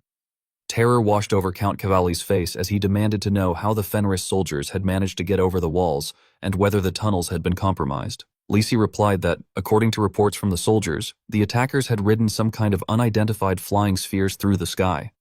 The count gasped in disbelief, struggling to comprehend what he was hearing. Lisi, grim and resolute, stated that the means of their entry no longer mattered. Their momentum was overwhelming, and they were rapidly seizing control of the castle. Urgently, he urged his lord to move at once. Lisi then outlined his plan. He would head straight for the underground passage near the outer wall to hold the gate. If they succeeded, they could summon the main force stationed at the south gate and trap the invading troops from both sides. For a brief moment, Count Cavalli stood frozen as the weight of the situation sank in. His hands trembled, and his voice quivered as he lamented that even though they had set traps to counter the Fenris tunnels, he had still fallen for their decoy. Dread settled on his face as he muttered to himself about the fortress, the stronghold that had never once fallen, and whether the proud cavalry line would end with him. Lisi grasped the count's shoulders, shaking him back to his senses. He implored his lord to escape through the secret passage with his retainers and seek reinforcements, promising to stay behind and defend the castle. He added that if the situation failed to improve, the count must bring that man to their aid. Outside, the chaos among the cavalry soldiers had reached its peak. Shouts of confusion erupted as they wondered how the Fenris troops had managed to infiltrate the castle. Ghislain continued cutting them down effortlessly, his sword cleaving through their ranks as though they were made of paper. One soldier charged at him, only to be sliced cleanly in half before he could even cry out. Witnessing such carnage, the others froze in terror. A desperate voice among them urged the troops to pull themselves together and fire their crossbows, reminding them that the enemy was few in number. But before they could act, another soldier screamed for them to look up. A moment later, one of the air balloons came crashing down directly onto the cavalry ranks, erupting in a violent explosion that sent dirt, debris, and bodies flying through the air.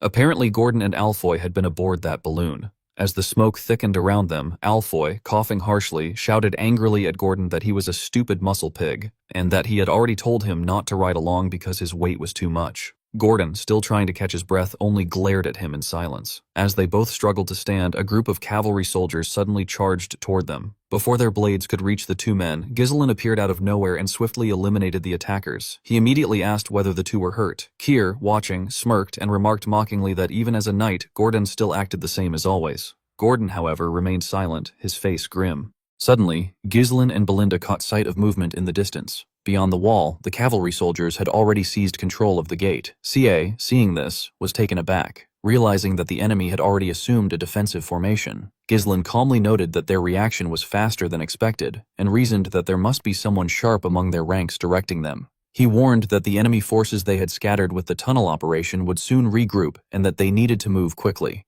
Turning to his knights, Ghislain asked if everyone was ready. All of them responded in unison that they were. Without hesitation, Ghislain issued his orders. He instructed Keir to stop the soldiers on the walls and destroy all siege engines, while Belinda was tasked with finding Count Cavalli. Ghislain himself would clear a path toward the gate. In a firm and serious tone, he asked again if they were ready. The knights raised their swords high, and a powerful aura enveloped them as they shouted that they were prepared. A faint smile crossed Ghislain's lips as he placed his helmet on. Then, in a commanding voice, he gave the order for the Fenris Order of Knights to begin their action. A tense stillness settled across the battlefield as both sides prepared for the inevitable clash. Moments later, one of the cavalry soldiers rushed to the knight commander, reporting in alarm that the Fenris troops were advancing. Lisi immediately realized that their true objective had always been the gate. He ordered his men to ready their spears. As the Fenris knights charged forward, Lisi commanded his troops to hold their ground until reinforcements from the south gate arrived. The battle erupted with an earth-shaking roar. Gislen and his knights unleashed a brutal assault, slaughtering the cavalry forces in a one-sided massacre. The knight commander watched in disbelief as his troops were torn apart without mercy. His eyes focused particularly on Gislen, whose every swing of the sword cleaved through men as though they were paper. Panic spread among the soldiers as they realized there was no way to stop the attackers whose weapons were all infused with mana. Lisi was stunned to see that every intruder was a knight, something he considered impossible. No matter how skilled they were, he thought, they should not have been able to break through a heavy infantry line so quickly. Resolving himself, he declared that the man leading the charge had to be stopped at all costs. Another soldier soon reported that the momentum of the Fenris Knights was overwhelming and that the forces at the outer wall could no longer hold. At this rate, the gate itself would collapse. Gritting his teeth, Lisi ordered the destruction of all mechanisms that opened and closed the gate, saying he would buy them some time. But before long, Gislen charged straight toward him. Their blades collided with a deafening clang. Lisi barely managed to block the attack but was immediately forced backward by the sheer power behind Gislen's strike. Their swords clashed again and again, sending sparks flying through the air. Lisi's arms began to tremble as he struggled to withstand the onslaught. He was taken aback, his breath catching as he faced Gislen's cold, fearless gaze. Each swing from Gislen's blade forced him back step by step until Leslie found himself nearly breathless. Still, he refused to falter. Gathering his remaining strength, he raised his sword high and declared that he was Leslie, commander of the Cavalli Knight Order, and that his opponent would not pass beyond that point. Meanwhile, in the depths of the castle, the scene shifted to the dungeon. The air there was damp and heavy, filled with the faint clinking of iron chains. Count Cavalli arrived, his footsteps echoing softly against the stone floor. Inside one of the cells sat a man bound by numerous chains. His expression was vacant until the sound of approaching steps made him lift his head. Cavalli stopped in front of the cell and called out the man's name, Lucas. Slowly, Lucas raised his head, his sharp eyes glinting faintly in the dim torchlight. The Count spoke hurriedly, his voice trembling slightly as he urged Lucas to delay the enemy. For a moment, Lucas merely stared at him in silence, his eyes cold but tinged with dark amusement. Then, very slowly, a faint smile curved his lips. Tugging at the heavy collar around his neck, he suggested in a low, deliberate voice that the Count might loosen it for him. Cavalli hesitated. The chains rattled as Lucas's aura began to rise, a dark, oppressive energy that filled the cell with a suffocating presence. Elsewhere, Kay commanded his men to advance, ordering them to leave nothing behind, neither weapons nor people. His blade tore through the battlefield without mercy, armor splintering and shields shattering under the sheer force of his strikes. At the same time, Belinda charged toward the castle, her eyes burning with fierce determination and urgency as she sought Count Cavalli. At the castle gates, Gislen's path was blocked by the commander of the cavalry knights. The man introduced himself as Leslie, commander of the Cavalli Order, his armor gleaming beneath the fading light, his bearing calm and authoritative. He told Gislen that he would not be allowed to pass. Without hesitation, Gislen surged forward, his sword cutting a determined arc through the air. Leslie met the attack head-on, parrying with precision and countering with powerful controlled strikes. Gislen blocked each blow effortlessly, his movements fluid and sharp, like water flowing around stone. On their third exchange, Gislen brought his sword down with tremendous force, and Leslie barely managed to block it, his shield splintering under the impact. Steel clashed again and again as the two men fought relentlessly, neither yielding an inch. Each exchange grew faster and more brutal than the last. Leslie fought as though his life depended on it, determined to stop Gislen at any cost, while Gislen struck with the intent of breaking through the line to clear a path for his troops. As the battle dragged on, Leslie found it harder and harder to deflect Gislen's strikes. At one point, Gislen's sword nearly grazed his head, and though Leslie narrowly avoided it, his helmet was struck and fell to the ground with a metallic crash. Seizing the opening, Gislen swung again, landing a crushing blow against Leslie's side. Leslie raised his shield just in time, but the impact sent him stumbling backward, pain twisting his face. Seeing their commander forced back, one of the knights shouted in alarm, panic flickering in his eyes. Another rebuked him sharply, telling him that if he had time to panic, he should focus on the enemies before him instead. Leslie panted heavily, his arms trembling under the strain. He thought to himself that the last strike had been immense, nearly overwhelming his strength, but a faint sense of relief stirred within him, knowing that the blow had not been enough to break through completely. Ghislaine understood that if they delayed any longer, they would soon be surrounded by the cavalry's main forces. Leslie, aware of this as well, decided that instead of blocking Ghislaine's strikes head-on, he should deflect them at an angle to maintain distance, exploit the gaps between attacks, and seize control of the momentum. He knew that even a moment of impatience could lead to a reckless strike, and when that happened, it might very well mark Ghislaine's downfall. Without warning, Ghislaine charged toward Leslie and taunted him, questioning whether that was all he could do. Leslie barely managed to block the blow with his shield before Ghislaine struck him in the face with an elbow. Gritting his teeth, Leslie tried to retaliate, but Ghislaine leapt into the air, slashing his hand before landing gracefully and remarking that it wasn't bad. Before Leslie could process what had just happened, Ghislaine attacked again, this time cutting through his abdomen. As the pain overwhelmed him, Leslie recalled Count Desmond's words, how they had been told to assume this man was capable of facing even the North's greatest swordsman, Ghislaine Fenris. Collapsing to the ground, Leslie lay incapacitated. The cavalry soldiers, seeing their commander fall so easily, halted their fighting in shock. None of them could believe their leader had been defeated so swiftly. Ghislaine's knights, however, laughed at the sight of the fallen gatekeeper, praising their captain as they expected. In a serious tone, Ghislaine ordered his troops to maintain their momentum. His soldiers commanded the cavalry guarding the gate to open it. Leslie, addressing him as Baron Ghislaine Fenris, told him that things would not unfold the way he expected. One of the soldiers then reported to Ghislaine that the gate would not open. The mechanisms had been destroyed, making it impossible to breach. Ghislaine smirked slightly, acknowledging that Leslie had used his head this time. Leslie, pointing toward the distant horizon, indicated the approaching cavalry main force. He warned that no matter how strong Ghislaine was, once surrounded by sheer numbers, he would have no chance. If they managed to hold the gate, the cavalry would claim victory. Ghislaine looked out and saw the cavalry force approaching from afar, their armor gleaming under the sunlight, their horses snorting, and their hooves pounding the ground like thunder. One of his knights, addressing him as commander, asked what they should do now.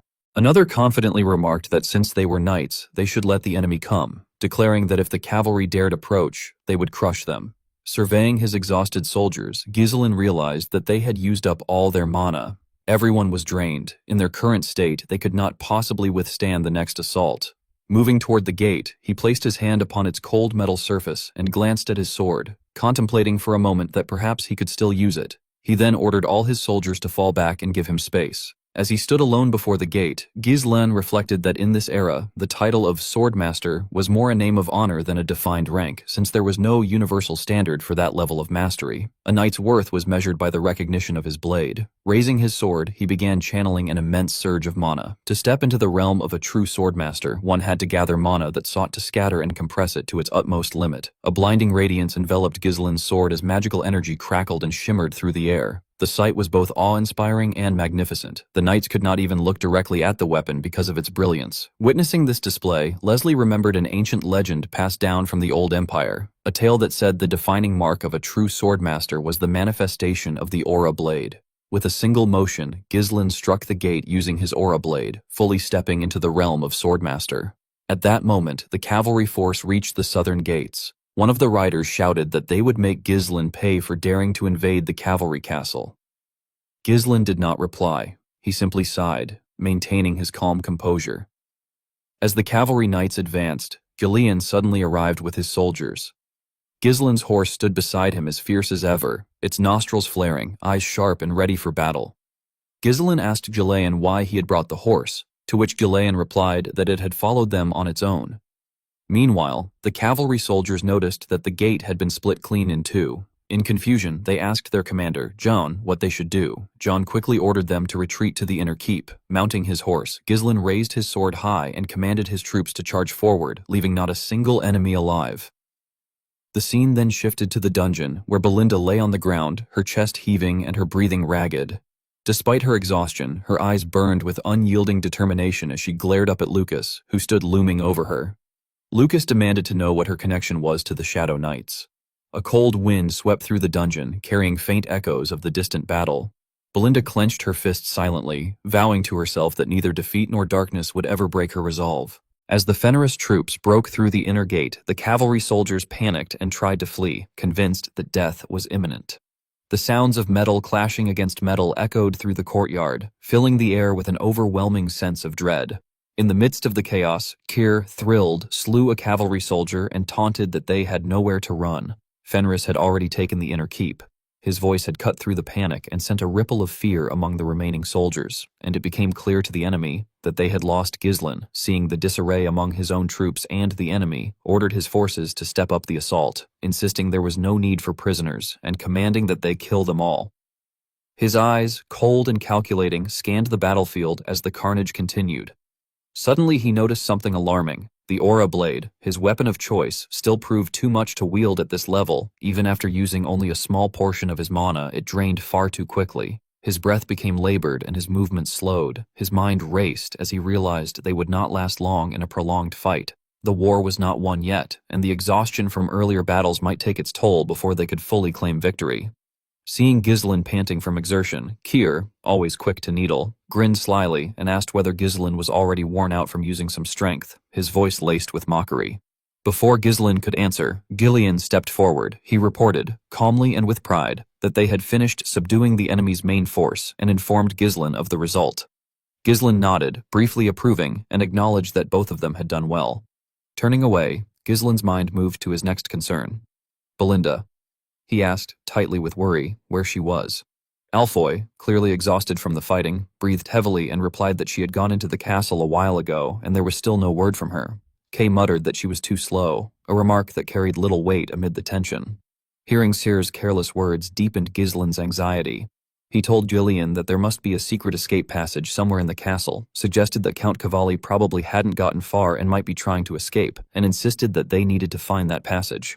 Without hesitation, Ghislain ordered Gillian to lead the cavalry to scour the outskirts of the castle, searching for the exit to the hidden passage. He stated that he would go after Belinda, his eyes hardening with determination. He understood the danger she faced and refused to remain idle while she was in peril. Inside the castle, in the dungeon area, the atmosphere grew increasingly tense. The stone walls seemed to close in as Lucas, his expression unreadable and his eyes fixed on Belinda, asked her what relationship she had with the Shadow Knights. His voice was calm, yet beneath it lay a sharp edge, as if he already knew the answer, but wanted to hear it from her. Belinda froze, her eyes widening in shock. The question caught her off guard, and her mind raced. She demanded to know how he was aware of that name, her voice rising with both fear and curiosity. Lucas, however, remained silent, his gaze unwavering. Then, without warning, Belinda hurled a hidden dagger toward him. Her motion was swift and precise, the blade cutting through the air with deadly intent. Lucas reacted instinctively, deflecting the dagger with his spear in one fluid, effortless movement. The metallic clang echoed through the dungeon as the weapon ricocheted away. Belinda did not pause. She leapt into the air, pulling the dagger back toward her by a thin, nearly invisible string attached to its hilt. As she descended, she aimed a kick at Lucas, hoping to catch him off guard. But he was ready, his movements swift and fluid, deflecting her kick and blocking every attack with practiced precision. Growing frustrated, Belinda demanded again that he answer her question, her voice sharp with anger as their fight intensified. Lucas, however, stayed silent, his calm expression never faltering. Then, with sudden speed, he lunged forward to strike. The battle between them raged on, neither giving an inch. Realizing that she could not get close because of the length of his spear, Belinda chose to retreat and create distance. But Lucas, sensing her intent, charged forward without hesitation, refusing to let her escape. In a desperate maneuver, Belinda leapt upward just as Lucas's spear thrust toward her. She barely avoided the strike, twisting her body mid-air with agile precision before landing lightly on her feet and striking out again. Her voice cut through the tense air as she demanded once more how he knew that name. Lucas's counterattack was swift. Belinda tried to pull back, but this time he gained the upper hand and managed to incapacitate her. Leaning close, his eyes glinting dangerously, he murmured that she reminded him of someone, an old lover. Belinda was stunned, her breath catching in her throat. In confusion and fear, she asked what he meant by that. Lucas, appearing indifferent to the war's outcome, simply shrugged and replied that the result of the conflict did not concern him. However, he added that he could not abandon his role, and if she continued to attack him, he would have no choice but to end it. At that moment, the dungeon door burst open. Ghislain entered, his presence commanding and powerful. Without hesitation, he charged at Lucas, his sword flashing through the air. Still reeling from the confrontation, Belinda looked up in surprise and called out to him, her voice filled with relief as Ghislain swiftly took control of the situation.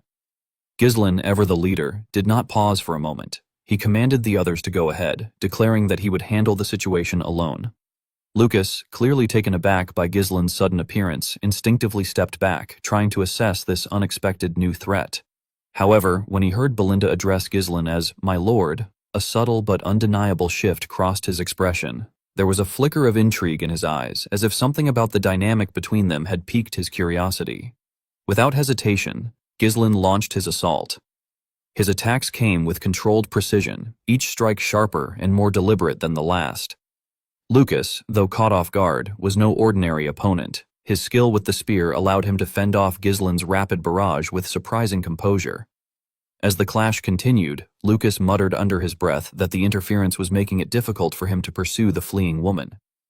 He then demanded to know whether Gislin was the noble responsible for starting the war. Gislin, his focus unbroken, effortlessly blocked Lucas's next strike and confirmed that he was indeed the one who had begun the war, and that he fully intended to end it as well. The two men clashed once more, their weapons striking in a blur of steel and sparks. Lucas charged forward with his spear, but Gislin countered with a swift, fluid motion that trapped the weapon mid-swing. Seizing the opportunity, Gislin swung his sword with lethal precision, yet Lucas's reflexes saved him as he vaulted into the air to evade the blow. As he descended, however, Gislin delivered a powerful kick to his face, sending him sprawling across the ground. Though injured, Lucas refused to yield. He staggered back, creating some distance, his breath coming in ragged gasps. To his surprise, Gislin began to laugh, a sound that felt oddly genuine amid the chaos. With a faint smirk, Gislin remarked that it was good to see him again. Lucas, still dazed, furrowed his brow and asked if Gislin knew who he was. Gislin's tone softened as he replied that he knew Lucas well, recalling him as a former subordinate and comrade.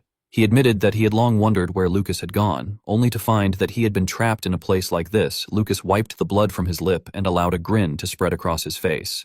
He remarked that Gislin's fighting style no longer resembled that of the noble he once knew, noting that the man had clearly stepped far outside his old boundaries. His expression grew serious as he demanded to know what Gislin truly was now. Gislin, still wearing that faint, knowing smile, revealed that he had once worked as a mercenary. The revelation sparked visible excitement in Lucas's eyes. He repeated the word with a hint of admiration, almost as if impressed by the audacity of it. Then Gislin made him an offer. If Lucas managed to defeat him, he would withdraw from the castle and restore everything as it was. But if he won, Lucas would serve under his command. Lucas let out a short laugh of disbelief, calling the proposal absurd. He scoffed at the idea of turning an already won war into some kind of wager, shaking his head as he insisted that he had no ties to the castle and no regrets to hold him there. Unfazed, Gislin pressed further, suggesting that in that case Lucas should simply come under his command. Lucas's smirk returned as he dismissed the idea, remarking that such a thing was impossible because he was far too valuable for that. Gislin nodded in understanding, explaining that this was precisely why he had proposed the wager, the castle against Lucas's ransom value. Lucas paused for a moment, clearly assessing the situation before faintly smiling. He remarked that wagering the damned castle against his own worth sounded rather interesting. Then, with a curious glance, he asked for Gislin's name. As Gislin removed his helmet and revealed his face, he introduced himself as Gislin Fenris, Lord of the Fenris territory. He told Lucas that he would be the one to serve as his master. Lucas, preparing for a fight, commented that Gislin looked pale and asked if he was perhaps pushing himself too hard. Gislin dismissed the concern, telling him to think of it as a handicap. Accepting the challenge, Lucas charged forward, declaring that he would do as Gislin said. Among the snow-capped mountains, someone was seen packing his bag and stepping out of a tent. It was Lucas, bundled in heavy clothes and snow boots, a spear strapped to his back. A close-up revealed a scar over his left eye. As he left, he encountered Gislin and reminded him that until that day, when he was supposed to serve as Gislin's subordinate, it had been 10 years since Morana's recognition and that his contract had now expired. This was a memory from Gislin's past life. Gislin, scarred himself, acknowledged how things had turned and asked whether Lucas would not renew the contract. Lucas, impatient, told him to give him a break. Gislin, sizing him up, smiled faintly and suggested that it might be because of a woman. Lucas explained that he did not want his life to be consumed by the captain's battles. Resigned, Gislin told him to leave quickly and find his precious woman, reminding him that he also had his own tasks to do. Lucas paused, then assured Gislin that if the captain were ever in danger, he would come to help him no matter what. In the present, they engaged in battle. Gislin wielded a massive sword while Lucas fought with his spear. Gislin struck and Lucas parried. They stared fiercely at each other before pulling apart, as Lucas unleashed a flurry of lightning-fast thrusts which Ghislain managed to parry before counter-attacking with a blow aimed at Lucas's head. Lucas raised his spear to deflect the strike upward and countered from above to below, but Ghislain ducked. Ghislain then aimed for Lucas's torso, but Lucas dodged and sprang into the air, using his spear as a brace. They locked eyes again, striking each other's weapons simultaneously. Lucas rolled midair and landed in a ready stance, commenting on how impressive Ghislain looked despite being worn out. Ghislain explained that he could not afford to lose the bet he had made. Lucas laughed and stated that he had to win this match, as being under Ghislain would only bring trouble. He prepared a final strike, wrapping his hand in a blue aura while mana coated his spear. Watching him, Ghislain was surprised at the amount of mana Lucas wielded. Realizing that he had been quite strong even before meeting him, Ghislain recalled that in his previous life, Lucas had fought in Morana's right and had served under him for 10 years. As the right hand of the Mercenary King, Lucas had always been the fixer who ensured that tasks were completed, yet even he could not find the lover he had pursued all his life. On the day Ghislain fell into Aiden's trap, Lucas had died helping him as he had promised. Sighing, Ghislain smiled faintly and allowed his sword to fall to the ground. Lucas, surprised by the dropped blade, rushed at Ghislain with all his remaining strength. Determined, Ghislain stated that he would not allow the same fate to happen this time.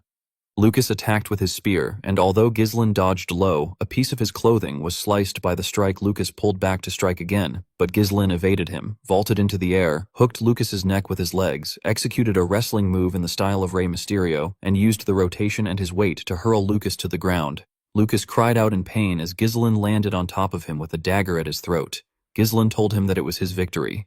When the fighting ended, there was a clear victor. Ghislain's assault had slaughtered many of Count Cavaldi's soldiers. The scene cut from Ghislain standing amid the carnage to Count Cavaldi on his knees with his hands bound and the Cavaldi castle burning behind him.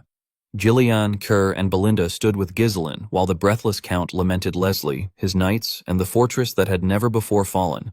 Ghislain named him fully, Armstrong Durin Cavaldi, and the Count staggered as Ghislain's eye gleamed and he declared that there was no fortress in the world that could not be breached. Stunned, Count Cavaldi tried to understand Ghislain's motives and asked what his purpose was. Ghislain replied that he had many goals and that one of them was to kill the Count. Cavaldi attempted to intimidate him, asking if Ghislain truly intended to kill him and suggesting that neither Ghislain nor his father would be safe afterward. Even with royalist support, they would not be protected, he warned, and killing him would bring an uncontrollable disaster. He began to explain that it was not widely known who stood behind him, but Ghislain cut him off, accusing him of speaking of the Deline ducal house. Count Cavaldi was visibly shocked. Ghislain continued that he knew the ducal house well, how it was recruiting neutral nobles like Cavaldi and swallowing territories, backing Counts Desmond and Riedpold, who would be central to the northern conquest, supplying iron to strengthen armaments, and even the Crimson Mage Tower to strike the royalists at the right time, all to ignite a civil war in the Britannia kingdom. Realizing that Ghislain knew everything, Cavaldi demanded to know what he really was and how he could possibly know so much. Trying to bargain, the Count offered to make the matter quick. He promised to allocate half his iron production for 20 years and to personally tell the Duke of Deline about Ghislain's talents if Ghislain would join the ducal house. Assuring him that he and his father would then live in peace under ducal protection, Ghislain's fury showed in the veins of his face. When Cavaldi argued that saving him would be more beneficial than killing him, something cut through Cavaldi, and Ghislain declared that he had no intention of joining them. As Ghislain walked away, Count Cavaldi's body split apart, and Ghislain proclaimed that all of them would die by his hand. The scene shifted to Harold Desmond, who sat with a pigeon on his arm and read the battle report. He trembled as he absorbed its contents, crumpled the paper, and struck his fist against his chair. He accused them of having slipped into that brief gap and, furious, demanded to know whether they had. He reminded those present that, as the Deline ducal house had pointed out, they had followed a method of meticulous preparation and planning even if it had taken time, and then asked what result that method had produced. Seated around a round table, several people listened as Harold Desmond, referring to all the attacks against Ghislain, dismissed them as failures. He added that after Giselper, even the royalists were now backing that man. In a rage, he declared that they must crush the sprouts before they grew, announced that he no longer needed anyone's orders or reports, and insisted that from then on, everything would be decided by his will. That henceforth the top priority would be the destruction of Fenris and Perdium elsewhere. At the capital of Cardinia, inside the grand meeting chamber where the royalist faction often gathered beneath high arches and banners bearing the king's emblem, tension hung in the air. Nobles murmured among themselves in their refined garments, a mix of curiosity, disbelief, and unease on their faces. At the center sat the supreme commander of the Rotania army, his expression twisted with irritation, unable to comprehend that Baron Fenris had won against Count Capali, a man renowned for his iron fortress, thought by many to be nearly impregnable. Even seasoned generals had once sworn that Capali's fortress could withstand any assault for decades. Yet Baron Fenris, young, relatively unknown, and often dismissed, had brought it down. The nobles whispered among themselves, with one remarking that he had never expected Fenris to possess such military skill. Another nodded in agreement, reflecting that one could not judge others by appearances, their tone more of astonishment at being proven wrong than of praise. Rosalind, who had remained quiet until then, lifted her gaze and noted calmly that Baron Fenris had captured the fortress in a full-scale battle and that Count Capali had not surrendered. The Supreme Commander's irritation deepened at her words. He insisted that it was impossible, attributing Fenris's victory merely to luck and claiming that without the Great Famine, Fenris would not have succeeded so easily. His voice suggested that the idea of Fenris winning on merit alone was almost offensive to him.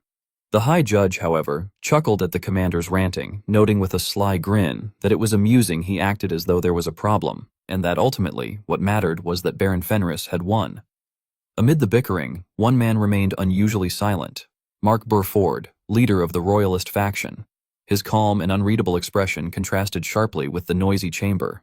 After observing the room, he finally asked his knight commander, Tullio, whether there had been any movement from Desmond's side. Tullio responded promptly that there had been no news. The Supreme Commander scoffed loudly, lamenting that all his effort in positioning the kingdom's forces near Capali's fortress had been in vain. Count Alsbury, older and calmer, suggested that they had already gained enough advantage from the harvest, hinting at political benefits.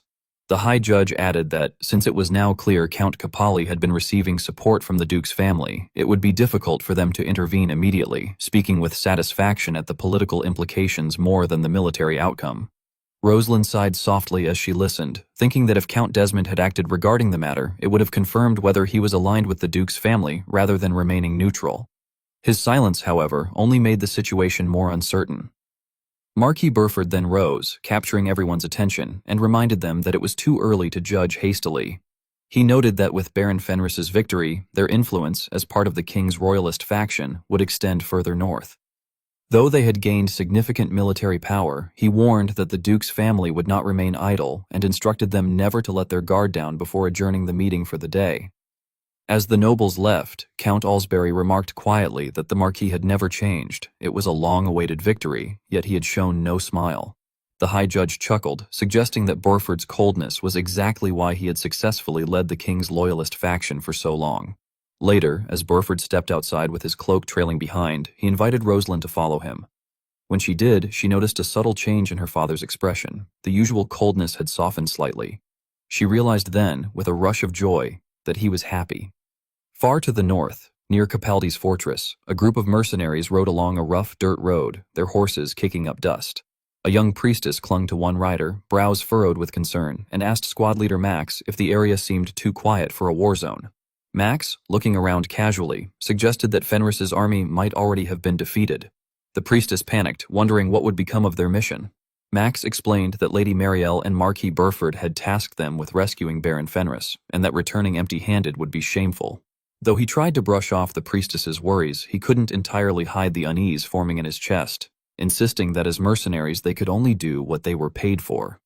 Approaching Capali territory, one of the lead mercenaries called out, drawing attention to a scene ahead. Citizens were being organized by one of Gizeland's knights, who instructed them to form a line and assured them that there was enough food for everyone. The new lord would make sure none went hungry, and people could step forward to receive their share. Astonishment rippled through the crowd of starving citizens as they shuffled forward in disbelief. When they received the food, loaves of bread, grains, and vegetables, they were overcome with emotion, some dropping to their knees. One whispered that they could hardly believe the new lord was showing them mercy. Another wondered if the hellish days of having everything taken from them were finally over, and a third murmured, voice trembling, that there might be no more unpaid labor. Nearby, Alfoy struggled to lift a single log, and Galberic, arms crossed, scoffed at his weakness, questioning whether he could carry any material properly. Alo's face reddened with irritation, insisting that he was not a worker but had originally been a mage. As squad leader Max and the priestess approached, they noticed people cleaning and organizing the battlefield that had once been soaked in blood. Max muttered in disbelief, asking if the war was really over. The priestess's ears twitched when she overheard someone questioning how much loot Count Capali had hidden.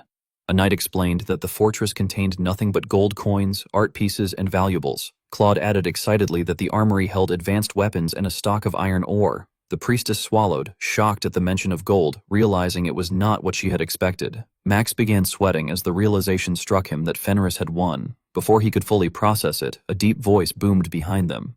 They turned sharply and saw Gillian towering like a living mountain, casting a massive shadow over them. Max and the priestess froze, terror gripping them as Gillian's eyes narrowed, and he demanded that they reveal their identity and affiliation. The scene then shifted to Capali's fortress. When Gillian opened the large door to the grand hall, they saw Ghislain standing calmly and authoritatively in the center. Gillian escorted Max and the priestess inside, and both newcomers appeared clearly on edge. Gillian informed Ghislain that they were guests from the capital. As Ghislain turned toward them, Max's instincts, honed over years as a mercenary, screamed warnings. He sensed the aura and scent that years of missions had taught him to read, an unmistakable presence of dried blood and disciplined stillness. It confirmed without doubt that this man was Baron Fenris. Ghislain asked who they were. Both Max and the priestess bowed, and Max introduced himself with a slightly shaky voice. He explained that it was an honor to meet Sir Baron Fenris for the first time, that his name was Max, and that he had been sent by Marquis Burford on a mission to rescue Baron Fenris if the Baron were in danger. Ghislain seemed mildly pleased at first, acknowledging that the Marquis had come to his aid, but his expression soon shifted, noting that Max was late. Max panicked, explaining that they had hurried along the road as much as possible, prioritizing the mission, and had not expected the war to end so quickly. He rubbed his hands nervously. Ghislain interrupted, saying they would return before the Baron could finish, which confused Max. Ghislain calmly explained that the war had just ended, and that they were short on manpower, implying that Max would have to work for the time being. Max protested weakly that this had nothing to do with their mission, but Ghislain reminded him that he had been in danger and Max had not helped. Internally, Max screamed, noting that they had arrived only after the war had ended. Ghislain stepped closer and placed a heavy hand on Max's shoulder, warning subtly that if the client who sent him asked about him, Ghislain would not know what to say, suggesting that it was better for both to save face. After a long internal struggle, Max finally agreed to cooperate. The priestess stared at him in shock, calling his name. Noticing her, Ghislain asked who she was. She quickly introduced herself as Beauty, a priestess serving Lady Joanna, goddess of beauty and fertility, sent because Countess Marielle was a patron of their sect.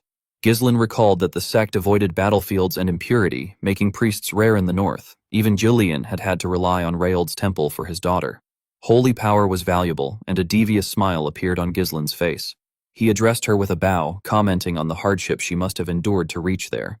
Beauty, flustered, insisted there was no need for such formality. Belinda Ghislain then ordered that she be escorted to the site immediately. Beauty was surprised as Belinda and Wendy gently but firmly took her by the arms. She protested that she had not come to work and that many suffering people needed her holy power. Belinda replied firmly, while Gillian observed with a grunt, noting the unexpected advantage of having a priestess. Ghislain confirmed that he had not expected the king's royalist faction to also involve the church, and with this, he could act freely. He then instructed Gillian to bring a certain man. The scene shifted to another part of the fortress, where Ka was rolling on the ground as Lucas beat him mercilessly. The other knights watched in shock, unable to believe that their squad leader had been defeated so easily. Lucas mocked them, questioning whether Ka was truly the master's right-hand man. Enraged, Ka ground his teeth and roared that he had not even started yet, launching himself at Lucas again. Kerr, unable to resist Lucas's taunts, charged at him again, driven by raw aggression and a clouded mind. Lucas, noticing the reckless advance, allowed a mischievous grin to cross his lips, thinking that the fish had taken the bait. He readied himself to punish the emotional outburst, but just as they were about to clash, a shadow intervened. Gillian stepped in. The sudden interruption silenced the cheering knights, and the atmosphere shifted from a rowdy brawl to the tension of a stifling courtroom. Breathing heavily from exertion and frustration, Kerr demanded to know why Gillian had stopped him. The old man, standing firm as always, ordered both Kerr and Lucas to stop. Lucas immediately relaxed, stepping back and mocking Kerr again, implying that the real right-hand man was Gillian. This provoked Kerr once more. He lunged at Lucas, desperate to erase that smirk, only to be stopped again by Gillian's unyielding defense. Kerr's frustration surged, and he yelled at Gillian, insisting that the match was not over. Gillian's patience wore thin, the air around him grew heavy. In one swift motion, he twisted Kerr's arm to lock the joint and struck him squarely in the chest. The impact sent Kerr flying across the training ground, coughing up blood and clutching his chest. As Kerr struggled to rise, Gillian looked down coldly, commanding him to maintain his dignity in front of his subordinates. The shame hit Kerr harder than the blow itself. Gillian then turned to Lucas, instructing him to follow, explaining that the Lord wanted to see him. Kerr watched them leave, frustration burning in his eyes as he clenched the dirt in his fist, a look of pure impotence that Gillian noticed briefly before continuing.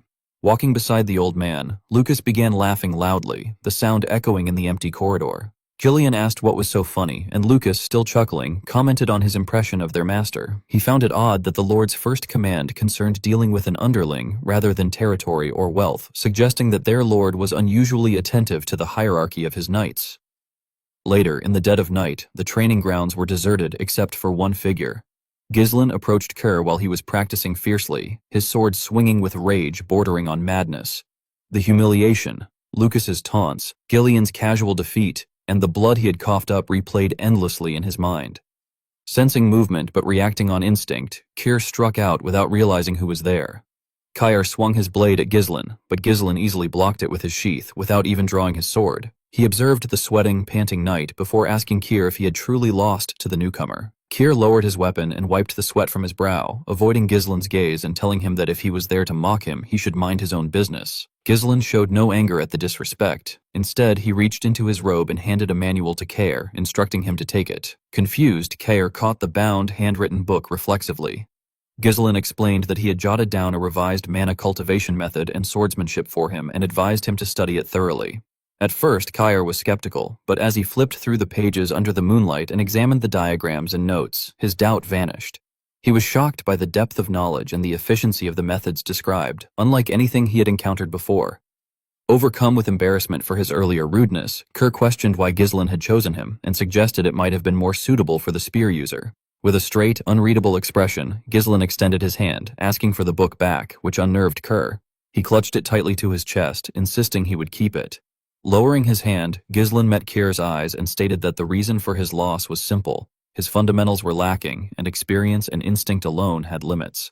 After giving Kyr this crucial advice, Ghislain began to fade into the shadows of the night, but Kyr stopped him. The pride that usually restrained him gave way to heartfelt gratitude, and he bowed deeply, acknowledging the immense value of the gift. Seeing this display of loyalty, a subtle smile appeared on Ghislain's lips. Without looking back, he raised a hand in acknowledgement and told Khyr to grow well, promising they would meet tomorrow. Time passed quickly in the north. A month after the war ended, the domain had changed drastically. With the absorption of the Cavaldi territory, the Fenry's lands expanded and stabilized efficiently. Funds were secured by confiscating assets from the counts and their vassals, replenishing the previously empty coffers. Public sentiment, shaken by the war, was restored through the distribution of food. The acquisition of the North's largest iron mine revitalized the economy, rewarding workers with higher productivity and better resources than before the conquest. This allowed the development of superior technology and armaments, removing previous concerns over resources. The Fenris estate had transformed from a struggling, barren land into a true powerhouse. During a strategy meeting with Ghislain's trusted aides, the mood was triumphant. Ghislain acknowledged that the progress was thanks to everyone doing their part, and noted that no one would dare underestimate Fenris now. Claude, as always, could not contain his excitement and slammed his hand on the table, pointing out that including Perdium, a third of the North was under their control, meaning they were no longer inferior in population or military. He grinned wildly, declaring that anyone, Desmond, Almond, or others, would now have to think twice before attacking. Ghislain sighed internally and then gestured to Wendy to stop Claude. Wendy immediately acted, her fingers twitching as she pulled an invisible string attached to Claude's neck. The sudden constriction left him unable to speak, and he clawed at his throat, gagging silently. Belinda remarked from the side, rolling her eyes, that Claude never knew when to shut up. Ignoring Claude's struggle, Ghislain addressed the room seriously, noting that it was too early to celebrate, as the fundamental threat had not disappeared. Wendy released the string, and Claude coughed loudly, rubbing his reddened neck, yet he still remarked wryly that one would think they would get at least one season of rest by now. Vanessa interrupted Ghislain, appearing nervous. Hesitating and fidgeting with her papers, she explained that the mages were exhausted and asked for guidance on what to do. Ghislain, showing no sympathy, reminded her that, on paper, they were slaves. Vanessa was flustered by his cold logic, stammering at the ruthlessness. Ghislain then reassured her not to worry too much, adding with a faint dark smile that they had a priest to help. In the makeshift infirmary, a scene of holy horror unfolded. Priestess Peyote recited the chants while healing Alfoy, her hands glowing with divine light in the name of goddess Wana. However, Alfoy grabbed her robe, tears streaming, and begged her not to heal him, insisting he just wanted to remain exhausted. As he tried to crawl away, a knight held him firmly, insisting he receive treatment quietly. Peyote appeared distressed, questioning aloud whether it was right to use holy power to heal exhausted people merely to make them work again, feeling it might violate sacred tenets. She also wondered when the Lord planned to send her back, recalling that she had been told only a little help was needed. Ghislaine approached Peyote from behind, and when he called her name, she startled. Seeing Alfoy fully healed and being dragged back to work, Ghislaine informed her that her holy power had increased. Peyote, unable to believe it, checked her hands, puzzled, admitting she had not noticed.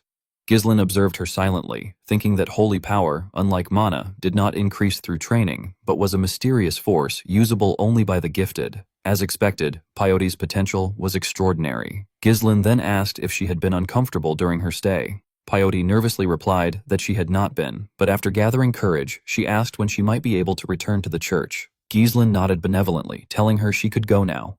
The priestess was shocked, having expected refusal. He explained that Fener's territory had benefited greatly from her dedication, and that he wished to repay her efforts. At the capital of Cardinia, the political scene was shifting.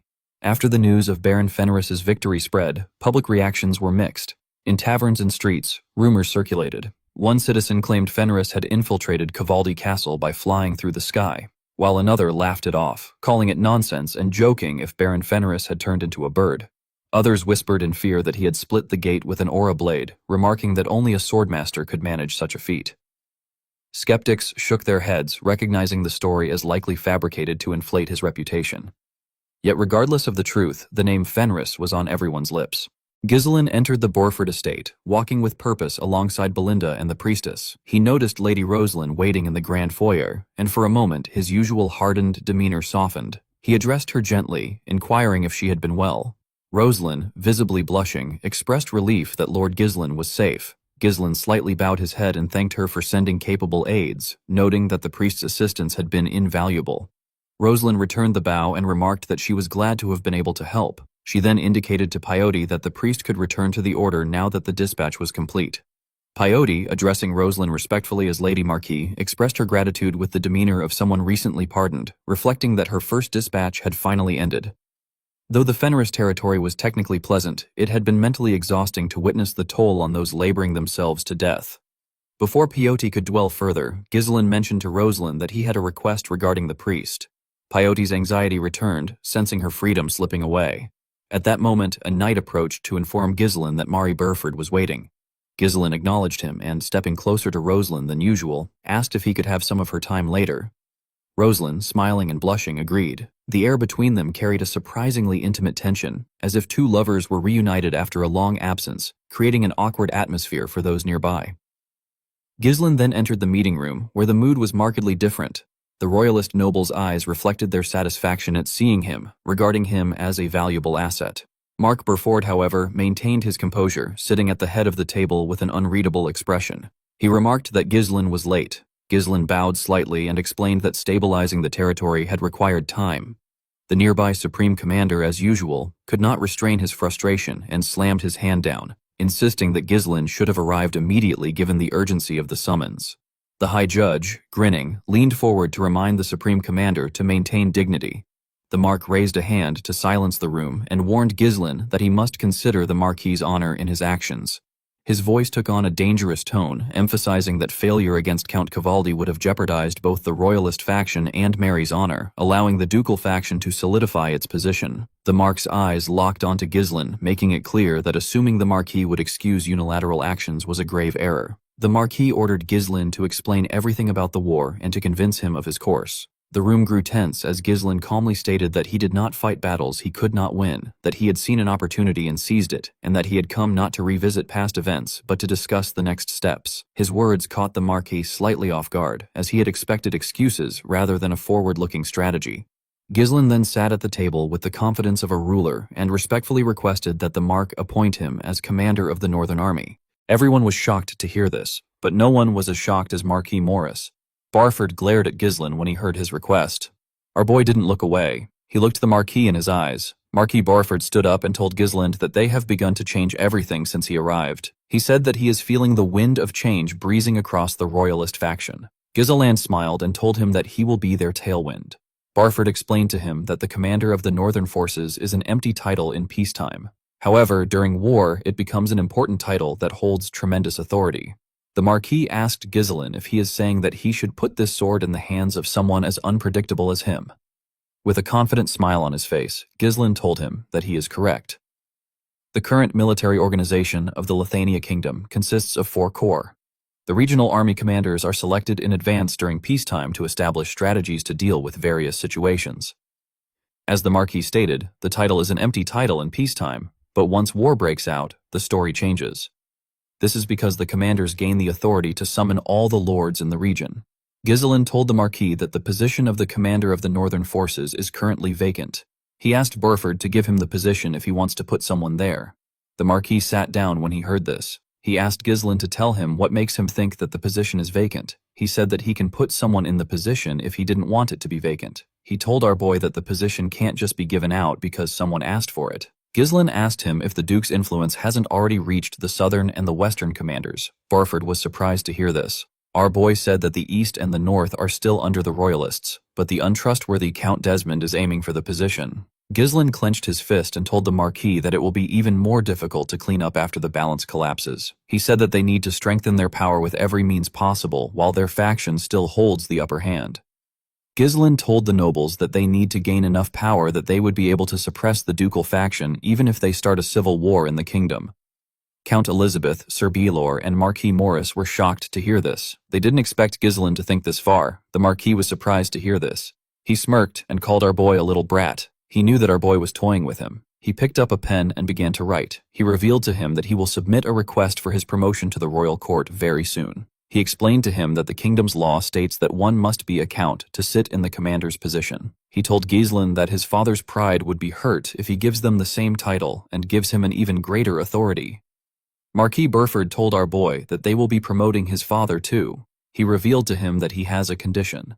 Belinda and Pio were surprised to hear this. With a smile on his face, the Marquis revealed to Gisland that they received a rescue request from the Shadow Mountains of the Tion Kingdom. He told him that he will be the one to go there. Our boy didn't expect to hear this. The Tion Kingdom is the nation of knights. It is a country where monsters pour out endlessly from the Shadow Mountains, which occupies most of its territory. Due to this, most of the people in the kingdom are tough, and they place great value on martial prowess.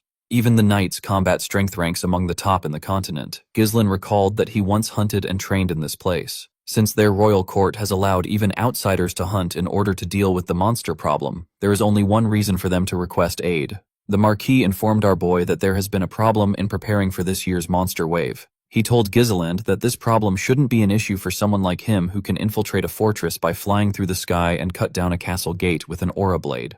Gisland told him that he understands. He begged Mark Burford to deploy the royal army to the Fenris territory while he and his close aides are away from the castle. He explained to him that there is no telling what the ducal faction will do, even if their momentum has been temporarily reduced. After the meeting ended, Gisland left the room with Belinda and Peyote. As he walked out of the mansion, Gisland carefully looked around. He remembered how Duke Deline preemptively won over the lords who held the commander positions in his past life. The Duke was able to incite a civil war and ultimately usurp the king's throne. At that time, the commander of the northern forces was Harold Desmond. Gisland decided to make the first move in this life. He promised to take the north for himself the same way the Duke did. The scene shifts and we are taken to a field. We see Victor's damaged helmet placed on his sword. The sword was shoved into the ground. A man gently touched the helmet. It seemed like he knew Victor. While he was looking at the helmet, someone called out to him. The man's name is Hutton. The person who called out to him turned out to be Count Desmond. The Count was wearing his armor. He asked Hutton about how he is feeling. Hutton turned around to see the Count. He turned back to the helmet and said that he had great expectations for Victor. He told Harold that the world is a cruel place. He asked him if the person that killed Victor is Gizon Perdium. Harold corrected him by saying that our boy's name is now Gizon Fenris. He told him that Gisland is now a baron. The swordsman didn't say anything. He walked past the Count and said that there is no point in lamenting. He told Harold that the rule of the world is that there is always someone better than you. He thanked him for his concern. Before Hutton could leave, Harold told him that the ducal house underestimated Perium and Fenris, and yet they are the ones who had to pay the price. The Count said that Viscount Joseph only asked them to reassess Ghislain as the finest sword in the north after everything had already ended. He told Hutton that Ghislain has the royalists behind him. Due to this, the royalists are moving the royal army to keep watch over him. Harold told the swordsman that his position as a neutral noble is now nothing but an empty shell. Hutton asked Count Desmond if he is questioning the authority of the Duke. The Count turned to him and said that he will no longer be swayed by anyone's orders. He revealed to Hutton that he will personally start a war to destroy Perdium and Fenris and settle matters with the ducal faction once and for all. Hutton didn't expect to hear this. He informed the Count that the royalist faction won't sit idly and let him do as he wishes because he would be inciting a civil war. He told Harold that it is a bit too much for him to oppose the royalists without the help of the Duke. Count Desmond called out to Hutton and told him that there is no reason for him to hide his true feelings in front of him. He asked him if this situation is truly enough for him. Hutton asked the Count about why he sang something so harsh. He said that he cannot just forget about that night. The night when Victor, who had never known defeat, returned as a shattered helmet. With a shaky tone in his voice, Hutton referred to Victor as his one and only disciple. He clenched his fist and grit his teeth. He said that he should have trained Victor to become stronger. He told Harold that there is no way that this is enough for him. He went on his knees and told Harold that he will behead Ghislain Fenris. He begged the Count to let him do it. Harold assured Hutton that the time will come soon.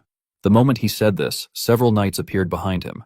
Harold stretched out his hand and asked Hutton to tear everything to shreds together with his two-wing knight order when the time comes. Count Desmond told himself that Ghislain will die on that day. Before Ghislain left the capital, Rosalind went to see him. With a worried look on her face, she asked our boy if he is really going to the Tyrian kingdom. Ghislain told her that he has to go there. He said that it was an order that he received from the Marquis. Rosalind couldn't believe that he was going to such a rough place. She recalled that it hasn't been long since the war with Count Cabaldi ended. Ghislain explained to her that her father doesn't truly trust his performance in the war. He said that the Marquis wants him to prove his strength with this mission. He smiled and asked Rosalind not to worry. He told her that he has killed several monsters. The girl still seemed bothered. She informed our boy that the negotiation he requested with the Wana order has been completed. She told him that he can hold on to the priestess for some time without any problems. Peyote heard what Rosalind said inside the carriage. She knew that she was doomed. Ghislain told Rosalind that he is actually quite surprised. He told her that he did not expect her to be able to bring in a priestess from an order with such strict internal discipline, even if she is a sponsor. Rosalind smiled and said that it actually wasn't so difficult. She said that leader Perisco is a priest of the Wana order, but he is extremely weak when it comes to money. Ghislain bowed his head to Rosalind and told her that he is indebted to her again. Rosalind blushed when she heard this. Our boy stretched out his hand when he noticed this. Rosalind gave him her hand. Ghislain gently kissed her hand and told her that he will always hope for her happiness. The scene shifts, and we are taken under the shadow mountains of the Tian Kingdom.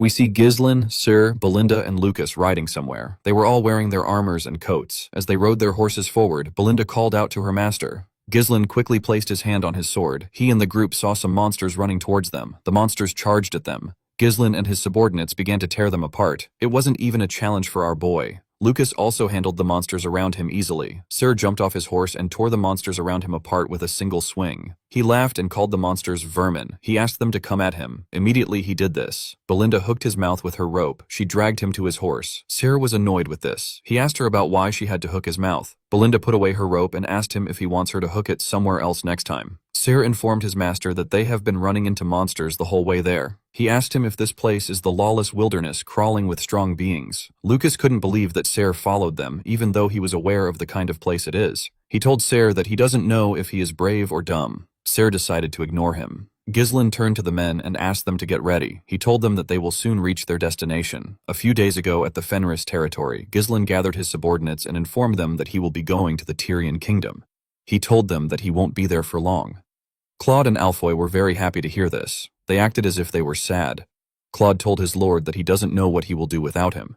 Alfoy said that they will have no choice but to take a vacation. Ghislain ordered Gillian to manage the territory in his absence. He asked him to make sure that Alfoy and Claude don't slack off. Gillian told his master that he understands. Ghislain explained to his subordinates that he has deployed some units from the kingdom around the territory. He said that they don't know what Count Desmond is up to. He told his subordinates that the opposition will still try their absolute best to win even if they have cornered them.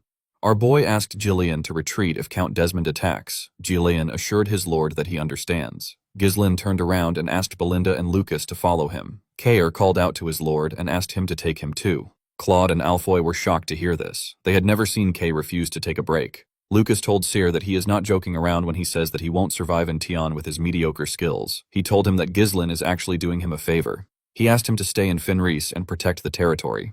Immediately he said this. He saw something in front of him. Carr already swung his fist at him. His attack got stopped by Ghislain.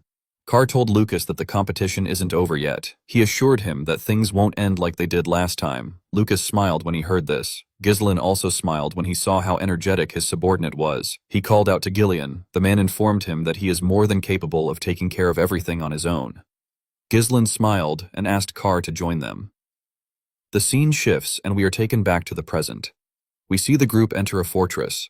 This place is Fortress Ironcliff. It is in the Shadow Mountains. There were several warriors in the fortress. All the warriors turned to Ghislain and his subordinates when they entered the fortress. Some of the warriors were standing next to the monsters they captured. Belinda noticed that the warriors were staring at them. She said that they are really trying to set a mood. Lucas told her that the place is just as he remembered. Cyr asked the warriors to tell him what they are looking at. Ghislain ordered him not to pick a fight with them. Cyr asked him if they will go straight to hunting monsters. After unpacking, our boy told him that they can't. He explained to Cyr that they have to register themselves as hunters in the guild building in order to be able to hunt. Belinda found this odd. She reminded her master that he came there because of the kingdom's royal family's plea for help. She told him that there should be some kind of special treatment available to him. She asked him about why he needs to go through such a troublesome process. Ghislain smiled and told her that they cannot rely on their status there. He told her that the rules there are for everyone. He and his subordinates went into the guild building. They met a warrior at the front desk. Ghislain informed the warrior that he is Baron Fenris from the Lithania kingdom. He told him that he came there in response to the Tion royal family's request for aid. The knight turned to him and asked him if he is there for the hunter registration. He informed Ghislain that his nobility status isn't recognized there. He told him that nobles and slaves are all the same to them. Belinda was shocked to hear this. The knight began to write on a paper. He asked Ghislain not to earn resentment by acting like a noble for no reason. He explained to him that the Knights of Tion merely oversee things at the fortress so that it can maintain its minimum functions. Any problem that comes up amongst hunters is expected to be resolved on its own. He asked our boy to try not to kill anyone. He said that they all came there to hunt some monsters. Carr smiled and told the man that the Knights are simply lazy slackers. The Knight asked Ghislain if he agrees to their terms. Our boy told him that he does. The moment he heard this, the man threw 4 tokens on the table. He explained to the group that they will be permitted to hunt anywhere in the Shadow Mountains area if they hold on to the tokens. He asked them to make sure they have it on them at all times. Ghislain and his subordinates picked up the tokens when they heard this. The knight asked them to have a great time. Belinda didn't like the attitude of the people there at all. She didn't like how they were acting even though they came to help them. While she was complaining, someone welcomed them to Ironcliff. He asked Ghislain if he just finished his hunter registration. Our boy turned to the side when he heard this. He saw the man with 2 other men.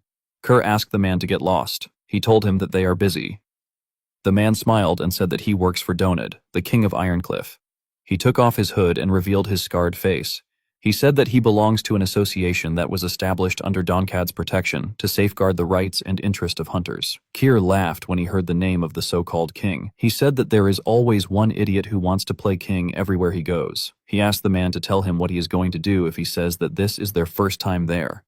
The man told him that the knights of the kingdom never do anything. He said that the hunters have to work together to keep the law and order around there.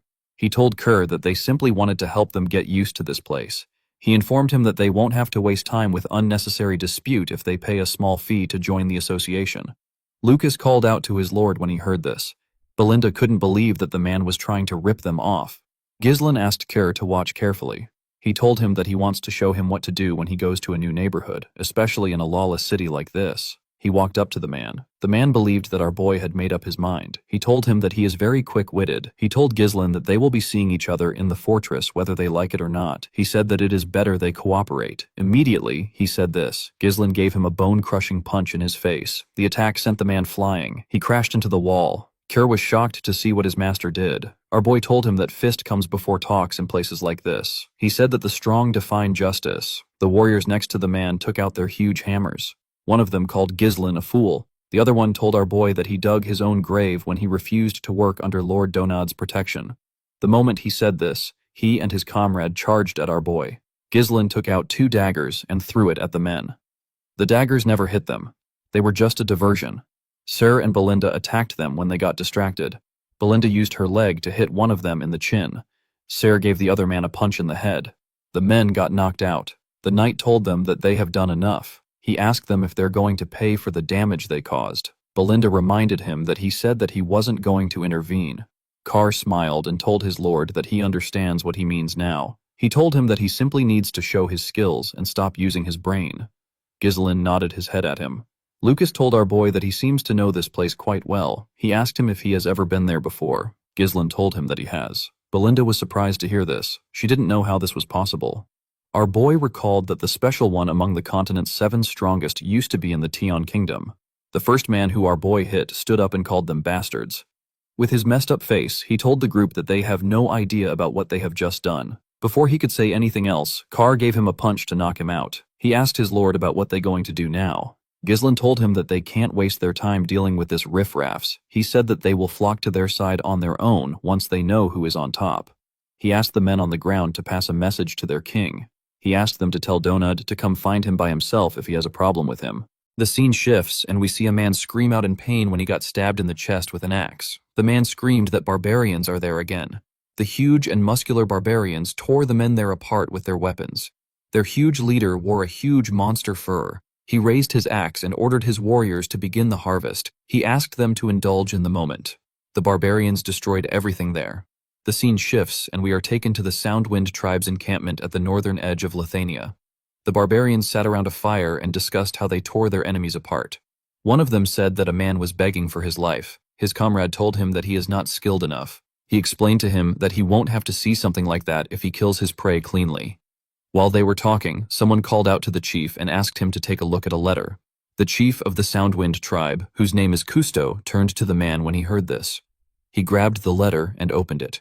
He was shocked to see what was inside. He turned to his subordinate and threw his liquor at him. He told him that he should have brought the village chief along with him if he got a paper that has letters in it. He asked him if he is making fun of him for being illiterate. The man apologized to him and told him that he will go get the village chief. The chief opened the letter and said that the north is empty. He said that the rider has permitted them to claim Perdium. A bald man said that they have finally gotten the chance to plunder the rich land that the northern wolf cherishes dearly. Another warrior sitting next to the chief smiled and said that the time has finally come for the warriors to claim the land that they have long desired. The moment he said this, the man noticed that his chief was quiet. Kusta found it odd that the rider asked him to claim Pertium. He began to laugh. He wondered about what kind of scheme the bastards in Lithuania Kingdom are trying to pull. He couldn't believe that they sent a personal letter to him. He didn't really care about the scheme as long as he got to fight. Their tribe has already been planning to invade Perdium. This situation favored them. He stood up and ordered his men to tell the other chiefs to muster their warriors. He said that the time has come to claim Perdium. The scene shifts, and we are taken to the Shadow Mountains. We see Carr looking shocked when Ghislain told him that he needs to kill 100,000 monsters. Our boy reminded him that he said he wanted to get stronger. He told him that he needs to kill at least this much monsters. Sir asked his lord to tell him how he will get stronger by killing some dumb monsters. He said that there are so many people in the world who are stronger than the monsters. The moment he said this, Belinda asked her master to look forward. When Ghislain raised his head, he saw some monsters eating another monster. One of the monsters turned its head around when it sensed the group's presence. The monster had the head of an owl. These monsters are the apex predators of the Shadow Mountains. They are known as owl bears. The monsters were huge owls. They turned to the group and showed off their claw-like hands. Carr grabbed his sword and asked his lord to wait there while he takes care of them. He said that he can fight thousands of owlbears. Immediately he said this, Ghislain gave him a punch that pushed him off his horse. The owlbear appeared out of nowhere and used its huge leg to grab Sir's horse. Our boy advised Kay not to take his eyes off the monsters. He said that the owlbears don't make a sound when they move. Sir drew his sword and told his lord that he should have mentioned this earlier. He charged at the owlbear and swung his sword at it. The monster jumped and dodged the attack. It let go of Kyr's horse. The man had to move back to dodge his horse.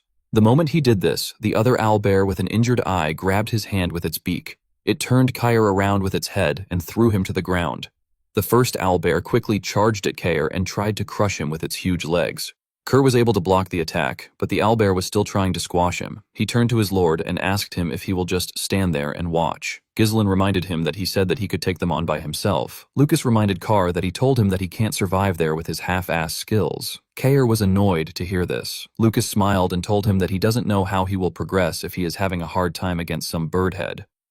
Sir grit his teeth out of anger when he heard this. The two owlbears began to attack him with their legs. Belinda nervously asked her master if he won't die from this. Ghislaine told her that Sir is not someone who would die from something like this. He explained to her that owlbears are quite smart. If a person charges at them without much thought, they will fall right into their trap. They are not the apex predators of Shadow Mountains for no reason. This is why they never even imagined that they would be the ones being hunted. It was just like the time when Seer managed to land a cut on Victor. Ghislaine knew that he already taught Kair how to get stronger, and he has seen him do it before. The problem is that Kair doesn't utilize his strength well unless his life depends on it. Ghislaine believed that Kair needs to think with the mindset of a hunter, not the prey. Seer needed to avoid charging in blindly. He needed to wait until the moment comes when he is certain that he can get the kill. Seer needed to make his instinct his own. The man grit his teeth. He moved his sword in between the toes of the owl bear. He caught off one of its toes. The leg of the monster slipped when this happened. Kair got up and landed a quick cut on the monster's neck. Belinda and Lucas were surprised to see this. The other owlbear quickly swung its hand at Sir when it saw what he did. Kerr dodged the attack by jumping. While he was in the air, he landed a clean cut on the monster's body. He smiled and asked the monster not to mess with him. Ghislaine was happy to see that his subordinate was improving. Back at the Ironcliff Fortress, people spoke about Ghislaine and his team. They talked about how the group has been taking out monsters to the point where the place is practically empty. The people couldn't believe that the group was poaching without having a single casualty. One of them said that they will soon have no monster materials left to sell. One of the warriors said that the group messed with Donad's subordinates. He said that it won't be long before the group is dead. He said that Donad will soon step in. The scene shifts, and we see a huge man standing in front of some monsters. The huge man said that he was going to let Ghislaine get away with messing with one of his subordinates. He said that he can't believe that our boy is aiming for his table. He raised his unique weapon and put it on his back. He ordered his hunters to get ready. He told them that it is time to hunt. The scene shifts, and we see Ghislaine and his subordinates putting away their weapons after taking care of a large number of owlbears. Sir said that they killed a lot of monsters. He turned to some men loading up the monster corpses and asked them to finish up quickly before more monsters come. He asked them not to take any materials because he is going to count every single one. The men nervously told him that they understand. Lucas told Sir that he will soon find a blade sticking out of his back if he keeps pressuring them. Sir brushed off his advice and told him that he wants to see the men try it. He asked him if there is a reason why he has to respect anyone who sucks up to Donad. He said that they did not run into anyone who tried to mess with them for days. He said that Donad must be scared. The two men turned around and glared at Kay when they heard this. Ghislaine noticed this. Carr looked at the monster bodies and asked his lord about what they are going to do with the bodies. He reminded Ghislaine that they already have too many materials stocked up in their storage. Ghislaine asked him to send them to the territory and to Cardinia. He said that the dwarves are going to love these materials since they don't get them in Lithania. He told Sir that he already sent a letter telling Claude to form a transport unit. The moment he said this, Belinda called out to her master. She told him that they have a problem. She showed him a letter and told him that it just arrived from Perdium. She told him that he needs to read it. Ghislaine quickly opened the letter. He was surprised to find out that Perdium is being attacked. The scene shifts and we are taken to Perdium. We see the archers of the territory firing a ridiculous amount of arrows at the barbarians below. The barbarians raised their shields when they saw the arrows coming at them. Zwalter ordered his archers to shoot every barbarian down.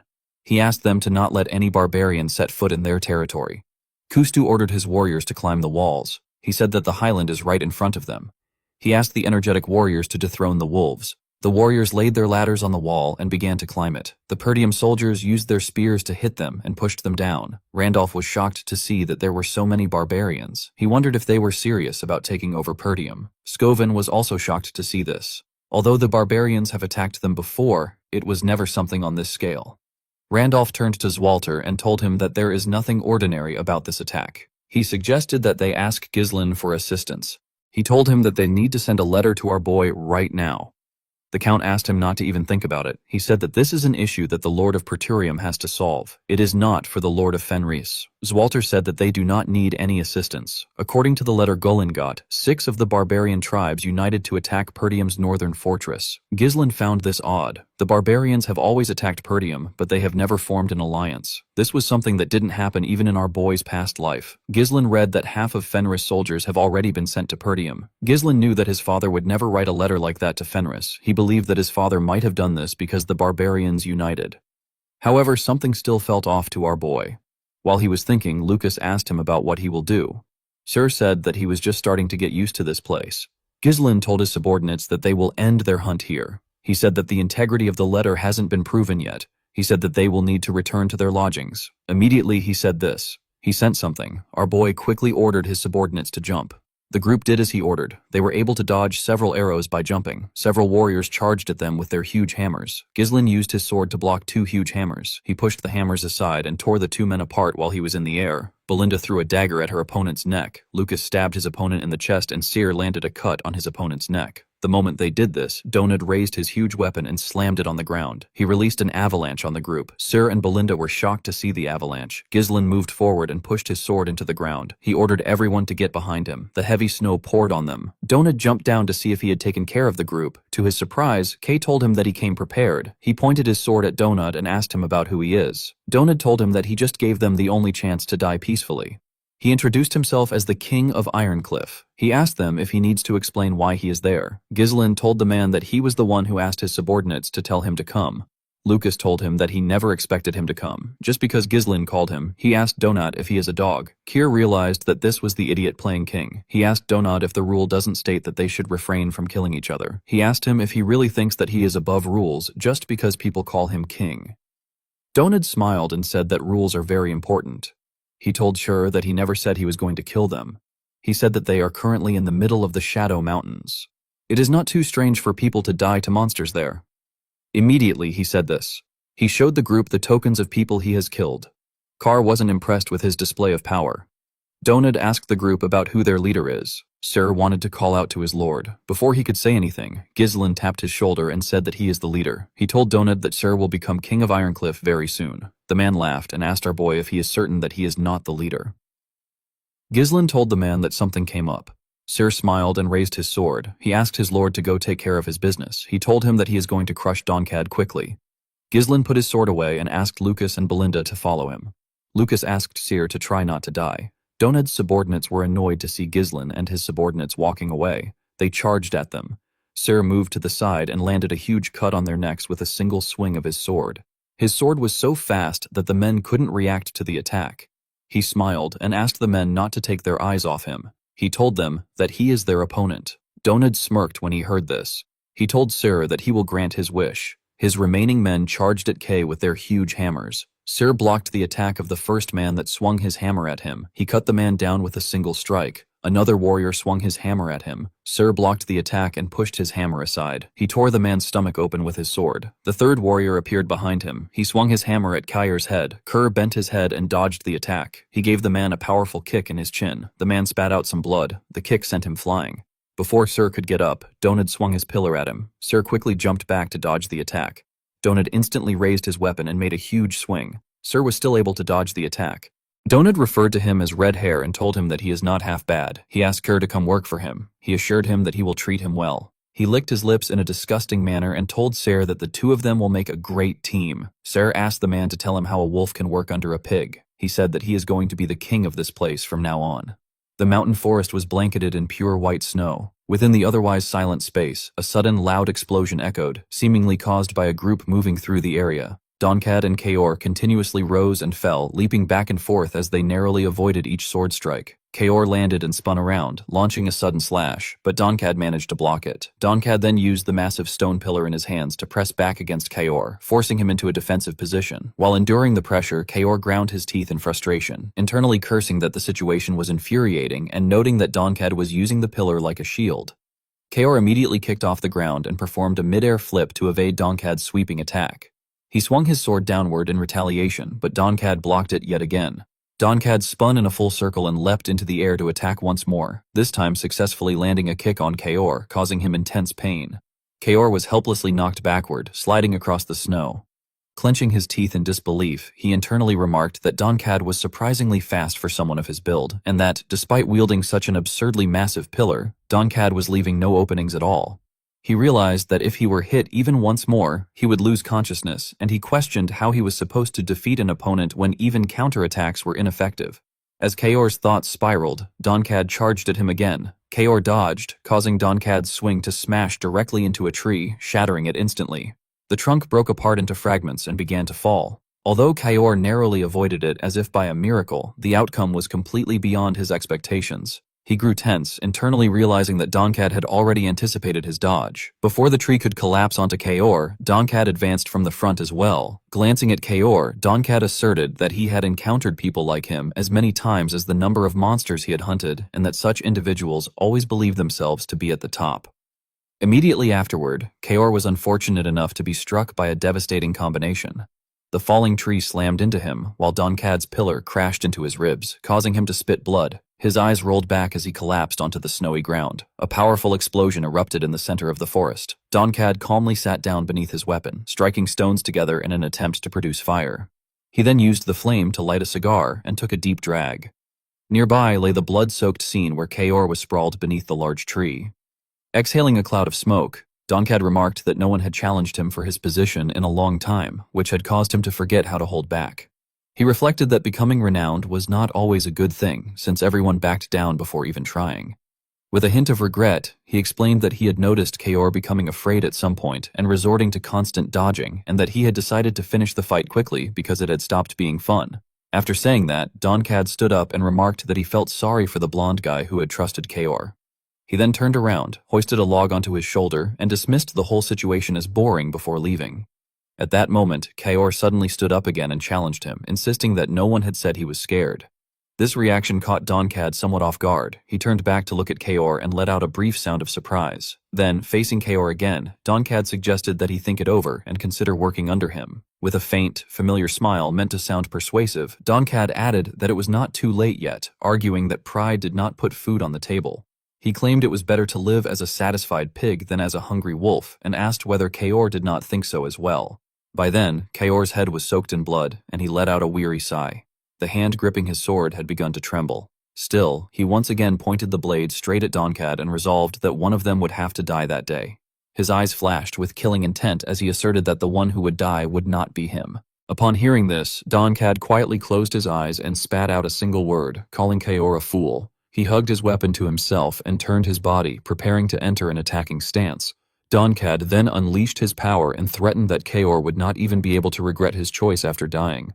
On the opposite side, Kaor's expression darkened as he silently assessed his condition, feeling as though he was about to die and that every bone in his body had already been shattered. He forced himself to look forward and sighed inwardly, thinking that it was always like this. He believed that he had understood everything his mentor had taught him, yet in real situations like this, he forgot it all. He admitted to himself that he had been scared, just like that pig had said, and had failed to pull off anything at all.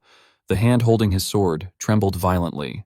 Kaor decisively grabbed his shaking arm with his other hand and focused his mind, recognizing that this sensation was fear. He tried to calm himself as he realized what fear truly was. Kaor then recalled his time in the capital, when he had once loudly demanded to know when he had ever become scared. Back then, Ghislaine had calmly explained that Kaor had been afraid of losing his position to Lucas. Ghislaine had pointed out that Kaor had underestimated Lucas before the fight, only to realize that Lucas was stronger than expected, which had led to fear. Ghislaine had concluded that no one could possibly win a fight while being scared. Feeling impatient at the memory, Kaor remembered clicking his tongue and questioning why Ghislaine had to bring that up there. He had insisted that he had never been scared when fighting in the Forest of Beasts or when battling that winged can monster. The moment that thought ended, Kaor saw a sword flying straight toward him. It turned out that Ghislaine himself had launched a sudden attack. Each time Kaor leaned aside to evade, Ghislaine continued to swing his sword relentlessly, as if determined to chase him down to the very end. After enduring this for a while, Kaor finally lost his patience, turned back, frowned deeply, and shouted in frustration, demanding to know what the hell his captain thought he was doing. However, he also realized that Ghislaine showed no sign of stopping at all. Ghislaine took another step forward, pressing the blade closer to Kaor's neck. Kaor was so terrified that sweat poured from him like a stream as he glanced down at the sharp edge resting against his throat. Ghislaine coldly reminded him that once a person started thinking they were at a disadvantage, they inevitably became overly focused on dodging, and that such behavior was only natural, since humans acted that way instinctively. Immediately afterward, Ghislaine placed the flat of the sword into Kaor's palm and added that if Kaor had pressed forward instead of retreating, he would have had a chance. Those words completely stunned Kaor. Returning to his current unfavorable situation, he repeated the advice to himself, telling himself that this was exactly what he needed to overcome in order to achieve his ideal. As Kaor looked at Donkad attacking him from the front, he repeated the word fear in his mind once more. This time, he made the decision to stand his ground instead of fleeing. A cold glint flashed in Kaor's eyes as he realized that death was something that must be avoided at all costs, but that it was also the greatest teacher. Fresh blood splattered into the air. Kaor's shoulder took Donkad's full blow, but in return, Kaor drove his blade straight into Donkad's abdomen. Donkad seemed momentarily shocked by this turn of events, then twisted his body to evade further damage with a dismissive snort. As Donkad prepared to counterattack, Kaor leapt into the air once again and continued his assault. He stomped forcefully on Donkad's weapon to gain momentum, spun midair, and slashed horizontally across Donkad's arm. Seeing blood spray out, Donkad was inwardly shaken, wondering how Kaor had managed to land a hit on him for a second time. He tensed as he realized that this was not a coincidence and that the red-haired youth was growing stronger during the battle. He found it hard to believe that he, the king of Ironcliff, could possibly lose to such a brat. Enraged, Donkad swung his weapon wildly and cursed Kaor. Kaor stepped back slightly, once again allowing Donkad to smash his attack into the tree trunk just as before. Unable to accept this, Donkad roared in fury, demanding to know what Kaor had done. The tree began to topple toward Kaor once more, but this time Kaor sprang aside, evading the fall while counterattacking at the same time. Calmly, he stated that it was nothing special, then charged forward with surging momentum, declaring that he was simply no longer afraid. Kaor's words left Donkad frozen in disbelief, unable to accept what was happening. In the next instant, Donkad's head was severed and sent flying. The surroundings returned to a deathly silence beneath the open sky. Soon after, a group of riders galloped toward the area. Through a pair of binoculars, someone who had observed the entire exchange pointed out the scene and urgently called it to an officer's attention. The observer reported that they appeared to have started moving. The leader responded that it was clearly Baron Fenris and his subordinates, noting that although one of them was missing, it should not pose a problem. Frowning, he issued an order to send a letter to Count Desmond, instructing that it should state Baron Fenris was moving according to their plan. The man being observed from below was Ghislaine. His face was filled with anxiety and tension as he rode onward. The scene at the northern fortress of Perdium was utterly devastated. Smoke and dust rose violently from every direction as people clashed relentlessly, striking and parrying without pause. Zwalter turned around tensely and shouted that they had fallen into a trap, insisting that the enemies were nothing more than scarecrows made of flesh and blood, and urging everyone not to be afraid. He continued to reassure the soldiers around him, questioning whether the enemy ever grew tired and wondering why this still was not enough, since under normal circumstances they should have withdrawn by now. In stark contrast to Zwalter's anxious demeanor, Cousteau stood calmly to the side, observing the battlefield with a smile. He chuckled inwardly, convinced that the wolves were already exhausted and that if they clashed a few more times as the kingdom's men had predicted, the defenders would surely break. With that in mind, he raised his voice and ordered the warriors of the Soundwind tribe to retreat, declaring that it was time to rest and instructing them to switch places with the follow-up unit. The soldiers below, still burning with battle fervor, felt somewhat dissatisfied and muttered complaints, saying it was already time to withdraw even though they had not had enough yet, with some grumbling that they were just getting fired up. Others quickly snapped back at them, telling them to follow the order and reminding them that it came directly from Chief Cousteau. Meanwhile, the soldiers of Perdium panted heavily, exhausted and cursed under their breath, complaining bitterly about yet another follow-up unit and wondering just how many times the enemy planned to repeat this tactic. Randolph clenched his teeth and offered his assessment, telling his brother that the 6 tribes were clearly employing a rotation strategy, taking turns attacking so the pressure never eased. He pointed out that their own forces were far too limited to endure the gaps between those relentless assaults. Scovon, standing beside him and equally drained, exclaimed in disbelief that the barbarians were actually using strategy and accused them of deliberately trying to exhaust them to death. Randolph frowned deeply and warned that while an alliance was one thing, this situation felt far too strange, insisting that there had to be a mastermind orchestrating everything behind the scenes. After hearing those words, Zwalter remained silent, lowering his head without saying anything. Then, with visible pain, he made his decision, declaring that the next time the enemy advanced, they were to open the gate and that the Northern Wolf himself would go out to personally take the enemy chief's head. His declaration left both Scovon and Randolph stunned. Suddenly, Zwalter's gaze swept toward something in the distance. Randolph pointed urgently in one direction and shouted for his brother to look over there. From afar, Zwalter could already see thick clouds of dust billowing upward, and a group of spear-wielding riders charging straight toward them. Witnessing that sight, Zwalter murmured in confusion that the unit looked familiar. At the head of the charge was Ghislaine, with Belinda following closely behind him, frowning as she complained about those filthy barbarians swarming in such overwhelming numbers. Lucas, riding alongside them, added that it seemed the rumor about the 6 tribes alliance being real had indeed been true. From the front, Ghislaine cautiously called out, instructing Belinda and Lucas to lead their units and spread out to both flanks in order to form an encirclement. A flash of killing intent crossed his eyes as he declared that they would end all of their enemies there. The entire valiant army responded in unison, affirming their obedience. Seeing this, the invaders showed no fear at all and burst into loud laughter. They mocked the newcomers, wondering who those pathetic losers were and questioning why enemies were suddenly appearing from their rear. Still laughing wildly, they claimed it did not matter since they were already tired of retreating like cowards and welcomed the opportunity. Raising their shields toward Ghislaine, they shouted that this was a perfect chance and vowed to kill him as well, boasting that they would feast on his blood. Standing before them, Ghislaine remained completely unfazed by the overwhelming number of enemies. He simply raised his weapon high, his fury visibly spilling from the corners of his eyes. In the next instant, he swept his long spear through the crowd before him. A severed head was sent flying into the air, fresh blood spraying everywhere under the stunned gazes of all who witnessed it.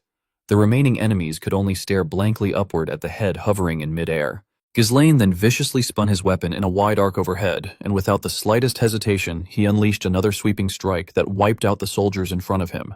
In a very short time, he successfully broke through their encirclement. Panic immediately spread through the ranks, and the invaders began screaming at one another in terror. Some stammered that their front lines had been destroyed in an instant, while others questioned in disbelief whether Perdium truly possessed a warrior like that. Desperate voices shouted orders to pull him off his horse, to stop him, and finally, to run. Just like that, the entire formation collapsed before Cousteau's eyes. Grinding his teeth in rage, Cousteau roared furiously, demanding to know what they were all doing and questioning whether the so-called great warriors of the Soundwind tribe were truly afraid of a single man. At that moment, a trembling subordinate rushed over to report an urgent problem. While Belinda was already sweeping through the enemy forces from behind, the subordinate explained that they were also being pushed down from both flanks. On another part of the battlefield, Lucas had already dealt with those blocking his path, and the subordinate continued by reporting that at their rear, the Northern Wolf was emerging from the castle together with his soldiers. Inside the fortress, Zwalter had opened the gates and charged out on horseback, sword in hand, leading his troops forward. Upon hearing this, Cousteau began to feel flustered, cold sweat forming as he muttered in disbelief that it had to be the Northern Wolf. He lamented that the man had never opened his gates before, and yet it happened now of all times. Moments later, Cousteau forced himself to regain his composure. Slamming his two axes together, he shouted encouragement to his warriors, insisting that it did not matter because they still outnumbered the enemy and ordering them to push forward. However, instead of receiving any response, his subordinates began trembling and murmuring in fear, calling the figure before them a demon. None of them dared to move as they stared ahead, repeatedly whispering that it was a demon drenched in blood, straight out of myth. Terror gripped them all as they recalled the scene before their eyes, likening it to the day the forest of beasts burned, and to the ancient tale of a demon soaked in crimson blood who stole the souls of all who beheld him.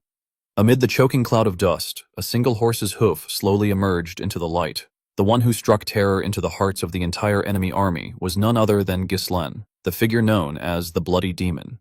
Cousteau faltered for a brief moment, cold sweat pouring down his body. Then, as if seized by sudden delight, his eyes widened and he burst into laughter, recognizing the bloody demon before him. Overflowing with excitement, he declared that the situation was exhilarating and that he had never imagined encountering someone so powerful in the north. As he charged forward, he loudly introduced himself as Cousteau, the great warrior of the north, and proclaimed that he would take the demon's head. Facing such arrogance, Ghislaine merely narrowed his eyes in disdain, remarking that it was disgusting. He drove his horse forward as Cousteau simultaneously launched himself into the attack. In an icy tone, Ghislaine questioned how much of the north had been gnawed away by Cousteau's barbaric way of waging war, then twisted his body and slashed his sword into Cousteau's side. A deafening horse's scream echoed across the battlefield as Cousteau crossed his twin axes to lock Ghislaine's blade. Yet in the next instant, Cousteau was violently slammed flat onto the ground without even understanding how it had happened. Refusing to yield, he struggled back into position, growling in disbelief, then glared fiercely at Ghislaine and demanded a proper fight, vowing that he, Cousteau, would end the demon's final breath. Before he could finish that declaration, however, his face was struck squarely by a horse's hoof. Ghislaine departed without a backward glance, his contempt clear as he spurred his horse away. That act sent Cousteau into a frenzy. He roared that a new mythology would spread among the barbarians, and that the Northern Wolf would slit the throats of all warriors. His proclamation ended abruptly, when Zwalter's sword pierced straight through his heart. Zwalter's eyes burned with killing intent as he stared directly at Cousteau. Unable to do anything else, Cousteau could only widen his eyes and scream the word wolf in agony. After that final cry, he fell from his horse and died. Zwalter then raised his voice to announce that the enemy chief was dead. Pointing his sword forward with absolute confidence, he ordered the remaining enemies to be eliminated. As he rode on, he shouted that they must never be allowed to even dream of coveting Perdium. Once Zwalter finished speaking, Ghislain approached him and dismounted. Covered in blood and wounds, he walked towards Zwalter. Frowning with concern, Zwalter remarked that it had been a long time. Ghislain respectfully removed his hood and admitted, with tension in his voice, that he had arrived a little late. Suddenly, Randolph rushed in from nowhere and embraced Ghislain tightly, proclaiming how proud he was of him and correcting himself to address him as Baron Fenris. He expressed his gratitude, saying that thanks to Ghislain, they could finally breathe again. Zwalter, however, asked coldly how Ghislain had known about the situation and how he had managed to bring so many troops with him. Ghislain answered honestly that he had come after receiving an urgent plea for aid bearing the seal of Perdium. According to the letter, Zwalter was under attack by barbarians, and as a result, part of Fenris's forces had already been dispatched in advance as reinforcements. Still harboring doubts, Ghislain then produced the letter and asked whether Zwalter had been the one to send it. Realizing something was wrong, Zwalter turned sharply toward Randolph and addressed him harshly. Startled and flustered, Randolph hurriedly waved his hands and swore that it had not been him, reminding Zwalter that he had explicitly been told not to send any letters at that time. This plunged Zwalter into confusion as he wondered who else could have sent it. Ghislain, having grasped the truth, fell silent for a moment before firmly calling out to his father. With clear tension in his voice, he declared that they had fallen into a trap.